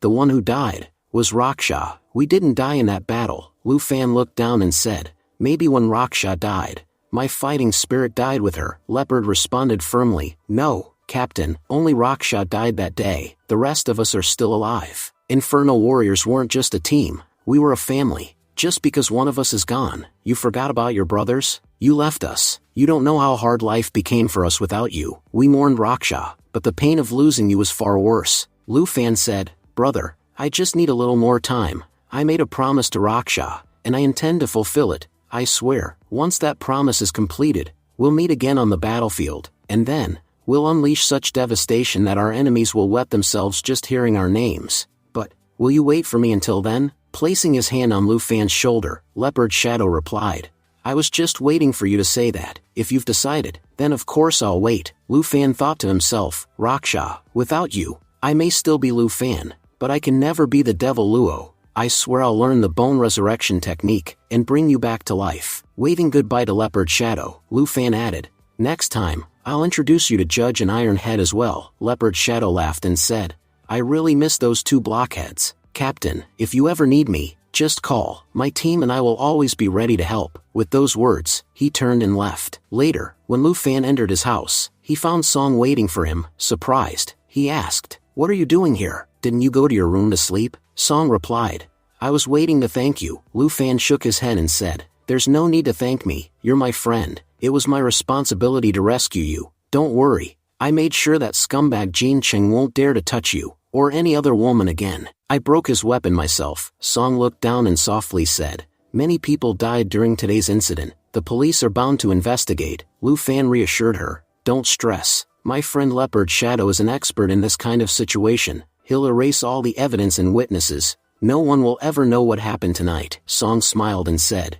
you really are amazing. You did such a great job tonight. As a reward, I can give you anything you want. But Lu Fan quickly dodged the moment, saying, I'm exhausted. I'm going to bed. Song watched him go, puzzled. Any other guy would have melted at such a chance. What's wrong with Lu Fan? Just then, Song's phone rang. It was Ben, who informed her, tomorrow we all have to go to the village. You and Lu Fan should be ready too. Excited, Song thought to herself, now this is the perfect chance to win Lu Fan over. The scene shifted to a hospital, where Jean Cheng had been admitted. His brother asked the doctor in frustration, what happened to my brother? The doctor explained, his body has suffered severe trauma, especially his head and, more private areas. We're doing everything we can. Jean Cheng's brother offered money, saying, don't worry about the cost. My family has plenty of it. Just save him. The doctor reassured him, we're already doing our best. Once outside, Jean Cheng's brother muttered in frustration, all the shadow mercenaries are dead.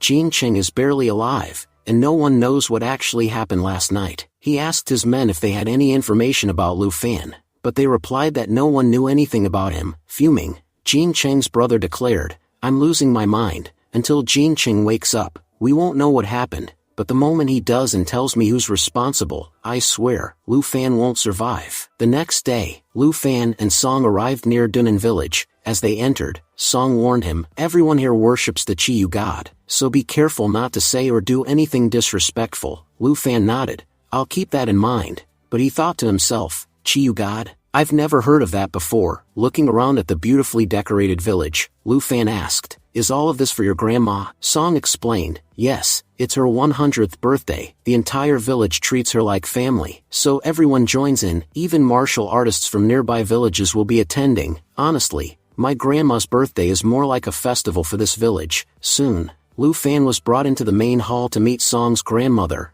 Grandma and Grandpa warmly said, today, we welcome another child into our family. Introducing himself, Lu Fan said, my name is Lu Fan. I'm just an ordinary high school student. Song quickly added, Grandma, he's my classmate, and also my boyfriend. Grandma smiled knowingly and said, who doesn't know the hero of the heroes meeting, the future head of the ancient medicine school? Welcome to our village. Grandpa silently observed, she picked a remarkable boy. If he's really the next head of the medicine school, his cultivation level can't be this low. He must be hiding it. He's capable, no doubt about that. Lu Fan humbly responded, thank you for the kind words. Grandma then said, you must be tired from the long journey. Come, let me show you your room. To their surprise, she led Song and Lu Fan to a single room with only one bed. Both of them were shocked. Grandma chuckled and said, you two will be husband and wife sooner or later. That's why I had this room prepared for you. I may be old, but I'm not old-fashioned. With 8 grandchildren of my own,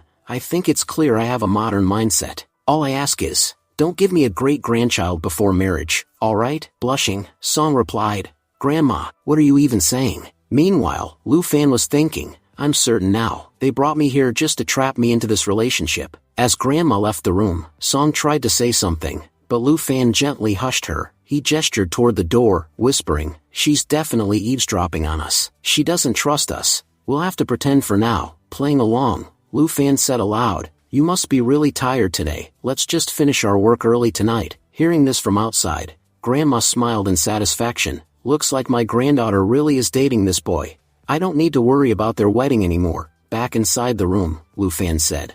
Now we can finally sleep in peace. I'll take the floor. Song whispered, but what if Grandma comes in to check? We should at least pretend to sleep in the same bed. As Lu Fan settled into the room, he said, if that's the case, I'll keep some distance. But Song was thinking, no matter how much distance you try to maintain, I'm not going to do the same. After changing clothes, Lu Fan got into bed to sleep, but when he saw Song moving toward him, he blushed and nervously asked, Song, do you need something? Song replied playfully, what could I possibly need at night from my fiancé? Hearing her flirtatious tone, Lu Fan began to panic. He quickly told her not to make such jokes, but Song raised an eyebrow and said, who said I was joking? Trying to escape the situation, Lu Fan quickly said, we have to wake up early tomorrow, so let's just sleep now. Song, meanwhile, was thinking, what's wrong with this guy? If I had tried this on anyone else, they would have given in by now. Fine, just for today, I'll let it go, but starting tomorrow, I'll be even more aggressive. Then, holding Lu Fan's hand, she said, we'll need to act well, or we might get caught. Meanwhile in the main hall, Grandma asked Ben, do you know anything about Lu Fan's background? Ben replied, he appeared in Yancheng not long ago, and quickly became very famous. I only know he has strong connections with many powerful people, and he's soon to be the next head of the ancient medicine school. Grandma reflected on his words and said, he's hiding so much at such a young age. I guarantee this boy's background is far greater than we can imagine. We won't find a better son-in-law for Song. We must make him a part of our family, no matter what. The next morning, Song and Lu Fan headed to the Chiyu God Temple. Song explained, the temple is at the top of the mountain. People from our Dunnan village deeply revere the Chiyu God. That's why on important days, everyone comes to offer prayers. As they entered the temple grounds, Lu Fan noticed everyone standing reverently with folded hands before the statue of Chiyu God. He thought to himself, this is the most heavily guarded temple I've ever seen. The people here have an intense faith in this god. Could it be someone tried to steal the statue before? Is that why security is so tight? Just as he was lost in thought, a group of intruders appeared, intent on stealing the statue. The guards shouted, how dare you try to desecrate the Chiyu God's temple? The thieves launched an attack on the guards. Lu Fan was stunned. I was just thinking about this. How is it suddenly coming true? The intruders began beating the guards, but the guards bravely declared, even if we die, we won't let anything happen to the statue. One thief raised a knife to stab a guard, but just in time, Lu Fan jumped in and blocked him. He warned, as long as I'm here, you won't harm anyone. The thief charged at him and sneered, trying to be a hero? You'll be the first to die. But Lu Fan effortlessly disarmed him, and caught him in a lock. Toys like this are for big kids, not amateurs like you. Stop resisting, or I'll shove your dagger where it hurts. Infuriated, the thief ordered his comrades, take him out. All the thieves lunged at Lu Fan, which made Song extremely anxious, but Lu Fan suddenly vanished from in front of them, and appeared behind. The shocked thieves gasped, where did he go? Lu Fan mocked them, try looking behind you, fools. By the time they turned around, two of the men had already been taken down. The leader rushed at Lu Fan again, but with a single strike, Lu Fan knocked him out cold. He looked down at the unconscious body and muttered, who sent such weaklings to pull off a theft like this? If you were planning a robbery, you should have come to me for tips first. The villagers of Dunnan, who had been hiding, came out in awe. This kid is incredible. While we stood back in fear, he took down all those thieves like it was nothing. Another thief muttered, we were told there were no strong warriors in Dunnan village, but who the hell is this guy? Even the villagers were puzzled, saying, we've never seen him before. Who is he? At that moment, Song stepped forward and announced, he is Lu Fan, my fiancé. Everyone was shocked, and then said in unison, oh, so he's our village chief's future son-in-law. Now it makes sense why he's so powerful. Thank you so much for helping us. Lu Fan responded humbly, I only did what was right. The villagers quickly tied up the remaining thieves. One of the defeated men scoffed, you may have the Chiyu God statue, but you'll never receive his blessings. Then, with a sinister smile, he activated the poison within his own body, and took his life on the spot. At that moment, Lu Fan was deep in thought. He sensed that something much bigger was happening behind the scenes. This wasn't just a petty theft, there's a major issue at play here. Soon, word of the incident reached Grandma as well. She remarked with certainty, "I'm sure the water village is behind all this." The villagers responded with gratitude, saying,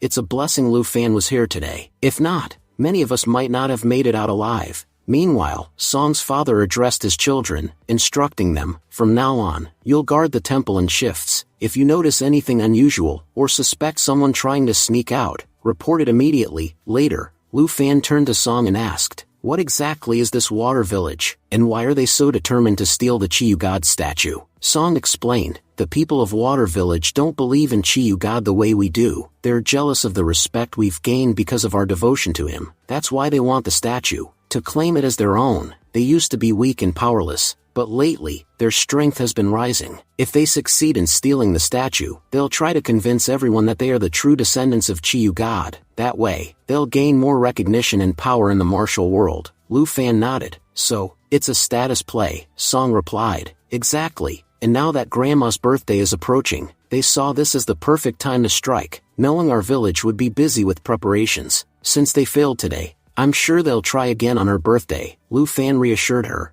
"Don't worry, as long as I'm here, they won't be able to do anything." Song smiled with relief. "I trust you. At this rate, you'll become a hero to the entire village, or maybe even my husband," she thought with a blush. The scene then shifted to Water Village, where a man named Li Jiang was reporting to the Guardian of Blood Ice Abyss. "Lu Fan defeated our men." The Guardian frowned. "If he keeps interfering, stealing the statue will become impossible. As long as he's in Dunnan Village, our people can't do anything. Recall all the teams. I'm sending the Magic Fox to deal with Lu Fan personally." Li Jiang left immediately to carry out the order. Nearby, Magic Fox overheard the conversation and said, "So it's that same Lu Fan, the one who defeated everyone at the hero meeting. Even Skeleton Abyss lost his 13 pink evils to him." The Guardian nodded. "If we manage to kill Lu Fan, we'll also avenge Skeleton Abyss. After that, there'll be no one left in Dunnan Village strong enough to stop us." He continued ominously, "Very soon, a 100-kilometer radius around Dunnan Village will become our base. Once Dunnan is destroyed,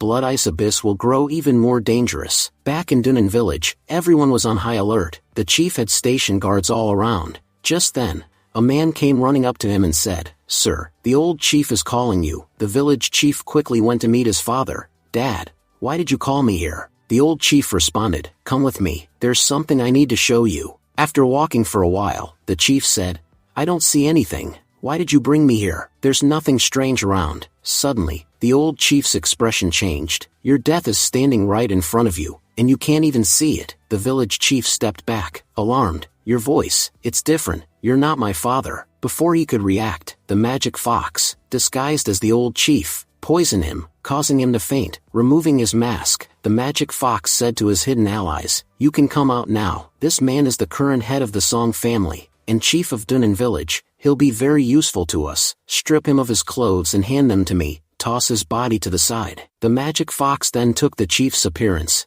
Meanwhile, in the main hall of the village, the members of the Song family were gathered together. The fake chief, Magic Fox in disguise, entered. Brother Song greeted him. "You're back so soon?" The chief replied, "There was nothing suspicious outside. I've already deployed everyone, so I came back." Song, still feeling secure, said, "Lu Fan showed everyone yesterday just how powerful he is.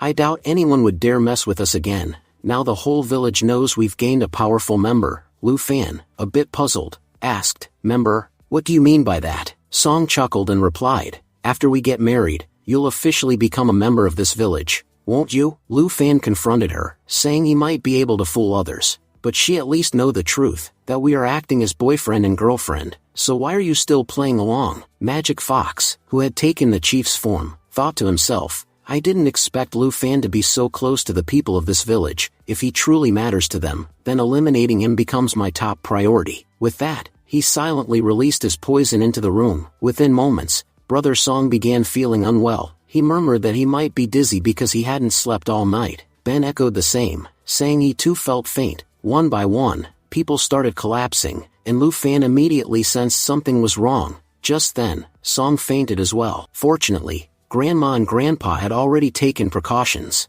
By releasing their energy they neutralized the poison. Before it could take effect, Grandma exclaimed. "Someone has poisoned the room." Grandpa frowned and asked, "But how did the poisoner even get close to us?" That's when the magic fox revealed himself. "I've heard a lot about the Song family of the Dunnan village, but looking at you all now, I'm starting to think your reputation was grossly exaggerated. You've truly disappointed me." Brother Song stood up weakly, glaring at him. "You're not my father. Who the hell are you?" With a smirk, Magic Fox removed his disguise and said, "I am your death." Grandma gasped. "You're Magic Fox, one of the most infamous disguise masters in the martial world. You committed countless crimes using your transformation techniques. But, weren't you killed years ago by Wudang during the Great War?" She then speculated, "Someone from the Seven Evil School must have saved you, just like they saved their own." Magic Fox confirmed it. "I'm here for 2 reasons. First, to take the Chiyu God statue. Second, to eliminate our biggest obstacle, Lu Fan." Lu Fan replied, "I don't even know you. What did I ever do to make you come after me? Who sent you?" Magic Fox revealed his allegiance. "I was once a disciple of Skeleton Abyss, and now I serve as a commander under Blood Ice Abyss. That alone gives me 2 very strong reasons to kill you." Upon hearing his connection to the Seven Evil School, both Grandma and Grandpa were visibly shocked. Lu Fan, however, realized something deeper. He thought to himself, if this conflict between the 2 villages was about religion or pride, that would be one thing. But now that the Seven Evil School is involved, it's obvious they're after the statue, or the power, behind Chiyu God. Anyone who values power over their own family certainly wouldn't care about religion. At that moment, Magic Fox lunged at Lu Fan in a lethal attack. Even Grandma feared Lu Fan wouldn't survive the deadly poison. But to everyone's shock, Lu Fan retaliated with a devastating punch that sent Magic Fox flying. He then revealed, "You all couldn't beat me, so I had to pretend to be weak. But don't worry, Song family. As long as I'm here, no one can touch you." Magic Fox, stunned, shouted, "Why isn't the poison affecting you?" And then, his body gave in. He collapsed to the ground, still struggling. Magic Fox gasped, "Lu Fan, the poison may not work on you now, but eventually, it will. If you take me somewhere safe, I can give you the antidote. This isn't just about you, it's about the entire Song family. Your arrogance could get them all killed." In his mind, Magic Fox plotted, "Once he takes me to a safe place, I'll give him a fake antidote, then it'll be too late to save the Song family, and I'll escape unharmed." But Lu Fan replied sharply, "Magic Fox, you clearly underestimate people. God gave us all brains, some use it for good, some for evil. And I've been thinking all this time about how best to torture you." Magic Fox froze. "What do you mean?" Suddenly, Lu Fan stepped forward and shattered one of his legs. "You're not going to save the Song family, and the poison doesn't affect me, so that only leaves one option, revenge. I'll keep you alive, but I'll crush every single bone in your body. Even if I can't save the Song family, I'll make sure you die the most painful death possible." He leaned closer and whispered, "Did you know the human body has 206 bones, and 360 joints? When all of them break, I guarantee you won't be able to handle it. I'm just wondering what kind of mess you'll look like by the end." And hearing those words, knowing what Lu Fan was about to do, Magic Fox's spirit broke completely. Magic Fox claimed that the purple pill in his possession was the antidote. Lu Fan, holding the pill in his hand, warned him coldly that if he was lying, he would kill him on the spot. Just then, Grandma stepped forward and used her insight technique to probe Magic Fox's body. She told everyone that she had implanted a blood-dissolving insect inside him. She admitted that they didn't have an antidote for his poison, but confidently added that the insect inside him was something even Magic Fox couldn't cure. It would slowly devour him from within, drop by drop, until no blood remained. If he had lied, the truth would eventually come out, along with his life. Lu Fan, watching this unfold, thought to himself that it was the first time in his life he'd seen such a terrifying grandma. He recalled how he had come to this place simply as Song's boyfriend, but now he feared that if she ever broke up with him, she might just plant one of those insects inside him too. Magic Fox began shouting in outrage, claiming they were monsters. "Even after giving you the real antidote, this is how you treat me?" Grandma remained calm and requested the antidote from Lu Fan. She first sniffed it cautiously, and after detecting nothing suspicious, consumed a bit herself. When she showed no ill effects, she confirmed the pill was indeed genuine, and instructed Lu Fan to begin detoxifying the others. As Lu Fan administered the antidote, Song ran to him and hugged him tightly, thanking him deeply for saving their lives. Meanwhile, Ben grabbed Magic Fox by the collar and demanded, "Where's my father?" Magic Fox sneered and said he would release Song's father only if they agreed to release him first. Grandma replied that they were willing to make that trade. Magic Fox laid out his own conditions. Grandma agreed but added one condition of her own: not a single scratch on my son's song. She then instructed Ben to tighten village security, and to inform everyone to remain on high alert, as another attack could come at any time. She declared that she and Lu Fan would personally go retrieve MANHWA. Everyone was frightened at the thought of only 2 people going on such a dangerous mission. Ben argued that it was reckless, and Song also protested, worried that it could be a trap. How can you trust Magic Fox? He's from one of the 7 evil schools. Lu Fan calmly explained, that's exactly why we're going alone, no offense. But if you compare the strength of the entire village to just me and Grandma, we'd still win. Sending 4 villagers to protect us wouldn't guarantee anything. But keeping those 4 here means 100 weaker people can defend each other. Grandma agreed, saying Lu Fan was absolutely right. She added, my son will come back safely. With just the 2 of us, me and Lu Fan, we're more than enough. Even if the evil school itself stands in our way, they won't survive. Lu Fan grinned and said, Grandma, I have to admit, our thinking really does match. I'm ready to fight those bastards with you. Meanwhile, in the enemy camp, the Guardian was seething with rage upon learning Magic Fox had failed. Just then, Li Jian approached him and asked, Master, what should we do now? The Guardian replied, they're bringing Magic Fox back for an exchange. I guarantee they won't come alone. This is the perfect time to attack Dunan village. Take our men and strike while we have the chance.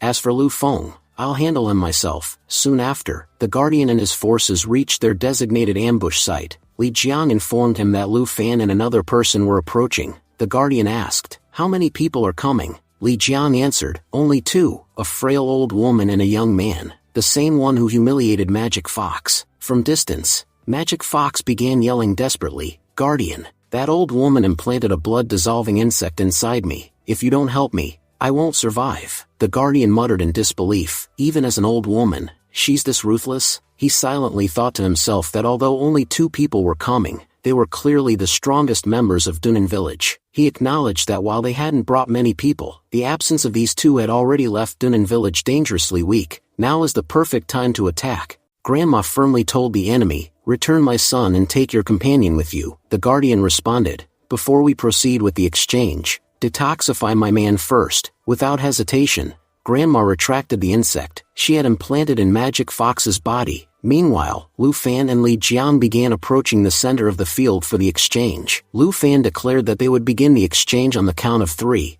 Both sides would release their hostages simultaneously, but Li Jian had a hidden dagger concealed behind his back, and was thinking to himself, the moment you lower your guard, I'll slice your neck open. However, before Lu Fan even began counting, he struck Li Jian in the face with a powerful punch, catching him completely off guard. As Li Jian fell to the ground, he shouted angrily, how dare you launch a sneak attack? Lu Fan responded calmly, you were planning to betray us after the count of 3. I just beat you to it. Whoever takes the first action wins. That's the rule. Song Hu laughed in approval and told Lu Fan, you've truly impressed me. Honestly, my daughter might not be worthy of you. You deserve someone even better, but as a son-in-law, I'll never find anyone greater than you. Just then, the Guardian ordered all his men to attack Lu Fan and retrieve Magic Fox. As Song Hu was pulled to safety, Grandma and Lu Fan started taking down the enemy soldiers one by one. While the 2 were fighting, Magic Fox attempted to slip away toward the Guardian. Lu Fan noticed this and quickly picked up the enemy's dagger, stabbing Magic Fox before he could escape. The wound proved fatal, and Magic Fox died instantly. Lu Fan was briefly shocked. He had struck a spot that should have only injured, not killed him. He had been careful. The Guardian, enraged, lunged at Lu Fan and shouted, you killed Magic Fox. Lu Fan calmly replied, you think I killed him? I've been fighting since I was a child while others were playing games. I know exactly where to strike to injure but not kill. Magic Fox didn't die because of me. He died from the poison coated on the dagger. Your dagger, you were planning to use it on me. Now you're just mad because your own weapon backfired. He smirked and added, you finally tasted your own medicine. The Guardian stepped forward with fury and snapped, I've never seen someone so arrogant. I won't leave until I've killed you. A fierce battle erupted between the 2. Lu Fan admitted, you're strong. I won't deny it, but you're not strong enough to kill me. The Guardian snarled, keep bluffing while you can. I can see the fear behind your grin. In response, Lu Fan kicked the dagger away and tossed it aside. The Guardian was stunned. He couldn't understand how Lu Fan's power had suddenly surged. Had he been hiding his full strength this entire time? With a single punch, Lu Fan dealt the Guardian a crushing blow. Both Grandma and Song, who were stunned by his overwhelming strength. Lu Fan looked down at the defeated Guardian and said, "So this is the 7 Evil School? I'm disappointed.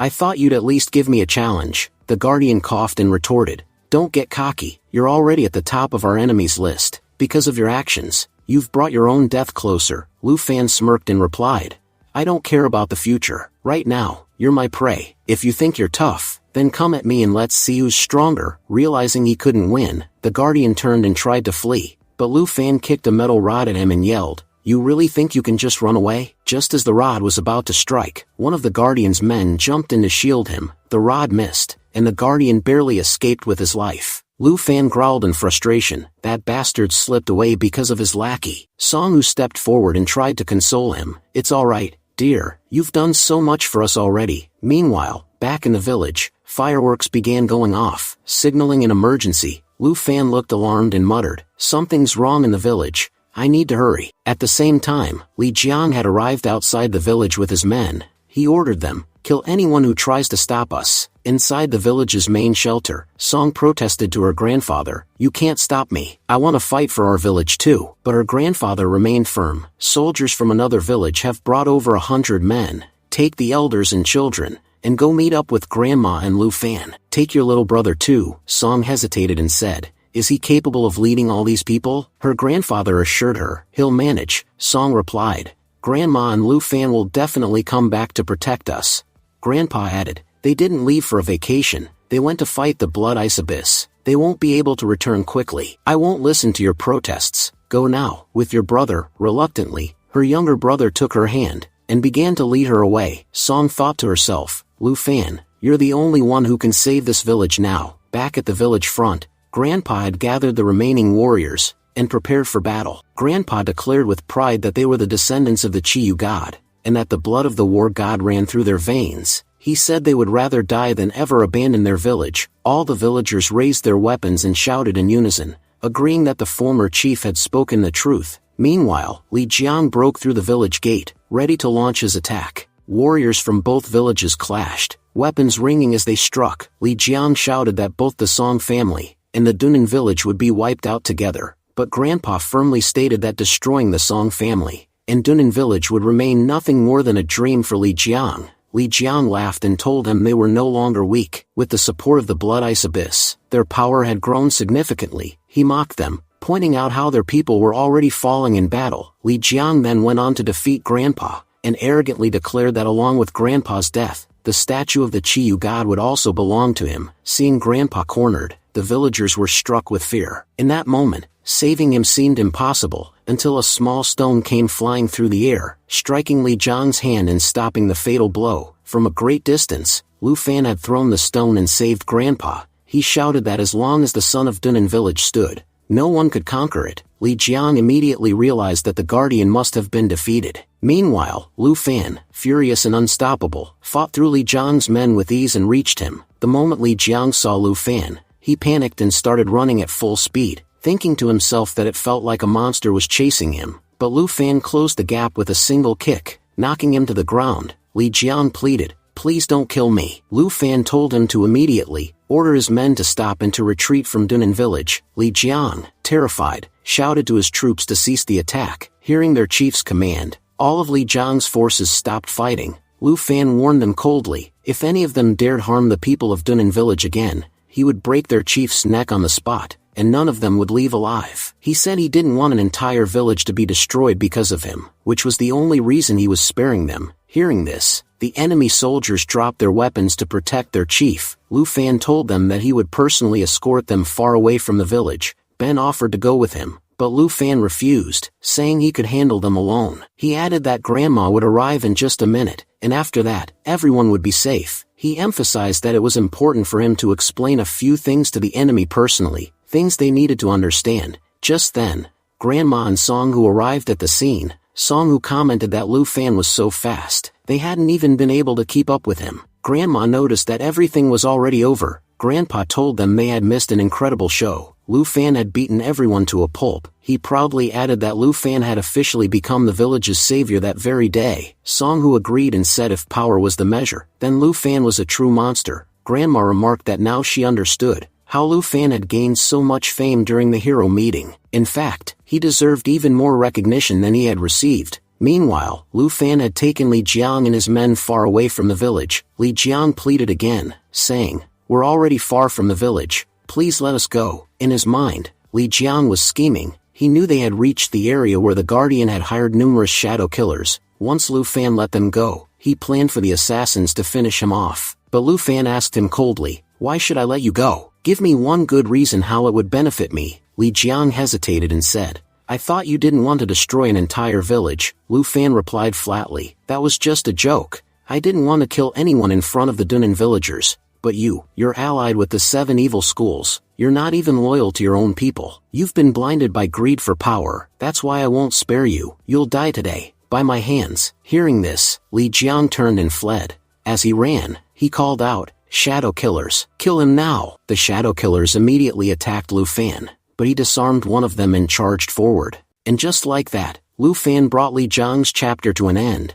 Lu Fan called out loudly, telling anyone who wanted to fight to come quickly. He didn't have time to waste. Everyone around him was stunned by his incredible speed. Enraged, the remaining fighters shouted that he had destroyed their village's pride, and they couldn't let him get away with it. But before they could act, Lu Fan charged in and began taking them down one by one with brutal precision. The villagers watched in awe, thinking that he had just wiped out all the shadow killers in less than a minute. Lu Fan issued a stern warning. If any of them were ever seen near Dunnan village again, he would kill them without hesitation. Hearing this, the rest of the attackers panicked and started fleeing. He sighed and said, "Finally, it's over." Without the evil school and their leader backing them, these guys would never have had the courage to attack the village in the first place. On the other side, the village chief and others were waiting anxiously at the gate. As soon as Lu Fan returned, he asked why his uncle was waiting for him. The chief and the others welcomed him with cheers, saying their hero had finally returned. Lu Fan replied humbly that he had only done his duty. Just then, Song rushed to him and hugged him tightly. She confessed that she had been terribly scared,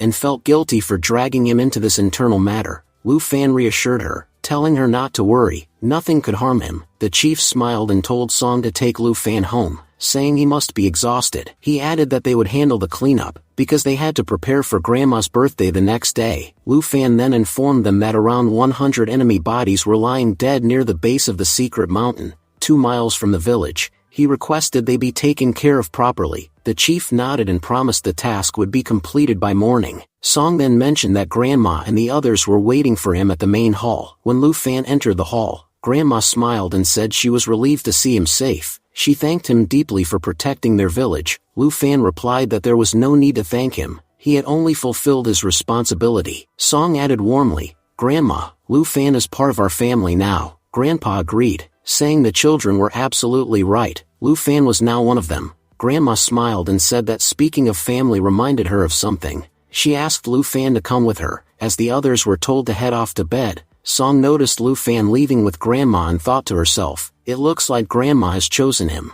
Soon, Lu Fan and Grandma reached a temple. Curious, Lu Fan asked why she had brought him there in the middle of the night. Grandma explained that their ancestral land was called the Land of Miao, and she was about to reveal its greatest secret to him. Meanwhile, elsewhere, the Guardian was seething with rage. After hearing that the shadow killers had been defeated, he demanded to know how it had happened. In his mind, he cursed the Blood Ice Abyss. He had provided them with a token, promising to destroy Dunnan village in exchange for 100 elite killers. But because of Lu Fan, everything had failed, and instead of a victory, he suffered heavy losses. The trembling soldier standing before him reported that Li Jiang was dead, and most of their elite forces from the water village were either dead or severely injured. He admitted that they no longer had any remaining strength to fight against Dunnan village. The Guardian, furious, shouted, "Are you here just to list our losses?" He ordered them to send a report to headquarters declaring their mission a failure, and instructed all surviving troops to retreat. "We can't take over the Land of Miao right now. It's no longer safe. Who knows if that Lu Fan will come after us next?"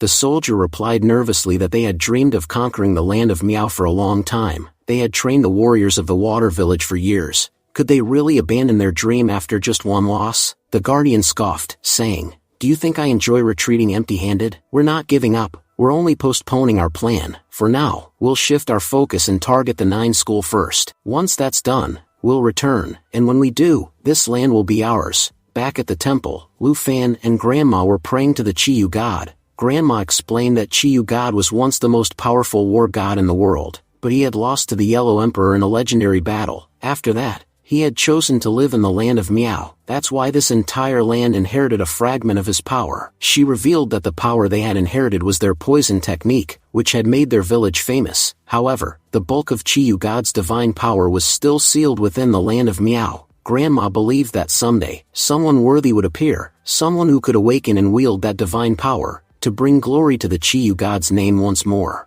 Lu Fan thought to himself that the idea of divine powers sealed in the land sounded like something out of a fantasy. Any ordinary person would laugh it off, but considering how the evil school had their sights set on this very land, he was starting to believe that everything Grandma said might actually be true. It wasn't just the village they wanted to destroy, it was the Chiyu god's power they were after. Grandma looked at Lu Fan and said that while it might all sound mythical, as descendants of the Chiyu god, they believed in it wholeheartedly. They had been waiting for the one who would truly inherit the god's divine powers. Many candidates had come and gone, but none had succeeded. Every one of them had been called the Son of God, and until now, all of them had come from their own family. But looking at Lu Fan, she said with confidence, "Because you are so powerful, I now declare you our new Son of God." At that moment, Lu Fan hesitated and said he couldn't accept the title. He explained to Grandma that he didn't belong to the Song family bloodline, he was just an outsider. He questioned how she could entrust him with such a huge responsibility. Grandma gently reminded him that,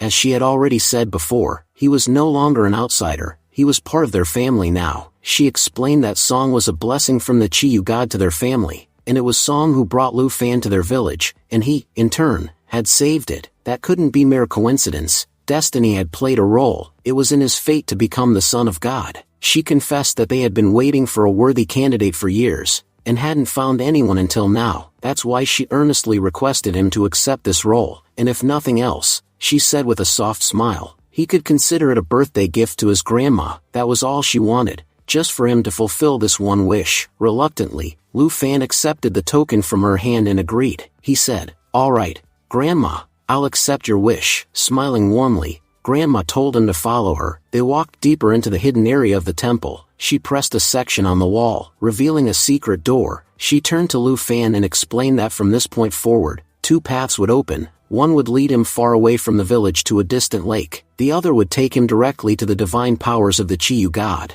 They chose the second path. Grandma reminded him that the token she had given him was the key to the divine gate. He could only enter between 7 o'clock and 9 p.m., and he must return before 5 a.m. Tonight, he would face his first trial. She hoped he would be back before sunrise. Lu Fan, inserting the key, muttered to himself that he had gotten into trouble once again. As the gate opened, he stepped forward into the unknown. Inside, he noticed luminous pearls embedded in the walls, rare and incredibly valuable gems that sold for hundreds of millions in the outside world. Yet here, they were being used like ordinary lamps. Seeing this, he thought there must be something unimaginably precious hidden deeper inside. As he explored further, Lu Fan arrived at a wide hall. It was empty except for several towering statues of martial artists along the side. He looked up in awe and chuckled, realizing he barely reached their feet. After examining the entire hall, Lu Fan remarked that there seemed to be no treasure at all. It looked more like a place built for sightseeing.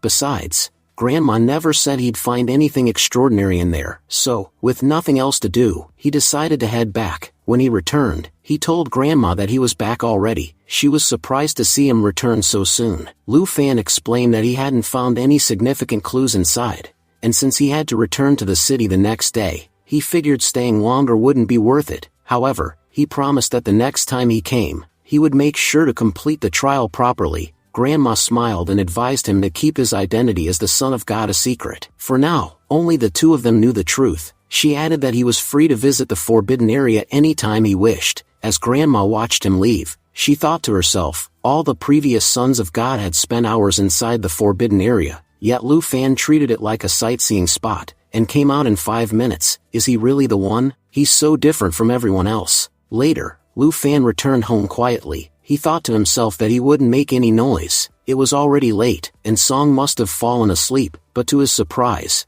Song was awake. She immediately hugged him. Lu Fan asked her why she was still up so late. Song said she had been waiting for him, and demanded to know where Grandma had taken him. Lu Fan, trying to dodge the question, told her they had just been patrolling nearby. Song walked closer and looked at him seriously. Son of God, do you really think you can lie to me? She explained that she knew Grandma was trying to find a worthy successor for their Song family, and had likely chosen him because she hadn't found anyone suitable for years. Lu Fan admitted that he had agreed to accept the role. He added that he would help explore the forbidden area, but nothing more. He gently stepped aside and said, "After Grandma's birthday party tomorrow, we'll be leaving. Your little game of showing off your fake boyfriend will be over too. It's late, get some sleep." As Song watched him walk away, she thought to herself, "The path to your heart is long, Lu Feng, but that's alright. I won't give up until the end." The next day, the birthday party began. Everyone in the village was chatting happily, talking about how Lu Fan had saved them and even defeated Li Jiang.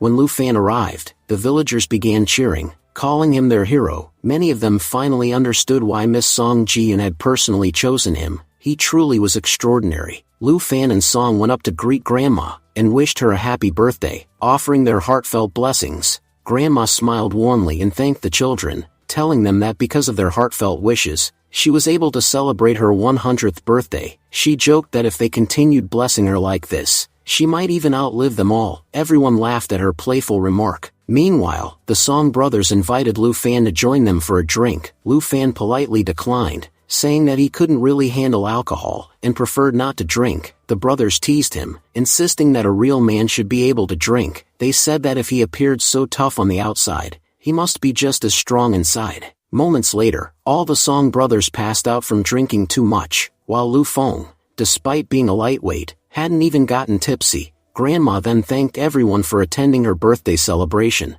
She turned to Lu Fan and told him that the gates of their village would always be open to him. He was welcome any time. Song asked Grandma if she could return with Lu Fan, and Grandma agreed, reminding her to take good care of him. As they prepared to leave, Song thought to herself that she had just proven to the entire land of Miao that Lu Fan belonged to her. She vowed that the next time they visited, she would ask Grandma to arrange their marriage. He may have escaped this time, but next time, he won't be so lucky. Just then, Lu Fan received a call from Dr. Jiang. She informed him that her father had returned, and said he could help Lu Fan gain access to the universe Taoist rites. Later, Lu Fan arrived at Ying's hotel. Head Jiang informed him that the headquarters had requested he first hand over the recipe for Hua Tua's 9-flavor soup, before they could consider appointing him as head. This was their way of verifying whether he possessed the real recipe. Lu Fan frowned and replied that, according to what they had told him earlier, anyone who held the recipe had the right to become head. But if he handed the recipe over to headquarters, they could simply choose anyone they wanted as leader. He asked whether they took him for a fool. Dr. Jiang sighed and said the problem was that Lu Fan wanted to enter the universe Taoist rites, and that couldn't happen unless he officially became the leader. Head Jiang added that the people at headquarters had begun backing down. They never wanted to appoint an outsider like Lu Fan in the first place, and now they were using this recipe issue as an excuse. He expressed frustration, saying he felt ashamed for insisting Lu Fan get involved, only to watch those cowards at headquarters betray their word. Lu Fan responded calmly, telling him not to worry. He said he'd go speak to them himself the next day. He made it clear that he still had no interest in becoming the leader. All he cared about was entering the universe Taoist rites, and he was ready to do whatever it took to achieve that goal. Head Jiang nodded and said, "Alright, then tomorrow we'll head to headquarters." Lu Feng clenched his fists and muttered, "Let's see who dares say I can't become the head once I get there." The scene transitioned to night. In the middle of the demon forest, members of Skeleton Abyss stood together. One of them declared that it was the last day for ancient medicine school. He claimed that even if they thought hiding in the forest and setting up arrays would protect them, it was useless. They had already captured one of the disciples and extracted all the information they needed about the defensive arrays.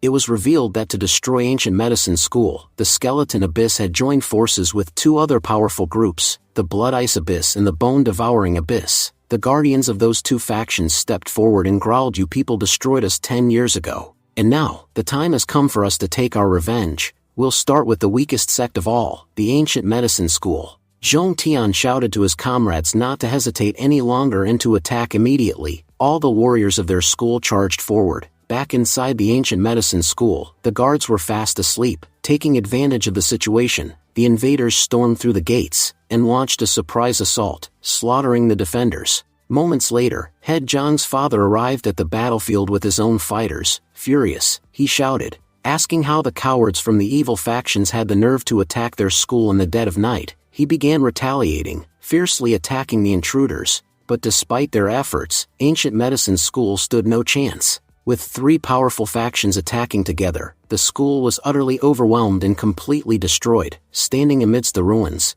Jiang Jie smirked and said it felt good to finally destroy Ancient Medicine School. The next day, Dr. Jiang and Lu Fan arrived at the outskirts of the Demon Forest. She explained that the headquarters of Ancient Medicine School was located deep in the forest, in a completely isolated area. Head Jiang frowned and commented on how strange it was that no one had come to receive him, even though he had already informed them of his arrival. Normally, the elders would be there to greet the head personally. He questioned when they became so bold as to ignore their own leader's return. Lu Fan suggested that it wasn't their fault. Something bad must have happened to the school. This possibility shocked both Head Jiang and Dr. Jiang. As they pushed deeper into the forest, they noticed that the air was thick with demonic energy. Head Jiang started running and told Lu Fan to stay behind him, saying he knew how to cross the corrupted zone safely. Meanwhile, Lu Fan sensed the scent of blood in the air. He hoped his fears weren't true. When they finally reached the school, the entire compound lay in ruins. Atop the destroyed buildings flew three flags,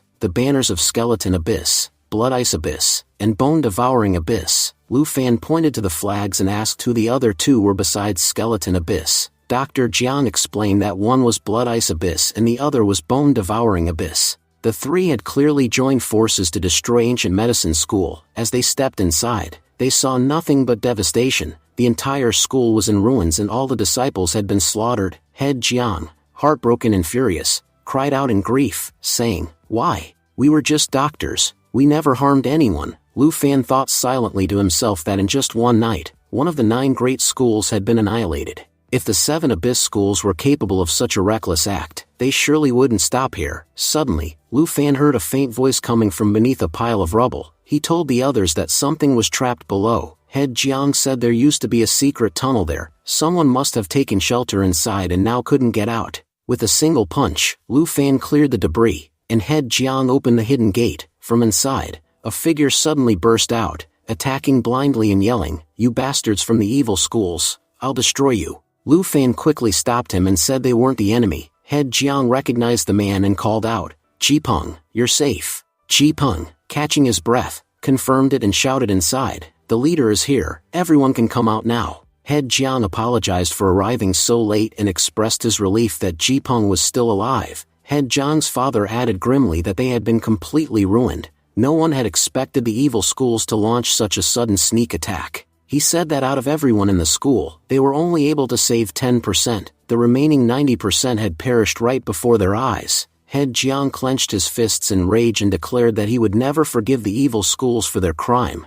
He swore they would retaliate, but first, they needed to seek help from the remaining 8 schools. Without their support, they wouldn't stand a chance. At that moment, Lu Fan reassured everyone not to worry. He said that as long as he was there, the attackers wouldn't dare to strike again, and if they did, they wouldn't be able to leave unharmed. Head Jiang's father asked, "Who is this young man?" Head Jiang then explained, "He is Lu Fan, a very powerful master and our future head. He is the holder of the Huatua 9 flavor soup recipe." He reminded everyone that the one who held the recipe was traditionally considered their leader. When everyone saw someone so young stepping up as the new head, they were visibly shocked. Lu Fan told them not to panic. He added that the evil school had committed a despicable act, and he knew exactly how they deserved to be punished. But this wasn't the time for revenge. Right now, they needed to focus on healing the wounded, and relocating the children to a safe place. Following Lu Fan's command, Head Jiang immediately instructed everyone to act as the future head had ordered. However, not everyone was pleased. Among the group of disciples, there stood an elder who was clearly not happy about Lu Fan becoming their leader. Later, they cremated the bodies of the fallen. Head Jiang stood before the flames, vowing to avenge everyone who had died. Lu Fan echoed his anger, stating that the 7 Abyss schools had committed an unforgivable crime, and for that, they would not be spared. Elsewhere, Jiang Jie was seen observing the scene from a distance. She thought to herself that she had remained behind only to assassinate Jiang Tianyan, the head of Ancient Medicine School. But now that Lu Fan was present, she would have to abort the plan. Jiang Jia turned to her subordinate and said they should leave. Her subordinate asked, confused, "Weren't we here to kill them?" Jiang Jia responded sharply that as long as Lu Fan was around, it wasn't possible, they'd deal with him another time. Meanwhile, Tang, who had left the school, was deep in thought. He felt the place had become unbearably dull without Lu Fan. He mentioned trying to call him but couldn't get through. "Where are you, Lu Fan? I miss you a lot." Just then, a masked stranger approached Tang and swiftly kidnapped him. Back in the forest, Head Jiang informed Lu Fan that defensive arrays had been set throughout the demon forest. He said no one could have entered without inside help. That meant someone had betrayed them, and they were already investigating. He also added that they had reached out to other schools for support, and asked for Lu Fan's understanding if they had missed anything else. Suddenly, an elder stood up and said he had something to report. Head Jiang asked what was wrong. The elder voiced his suspicion. Lu Fan had not yet handed over the complete 9-flavor soup recipe, so how could they confirm him as the official head? At this, Head Jiang exploded with anger. He asked if the elder had lost his mind. He reminded everyone that he had personally verified Lu Fan held the recipe, and that anyone who possessed it had the right to be leader. No one was to question or make demands of Lu Fan. Head Jiang's father interrupted, warning Head Jiang that he was forgetting his responsibilities. Head Jiang responded firmly, saying he had already verified everything. He reminded them that he was the current leader, and if he was willing to step down for Lu Fan, why was everyone else complaining? But Jiang's father argued that they were in a crisis. People would criticize Head Jiang as a coward for passing leadership to a mere child, and even if Head Jiang didn't care, they couldn't place their trust in someone so young during such dangerous times. Elder chimed in, raising doubts about Lu Fan's background. He pointed out that someone as powerful as Lu Fan, who was only at Mingjing Grade 1, could only have gained such strength at a young age if he came from the evil schools. He asked how they could be sure he wasn't a spy. Lu Fan, upon hearing this, began to grow suspicious of the elder himself. He turned to Head Jiang and said there was no need to argue. He understood their concerns. If they wanted proof, he would give it. Lu Fan presented one of the 9 flavors of the Huatua soup, telling them to inspect it and see that it was perfect. He added that if they still weren't convinced, he would simply walk away. Upon examining it, everyone agreed that it was indeed one of the 9 flavors, but the elder demanded the other 8. Lu Fan refused. He explained that he had initially planned to give them all the recipes and help them rise again, but their distrustful behavior had deeply disappointed him. He said, "Where there is trust, I work without profit, but if I'm not trusted, I won't lift a finger. If you don't believe in me, then I don't need you either." As Lu Fan turned to leave, the elder suddenly attacked him, yelling for him to hand over the recipes. But with a single punch, Lu Fan defeated him. Lu Fan then declared, "Keep your head position. If you let me enter the universe Taoist rites, I'll give you the rest of the recipe. If not, you get nothing. I've only forgiven you because of Uncle Jiang. But if you attack me again, I'll cut off your hands." Seeing Lu Fan storm off in anger, Head Jiang also grew furious. He scolded the elder, saying he had forgotten his place. "You have no idea who you just offended. Because of your foolishness, our chances against the evil schools have dropped below 50%. Remember this next time. You're just a minor elder." The elder, realizing his mistake, apologized to Head Jiang. As Head Jiang stood watching Lu Fan, he muttered to himself, "Now I must figure out how to win him back." At that point, Dr. Jiang asked her father what he meant by others. He explained that they needed to convene a hero meeting, and inform everyone of what had happened to them. After returning home, Lu Fan was seen deep in cultivation. He thought to himself that if he truly wanted to enter Universe Taoist rites through ancient medicine school, he would need to help them first, by eliminating the 7 evil school. He also considered that maybe the elder wasn't entirely wrong in suspecting him. From the outside, Lu Fan appeared to be only at Mingjing Grade 1. Even though he possessed vast experience and strength, the elder couldn't see that, so perhaps it was time to show the world his true level. With that, Lu Fan sat down to break through, and within seconds, he succeeded. As he opened his eyes, he found himself standing before a book within his mind. Upon reading its first page, he was instantly granted the powers of the King of Boxing. Lu Fan thought to himself that this was the first time in his life he had seen such incredible moves. He believed that if he mastered these techniques, his boxing style would become extraordinary. The book stated that it contained 199 unique boxing techniques, and that once mastered, Lu Fan's defenses would become nearly unbreakable. Opening his eyes again, Lu Fan was filled with awe. He had previously seen techniques like leopard fist and snake fist from the 9 schools, but what he had now discovered far surpassed them. He immediately began practicing these new boxing techniques. The next morning, Lu Fan woke up and remarked that despite practicing all night, he had only mastered 19 of the 199 techniques. Still, he considered it impressive that he could learn a move after just watching it once. If he hadn't had that ability, learning every variation would have taken him forever. At that moment, Elan entered and told him that something major had happened. Lu Fan guessed she was about to talk about the attack on Ancient Medicine School. Elan was surprised he already knew, and informed him that the 7 Evil School had returned to the world. They were now targeting 9 schools and attacking them. Chaos had once again descended upon the martial arts world. Lu Fan realized that the attack on Ancient Medicine School was only the beginning. The evil schools clearly had more planned. Elan then told him that the Ancient Medicine School had called for a hero meeting to prepare a response against the 7 Evil School. As Lu Fan read the invitation, he said, "So the fight will be on the 29th. Elan added that she doubted the evil schools would sit quietly while the hero meeting took place. If they were already hunting down members of the 9 schools, they would definitely show up there too. Lu Fan agreed. He said he had no choice now. He would have to help. Just then, Elan received a message on her phone. After reading it, she told Lu Fan that their Juanyuan pavilion had received a lead on the Skeleton Abyss. According to the intel, members of the Skeleton Abyss were located in City of Circle, and had even kidnapped a student from their school. Lu Fan asked urgently if there was any information about the kidnapped student. At the same time, he wondered why he was getting such a bad feeling, as if someone close to him had been taken. Elan replied that they didn't have any information yet. However, the pavilion was already gathering people to launch an attack on Skeleton Abyss, and she was planning to join. Lu Fan immediately said he would come too. He asked her to consider him as a member of Juanyuan Pavilion, adding that he couldn't let them handle such an important mission without him. Elan, in her mind, thought that Lu Fan really did behave oddly sometimes. Later, Lu Fan and Elan arrived near the outskirts of the district. Elan's senior brother asked Lu Fan what he was doing there.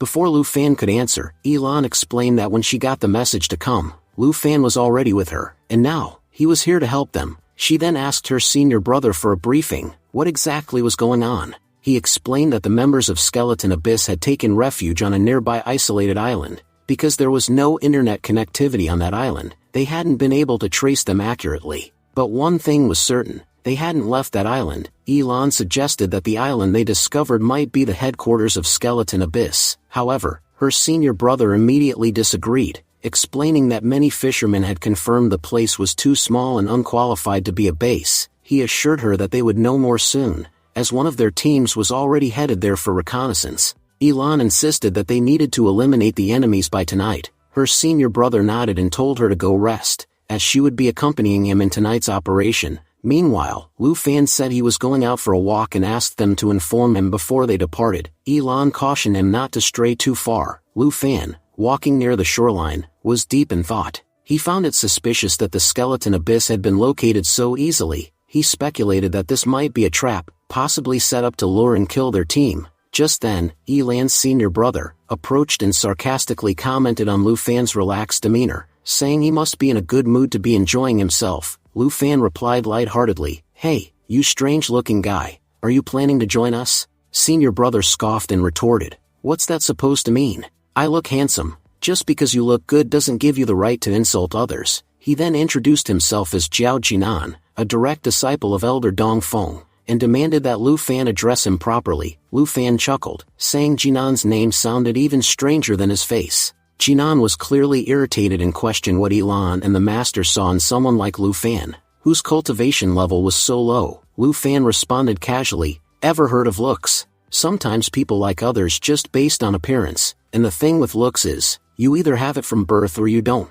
Jinan, still angry, said he wasn't in the mood to waste time and declared Lu Fan unfit for the mission due to his low cultivation. Lu Fan didn't back down. "Even if you say no, I'm still going." Jinan shouted that as the mission commander, he wouldn't allow Lu Fan to participate without permission. Lu Fan challenged him to a duel, suggesting they test whose strength really mattered. Without hesitation, Jinan launched a fierce attack on Lu Fan. He warned Lu Fan that his overconfidence would get him beaten badly and told him to stay away from Elan. Lu Fan laughed, replying, "I still don't get what makes you so jealous. Now I get it. You're upset because the girl who ignores you is always following me around." That only made Jinan angrier. Lu Fan continued, saying, "Can't help it, it's not my fault she's into me." With that, Lu Fan hit him with a powerful leopard punch, knocking Jinan to the ground in a single blow. Lu Fan calmly added, "That was just a punch at Elan's level. If you can't even handle that, how do you expect to stand beside her?" Jinan, shocked, wondered how someone at Mingxing Grade 2 could be this strong. Lu Fan told him, "Since you lost, I'm joining the mission." Jinan fumed silently, vowing to show Lu Fan his true power when the time came. Later that night, the team boarded a boat to head toward the isolated island. One by one, they climbed aboard. Jinan offered Elan a hand, but she refused. As she tried to climb without help, her foot slipped and she fell, right into Lu Fan's arms. Blushing, Elan thanked him for catching her. In her mind, she wondered why her heartbeat was racing. It's just a normal fall. Meanwhile, Jinan was fuming with rage. How dare that bastard touch Elan? He'll pay for that later. Once they reached the island, Jinan ordered some of his men to stay behind and monitor the area. If they saw anything strange, they were to signal the main group immediately. As Jinan and his team moved ahead, the scene shifted to a Skeleton Abyss member. He laughed to himself, saying, "Finally, the kids will have some food. We have some guests arriving." Back on the island, Jinan warned everyone to be careful. According to the local fishermen, the area was filled with poisonous snakes, and even eating the local snacks was dangerous. He specifically told Elan, "If you see any snakes, don't panic, just let me know. You know, I never feared vipers. While kids played with toys, I rode anaconda and played with king cobras. Snakes are like humans to me." Just then, Lu Fan pointed at the ground and said, "Look, your little viper buddy is saying hi from beneath your foot." Startled, Jinan asked, "Where?" Lu Fan laughed and said, "Oops, my bad, it's just grass. But hey, you played with vipers as a kid, right? Then why are you so nervous just hearing their name?" Before Jinan could retaliate with a comeback, a real viper attacked, but Lu Fan killed it effortlessly with just one hand. He warned the group, "Looks like we're surrounded by snakes." The team began fighting off a wave of venomous snakes together. Jinan worried aloud that if Skeleton Abyss found out they were here, it could become very dangerous. He suggested that they leave immediately. Elan agreed, saying he was right,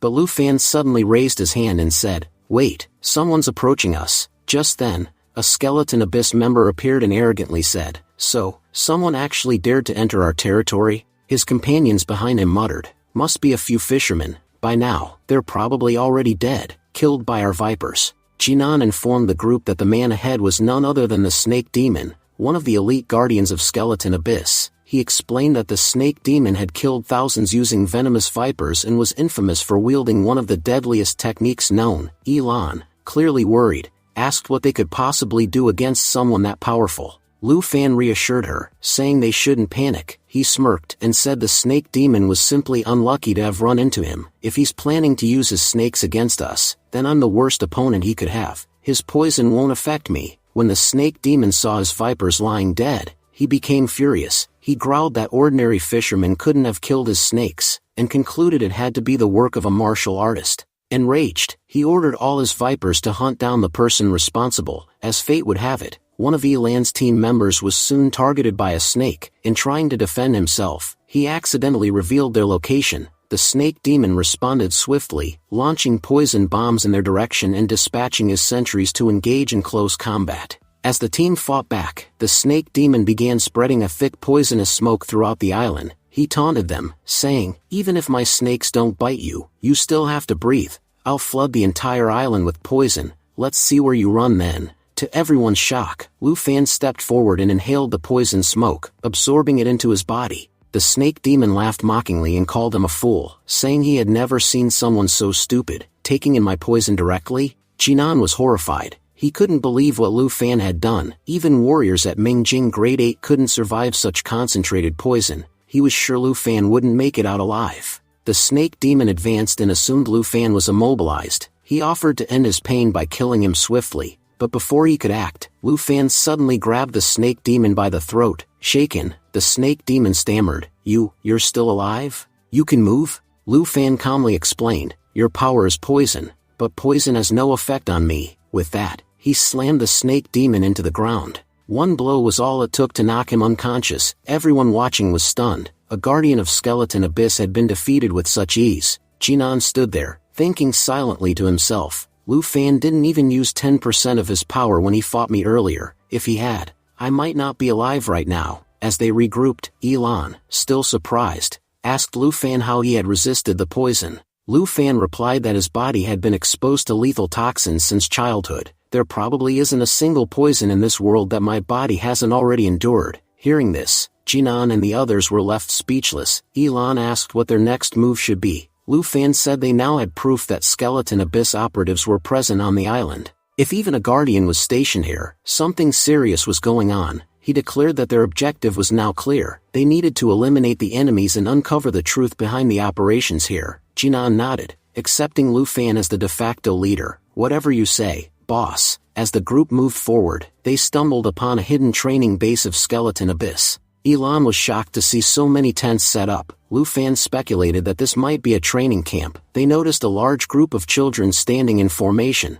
A fat man stood before them, shouting, "You've all survived brutal training, hunted poisonous beasts, and fought hard. Your survival proves your strength. Someday, your talents will make you our finest killers." Elan and Jinan, disgusted, whispered to each other, wondering how anyone could treat children like this. "Do these people even have a heart?" The fat man continued, "Today, I'm taking you to the headquarters. From now on, you'll serve as killers for Skeleton Abyss." Just then, one child dared to resist and lunged forward to stab him. The fat man grabbed the child and slammed him into the ground without hesitation. He sneered, saying, "This happens every year. You think that after some training, you've become strong enough to take me down? Every year I have to kill a few of you to remind the rest what happens to traitors." More children moved forward to attack him, but before any of them could strike, Lu Fan stepped in and kicked the fat man away. Jinan declared angrily, "Enough. None of you are getting away today." The fat man, getting up, growled, "Looks like we left a gate open. That's how rats like you got into Skeleton Abyss's restricted zone." Lu Fan revealed his identity. "We are disciples of the Juwen Yuan court. Surrender now, or die." The fat man burst into laughter. "Surrender? To you four? What do you think this is, a movie? You think 4 people can take out all of us?" He called in reinforcements. Jinan and the rest looked around, realizing they were surrounded. What they had walked into was not a base, it was a trap. Elan quickly addressed the children, telling them not to worry. She assured them that their handsome big brother would beat all these bad people. Lu Fan spoke up, "You left clues behind on purpose. You wanted us to find this place, to lure us in." The fat man laughed. "Our guardian ordered us to kill as many as possible. That's why we left some evidence behind. But I'm shocked. How did you survive the snake demon's venom?" Lu Fan replied bluntly, "Cowards hide or run. We didn't. We killed the snakes, and we killed your demon. Their corpses are lying behind us." The fat man refused to believe it. "Impossible. You're just Mingjing realm warriors. There's no way you could kill him." As he shouted, the Skeleton Abyss army advanced toward them. Lu Fan charged ahead on his own. Before Jinan and the others could even decide to assist him, Lu Fan had already defeated every enemy single-handedly. Each of his strikes was so powerful that not a single opponent remained standing. Watching this, Jinan and his companion realized that Lu Fan never needed their help at all. In fact, from the very beginning, it was they who had been a burden to him. The children nearby cheered excitedly, shouting how amazing Big Brother Lu Fan was, and confidently claiming that he would surely defeat the fat blood demon next. Elan smiled proudly and reminded them, "Didn't I tell you? Handsome Big Brother can do anything." After the battle settled, Lu Fan turned to the blood demon and said calmly, "Now it's your turn. Everyone else is down, but I still feel like fighting. Until I get tired of it, I'll keep hitting you." The blood demon stood confused, wondering how a mere Mingjing Grade 2 warrior could possess such overwhelming strength. Jinan and his friend were thinking the same. Lu Fan confronted him again, recalling, "A few days ago, you attacked my high school and kidnapped someone. I want to know where that hostage is." The blood demon scoffed and retorted, "I don't work for your father. Just because you ask for information doesn't mean I'll give it to you. If you want to know where the hostage is, defeat me first." Without hesitation, he lunged at Lu Fan with a dagger. Lu Fan caught his arm mid-swing and replied coldly, "You have 2 options. 1, say nothing and let me beat you to death. I'll find out the truth about the hostage eventually. Or 2, answer me and avoid a beating. If you're smart, you'll make the right choice." The blood demon backed off, trying to provoke Lu Fan by saying he was getting arrogant and claiming there was a vast difference in their power levels. But Lu Fan swiftly struck the blood demon in the heavenly part of his body, causing him to reel in pain. Jinan and his friend were stunned. That single attack, they realized, was strong enough to take down even a god-level warrior. They couldn't believe they hadn't thought of such a move before. As the blood demon struggled to fight back, he accused Lu Fan of using a cheap technique. In response, Lu Fan grabbed his arm and shattered all the bones in it. "That takes care of your hand, now for your back." With a ruthless twist, Lu Fan crushed the blood demon's spine, leaving him paralyzed. The blood demon, now crying, stammered, "I still can't believe someone at your realm level defeated me. Who are you?" Lu Fan answered, "What would you do with my name? You can call me Dad. I'm the one who killed your skeleton abyss's 13 devil pinks, so consider yourself lucky to be beaten by me." Shaking in fear, the blood demon muttered, "Are you Lu Fan? The one who attacked our people during the hero meeting?" Lu Fan replied with a smirk, "Yes, you guessed right. So what's it going to be? Answer me, or die." The blood demon remembered how their guardian had warned them that disciples would attack, but he hadn't expected Lu Fan himself to appear. He also recalled the guardian's words, though some enemies might come, they would all be weak. Then it struck him, the hostage, Tang, was Lu Fan's close friend. If Lu Fan found out Tang had been kidnapped, he would come running, exactly as he had. Seeing Lu Fan draw his dagger again, the blood demon began to panic. Lu Fan warned him, "I've already broken half your body. If you don't speak, I'll start removing your organs next." Terrified, the blood demon pleaded for a moment, "Wait, don't you care about your friend Tang? If you kill me, you'll never reach him." Lu Fan's expression darkened. "What did you just say?" The blood demon, trembling, revealed that when their forces left, their guardian took Tang to the bone-devouring abyss. That was all he knew. Beyond that, he claimed he had no more information. Lu Fan didn't hesitate. He finished him off with a powerful kick, ending the blood demon's life. As he walked away, Lu Fan muttered to himself, "They used my friend as bait to trap me in the 7 Evil School, but they have no idea what kind of mistake they've made by dragging him into this." The children celebrated the blood demon's death, their faces lit with hope. Even Jinan admitted, "I might not like Lu Fan personally, but there's no denying it. This guy is incredible. With that kind of power, he could easily rank on the genius list." Elan then declared she would go with Lu Fan to continue the mission,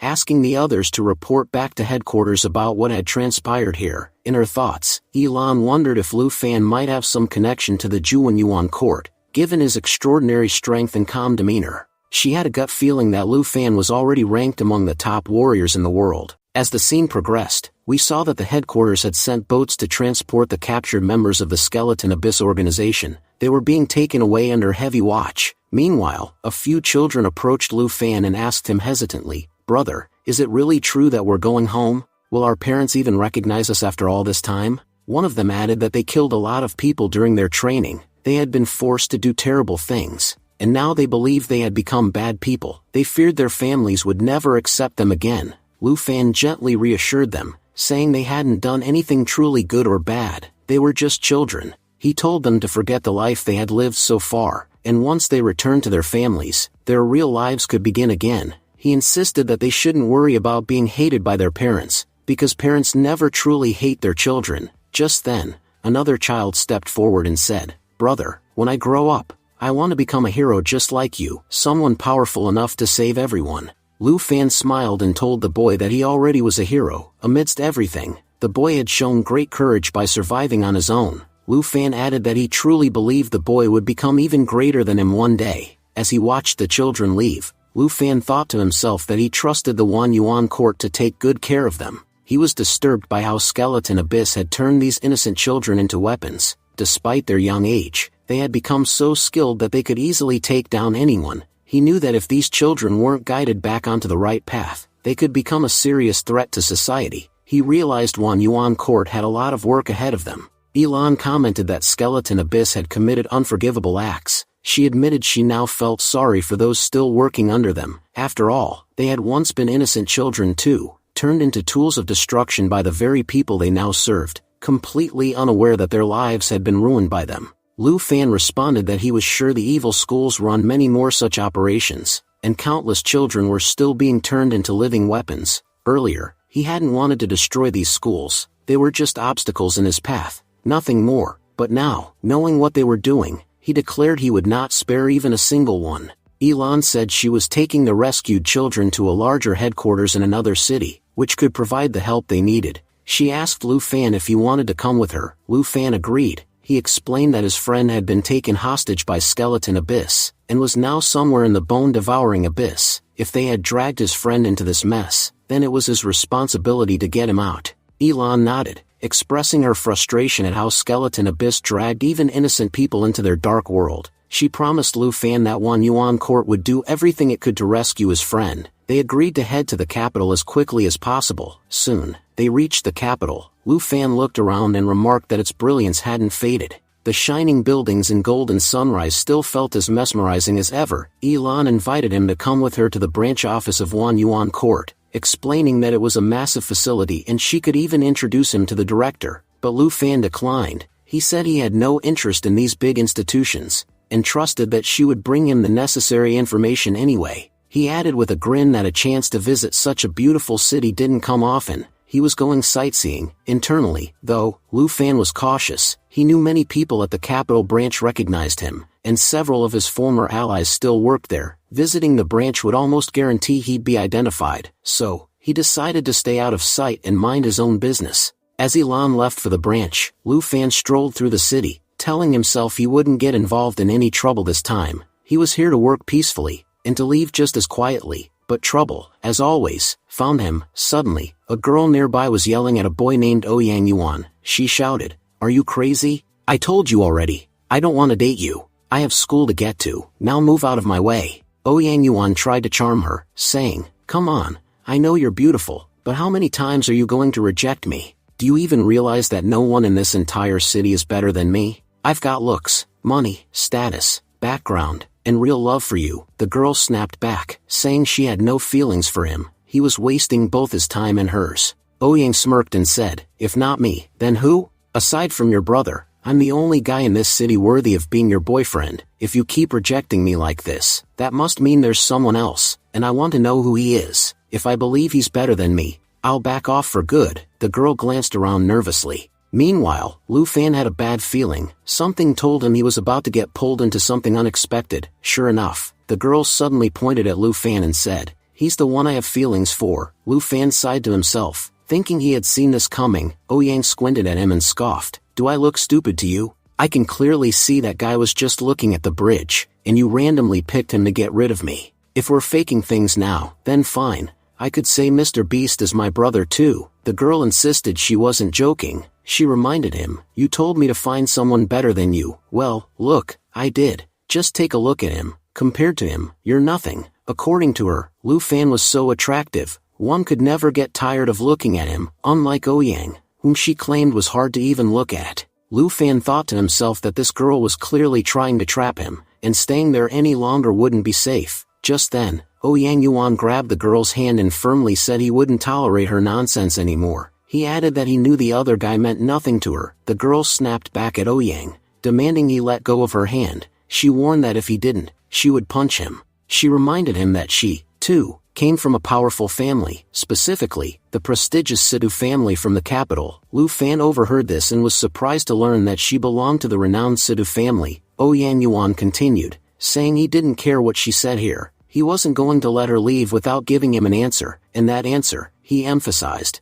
better be yes. But at that moment, Lu Fan stepped in and grabbed Ouyang's hand. He asked whether Ouyang had no self-respect, or if he simply didn't understand human language. He reminded him that the girl had already said no, so why was he still trying to cling to her? Ouyang questioned Lu Fan's interference, asking why he was involving himself in something that didn't concern him. At the same time, he was shocked that he couldn't even move his own arm. Just who is this guy? Lu Fan calmly said that he was in a good mood today, and didn't feel like hitting anyone, but he warned Ouyang to leave while he still had the chance. As soon as Lu Fan released Ouyang's hand, Ouyang gave the order for his men to attack, but within 2 minutes, Lu Fan had beaten them all and thrown them back into their car. Stunned, Ouyang exclaimed that all his bodyguards were ex-military soldiers. How had they lost so easily? Meanwhile, the Sidhu family girl was equally shocked. She thought to herself that Lu Fan wasn't just strong, he was using brilliant tactics. Was he once a soldier too? Ouyang, still trying to maintain his pride, said Lu Fan's skills had impressed him, but warned him not to overestimate himself.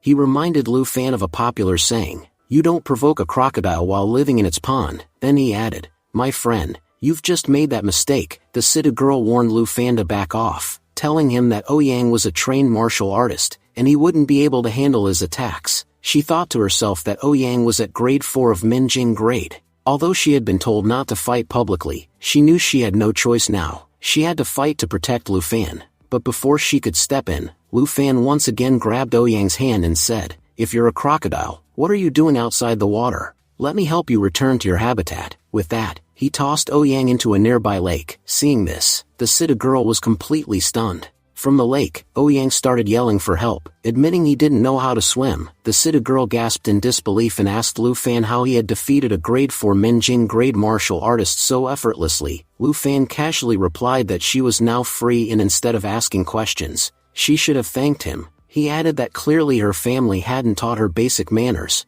"But don't worry, I'm teaching you now. Next time, be sure to say thank you." The Sita girl said urgently that he had no idea what kind of trouble he had just created. She begged him to stop and asked where he was even going. Blushing slightly, she mumbled to herself, "Who is this guy? He didn't even glance back at me." In the next scene, we see two soldiers. One of them salutes and reports, "Officer Situ, we are ready. We've learned that our enemy is within 1 mile. We'll locate and engage them soon." Officer Situ nodded and instructed them to move fast, emphasizing that the professor's life was in danger. The photographs he was examining were none other than Lu Fan and the Inferno warriors. As he left, Officer Situ muttered to himself that the boss had made him promise something long ago, and even today, he was fulfilling that promise. He was still waiting for the day the boss would return. Scene shifts again. Lu Fan had arrived at a hotel. Elan called him and explained they still hadn't found any information on the bone-devouring abyss. The last time they were seen was 10 years ago, and since then, there had been complete silence. She added that the Abyss group was responsible for destroying the ancient medicine school, but they had done it so cleanly that no trace of evidence was left. She told Lu Fan not to worry, they would soon find out where his friend was. Lu Fan agreed and said he would wait for her update. In his thoughts, he reflected that the Guardianing knew he was determined to take revenge for the destruction of the ancient medicine school. That's why they had taken Tang hostage, and shifted his focus to the bone-devouring abyss. Back on the call, Elan mentioned she would have to stay another night, since many children had been reunited with their families, but some were still unclaimed. She asked Lu Fan what he planned to do until then. Meanwhile, a professor walking by said to herself that her father had entrusted her with all the research material. She had to get it safely to headquarters at any cost. As she passed by Lu Fan, she heard his voice and found it oddly familiar, like she had heard it somewhere before. Lu Fan, meanwhile, told Elan he was staying at Jingyi Hotel and could wait there for a day. Elan, sounding annoyed, replied that Jingyi was the most luxurious hotel in the entire city, and while she was working hard, he was enjoying himself. She finally understood why he hadn't come with them. Lu Fan, lost in thought, remembered that the ancient medicine school had organized the hero meeting at MANHWA. He was sure the Seven Evil School would attack there, and maybe he'd find Tang there too. No matter what happened, he knew one thing for sure. He had to reach MANHWA by the 29th. Just then, the professor walked up to him and asked, "Do you recognize me?" Lu Fan apologized and said that he couldn't recognize her. The professor introduced herself, saying her name was Yishu Zhuan, and reminded him that he had saved her and her father exactly 3 years ago. On June 17th, she explained that some foreign soldiers were chasing them at the time because they were returning to China with highly confidential research. She recalled that they had nearly died, but he had appeared and saved their lives. The scene then shifted to a flashback of June 17th. 3 years ago, Yishu Zhuan and her father, along with a group of scientists, were held hostage by foreign soldiers. Her father told the soldiers that they had worked hard to obtain the sensitive information, and wouldn't give it up so easily. The soldiers coldly responded, saying they had been paid a hefty sum to retrieve the research no matter what. One of them, leering, added that Yishu Zhuan was quite cute, and suggested that the men might have some fun with her as a bonus. As they began to tear her clothes, Xu Zhuan cried out in desperation, praying to God and asking if heroes truly existed. If so, she pleaded for one to come save her, saying she would lose faith in God if help didn't arrive. Just then, Lu Fan appeared like a storm, swiftly taking down the enemy soldiers one by one. He commanded his team to eliminate all of them without mercy. His men, known as Inferno warriors, quickly overpowered the foreign attackers. As they died, the enemy soldiers muttered in disbelief, asking why the Inferno warriors were there. Meanwhile, Xu Zhuan watched in awe as Lu Fan fought with deadly precision. She thought to herself that if real heroes existed in the world, they must be like him. After the battle, Officer Sidhu reported to Lu Fan that all enemies had been killed, and the confidential research was safe. Lu Fan nodded and ordered that headquarters be informed about the successful rescue of Professor E and his daughter. The professor rushed to check on his daughter, giving her his coat while asking if she was all right. Lu Fan assured them that they would be escorted home safely, and told them not to worry. Professor E thanked him. Xu Zhuan then asked if she could know his name. Lu Fan replied that people like him didn't have names, only code names, and if she wanted to remember him, she could refer to him as Inferno Warrior. Xu Zhuan noted with amazement that even after 3 years, he looked exactly the same, like he hadn't aged a day. She wondered aloud if he even aged at all. Lu Fan dismissed her observation, saying she must be mistaken. He wasn't the person she thought he was, but in his mind, Lu Fan was surprised that someone among the thousands he had saved actually remembered him. Xu Zhuan said she could never forget him, his face, his voice, they were engraved in her memory. She called him her hero and insisted he couldn't pretend otherwise. Lu Fan thought to himself that she had become his fan, and he wasn't sure how to handle that. At that moment, an assassin had Xu Zhuan in his sights. The assassin, identified as Black Scorpion, reported that he had her tagged and would soon put a bullet through her head. Lu Fan sensed his presence and saw him stationed on a rooftop, ready to fire. He immediately pulled Xu Zhuan away to safety. Black Scorpion, shocked, realized the target had moved, and suspected he might have been discovered. He radioed his team, saying he couldn't complete the snipe and instructed the next team to be on standby. He thought he needed to reposition. Just then, Officer Sidhu approached from behind and asked if he was Black Scorpion. He told him that if so, today was going to be a very bad day for him. Back at the hotel, Lu Fan had pinned Xu Zhuan to a wall. He was thinking about how unusual it was for a sniper to be operating in the capital, and concluded that the girl must have been the target. Xu Zhuan blushed as Lu Fan leaned in close. He asked her where her room was. Embarrassed, she hesitated and asked if things weren't moving too fast. Lu Fan insisted she take him there immediately. Xu Zhuan thought to herself that this was happening too quickly, and she hadn't prepared for something like this. Meanwhile, the leader of the foreign mercenaries was informed by his men that Black Scorpion had failed. The leader said it was okay. If the tiger had missed his chance, their bear would take over. Back at the hotel, Xu Zhuan led Lu Fan to her room. He assessed the situation, concluding that there wasn't any threat from outside. But if there were snipers after her, more enemies could already be inside the building. He speculated they could be hiding in the room, ready to ambush her. Xu Zhuan nervously mentioned that only the two of them would be entering the room. Lu Fan replied that she needed his protection, and that for the next 4 to 5 hours, she would need him the most. As they entered, Lu Fan noted that for such a large hotel, there was surprisingly no staff around. He was certain something major was about to happen. Xu Zhuan, still processing what he had said, blushed and thought to herself that her hero was far bolder than she had expected. Lu Fan surveyed the surroundings. There was no sign of danger outside, which meant the enemies had likely infiltrated the building. Xu Zhuan then said she would take a shower first, as she was tired from being out all day. Lu Fan was left confused, unsure why she suddenly needed to shower. As she walked away, she told him to wait patiently and that she'd be back soon. Lu Fan stood there, puzzled, wondering if she had misunderstood his intentions. At that moment, the mercenary leader peeked through the window. Observing the scene, he commented to himself that modern girls were getting bolder by the day. He hadn't expected her to bring such a handsome man with her, but smirked and warned that they wouldn't be spending too much time enjoying each other's company. Something dangerous was coming. Lu Fan questioned the man in front of him, asking who he was. The enemy leader smirked and replied that Lu Fan was going to die soon anyway, so what was the point of fighting? Meanwhile, Officer Sidhu was tracking the situation and explained that Black Scorpion, foreign's top sniper, had arrived along with 2 of his elite comrades. All 3 were known as top-tier killers. Dragon Scorpion was deep in thought, realizing that their enemies already knew about them. He then confronted them, saying, "Did you really think you could cross our borders unnoticed? You split up after crossing the line, then regrouped outside this hotel in the capital. I have to admit, you put a lot of effort into assisting just one person." Black Scorpion laughed and claimed their plan was flawless. He asked how they had been discovered. Officer Sidhu calmly responded that the technology the enemy relied on was outdated. While you're stuck using level 1 tech, we're already beyond level 10. Even if I explained how we tracked you, you wouldn't understand. Black Scorpion's tone turned serious. He asked if they were allies of Devil Luo, and said that if he had known that earlier, he would have never come. Using subtle gestures, he signaled his teammates to escape, but Officer Sidhu quickly disabled their communication device, and declared none of them would leave alive. Black Scorpion retorted that he was the best sniper in the world, and as long as Sidhu was within 10 meters, there was no way he could be defeated. Elsewhere, Vulture launched an attack on Lu Fan. Lu Fan asked mockingly if he was just another spy, and how he even managed to enter their country. He recalled a small passage beneath their border, designed for dogs, and sarcastically asked if Vulture had crawled in from there. He noted they had removed security just to avoid disturbing the animals. Vulture admitted that he was right, they had entered through that passage. He criticized them, saying the presence of such protections despite knowing about enemy access showed how careless they were. Lu Fan replied coolly that it wasn't carelessness, they just knew the enemy couldn't harm them anyway.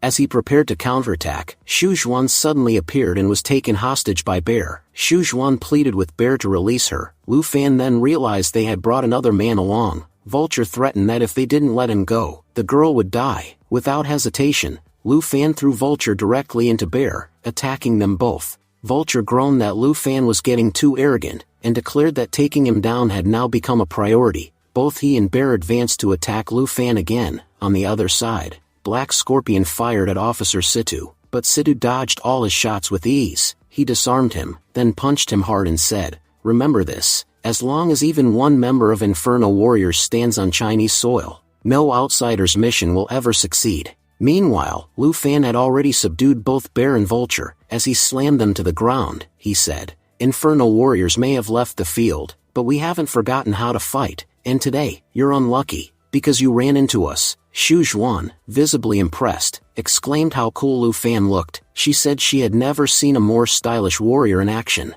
Back at the scene, Officer Sidhu ordered his team to seal off the entire hotel, declaring that since the sniper was dead, no one should be allowed to escape. He noted that Vulture and Bear must still be inside. Seeing Officer Sidhu, Lu Fan thought to himself, "So, he's Sidhu Feng, just as I expected. He's staying in the capital, protecting people. As long as he's here, I don't need to worry about my country." When Sidhu Feng saw the defeated Vulture and Bear, he was amazed. He wondered who could possibly be powerful enough to take down such skilled assassins with their bare hands. Xu Zhuan told him it was a very young man who had asked her to keep his identity a secret. She couldn't share his name or background. In her mind, Xu Zhuan was filled with emotion. She thought about how her hero had come to save her, and how she had misjudged him all this time. She even remembered agreeing to questionable things because of those misunderstandings. Sidhu Feng asked where the man who saved her had gone. Xu Zhuan said he had left just a short while ago. She didn't know his name or have his phone number. She thought to herself that even if she didn't know his name today, she would definitely find him, and repay him for his kindness. Watching through a window, Sidhu Feng wondered who this powerful stranger was. As a member of the Inferno Warriors himself, he admitted it would have taken him some time to defeat Vulture and Bear, yet this mysterious man had crushed them effortlessly in one swift strike. That's when he spotted Lu Fan walking away. He thought, just as I suspected, it's him, my boss. It's been an entire year since I last saw him. He assumed that Lu Fan had returned for a specific reason, even if they hadn't met directly. He believed they would meet soon. Meanwhile, Lu Fan had reached Elan. Lu Fan was thinking to himself, right now, my biggest concern is the ancient medicine school and my teacher. Elan told him she had been practicing a new boxing technique for the past 2 days, so the next time he tried staying in a hotel without her, she could teach him a proper lesson. Lu Fan apologized, smiling. He admitted he knew how much she liked being with him, and now he realized that even one night apart had made her upset.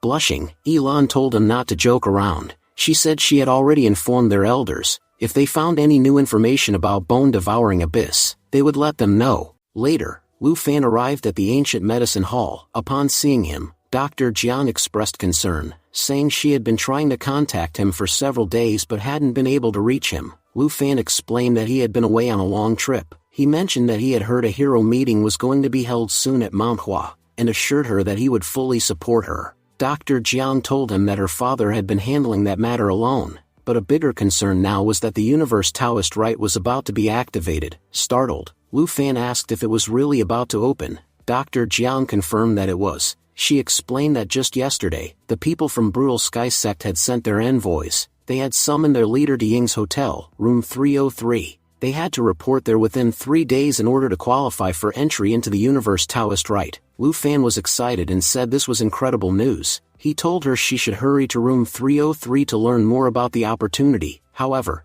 Dr. Jian explained that her father was currently too busy forming alliances in the West to support their cause. He wouldn't be able to return within 3 days. She then looked at Lu Fan seriously and said that if he wanted to know more about the Universe Taoist Rite, he would have to take her father's place. She told him he had the strength and capability to become their leader, and most importantly, he also wanted to enter the rite. Then she asked, "Would you be willing to become our leader?" Lu Fan replied that he believed he was worthy of the responsibility. He explained that his reason for entering the Universe Taoist Rite was to save his teacher. However, he added that if he entered the rite as their leader, and ended up fighting against them, it would cause problems for their school, something he would never allow. As he said this, he handed the leader's token back to her. Jian Zui, worried, asked if he understood the consequences of his decision. She reminded him that he would be standing against the top 3 sects. Lu Fang replied with determination that he had already made up his mind. He was willing to do whatever it took to save his teacher. He said he would follow her for now so he could locate the rite's destination.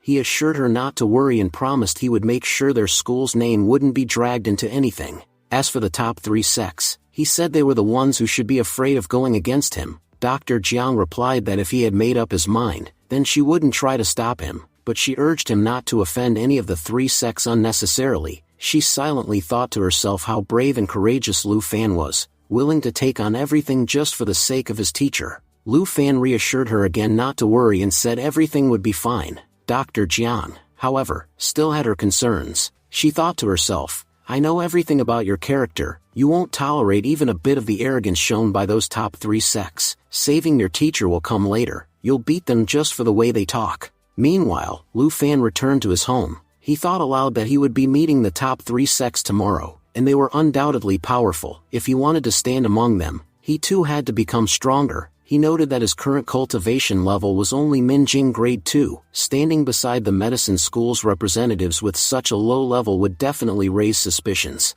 He regretted not having more time. If he did, he would have visited Dunan village. He believed that if he could harness Chiyu God's power, he could become significantly stronger in a short time. Then, Lu Fan noticed the mysterious stone that he had found in front of the box meant for his grandmother. He looked at it thoughtfully, wondering if the power of Chiyu God was truly real. Sometimes, he felt that no one would blindly follow a myth, unless there was truth behind it, but at other times, he doubted how a man who had lived thousands of years ago could still have influence today. As Lu Fan began to cultivate, the stone began to glow. In the next moment, he found himself in the forbidden place of Dunan village. Shocked, Lu Fan tried to make sense of what had happened. He remembered clearly that he had been cultivating in his room, so how had he ended up here? He wondered if it was just a dream. Suddenly, the ground beneath him started to shake, and a hidden door opened in front of him. Lu Fan stared in disbelief. It felt like the entrance to some great treasure. He thought to himself that this was the first time he had ever seen such a vivid dream. Normally, when he slept, his mind would be blank, but this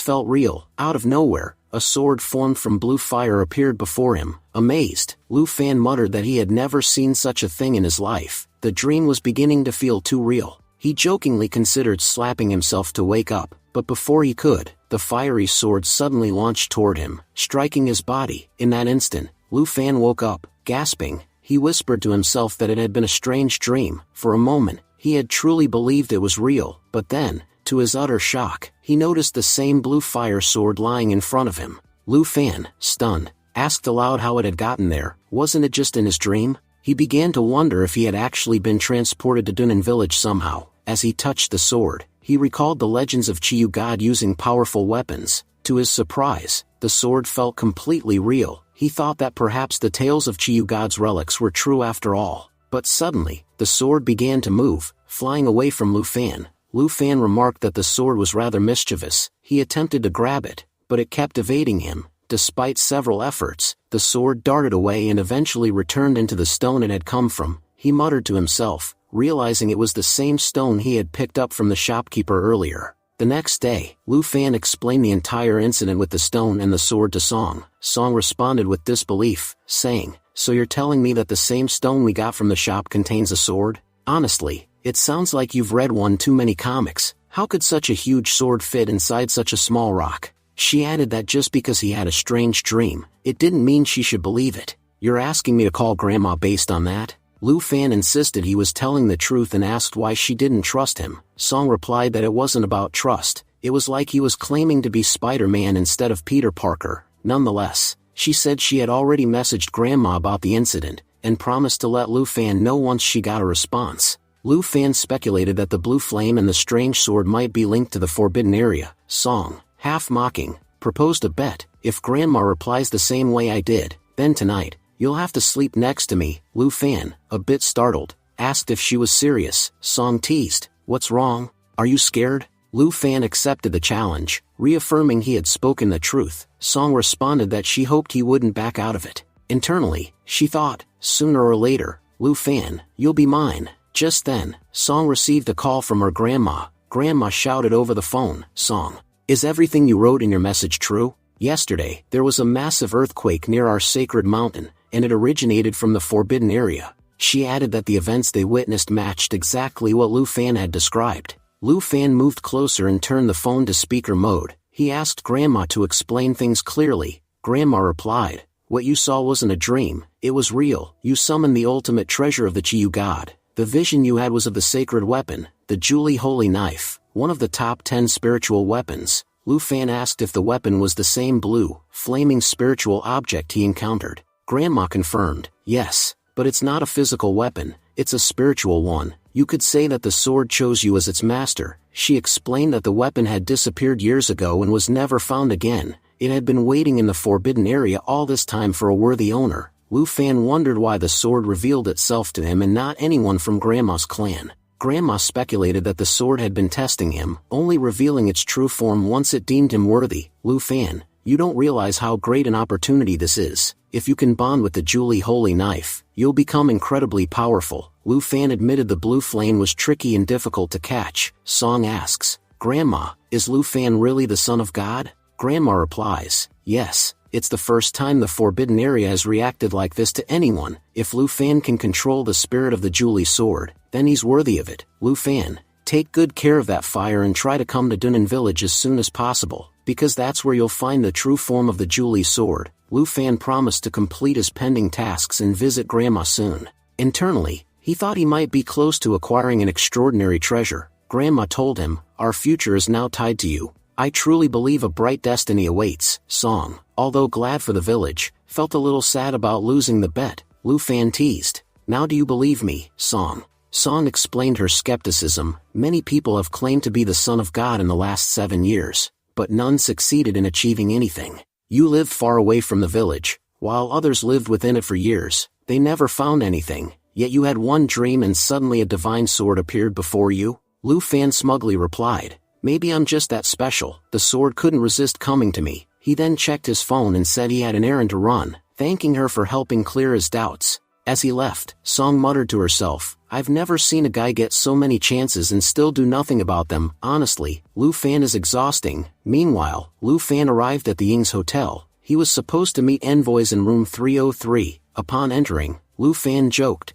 "Jiang, you barely recognize me now, do you?" No one could tell I'm the same handsome Lu Fan anymore. Dr. Jiang laughed and said he looked unusually cheerful. Lu Fan confessed, "You have no idea how long I've waited to uncover the mystery of the universe," Taoist writes. "Finally, I have a clue." Blushing, Dr. Jiang thought to herself, "I assumed Lu Fan was excited because he was going somewhere with me. Maybe I was overthinking it." The scene then shifted to the brutal sky sect, where the atmosphere was tense. As Lu Feng and Dr. Jiang arrived, guards questioned who they were. Dr. Jiang showed her token and introduced herself as the new leader of the ancient medicine school, adding that Lu Fan was a disciple from her school. One of the guards mocked her, saying that their school used to be weak, and that promoting such disciples to leaders showed how desperate they had become. Still, he told them to follow him so he could take them to the envoy. Lu Fan was visibly irritated by the insult and muttered, asking how that dog dared to talk rubbish about them. Dr. Jiang urged him to stay calm, reminding him that while this behavior might be new to him,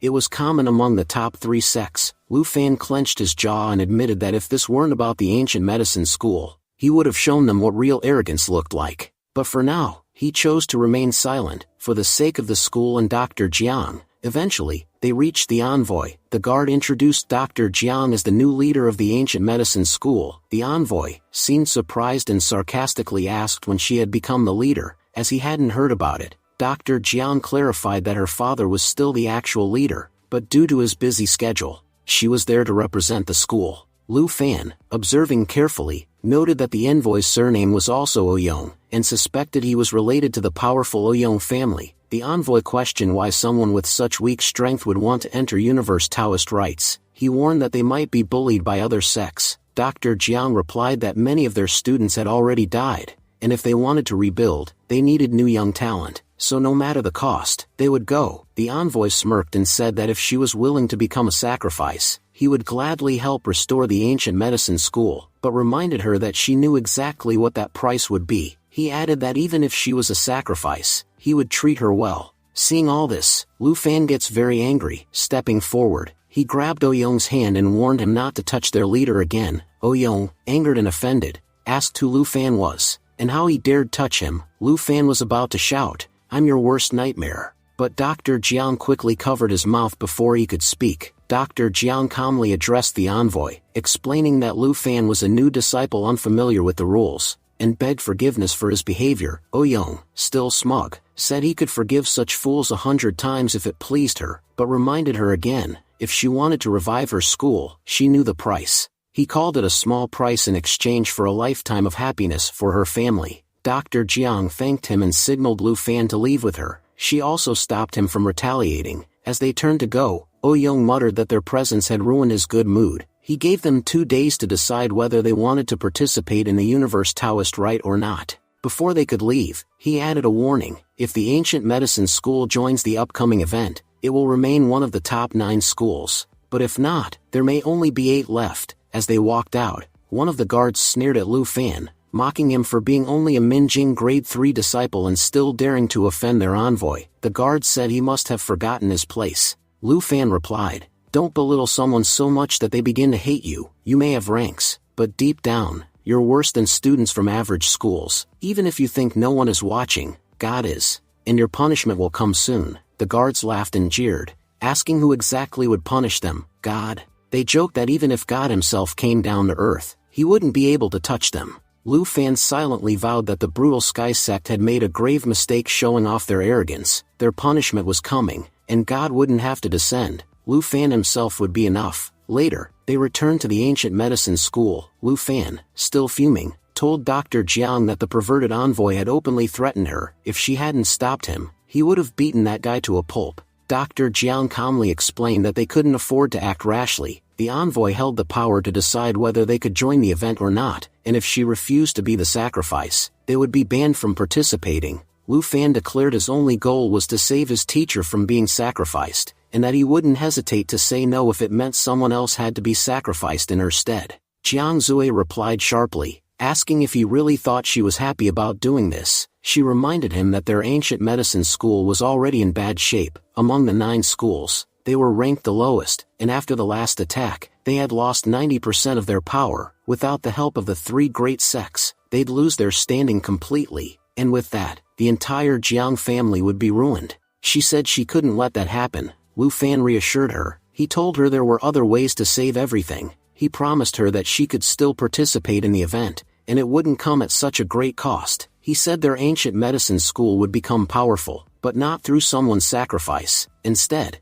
it would rise through its own strength. He added that he wanted to see who had the guts to stop her from entering the event. Dr. Jiang replied, almost smiling, that even though she knew these words might not change anything, hearing him speak like that gave her a lot of courage. As she prepared to leave, she asked Lu Fan to promise one more thing, not to offend the people from the brutal Sky sect. Lu Fan chuckled and said she had already told him that at least 10 times. He promised he wouldn't do anything that could bring trouble to the ancient medicine school. The moment Dr. Jiang left, Lu Fan changed into the robes of an evil cultivator. He smirked to himself and said that trouble would only come if people knew it was Lu Fan beating them up. But if they thought it was Chengdu, the evil cultivator, then no one would question the ancient medicine school. Scene shifts to hotel lobby. 2 guards were chatting. One said that the leader from the ancient medicine school was incredibly beautiful. He commented that soon, thanks to their envoy, she would become a sacrifice, and everyone knew what happened to sacrifices in the envoy's hands.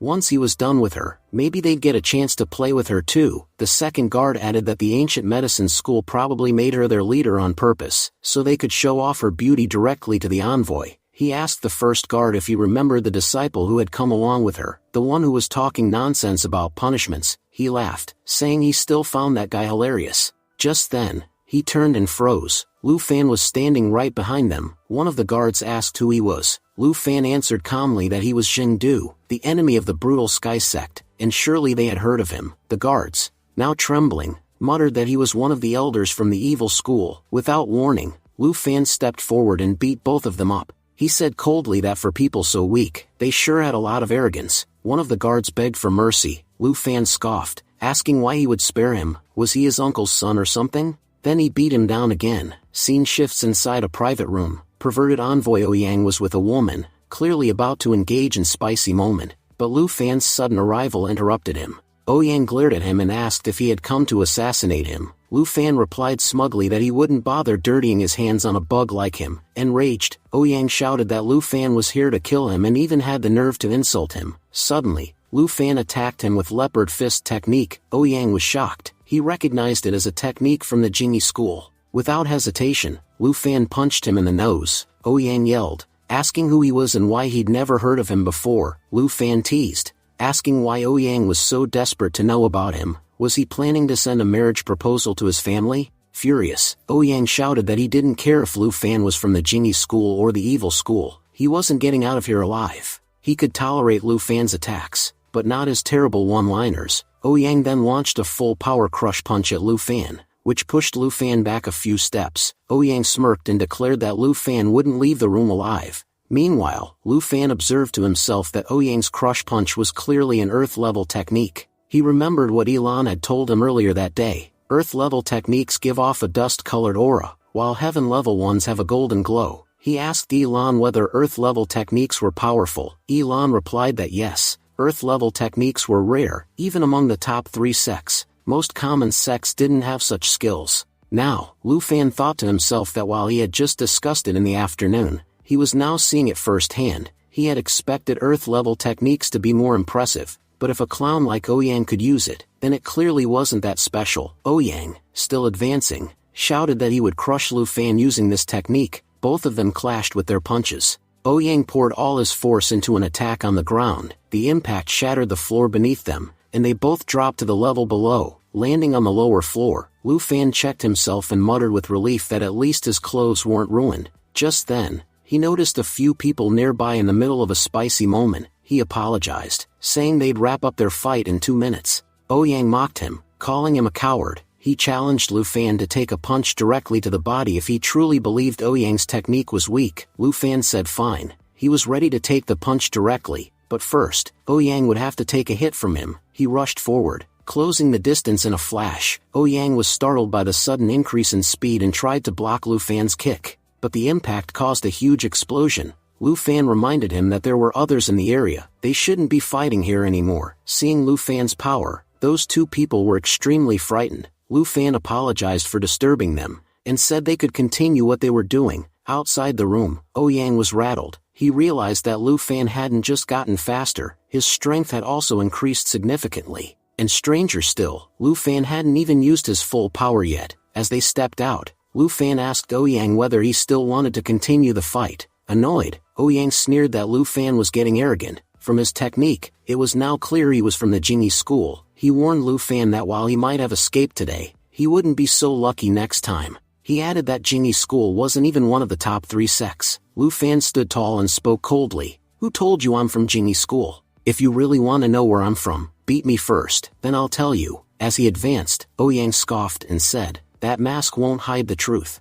You're just another rat from Jingyi school. I'll dig you out soon enough. But before he could finish, Lu Fan suddenly grabbed Ouyang's arm mid-strike. Ouyang's eyes widened in disbelief. How did he stop my crush punch? In the next instant, Lu Fan launched a devastating punch straight into Ouyang's chest, sending shockwaves through the air. Ouyang staggered back, coughing blood, and muttered, I can't match this monster. Lu Fan narrowed his eyes and growled, who said this fight was over? This is just getting started. Today, I'm going to beat you so badly, your body will remember it for the rest of your life. Terrified, Ouyang stammered, what did I ever do to you? Why are you even attacking me? Half an hour later, a couple at the scene had already called the police, and now stood trembling as they explained what happened. They wrecked the whole area, that Ouyang guy and the other one. They turned the place into a war zone. The police officer raised an eyebrow, clearly unimpressed. Do I look like an idiot to you? You're telling me two guys punched through walls? What is this, a superhero movie? You all sound like you've been watching too many action films.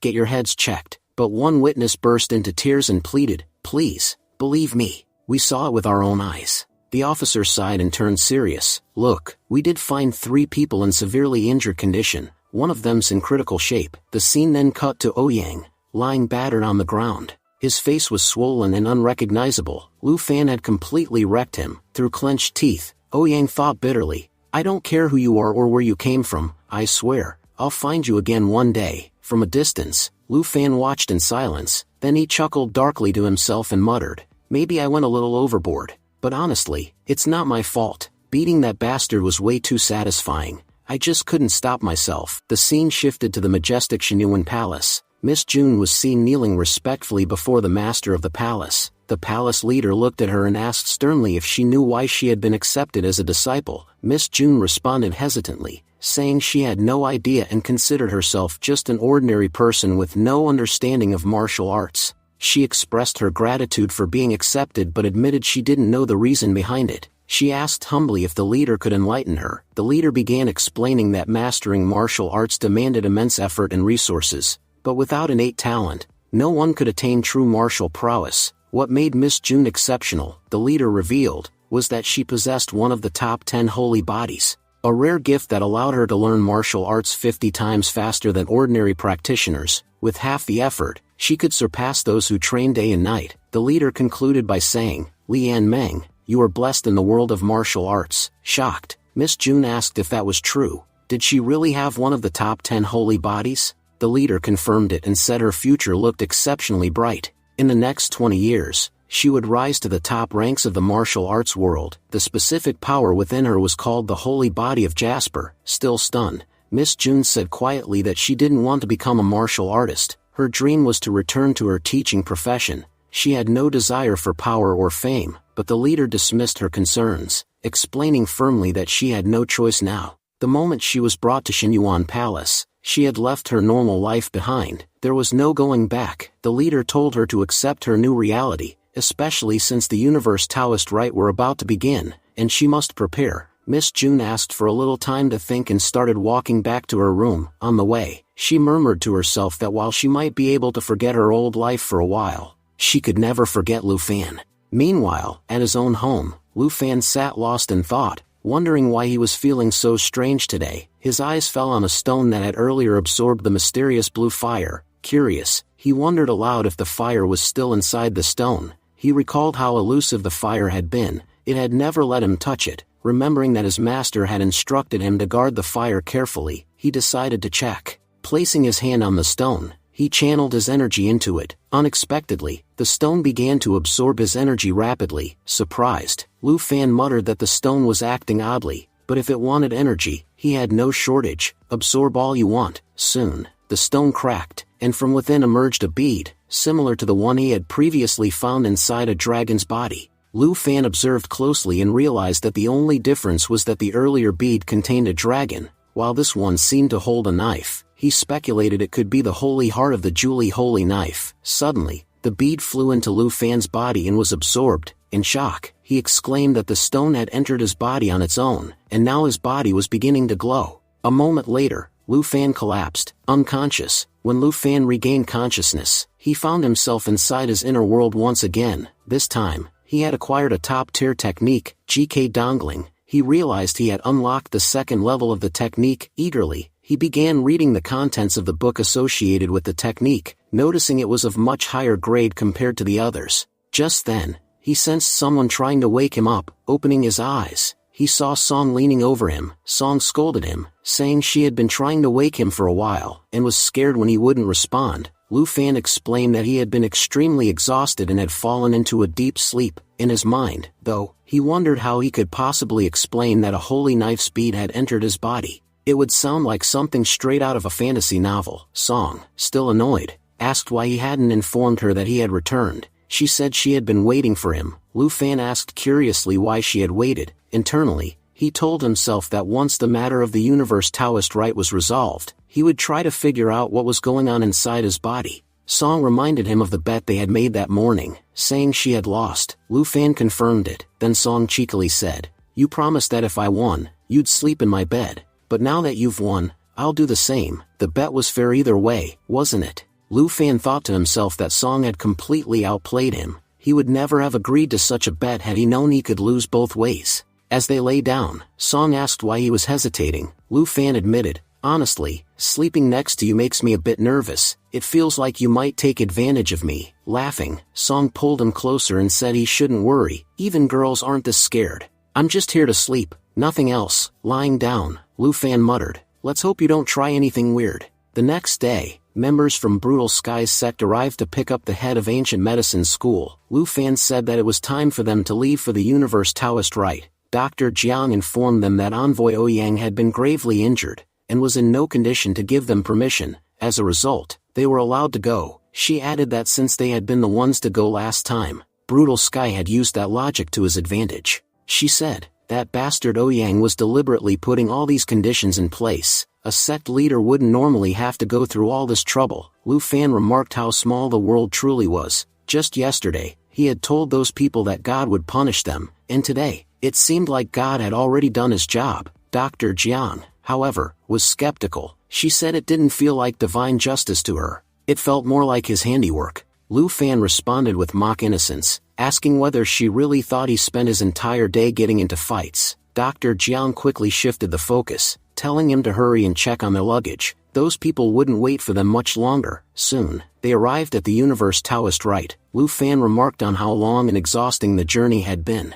A representative from the Brutal Sky sect greeted them at the entrance and welcomed them. He pointed toward a towering mountain peak ahead and said the main event would be held at its summit. Lu Fan, eyeing the mountain, groaned. He pointed out that the climb looked incredibly steep, and half-joked that surely they weren't expected to scale it themselves. But the Brutal Sky sect confirmed bluntly, if someone can't even climb this mountain, they're not qualified to attend the event. As they began the ascent, Lu Fan teased Dr. Jiang, saying she'd have to put in some effort now. They both started climbing, but the trail grew steeper with every step. It was clear from her expression and labored breathing that Dr. Jiang was struggling. Lu Fan, observing this, thought to himself that it might be too much for her, and the worst part was, the climb was only going to get harder. Concerned, he moved to help her. Meanwhile, members of the Brutal Sky sect mocked them quietly. One of them commented sarcastically that this was exactly why people from ancient medicine school ranked so low. Another joked that by the end of the climb, they'd probably have to carry them on their shoulders. Lu Fan overheard the remarks. He muttered that the Brutal Sky sect members were all the same, slandering others behind their backs.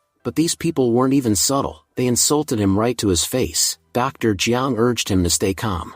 Lu Fan retorted that he was staying calm, and that was the only reason those men were still standing. Otherwise, he would have thrown them off the mountain long ago. Suddenly, a strong gust of wind swept through. Holding on to Dr. Jiang, Lu Fan warned her to be careful. The wind was only going to get stronger. The Brutal Sky sect shouted down to them, urging everyone to climb faster, warning that a storm might be rolling in from below. If they got caught in it, escape would be impossible. And sure enough, a violent storm began. A Brutal Sky member panicked, saying this was bad. He hadn't actually thought those two would get caught in the storm. Another man explained that every week at 1 p.m., a storm like this hit the area, and it was always the most dangerous of all. Lu Fan told Dr. Jiang to keep moving forward, but she screamed that she couldn't move her body anymore. Without hesitation, Lu Fan lifted her into his arms and began to run. However, he quickly realized he wouldn't be able to carry her and escape the storm himself. With no other choice, he hurled her toward the Brutal Sky members. In the process, Lu Fan himself got swept into the storm. Elder Ouyang, watching this,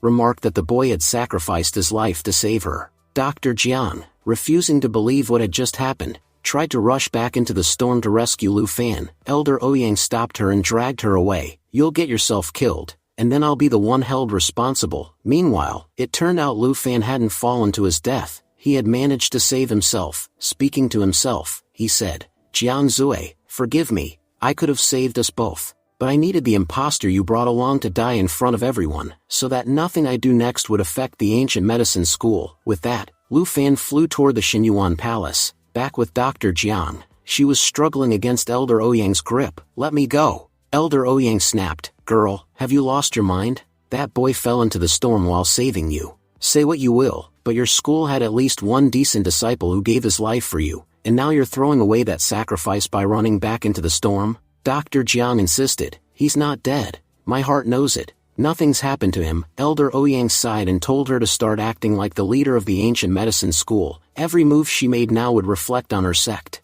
Honestly, by now that boy's probably been torn to pieces. He gave her two choices: either move forward and join the Universe Taoist Rite, or leave and give up the opportunity to attend the event. Dr. Jiang didn't reply. She sat down in silence. Ouyang told her to stay in that room and not step out without permission. Left alone, Dr. Jiang began to cry. Through sobs, she said, "Lu Feng, I'm so sorry. You died before you could even tell me what was on your mind. I really was a burden to you." Just then, Lu Fan walked into the room. "You were a bit of a burden. My hands still hurt from tossing you." She ran to him and hugged him tightly. Lu Fan winced, telling her to be gentle. He'd gotten a bit hurt earlier. Dr. Jiang was overwhelmed with emotion. "You're alive. If anything had happened to you, I'd never have forgiven myself." Lu Fan reassured her. "Please don't cry. I'm totally fine." "The one who died in the storm was your disciple?" she asked. "What do you mean?" Lu Fan explained that from now on, whatever he did would have no impact on her or her school. "In other words, you're safe." Dr. Jiang pleaded with him not to do anything reckless. He said with a soft smile, "I promise I'll keep myself safe. Anyway,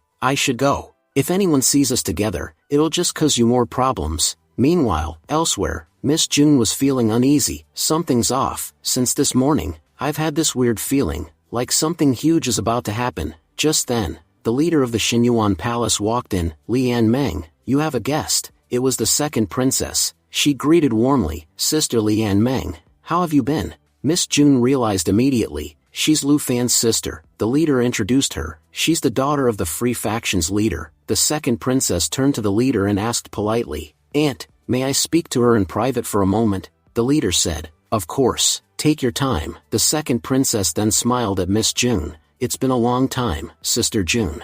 Miss June asks if she was a member of the Free Faction. The second princess says, "Please forgive me for hiding this secret from you." She said she had come looking for her sister at that time and met Lu Fan, who helped her immensely in finding her. Miss June recalled how worried she had been when the second princess went missing, but seeing Lu Fan's kind and helpful nature reassured her. The second princess added that Lu Fan was genuinely a good person. She revealed that he was planning to enter the Universe Taoist Rite in order to rescue Miss June. Hearing this, Miss June was shocked and asked if Lu Fan was really coming there just to save her. The princess explained that her sister had already informed Lu Fan about the rite, and he was doing everything he could to make his way there. She guessed he might use the ancient medicine school as a means to enter. Miss June said that shouldn't happen. He shouldn't come here. At that moment, Lu Fan himself arrived and asked why it was forbidden for him to come. He remarked sarcastically that while the Xinyuan Palace was built on the tallest mountain for grandeur, it had made their defenses weak. He pointed out how easy it was for him to sneak in through the window. Everyone was stunned by how easily he had entered.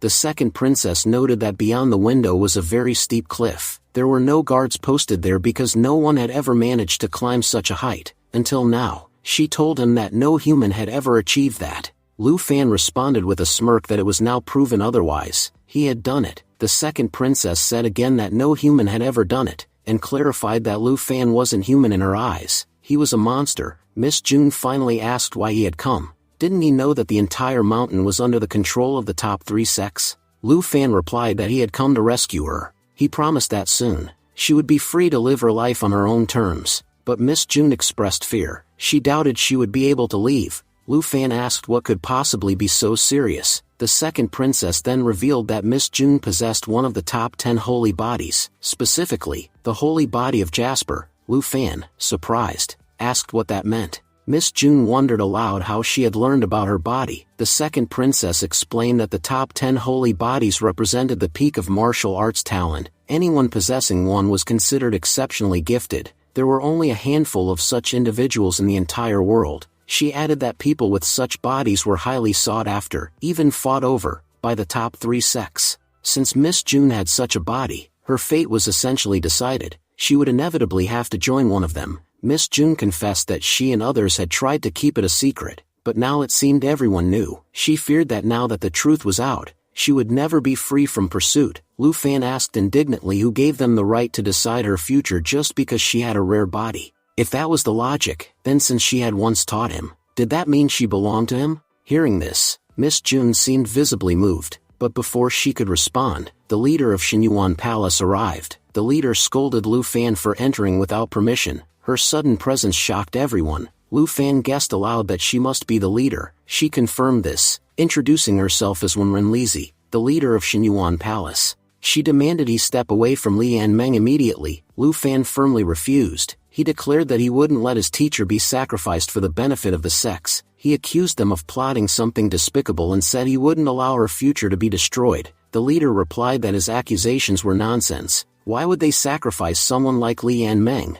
who possessed a holy body? She explained that anyone with such a gift would be treated with utmost respect and value by whichever sect she joined. The second princess explained further that ordinary girls might be used as sacrifices, but not Lian Meng. She would be honored, trained, and provided everything she needed to advance in martial arts. Lu Fan said he didn't care about martial politics. He just wanted one answer from his teacher. Did she want to come with him or not? If she said yes, then no power in the world could stop him from taking her. The leader interrupted again, saying Lu Fan didn't understand. It was Lian Meng's destiny to join one of the top 3 sects. She could not leave with him. At this point, Miss June softly asked the leader to let Lu Fan go. She said if they did, she would stay and follow their instructions without resistance. Lu Fan protested that she didn't need to beg for him. He wasn't going to lose to these people. But Miss June then spoke quietly and honestly. She told Lu Fan that her mind had changed. She had decided to stay and join the top 3 sects. She now wanted to reach the peak of martial arts. Turning to the leader, she said she was ready to go. The leader instructed Lu Fan to stop looking at her, because he could never have her. Lu Fan asked one final time if she really wanted to stay. Miss June confirmed. Yes, she did. He simply replied, "All right, please take care of yourself." As Lu Fan turned to leave, the second princess urged him to be careful and not get spotted on his way out. After he left, Miss June asked the leader for some time alone. She said she couldn't talk to anyone right now, and requested that even the leader leave her be for a while. The leader wondered aloud what kind of man could affect June Lian Meng so deeply. Once back in her room, Miss June finally broke down in tears. She whispered, "Lu Fan, please forgive me. I know how much effort you must have put into coming here, and I still said no. Maybe I'll regret this for the rest of my life, but your safety matters more to me than my own happiness." Meanwhile, Lu Fan was thinking to himself that he had known all along. Miss June was lying. He couldn't take her away just yet, but he also couldn't allow her to remain here any longer. First, he needed to assess just how powerful the top 3 sect leaders truly were. Only if he could defeat all 3 of them alone would he consider taking Miss June with him. After all, even if he managed to leave with her now, if they kept chasing her for the rest of her life, what would be the point? As he began to walk away, Wenren suddenly appeared behind him and launched a surprise attack, knocking him off a cliff. She declared coldly that his very existence had been a major obstacle to Lian Meng's rise. With his end, Lian Meng's growth would finally accelerate, but Lu Fan managed to catch himself mid-fall and began climbing back up the cliff. Frustrated yet focused, he muttered that the leader of the Xinyuan Palace was truly insane. She hadn't thought twice before throwing him down. Before he could recover, Wenren appeared again and remarked with surprise that even after she had used her full power to throw him off, he had survived. She grudgingly admitted that he had impressive skills. Lu Fan responded sarcastically that the Xinyuan Palace certainly had a unique way of treating its guests. Had he been just an ordinary person, he'd be dead by now. As Wenren attacked again, she demanded to know why he was so obsessed with Lian Meng. Dodging her strike, Lu Fan coolly replied that his intentions were very clear. Miss June was his teacher, and if she didn't teach him, he'd miss his lectures. He added seriously that destroying a student's education was one of the worst crimes imaginable, and that was exactly what she was doing. Wenren snapped that he was lying. She was certain he was after Lian Meng because of her holy body. She warned that staying close to her would only lead to her self-destruction. If he truly cared about her, he would let her grow on the path of cultivation. Given a few years, Lian Meng could be at the top, but if that happened, Lu Fan would never be able to approach her again. If he wanted what was best for her, he'd let her move forward. Lu Fan shot back, asking if she thought he was some kind of fool. Did she really believe he had come here just to exploit Miss June? In truth, the one trying to benefit from Miss June was her. Wenren. She belonged to the Xinyuan Palace, and if she handed Miss June over to the top 3 sects, her own ranking would improve. She'd be rewarded handsomely. She didn't care about Miss June. Everything she was doing was for her own gain. He accused her of trying to stop him because he was interfering with her plan. But unlike her, he didn't do things for personal gain, especially not at the cost of someone else's life. When Ren, furious, snarled that he was far too bold to speak about them this way, she attacked again, forcing Lu Fan to the edge. But as she turned away, she sneered that no matter how powerful he thought he was still just an insect before a great faction. His defeat was inevitable. Suddenly, Lu Fan appeared behind her and taunted that she couldn't kill him using mere flowers and grass. When Ren growled that he was only ranked 3rd at Minjing grade, how had he survived this long? Lu Fan smirked and replied that he was surviving precisely because she was weak. Rank alone meant nothing. Cultivation required much more than that. It demanded real effort. They clashed with full force. When Ren was stunned to see Lu Fan block her powerful attack with just a single punch, no one his age, even from the top 3 sects, could stop her like that. Yet Lu Fan, who wasn't even a trained martial artist, had done it effortlessly. Breathless, she demanded to know who he really was. Inwardly, she began to suspect that he was hiding his true strength. Lu Fan held up a playful finger and teased that if she wanted to know who he was, she'd first have to defeat him. When Ren advanced, declaring that she ranked 53rd on the holy list, and someone like him, a mere boy, had no chance. Soon, she would defeat him and uncover his identity. Lu Fan simply replied that all she needed to know was his name, Lu Fan. And if she wanted more than that, she'd have to call him Daddy. Maybe then he'd consider telling her. Their attacks collided once more, shaking the entire mountain. Nearby, the second princess asked Elder Jean if an earthquake had struck. Elder Jean responded that it wasn't an earthquake. Someone incredibly powerful was fighting atop the mountain, causing the tremors. The second princess gasped, realizing it had to be her brother Lu Fan. When they reached the cliff, they saw Lu Fan locked in battle with Wen Ren. The princess quickly told the elder that the young man fighting was her brother Lu Fan, the one who had helped her before. Elder Jin's eyes widened in recognition. He knew the woman fighting Lu Fan. She was the leader of the Xinyuan Palace. Wen Ren prepared her ultimate attack, vowing that Lu Fan could not withstand it. But Lu Fan countered with the Universe Palm, shocking Wen Ren. That was a technique from the Free Faction. How had Lu Fan learned it? Lu Fan launched forward with his leopard fist strike, and Wen Ren realized he was using techniques from multiple schools and factions. Before she could react, Lu Fan hit her with a crush punch, sending her flying from the cliff with blinding speed. As she fell, Wen Ren thought in disbelief that she had lost to a mere boy, but deep down, she admitted that his strength was monstrous. At the last moment, Lu Fan caught her before she could hit the ground. Holding her in his arms, he told her that while he might not like her personally, their fight had been incredible, and since she was his master's teacher, he couldn't bring himself to kill her. Just then, Lu Fan lifts her into his arms. Blushing, Wen Ren says, "You jerk, what are you doing?" Lu Fan warned her to behave, or he'd drop her again. Elder Jean, stunned, confessed that he couldn't believe a child had defeated the leader of the Xinyuan Palace. He could hardly trust his eyes. The second princess smiled and said confidently that he should believe it. Her brother Lu Fan wasn't just anyone, he was a true monster. He made the impossible look easy. Elder Zin turned to second princess and remarked that from what she had just said, it seemed she knew the boy. He asked if she could tell them which school or faction he belonged to. The second princess responded, saying that the boy was a very good friend who had helped her a lot in the past,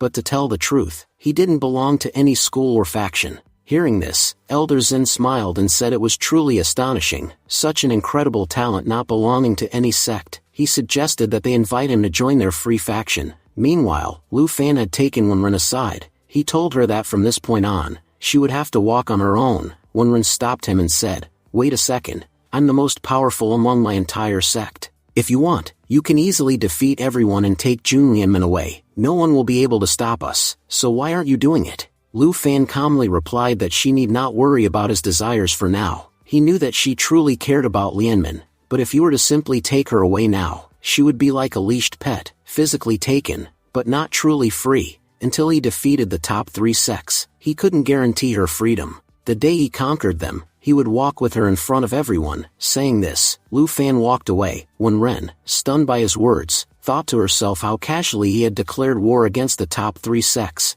At such a young age, To take such a stand was no joke. She admitted to herself that if this boy said he would do it, there was a real chance he could actually pull it off. Elsewhere, Elder Zin commented that everyone knew Wanren was ranked 53rd on the holy list. According to the rules of that list, if someone defeated a ranked member, they inherited their rank. Since Lu Fan had defeated him, that rank now belonged to Lu Fan. Hearing this, the second princess asked, "What is the holy list?" Elder Zin explained that no one of Lu Fan's age had ever made it to even the top 100 of the holy list. What Lu Fan had done today would be remembered in the martial world. He admitted that even he couldn't predict how powerful Lu Fan would become. The second princess nodded and said she already knew that brother Lu Fan was a monster in terms of strength, but she hadn't realized just how extraordinary he was. She mentioned that she would ask him to join their faction, though she couldn't guarantee he would say yes. Lu Feng was a very moody person. Elder Zin told her that for someone as talented as Lu Fan, they were willing to go to any lengths to recruit him. She agreed, saying she would do her best. Then Elder Zin raised a concern. He said that Lu Fan had publicly declared his intention to go against the top 3 sects. While it was easy to say, doing it was another matter entirely. He could only pray that Lu Fan would survive the wrath of those 3 sects. On the other side of the mountain, some disciples were talking about the strange tremors. They speculated that it was likely a result of 2 extremely powerful people fighting, possibly in preparation for the upcoming competition. Meanwhile, Taoism Sky Sect, Elder Yifeng addressed the group. He explained that the main reason everyone had gathered was because of the holy body of Vasper. Normal disciples came and went, but a holy body was born only once in a generation. Their sect had trained many holy bodies in the past, so they were the most qualified to train this one as well. Bai Feng, the leader of the Feather Sky Sect, interrupted, accusing Yifeng of talking nonsense. She pointed out that the Taoism Sky Sect already had one holy body. Every time a new holy body emerged, they tried to keep it for themselves. This time, they would not let the holy body of Vasper go. Moreover, since the holy body was a girl, she claimed their sect was the better choice for her. Then, Ouyang Wang from the brutal Sky Sect joined the argument. He stated that all of them were being ridiculous. His sect had discovered the holy body of Vasper first, which meant she rightfully belonged to them. A heated argument broke out among the 3 elders over Miss June. At that moment, Yifeng made an announcement. Anyone who wished to fight during the competition could do so, but he warned them clearly, no one was to touch the holy body of Vasper. To try to claim her would mean declaring war on the 3 great sects. The scene then shifted to the Xinyuan Palace. There, Wenren was explaining everything to Miss June about her recent fight with Lu Fan. Shocked, Miss June said she couldn't believe Lu Fan had fought her. Wenren replied that she had only gone to test his strength, but was now left speechless. She had no words to describe his power. She asked Miss June if she was sure the boy was just an ordinary high school student with no significant background. Miss June explained that Lu Fan was a transfer student, and she only knew what he had told her when he arrived in the city. She had no information about his life before that. She then asked Wenren why she was so curious about Lu Fan. Wenren casually replied that she was simply wondering. With such astonishing cultivation ability, she believed he could join any of the top 3 sects. In fact, he was more than qualified to train alongside Miss June. Miss June, stunned, asked if she was serious. Wenren nodded. Yeah, it's possible. Miss June said, all right, I'll inform Lu Fan right away. But deep inside, she had been thinking to herself, the one thing I regret the most is parting ways with Lu Fan. And now, she realized there is no need for them to have separated. Meanwhile, Wenren had been reflecting, even though she possesses holy body, that guy is a complete monster. I can say with confidence, if he's trained properly, he could easily defeat even Lianmin. Elsewhere, Lu Fan arrived deep inside a mountain cave. He glanced around and said, this cave is really deep. If I hide here, no one will be able to find me. Saying this, he sat down and started cultivating. He thought back to Xinyuan Palace, one of the 5 factions, and how powerful she was. If someone like her was that strong, how terrifying must the elders from the top 3 sects be? If I want to defeat them, I must master the Jiki Donglei technique as soon as possible. 3 days later, Lu Fan had successfully broken through to the 2nd level of Jiki Donglei and had even managed to learn 80% of the mountain moving fist. He thought, my punches, their power has increased tremendously. Suddenly, a golden mist had begun to gather around his fist. He looked at it, surprised. Just like Elon said, golden mist represents a heaven-level technique. I had no idea Jiki Donglei was this powerful. With this, I can fight those people head-on. Right then, drums and fireworks erupted across the land. It was the announcement of the competition beginning. Lu Fan looked up and muttered, "That's the signal. The competition is finally about to begin. The moment I've been waiting for has come." Soon, Lu Fan arrived near the venue of the Universe Taoist Rites competition. He noticed large crowds gathering and spotted an elderly man. Watching him carefully, Lu Fan thought, "This guy, he looks way stronger than the leader of the Xinyuan Palace. He must be the head of the most powerful faction among the five." At that moment, the old man knocked on a door, it opened, and a purple-haired girl steps out. Lu Fan's eyes widened in shock. "No, this can't be, that's Luo Cha." His mind's suddenly been pulled back to a memory. 1 year ago, when they were escaping from enemies atop a cliff, Luo Cha said, "Your Highness, I'm sorry. I can't go with you anymore. I'm seriously injured. The enemy is close, and because of me, your speed is slowing down." Lu Fan yelled at her, "Luo Cha, what nonsense are you talking about? We're a team, and we have one rule. We never leave a teammate behind." But then, Luo Cha jumped off the cliff. As she fell, she cried out, "If I cause your death, I won't be able to bear it. I know my presence is too dangerous for you, that's why. It's better if I die." Lu Fan hadn't been able to save her. He watched helplessly as she vanished below. Other teammates shouted, "Boss, Sister Luo Cha sacrificed her life for us. If you stay here any longer, her sacrifice will be in vain. You must come with us." Back in the present, Lu Fan stared at her in disbelief and muttered, "Luo Cha, you're still alive? That means, you survived the fall. Then why didn't you ever return to us?" Meanwhile, all the competitors had gathered around the set arena. Elder Yi Fan announced, "The first round of the Universe Taoist Rites competition is about to begin. We'll start with arena battles." The elders began explaining the rules and how participants would be selected based on their talent and potential. Among the crowd, the students were whispering to each other, "From the Taoism Sky Sect, we've got Monkey Fan, and from the Feather Sky Sect, Elder Bai Fan. The Brutal Sky Sect sent Elder Ouyang. All three of them are ranked in the top 20 on the holy list. Very few in the martial world can rival them."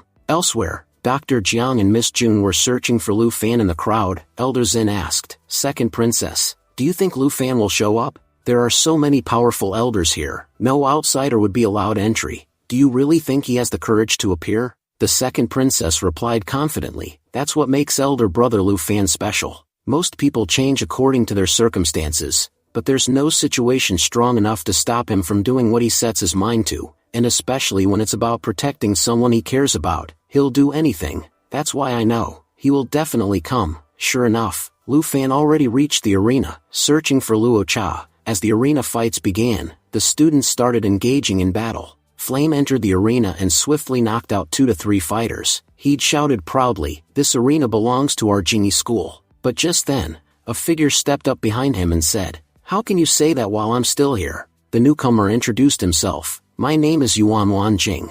I am an elite disciple of the Snow Mountain faction. I hope fighting you is worth my time." Meanwhile, the old man from earlier called out to Luo Cha, "After Zhang's match, it'll be your turn to enter the arena." Luo Cha replied, "I'll do exactly as you asked. I hope you won't go back on your word either." The old man nodded, "Don't worry, I have no reason to." Soon, Yuan Wanjing easily defeated Flame. The crowd murmured in disbelief. Flame, lost in a single strike. He was undefeated until now. The Snow Mountain faction has proven why they're the top among the 5. Elder Yi Fan observed, "Wanjing is incredibly talented. I believe he's worthy of being my disciple." Bai Fan added, "We only recruit girls in our sect, so, between the two of you, decide who gets him. As for me, I'm only here for the holy body of Vasper." Ouyang Yuan laughed, "And I'm just on a trip." "You speak as if that holy body already belongs to you," Bai Fan snapped. "I can't believe it. There's another holy body present in this competition." At that moment, the old man stepped up to the stage and addressed the crowd. "It's a pleasure to meet you all. This time, Snow Mountain has come well prepared. We've brought a very special gift for you all." Lu Fan narrowed his eyes. What is Luo Cha doing up there on stage? As the elders stared at her, their expressions turned to shock. Yi Fan exclaimed, "There's an extremely dangerous energy around that girl." Bai Fan gasped, "She possesses the holy body of the Imperial Fairy." Even Lu Fan had been stunned. "What? Imperial Fairy? What is that?" A nearby man explained, "You really don't know? In the martial world, there are 10 top-tier holy bodies, each extremely rare. If you possess even one of them, your value skyrockets. Among them, the Imperial Fairy is the rarest of all. The Imperial Fairy doesn't just empower herself, she can enhance the strength of her partner through dual cultivation. Her body naturally absorbs energy and upgrades whoever bonds with her. That's why, In the martial world, being with an imperial fairy is every martial artist's dream. Lu Fan grabbed the man by the collar and demanded, "Is everything you're saying true?" The man, trembling but resolute, replied, "Yes, every word I've spoken is the truth. The Imperial Fairy can indeed help cultivators break through their bottlenecks. Snow Mountain faction has brought a major bargaining chip with them." In a sudden burst of rage, Lu Fan hurled the man aside. Meanwhile, Elder Yi Fan turned to the others and stated, "Our Sky Sect needs that girl." But Bai Fan protested, "You people are too greedy. The Imperial Fairy belongs to our sect. You'll ruin her just to enhance your power. You'll treat her like a tool, ignoring cultivation's true essence. But if she joins Feather Sky Sect, she'll be safer. She'll be able to grow without being exploited." Just then, Ouyang Yuan intervened. "Enough. Calm down, all of you. The girl is still within the Elder Taihu's sect, and with a gift like this, there's no way they're giving it to us for free. They'll surely demand something significant in return." He narrowed his eyes, deep in thought. Something didn't feel right. There's something unusual happening below. One of the young ones is radiating an intense killing intent. It's so strong, even I can sense it. Taihu spoke up, "You're right, but I have only 3 requests for you all. First, all our disciples should be accepted into each of your 3 sects. Second, if danger ever strikes, the 3 sects must protect Snow Mountain faction, especially from evil schools. And third, I want 10 twisting holy pills. In return, we will give you the Imperial Fairy." Without hesitation, Lu Fan hurled a pot at Taihu and shouted, "There is no such thing as an Imperial Fairy here." Taihu caught the pot midair and threw it back toward Lu Fan. Lu Fan stepped forward and declared boldly, "If there's anyone worthy of standing beside me, it's Luo Cha, my companion." Gasps spread through the crowd. All the girls, and Luo Cha herself, looked at Lu Fan in stunned silence. Furious, Taihu demanded, "Who the hell are you to come directly onto the stage?" Lu Fan stared back, voice calm but thunderous, "My name is Demon Luo. I have ruled the borders alone for years." At that moment, Luo Cha rushed to him, tears welling up in her eyes. Seeing her, Lu Fan's expression softened.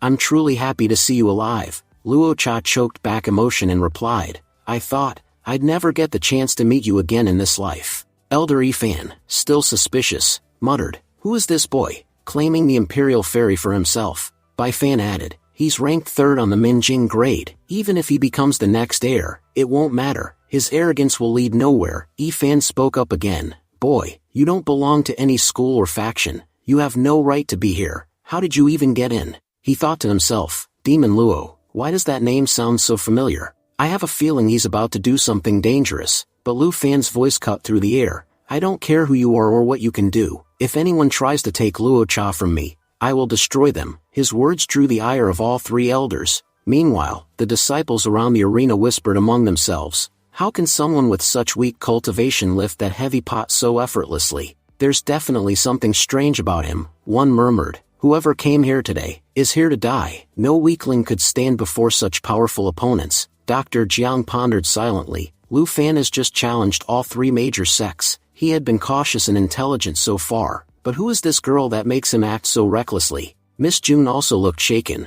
Why did he call himself Demon Luo? That's the same name Grandpa once told me about. Could Lu Fan really be the legendary soldier from the ancient records? Second Princess looked confused. Didn't Brother Lu Fan come here just for Miss June? How does he know the Imperial Fairy? Elder Zin stepped forward. He first came to save the holy body of Vasper, and now he's competing for the Imperial Fairy. One thing is clear, this boy is in serious danger. The second princess asked, "Elder, what can I do to help him?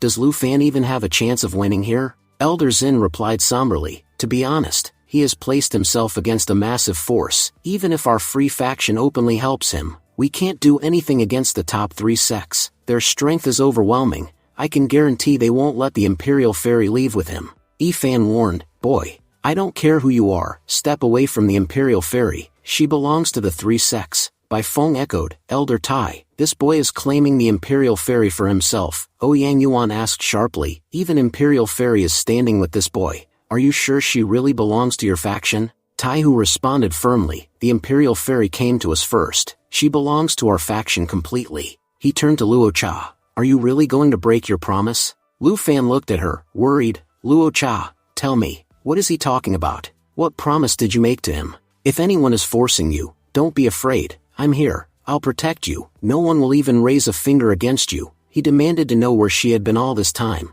and what kind of promise she was being forced to uphold. Luo Cha then revealed the truth. After falling from a cliff, she had been gravely injured. It was the Snow Mountain faction who had saved her life. Once she recovered, she tried to return, but Elder Tai Hu forbade her from leaving. In return for saving her life, he demanded a repayment, one she couldn't refuse. His power was overwhelming. Luo Cha had no choice but to agree to his terms. Lu Fan's voice rose in disbelief. Repayment? What kind of repayment? Luo Cha explained that Elder Tai Hu told her she possessed a body that was extremely suitable for cultivation. He offered her as a gift to one of the three sects, promising them great rewards in exchange. Once she completed her cultivation, she'd be free to reunite with her friends. That was the only reason she agreed. Hearing this, Elder Tai Hu shouted angrily, "Is this the same boy you always talked about, Luo Cha? Stay away from him. Associating with him is a mistake." Lu Fan didn't hold back. "Old man, shut your mouth.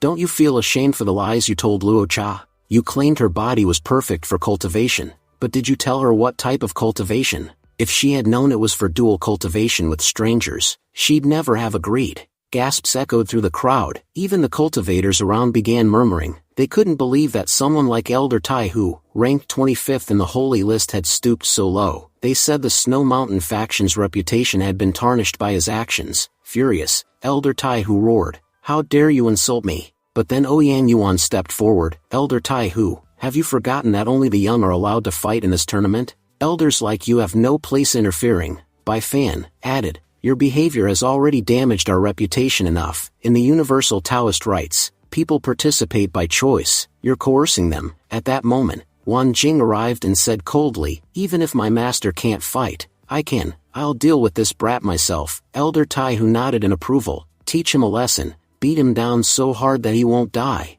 But make sure he regrets ever defying us." Spectators whispered among themselves, "There's no way anyone can beat Wan Jing. He's the genius who defeated Flame with a single punch. This newcomer doesn't stand a chance." Meanwhile, Lu Fan turned to Luo Cha. "Wait for me outside." Concerned, Luo Cha pleaded, "Your Highness, they are all martial artists. Please be careful." Lu Fan smiled. "Last time, I was weak, that's why I couldn't protect you. But this time, I won't make the same mistake." Turning back to Wan Jiag, Lu Fan declared, "You people from the Snow Mountain faction made a grave mistake, one you'll pay for. You deceived Luo Cha, now face the consequences." Wan Jing scoffed, "We saved her life after she fell from the cliff. If we hadn't, she'd be dead. Now that she's safe, you're claiming ownership? Ridiculous." Lu Fan's eyes narrowed. "Luo Cha isn't some object you get to claim. She's my teammate, my responsibility, and as her leader, I'll protect her." Without another word, Wan Jing lunged forward to attack, but with a single hand,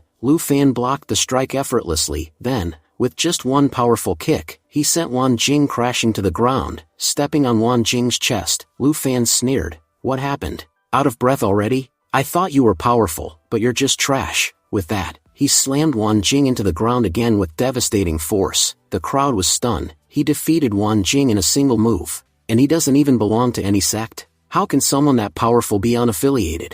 Even Elder Fan couldn't help but comment, "He may be arrogant, but his fighting skill is extraordinary. If he had entered the holy list, he could have made it to the top 100. Bai Fan added, "Who is this boy? So young, yet powerful enough to contend with the best in the world. I've never heard of anyone like him in the martial world before." Lu Fan turned to Elder Tai Hu and said coldly, "I'm sparing your disciple because it wasn't his fault. But you, I do want to beat you. Do you have the guts to fight me directly?" Everyone gasped again. He just directly challenged Elder Tai Hu. This guy really has guts. What happens next will be revealed in the next episode. Thank you for watching and stay tuned.